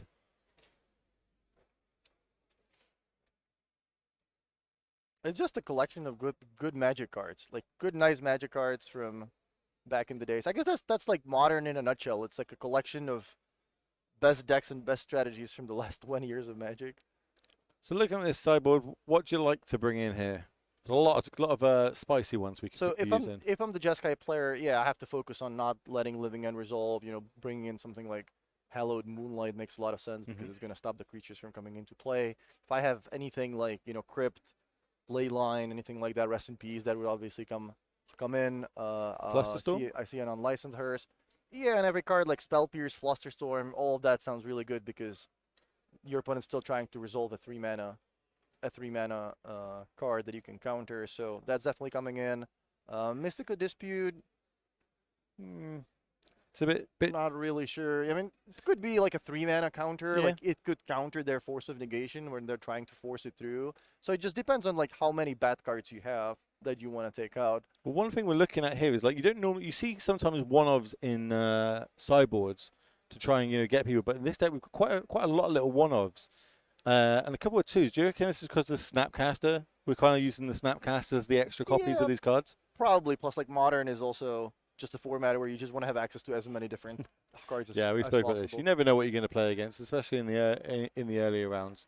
If I'm the Jeskai player, I'm looking at boarding out. Probably Prismatic Ending is going to be pretty slow. Yeah. You don't really have to have 4 Lightning Bolts, so maybe you can board out Sword of War and Fire and Ice as well. So that's just about 8 cards that I wouldn't mind cutting. And I'm bringing in, the Moonlight Flusterstorm's 2, double Unlicensed Hers is 4.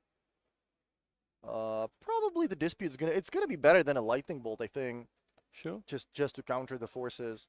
Yeah, I can agree with that. I like all of that.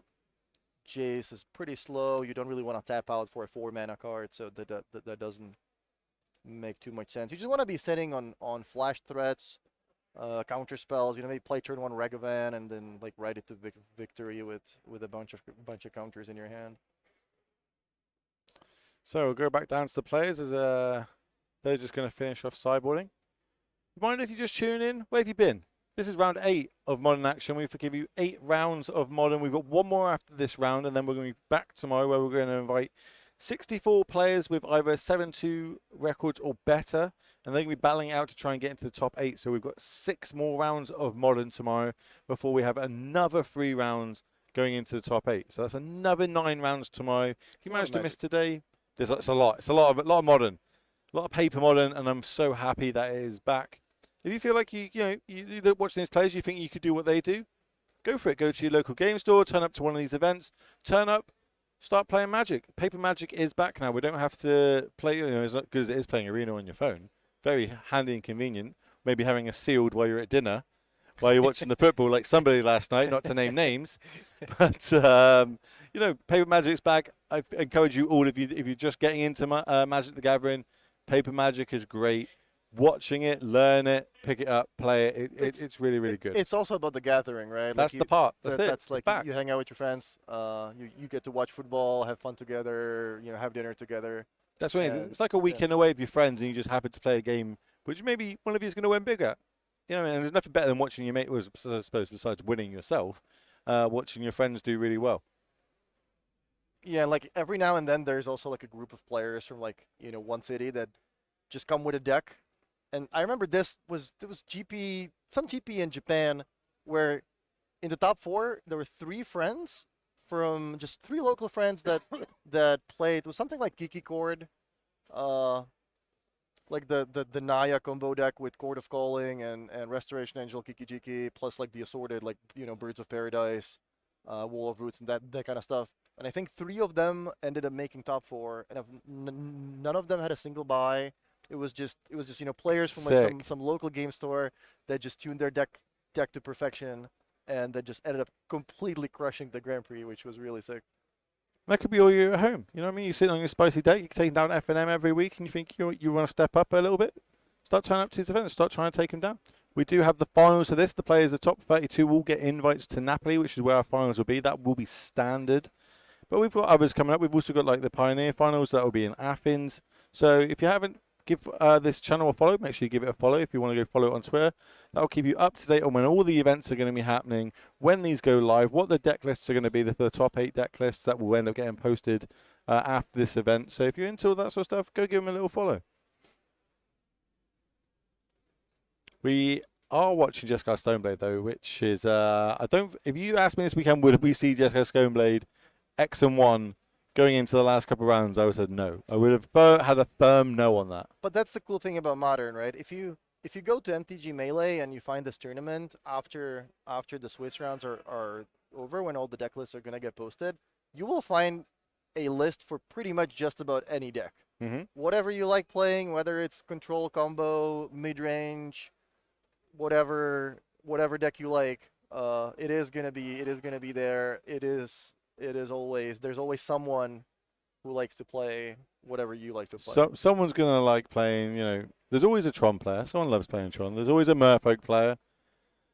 I wish there was more Infect players. I'm not gonna lie to you. I do wish that deck was still viable, but I suppose it's evolved into Hammer Time now. Realistically, Infect was really cool. Yeah, Infect was great. Yeah, I love that's my baby. My deck of choice is Infect. It's the only deck I own in foil. And The entire deck? The entire deck, and I never get to play it anymore because it's not playable.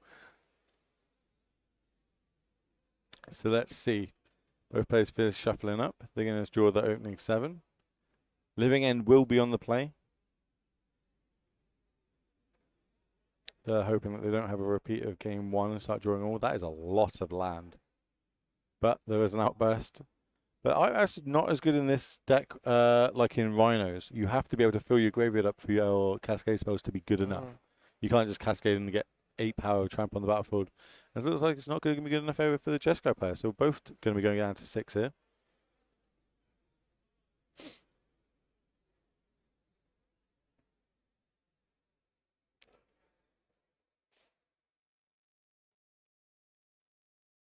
$533 players decided really to cool. turn up. That's It's cool. huge. It's great. Modern is a format that people love to play, love to watch. I love to cast on it. You know what I mean? It's great. Plus, we get to see all these different brews that people turn up. Or people, maybe we have got no new cards, so we're just going to turn up with our old Stoneblade deck. But then we've got Dredge doing well out on the battlefield. There's a Humans combo deck doing well out there. There's still some champions out there, chat, trying to fight the good fight to take down these, the Murktide Menace, which is the most played deck going into day 1, followed by Rakdos. If you want to go check out the whole metagame breakdown, make sure you go look at the Twitter. It has been tweeted out off the Legacy Twitter account. I think a big role is also that, like, an event in Barcelona when most of Europe is freezing right now. Yeah. That's also very convenient, to go to. And It's snowing back in my home country currently, so looking forward to going home for Christmas. It is 9 rounds. This is round 8. There will be 1 more round after this, and then there'll be 9 more rounds tomorrow, starting at 9 a.m. Spanish time, which is GMT +1, I believe. I think so. Everyone's got Google, right? Google time in Barcelona. Whenever it says 9 a.m., that is when we'll be going live tomorrow.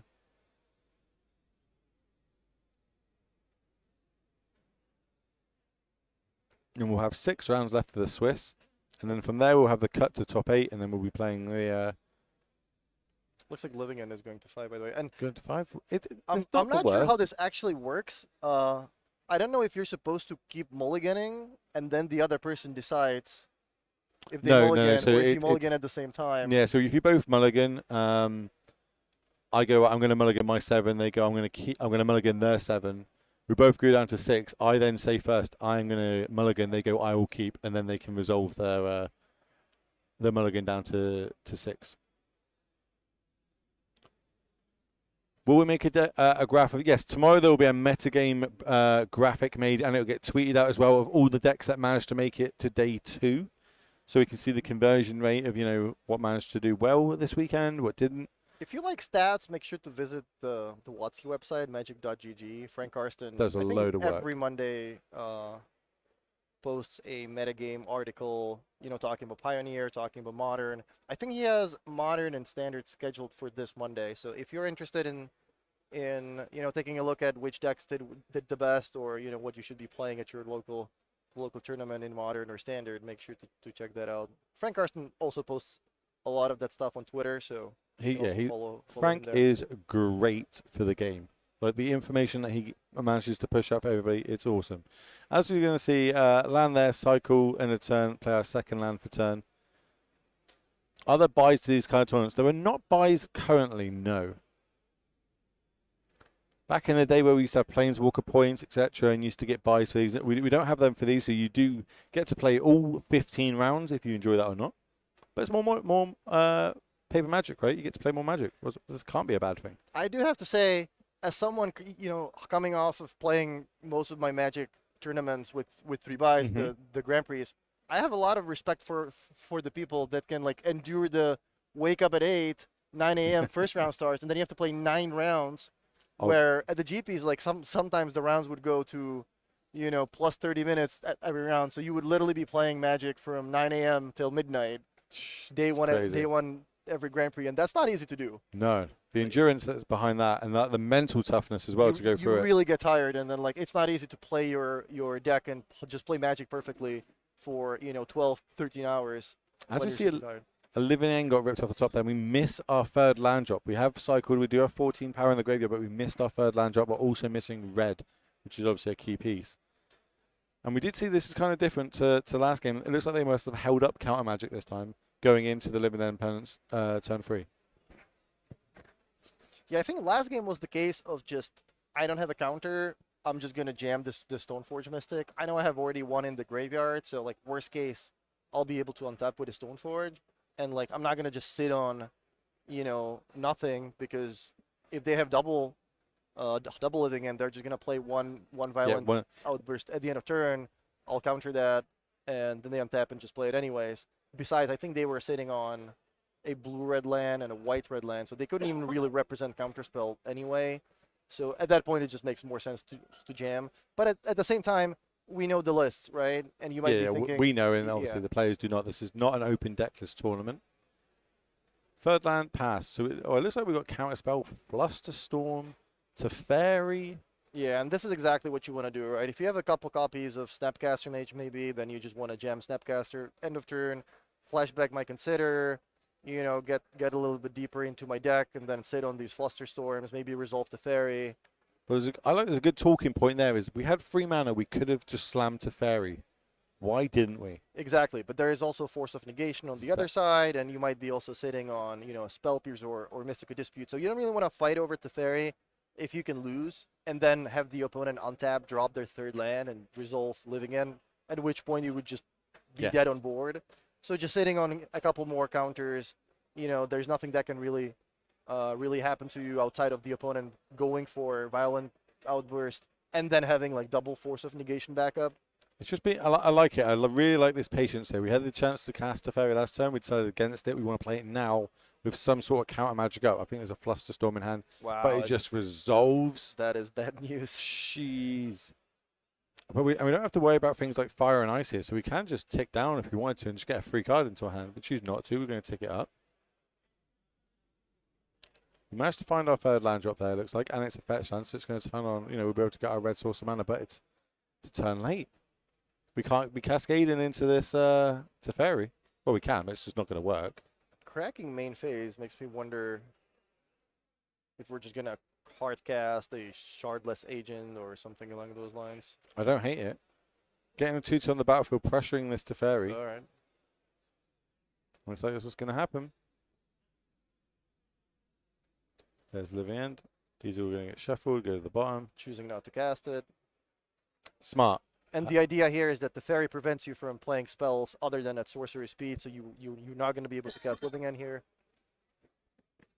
Yeah, the Teferi really stops a lot of fun. It probably could have been fun. It probably could have been worded a little bit differently. Yeah, there's a lot of talk about these static effects on Planeswalkers. You know what I mean? Like, there's no tick-up ability for it to happen. It's just, while it's on the battlefield, it is going to stay there continuously. Some people do say if you have 2 Teferis on the battlefield, it is like playing Hearthstone at times. Hearthstone's great. I like Battlegrounds. That's a fun game. Magic should have an Auto Battler. I'm sure you know the correct people to ask about that. You know what I mean? I'm sure you know that a lot more people you can direct that question to, or that recommendation.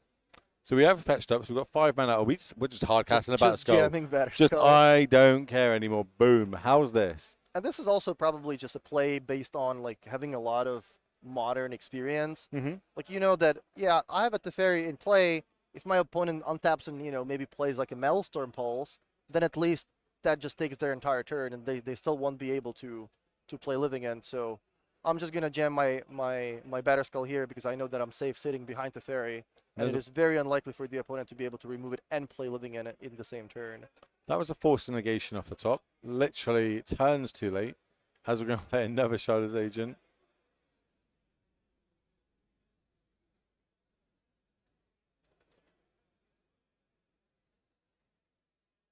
It's not open deck lists. You cannot see the players' deck lists unless obviously we put it on the screen. Other than that, deck list will go live tomorrow once we get to the top 8. The top 8 tomorrow will be open deck list. But I know you want to see the Stoneblade deck. This is a spicy deck. Well, it's not even spicy. It's just old school. It's just old school, and it's doing really, really well right now. Yeah, turns out if you pair the good cards together, Lightning Bolt, Counterspell, Snapcaster Mage, you add some fetch land, maybe a shock land or two. Yeah, you have yourself a pretty good deck.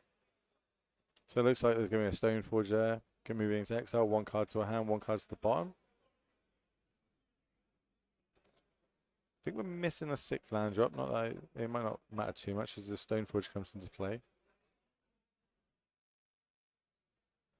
Yeah, that's one thing. Like, if we learned anything today, watching Modern all day, is that game ones are usually very interactive. A lot of things are happening. Players are doing their thing. The decks are interacting together.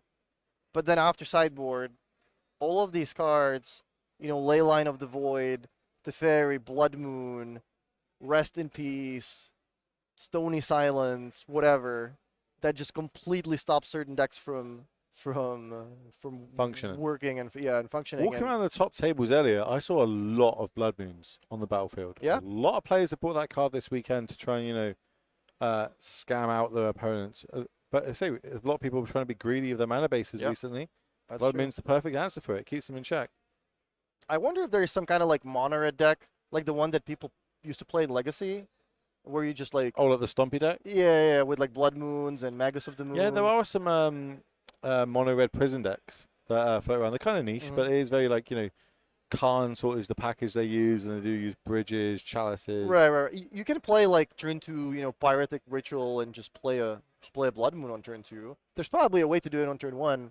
I just can't think of. You could go 0 mana creature, pay 1 red, make 3 red, and put a Blood Moon in that way. Okay. I imagine there's quite a few ways that chat will be able to come up with. Chat are very smart when it comes to that. Chat, what's the best way to get a Blood Moon to play turn 1 in Modern? Yeah, Blood Moon has certainly been incredibly effective today in just stopping just about almost every deck. Because there really aren't a lot of basic lands. Gemstone Cavern, yeah, that's a good one. And we're just seeing another Charlotte's come down, cascading into Living End. That's 2 Living Ends left in hand, so there's only 1 left in the deck. Forced negations, a lot of dead cards going on the other side of the battlefield. This Jeskai Stoneblade player is loving life right now. Portuguese, they've got to have something to cheer about right now. I don't think their team did too well today in the football. Who are you cheering for in the later kickoff later? I don't know. I think it's France against who are they playing? I do think I might be talking a bit too soon about Portugal losing when I've still got England to play today. But we'll see. As we're going to swing across with 9 points damage as the Cauldron comes in. We knew that was in the hand because of the Stoneforge. This is a swing for 9. No really good blocks here, unfortunately.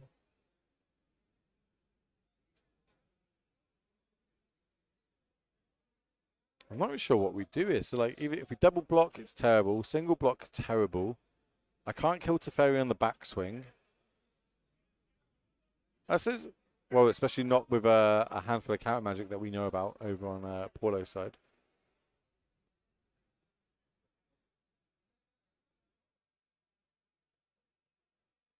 Yeah, this was a really unfortunate game for the Living End player. Like, starting on 5 cards is already bad enough. Then your opponent plays Teferi that you don't have an answer for it.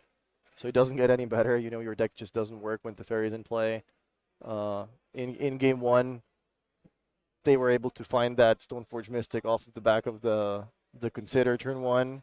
So that was also I do feel like there's not been enough Snapcasters cast for my liking in this That's match. true. You know what I That's mean? true. I'd like a few more casts just to, scratch that itch that Yeah, what happened to these like 2-mana creatures that people thought were like the most busted cards in Magic? Nobody plays Tarmogoyf. Nobody plays Dark they Confidant. printed a 1-mana one now. That's That's true, what it yeah, is. It's yeah. 2-mana planeswalkers, 1-mana creatures. That's the way they move forward now. That's true.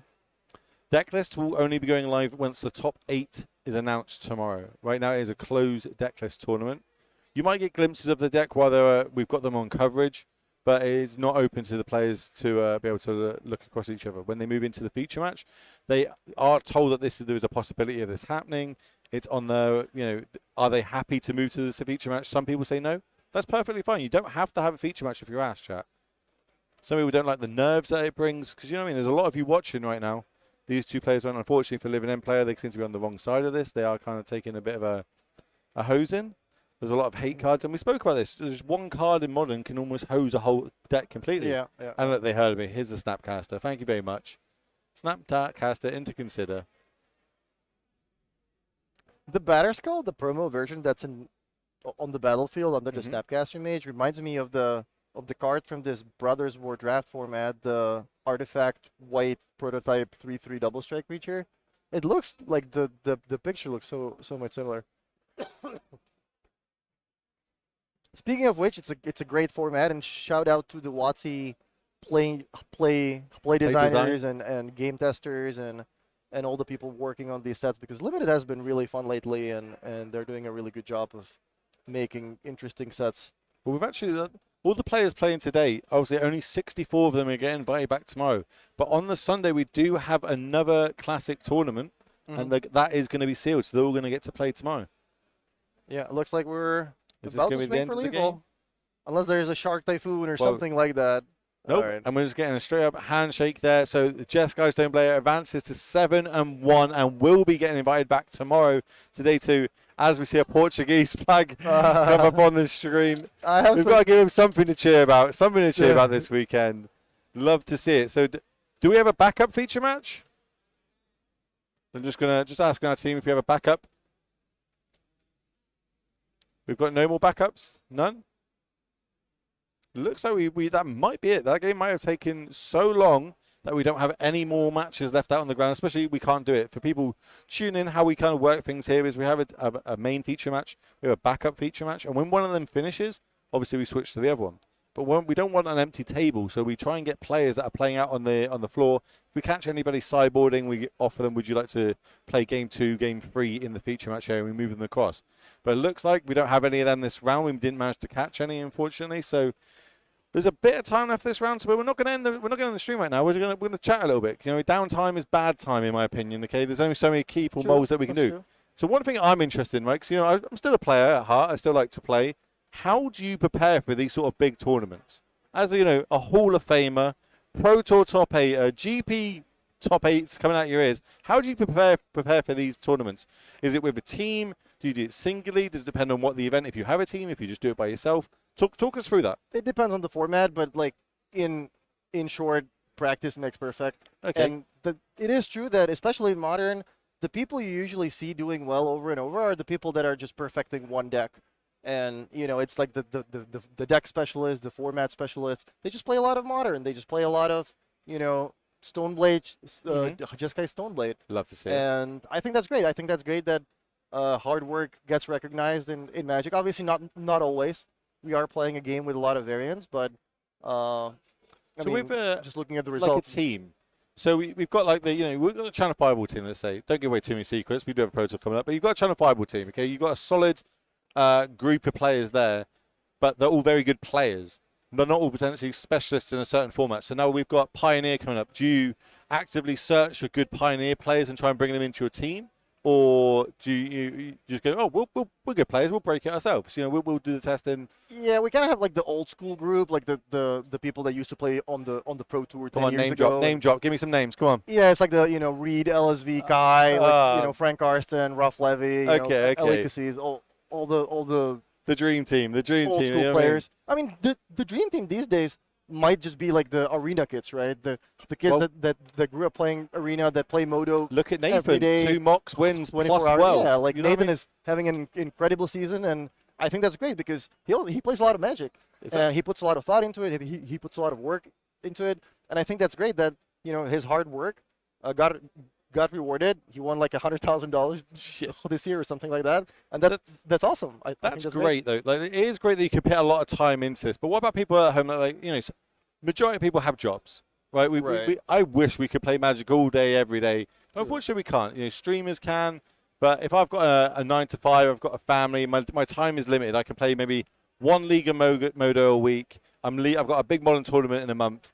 Any tips, suggestions for players that are leading up to that tournament? So I'm only getting my time's limited. How can I try and maximize that time? Use all the information that's publicly available. You can look up There's a lot of it online. Articles. There's a lot of deck guides. People post power rankings of certain formats. That should at least give you an idea of what the format looks like.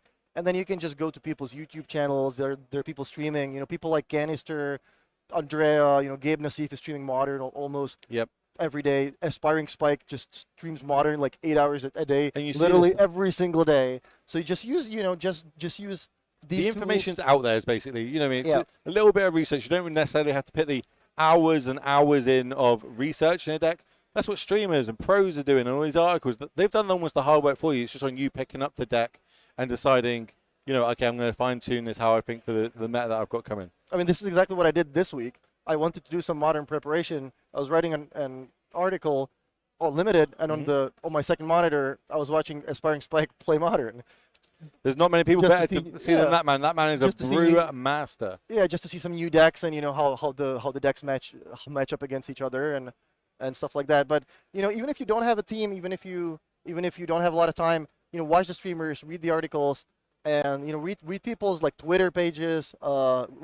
They post their deck lists, they post their new stuff, and like these days, people are not even really that secretive when it comes to tournaments. Like back in the days, it was like you wanted to lock yourself up in some house in the mountain for a week, and then show up to the Pro Tour with a deck that nobody knew. These days, like the tournaments, they are open deck lists, so you can't really surprise anyone with anything. It's very hard to break a format now, isn't it? Before Pro Tour, like back in the day, it used to be a set got released like a week before, so then everyone was kind of like hurrying. But now we've got streamers. The streamers will break it for you in 2 days. As I say, they're going to stream for 8 hours, grinding, finding out what cards are good, what are bad. So I almost miss that nostalgia of like, Pro Tour's coming over. Let's see what the pros have come up with. Yeah. These days, you just tune to somebody's stream, and like within the first 3 days, like 2 million of games get played on Magic Arena. And everyone's picked that deck up now. Everybody's playing it. It spreads like wildfire. Which is even better when decks do get sold. When that's true. A surprise deck comes out the format, you're like, oh, geez, this isn't. And I still miss that. Hopefully, we'll get that back with maybe Pioneer, maybe in Philadelphia. Yeah, we'll see. But that was one of the changes that I really liked recently. What WotC did is that they changed the way pre-release worked to the old days, basically. Yeah, the week before. Or 2 weeks before it's the set paper comes release. out as a pre-release. You can go hang out with your friends, and there is a lot of more fun in opening the packs and trying to figure out how do these cards work together. What does this do? Is this card good? Is this card bad? And then you get to talk to your friends. You get to figure it out during the tournament. I think that's great. But for some time, for like a year, it used to be that you came to a pre-release and half the people would tell you, I already did 15 drafts. 6 drafts on Arena, and you're like, okay, well, I was here to have fun and, maybe learn some new cards, but looks like everyone already knows. So it happens, what I mean? But I know I'm glad we've gone kind of back to the old pseudo way of it. Plus, we've got Paper Magic back. We've got the Pro Tour coming back. We've had the qualifiers, which, as a reminder for people just tuning in, this is round 8 of Modern Action. We do have one more round left with Filipa and Harry after this round. They'll be giving you and closing off the stream for today. But we will be back tomorrow morning at 9 a.m. Spanish time, which I believe is GMT +1 for me in the UK. But work that out wherever you just Google what's the time in Barcelona, and it will tell you, work that out. But 9 tomorrow, we will be back. We'll be opening the show tomorrow. But this is going to be the last people are going to see our beautiful faces today. We're going to go watch some football. Hopefully, I'm going to have a smile on my face tomorrow morning. Fingers crossed. I'm just rooting for like a 4-3 game. I don't really care who wins, but I hope there's going to be a lot of goals and it's going to be an exciting game. I'll take a 4-3 win to England, fingers crossed. But on that one, that is going to be it from us. I am Will. This is Martin. We'll see you tomorrow morning. It is going to be Filipa and Harry taking you guys around for round 9 of Modern Actions. So stick around for that. See you all soon.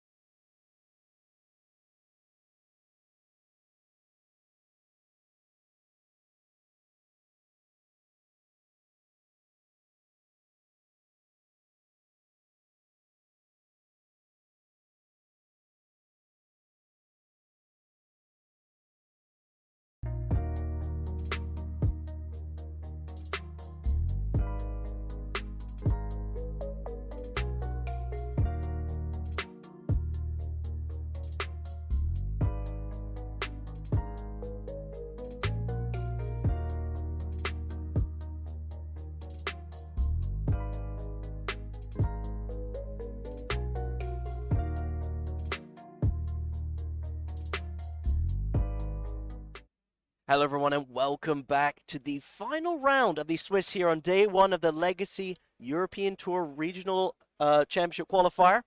We're going to be watching a win and in. Now, I was down on the floor this past match talking with all the players that I could. I was like, are you doing a win and in? Are you doing a win and in?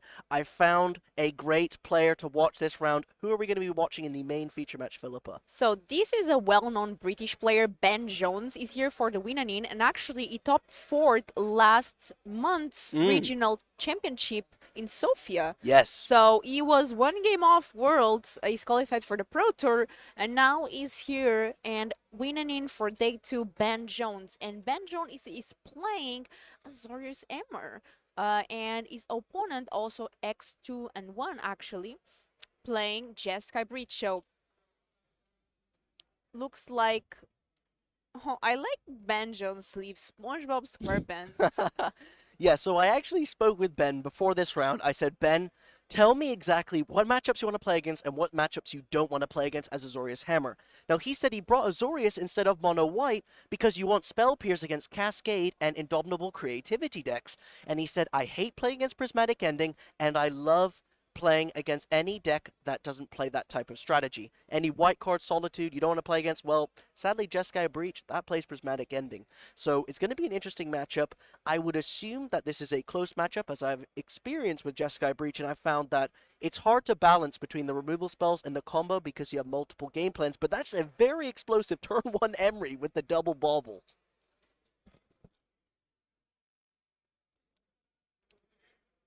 Very good start here for Adri on Jeskai Breach. Let's see what Ben has on top, and Okay. it's a Stoneforge Mystic. Okay, so we have Urza Saga entering the battlefield here. Yeah. So Adri knows about this card that Ben just played. It was the card that was revealed with the Mishra's Bubble that was drawn this turn. Yep. This looks like a Cauldron, right? Yeah, that's a Caldra complete. Trying to put the pressure on, and also you have the Urza Saga. That's an easy way to get access to a hammer, so you don't have to aggressively find the hammer with the Stoneforge Mystic. Essentially saying to Adri, you got to remove my Stoneforge, or I'm going to get a 5/5 down, and it's going to be hitting hard. Yeah. I kind of like to think of this matchup as both players are comboing, and they're trying to combo the fastest. Yeah. Now, I would assume that Ben is better at doing his combo faster, because not only does he need less cards, he has more tutors in his deck. Ledger Shredder. I wonder what that 0 drop is. Oh, it's a Mox Ember. Ah, it's an alternate art Mox Ember. I see. As we get a Connive trigger from this Ledger Shredder. Yeah, so we got a bubble from the Emery ability, back from the grave. Connive ability from Shredder. We cannot quite see the graveyard what was discarded. I think it was another Ledger Shredder, meaning that that Shredder should have a counter on it. Yeah, unfortunately we are not able to see graveyard. Yeah. We are going to try and get that fixed, as obviously the graveyard is very important with Breach, so we're going to get that just fixed going to try to tell the judge if they can just move a bit so we can see what's on the grave, since it's really important here. Putting Hammer Time deck in SpongeBob Sleeves is brilliant. Yeah, it's really fun. Not going to lie.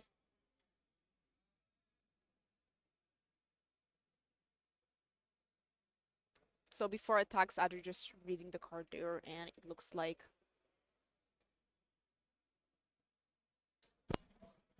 the Calder's command entering here. Yeah, I just spoke with the judge. I just said, please, can the graveyard be moved? And maybe, can you double check that Ledger Shredder needs a counter or not, as we did not see what was discarded. But I think that's a land in the graveyard, so that was probably discarded to the Shredder. So that's why it doesn't have the counter. Yeah. So what happened now is with the Stoneforge Mystic ability, Ben just played Calder's command, so that's a pretty good turn. The judge just came and told us no counters. Really appreciate the judges spending extra time to make sure the stream knows exactly what's happening.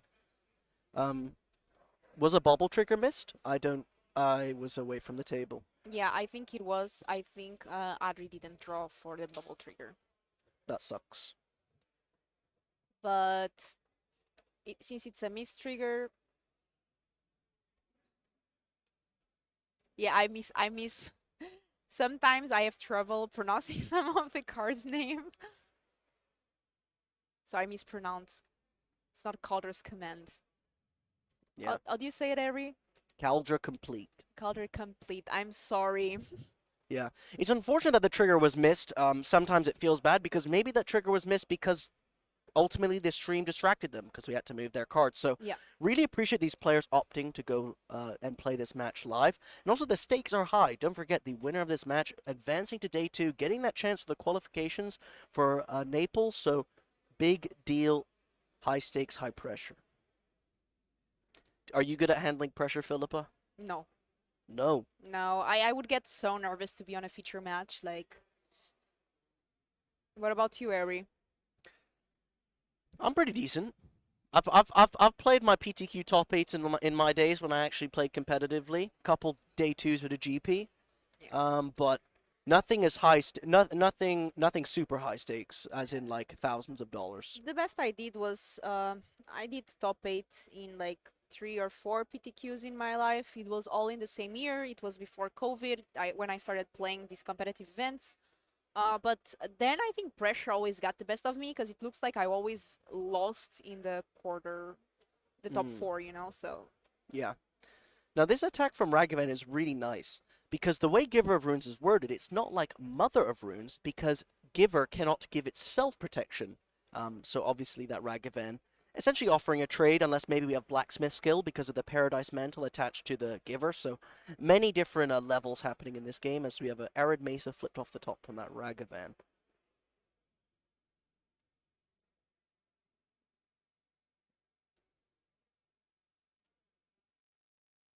I see an Otawara in end. Yeah. We have Adri's girlfriend in the chat. Shout out, rooting for Adri for you, but also the British blood in me is rooting for Ben. So I'll have a neutral take on this match. Welcome, thank you for tuning in. Why don't we get some support? Can we have a 1 in the chat if you're supporting Adri and a 2 in the chat if you're supporting Ben Jones? Who are you looking to win this match? Twitch chat. Isn't these girlfriend goals just commenting and supporting your partner? Really nice. What? So many 2s? Where are the 1s at? Come on. Okay, that's a Springleaf Drum. Tapping the Ledger Shredder for a colored mana of their choice.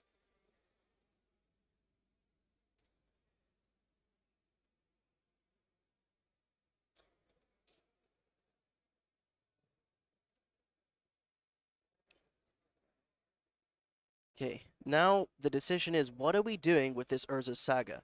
Ticks up to 3, you can make a mana, you can make a construct. This looks like mana to me. Oh, gonna be a response to the trigger, because don't forget, Ben will most likely have Pithing Needle. No Pithing Needle, actually. But obviously, it's not open deckless. So, although typically, Hammer plays Pithing Needle game 1, Ben doesn't have access to that, because you need to make room for all these blue cards. And that's one of the difference between this mono white hammer and Azorius hammer that Ben is playing. Okay, there is the hammer. Okay, so ways to equip this when a hammer's on the table. We've got 4 Pure Soul Paladin, and a card that we haven't seen all day today from all these hammer players, Core Outfitter. Do you know what Core Outfitter does? What does it do, Ari? It's a white 2/2. When it enters the battlefield, you may attach target equipment you control to target creature you control. So essentially acting as a one-shot paladin, a Pure Soul Paladin when it enters the battlefield. Now we do need white mana. I guess you have the Paradise Mantle, and you have the Canopy. But is this going to be the Core Outfitter? Maybe. Oh, it's a Paladin. Okay. Still does the job. So actually, we don't have lethal because of the Ledger Shredder, but you do have the Caldra. Oh no, we do have lethal. Actually, I'm wrong. Unless Adri has something here, and it depends on how Ben navigates this. Okay, yeah, we're gonna have a call with the judge, but What play are you seeing there, Ari? so it's simple. You can animate the Ink Moth. You can equip the Ink Moth with Caldra and Colossus Hammer, and then 3, 5, yeah, and then because Caldra gives Trample, First Strike, and it's going to be an 11, 16, 16. If you put it on the Ink Moth, you can give it Flying again because of the Giver of Runes with Paradise Mantle. But no, we're just going to go for the Caldra. Okay, so my line is irrelevant because I think it ultimately is quite risky to go with, especially against untapped mana. What happened was that Audrey at a judge call, I think he was just wondering some interaction, and judges are there to help and make the rules clear if needed. Yep. Okay. So using the mana from the Urza Saga to animate the Ink Moth. Now, Ben is targeting the Ink Moth with the Colossus Hammer. Okay. Okay. Oh, we're going for it. We're going for it. Equipping it with the Caldra. This is what I was talking about. Now you can use the mana from the... Yeah, you can equip the Stoneforge. Use that mana to give Inkmoth flying again. Because Colossus Hammer makes it lose flying. But if you give it flying after you equip the Colossus Hammer to it, the way the layers work is that the Inkmoth will have flying. Because you have to animate it twice. Yeah, So, and that seems like enough. yeah. So we're going to attack. And then now you... We know there's Otawara, but... Yes. So Otawara can bounce something like the hammer. Yeah. Wait. This this works because the way Giver of Runes, if you give the Inkmoth protection from colorless, then the hammer and the Caldra will fall off because hammer and Caldra are colorless. So this works. You can give protection from colorless, or you can just let it go. Yeah, I like this. Let it go. Just let it go. Keep the Giver activation up, and now you can equip, I don't know, I guess Pure Steel because you want to keep it protected from Unholy Heat? Or let's see what Ben... I guess you have protection from Giver, so it's up to Ben. It's really fun, that interaction where it loses flying and then you give it flying again. Yeah.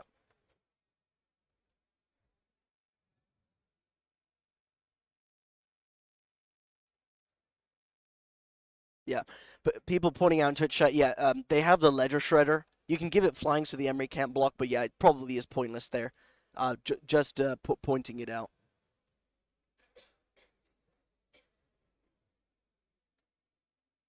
Very well played by Ben. I like all the decisions that he made. But that turn there, he had so many potential choices to make.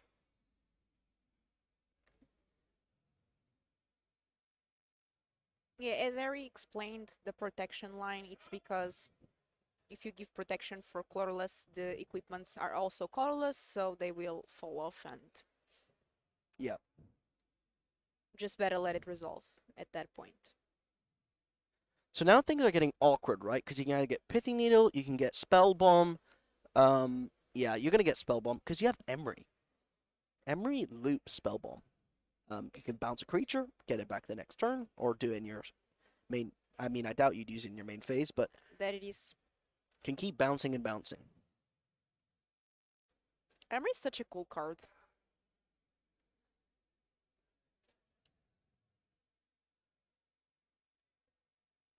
Does this breach as any Thassa's Oracle, or just... Yeah, do we use Thassa's Oracle or Grape Shot? That is two options for win conditions. We are playing one Thassa's Oracle, no Grape Shot. Okay. Oh, gonna bounce now. And get... yeah, you can bounce it now, get it back with Emery, and have it up with the treasure token.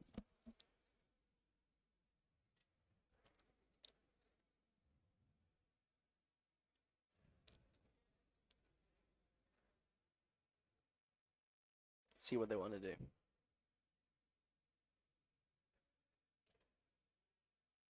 Okay. Oh, they're sacking it to draw a card. Wow. Audrey identifying that he needs to hit his land drops. Very interesting plays by Audrey here. And, okay, gets it back with the Emery. Now, okay, and now you should... It's rough because you if you have to bounce, which you most likely do, you're sacrificing one of your mana sources.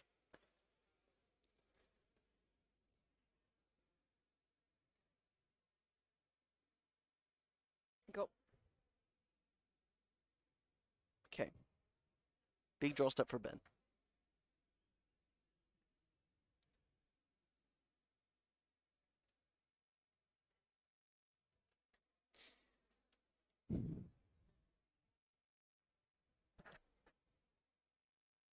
And both our players must be so tired after 9 rounds of Magic, and this is where I would prefer bringing Hammer to these tournaments instead of Jeskai Breach, to be honest, because 9 rounds of Jeskai Breach, it's not easy. Okay. So there's some thinking to be done here, right? Because Caldra Complete gives haste, so you could try and equip the Ink Moth with like Caldra if you're happy with it being bounced, but it's down to what Ben thinks is best. Like, do you want to attack with just the Stoneforge and let that get bounced? Because then you can fetch another nice equipment with it. I assume that that's potentially the line you want to go with. Just try and, get value from it being bounced. I wouldn't hate that.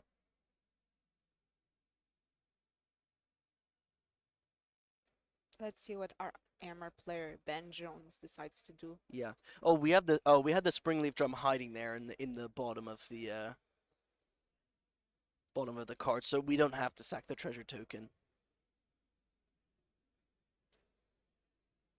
So here's an interesting card. How many Blacksmith skill does Ben play? Let's take a look. Because if Ben has Blacksmith skill, that would make life very awkward. 2. Ben has 2 in the deck. Does Ben have it?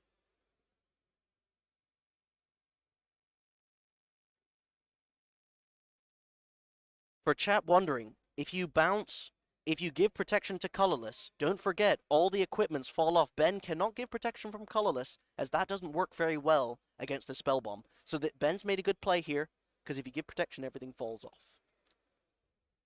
Okay. So what does this get? Hammer. Okay, I like that. It's 1 mana, so it draws you a card with Pure Steel Paladin, and you can try and make multiple threats. Both players have 15 life.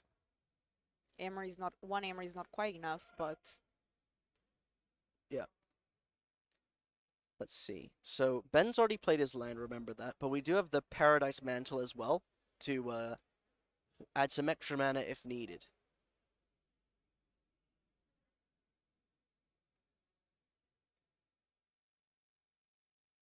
I like this. Ben realizing, wait a second, if I cast a card, Adri can kill the Pure Steel Paladin in response, so yeah, I like this. I think, honestly, you might want to equip... doesn't Shredder connive? Yeah. Okay, Well, there you this go. is the second spell, Yeah, so yeah, now no. it does, yeah.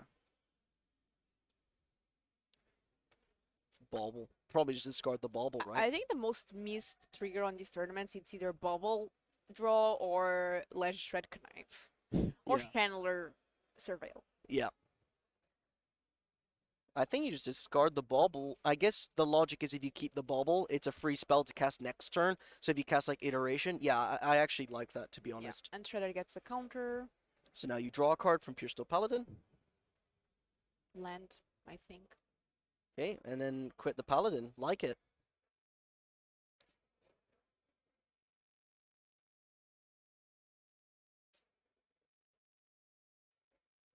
So... Just say go. No attacks there. Adri is actually close to combo killing. He needs a Breach and a Grinding Station, but he's getting to the point where he has the mana where one Expressive Iteration could end the game. Now this turn... There's one in end, so... Yeah, Iteration obviously doesn't end the game here, but if you can find a Breach and find a Grinding Station and can put it into play, Adri does win the game. But again, Adri needs to find it and needs to navigate the kill, right? Because he needs to cast the Aether Spell Bomb from the graveyard to keep bouncing something. So that also makes his life a bit awkward. paying 2 mana for Shredder. Okay. Bubble, connive, connive. I think that was a breach off the top. We got the first connive. Wait, if he hits a grinding station here, does he Second win? connive. Not a grinding station, but if he plays breach, he's got. If there's a Mox Amber in the graveyard? No, there isn't. Okay, I don't think he can win here with the breach on its own. Sometimes just casting a breach can win the game because you can use Mox Ambers to gain you more mana and do stuff. But without a grinding station here, that breach doesn't really do much for him, especially with the amount of mana he has access to. Needed to find something more. So Bubble looking at the top card. Okay. Some consideration here by Adri. I like the way that Adri is playing now. So have to get back the Spellbomb. I would assume, at least.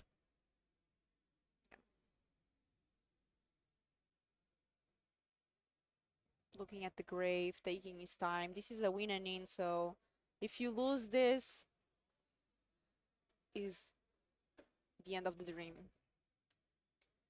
Yeah, we've been noticing that players are playing slow. I think it's due to the fact that COVID and now all these cards have so many interactions, so definitely rounds are getting longer and longer. What's happening here?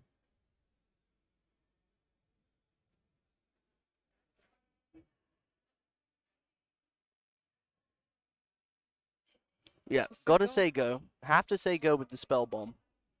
Big draw set for Ben. Come on.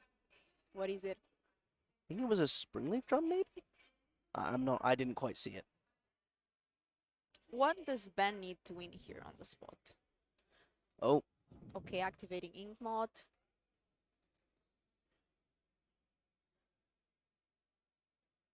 okay. Hammer on the Ink Mod. Okay. So Ink Mod loses flyer because of the hammer.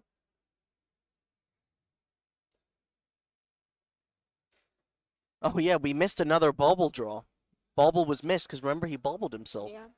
Well, that's what I said. Bubble, I think it's one of the most missed triggers in this. After 9 rounds, Give I it don't flying. judge Adri.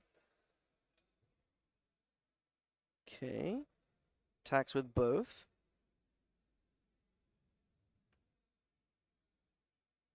So you have to block or bounce the Ink Moth. The Stoneforge is 111. Oh, the Stoneforge is also lethal. So you can chump the Ink Moth, bounce the Stoneforge, I guess?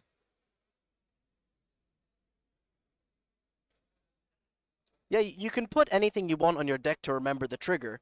But it's up for Adri to remember his own triggers.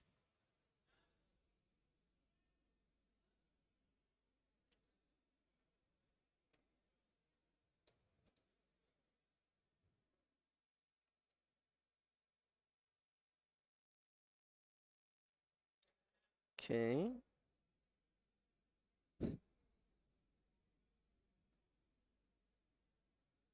$25 almost, and we're still in game 1. Okay. So I assume that we're gonna bounce the Stoneforge? Oh, now we're double blocking the Stoneforge.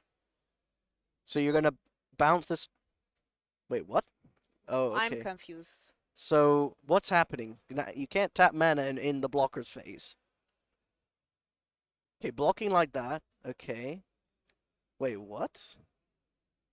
But now both your Ledger Shredders die. Are we Right? missing something? Don't both your Ledger Shredders die? Because of Caldra Complete trigger with first strike. Maybe we are missing something. So you're gonna... Okay. Sure. So prioritizing keeping the life total high, because don't forget the Stoneforge Mystic has trample. I think it would have been much better to chump block the Ink Moth and bounce the Stoneforge, because then Yeah, we need. So for those saying the shredder should be exiled, that's actually not true because Caldra is a trigger. So Ben must remember that trigger. It's not a mandatory thing to happen. So that's actually Ben's responsibility to remember. Um, it's a trigger. It's Ben missed it. So yeah, it's Ben's fault basically. Moving the equipments now to the Ornithopter that just entered the battlefield. Yeah.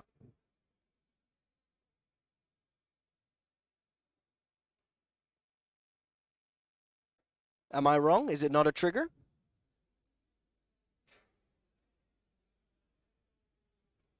They die before the exile. Maybe I'm wrong.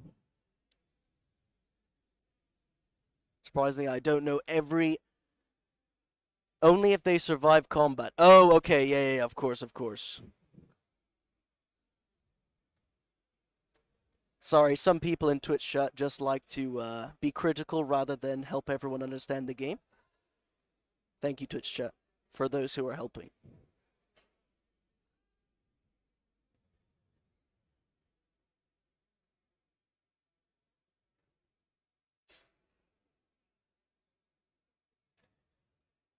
Okay, let's see what Adri gets here with the Emery and see if we have the possibility of a combo.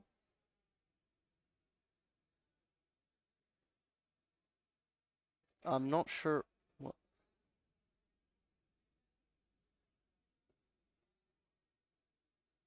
Yeah. Okay. So, this is about to be a combo kill? Let's see. We have the bubble. Looking at the top card. Let's hope Adri doesn't forget the trigger next. But maybe there's no nets needed. We see the breach in end. I want to know what the other card in hand is. I'm interested in what is about to happen. It's I think Oh, it's it's an an unholy heat. Yeah. Okay. So, but there's still the giver of runes. Breach. Is there a grinding station in the graveyard? We cannot see the old graveyard. Yeah, I can't see the graveyard. We're gonna just wait. I guess we're just gonna wait and see, right? Just gotta wait and see. It's difficult to predict when the graveyard, we cannot see it also.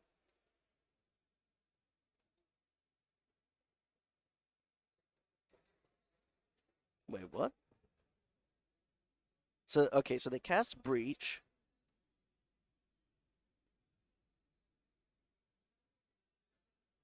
So people, like, the problem is that we don't have a second Mox Amber, so we can't loop mana with the Breach. You need a second Mox Amber, so then you can, like, use Mox Amber as a, you know, a bad ritual, but I don't think there's another Mox Amber, so you Looks can't... like it's just a Mishra's bubble there. Yeah, you can't really make mana.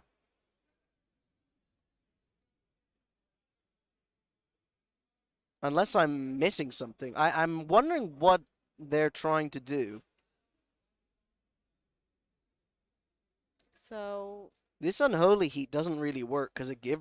Oh, okay, gonna Unholy Heat... Okay, this makes sense now. you're unholy eating your own Emery, so then you can...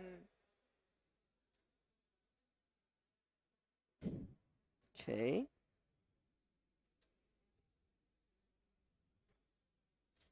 That makes a lot of sense now. Okay, so...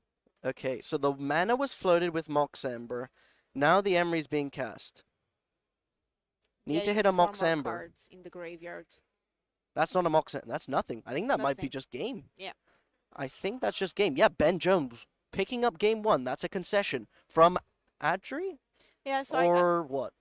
Yeah, unclear concession. What? Okay, what if we, that game actually blew my mind with what was happening there. Emery was just trying to look, I think, for a way to combo. He didn't find it and just conceded. Yeah. So, good game here. Jonas gets the win. Adri realizing, okay, I cannot combo, I cannot survive next turn. Let's get to next one. So let's see our player's sideboard here. And 30 minutes for the first game. Yeah, that was. Well, actually, I think a lot of that game was because Adri was dirtling, right? Ben had such a powerful board, and Adri just had to find a way to disrupt it. And I think he actually got a bit too greedy with drawing cards and then actually trying to bounce Ben's board constantly. Because if you kept bouncing things, maybe it would have gone a bit differently, but not hitting land drops was rough. I'm not entirely sure. And also, there was that very questionable double block Yeah. with the Ledger Shredder. So I think that game could have been played differently, but maybe Adri was just locked out. I'm not too sure. Yeah, and the Mishra's bubble Yeah. mistrigger, as you said. But we have three path here. The new card from Brothers War. So three of those, really nice. It's like the new young Pyromancer. And what do you think is going to bring sideboard? So against, I guess Hammer, Time? you Yeah. want all your removal spells. 3 Prismatic Ending, 2 Wear Tear, 1 Engineered Explosives. You could argue potentially Pithing Needle because you could needle things like Hammer. You could needle Urza's Saga if you're scared of their sagas making tokens. Maybe it's not the best in the world, especially in this matchup. But you're looking for all the removal spells. You actually could argue Shadow Spear as well. I wouldn't hate seeing a Shadow Spear come in, because sometimes the Breach deck is just on that Ledger Shredder plan beat down. Or maybe, whatever's. Okay, our next list, Ben Jones, looking at the sideboard.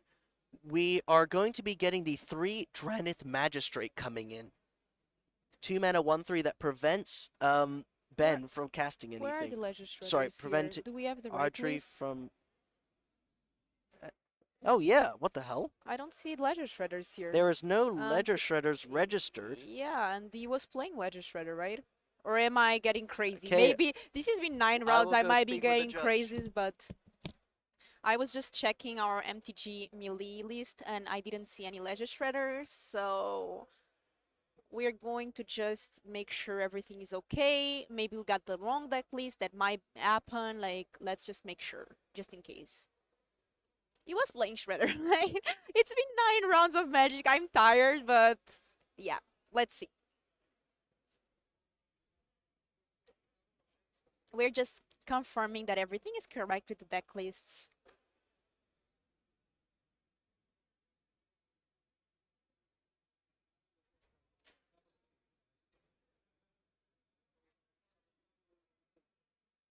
We had a lot of interesting matchups today.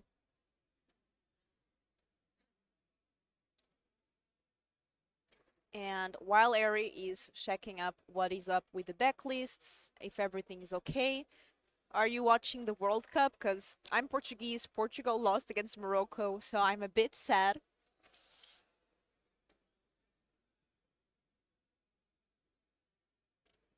Yeah, I mean, I had to say it because I noticed it, but maybe I was wrong. I don't know. Let's see. I just had to say it when I noticed in the MTG melee.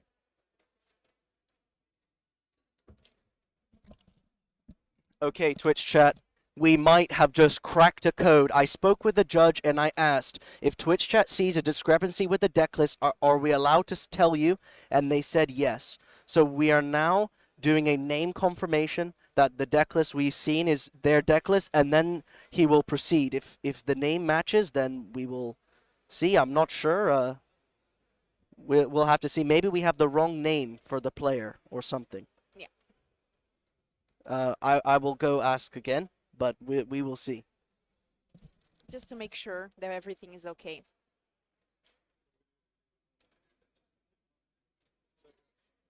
Okay. So,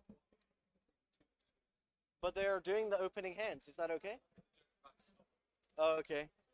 Okay, so there's going to be a deck check now for our table 1, I believe. It's a bit unclear, but the judge is doing the judge stuff. So we will keep you updated on that. We have a person on the floor tracking that, so please be patient. We're pulling another match from the floor because our feature match actually finished, the backup feature, I should say. So yeah, we apologize. Thank you for anyone in Twitch chat who pointed out no Ledger Shredders. Thank you so much. Yeah. Because then I confirmed with MTG melee and Yeah. they were actually correct. So let's see Yeah. if we have the correct list, because we might have an incorrect name or it might be a mistake. But thank you Yeah. so much for keeping an eye, chat, and for Yeah. helping us out. We appreciate it. Yep. And I double checked with the judge first. I said if if the Twitch chat has seen a card that's not in the deck list, are we allowed to tell you? And the judge said yes. So then I reported it. I double checked before I said anything. So We're if anyone's having worried some about trouble that. today with Yeah. deck lists, right? Yeah. Round 1, Hammer player appears with 52 cards. And now this. Yeah.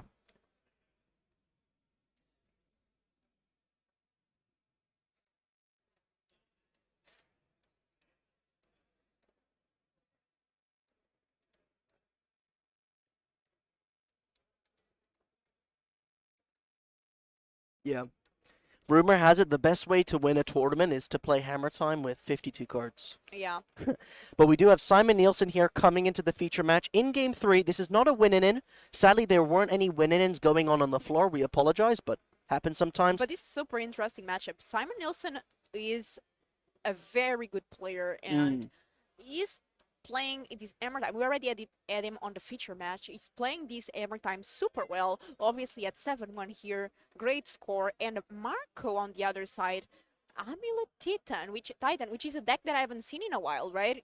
I feel like Titan was one of the most popular decks of Modern for a while, but now I haven't seen it much. Yeah. Just getting the deck list up on screen right now. But you know what I've been told? Amulet Titan's best matchup is Hammer. Ooh. A Spanish player that the Spanish community that I've been hanging out today, Sergio Jimenez, Pau, so many players. Shout out to the Spanish Barcelona community. We practiced one night, Friday night, last night, if I get my days correct, and we played the Hammer Time versus Amulet. And Amulet really likes the matchup. You got Force of Vigors, Besagers, a Boil Grazer to block flyers, and just a chump. So I think we will see dominance from Amulet Titan if we have a normal draw here, as we see an Amulet. But it looks like they're 1-1 if this is correct. So Yeah. somehow Hammer Time managed to. Simon Nielsen needs a fast draw. We need to see a Sigarda's Aid. We need to see some Springleaf drums coming down. Yeah, and somebody asked, I think this Hammer Time is mono white, right? It's not the Azorius version, but the mono white one. Ooh. This is what I was talking about, Filipa. You need that Sigarda's Aid and that 0-drop, and that's what Simon's got. This is the nut draw for Hammer Time. See if Simon can capitalize on that. Ooh, that's a second Amulet, though. This could be a turn 3 kill. Now, one Hammer isn't enough. No way. Are we going to see a turn 2 Titan with a Dryad? Oh, okay. No way. Is that it? Okay, so this made 4 mana, so there should be 7 mana floating.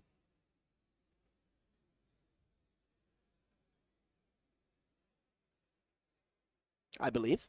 Because you do 4 and 4, and the Grazer costs 1.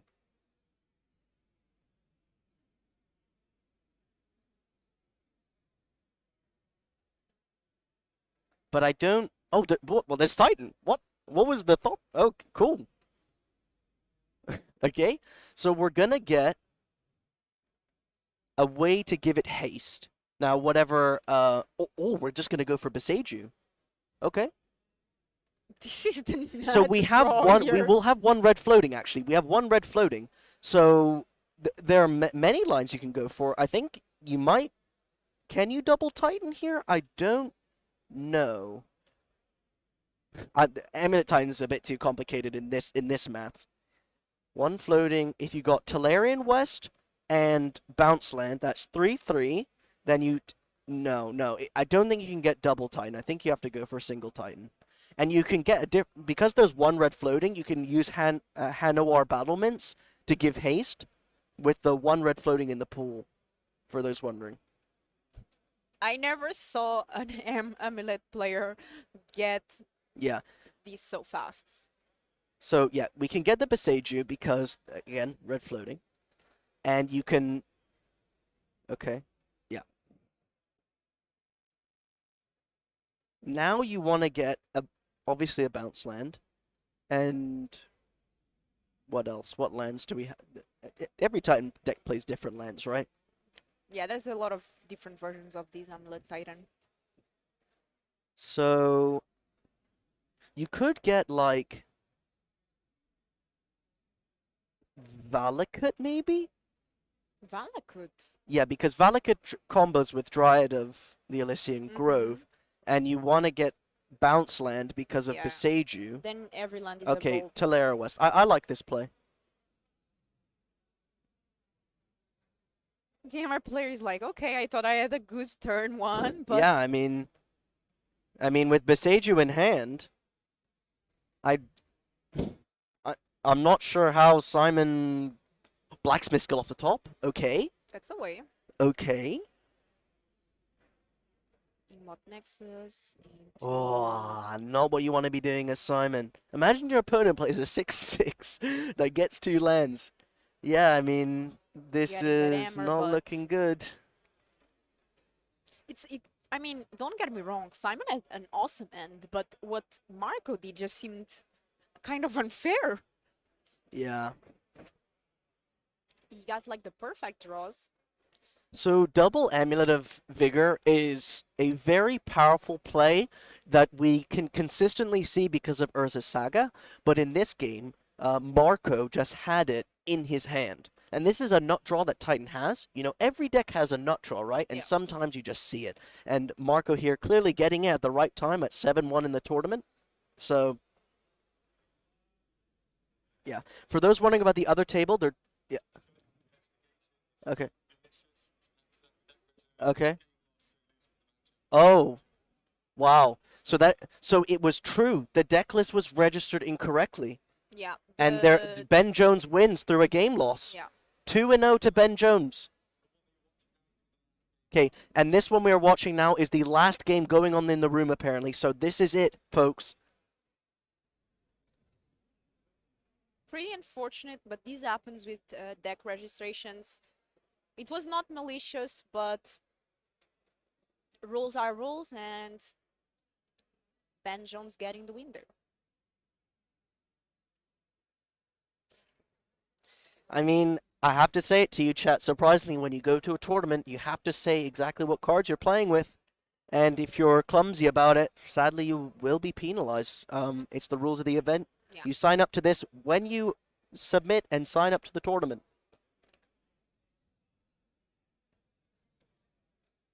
It's part of the rules. We play the game we love. We follow the rules, right? So. Yeah. Yes, sadly, Adri has been eliminated, and Ben Jones will advance to day 2. As we see a bounce land here making 6 mana. So if we transmute the Teleria West, that's 6, 7, 8. They had 9 mana because of the one floating from Urza's Saga. We Summoner's Pact, get Titan, get the second Titan, give the Titan haste, attack with both. I wonder if there's a There it is. kill. I think it involves Dryad of the Elysian Grove.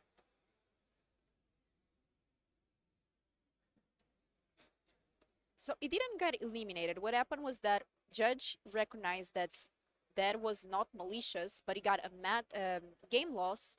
But since it was game number 3, he lost the match, right? So it was not a match loss, it was a game loss that ended up being a match loss because it was game number 3. Oh my gosh, this is a Cultivator Colossus. That's even worse for Simon. Oh, I didn't realize it's not a Titan. It's when it enters the battlefield, put a land into play, draw a card, put a land into play, draw a card, until you run out of lands in hand. And now with triple amulet, you get so much mana, and we know that Marco's whole hand will be spells. This changes the dynamic again. Well played by Marco. Didn't see that because my eyesight is terrible. But yeah, this is looking rough for Simon. Oh, and there's a Dryad. Yeah, I mean, this game should be over, right? So if you have Dryad, and you give the Colossus haste, the Colossus 1, 2, 3, 4, 5, 6. It's a 7/7 right now. And the Titan makes it a 9/9, and the so yeah. I mean, this is rough.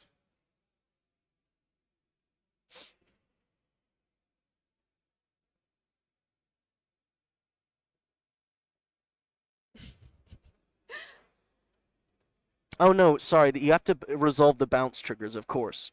Everything has to be bounced before, yeah, because the bounce lines still trigger. Marco Wow. is just having fun at this point. Yeah. Okay. That's a lot of mana. Oh, bouncing the Beseiju. Then we play the Dryad.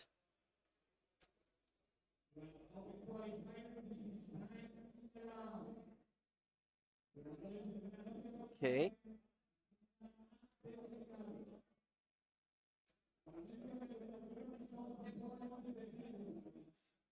Second Dryad. Okay. Third Third Dryad. Dryad. Okay. Valakut would be good now. Yeah, so don't forget every land taps for every color of mana because of Dryad, so doesn't matter what you use to give haste. Oh. Not attacking with the Cultivator. Yeah.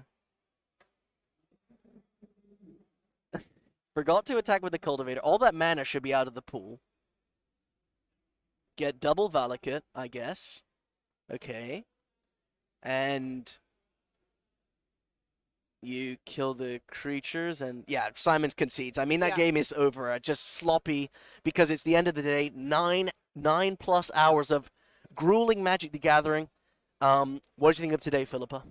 This was like crazy matches today. We had such a good day of Magic.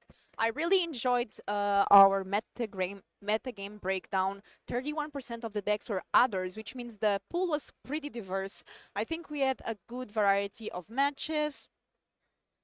I hope you all enjoyed the stream, and we are trying to improve within every stream, getting some clear image, less time in between rounds. Of course, sometimes it's impossible, but this is game one, and it looks like we can see more of Marco tomorrow and Simon today, because both of these players advanced to day 2.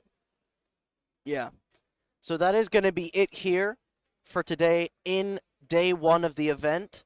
Our streaming team is sorting something out. So that is going to be it here for today. For the Legacy European Tour on day 1, 9 rounds of Magic, Modern Swiss. Don't forget to check out the Legacy European Tour's Twitter. If you want updates on deck lists, we'll be making sure to publish them when we're allowed to. This is a closed deck list event, and it's down to the head judge to decide when we can post deck lists. It's going to be a top 64 for tomorrow. We'll be back at the same time, 9 a.m. Barcelona time. Filipa, what do you have left to say? Just thank you so much for choosing to spend this Saturday with us. We had a lot of fun, and we'll see you tomorrow for more Magics.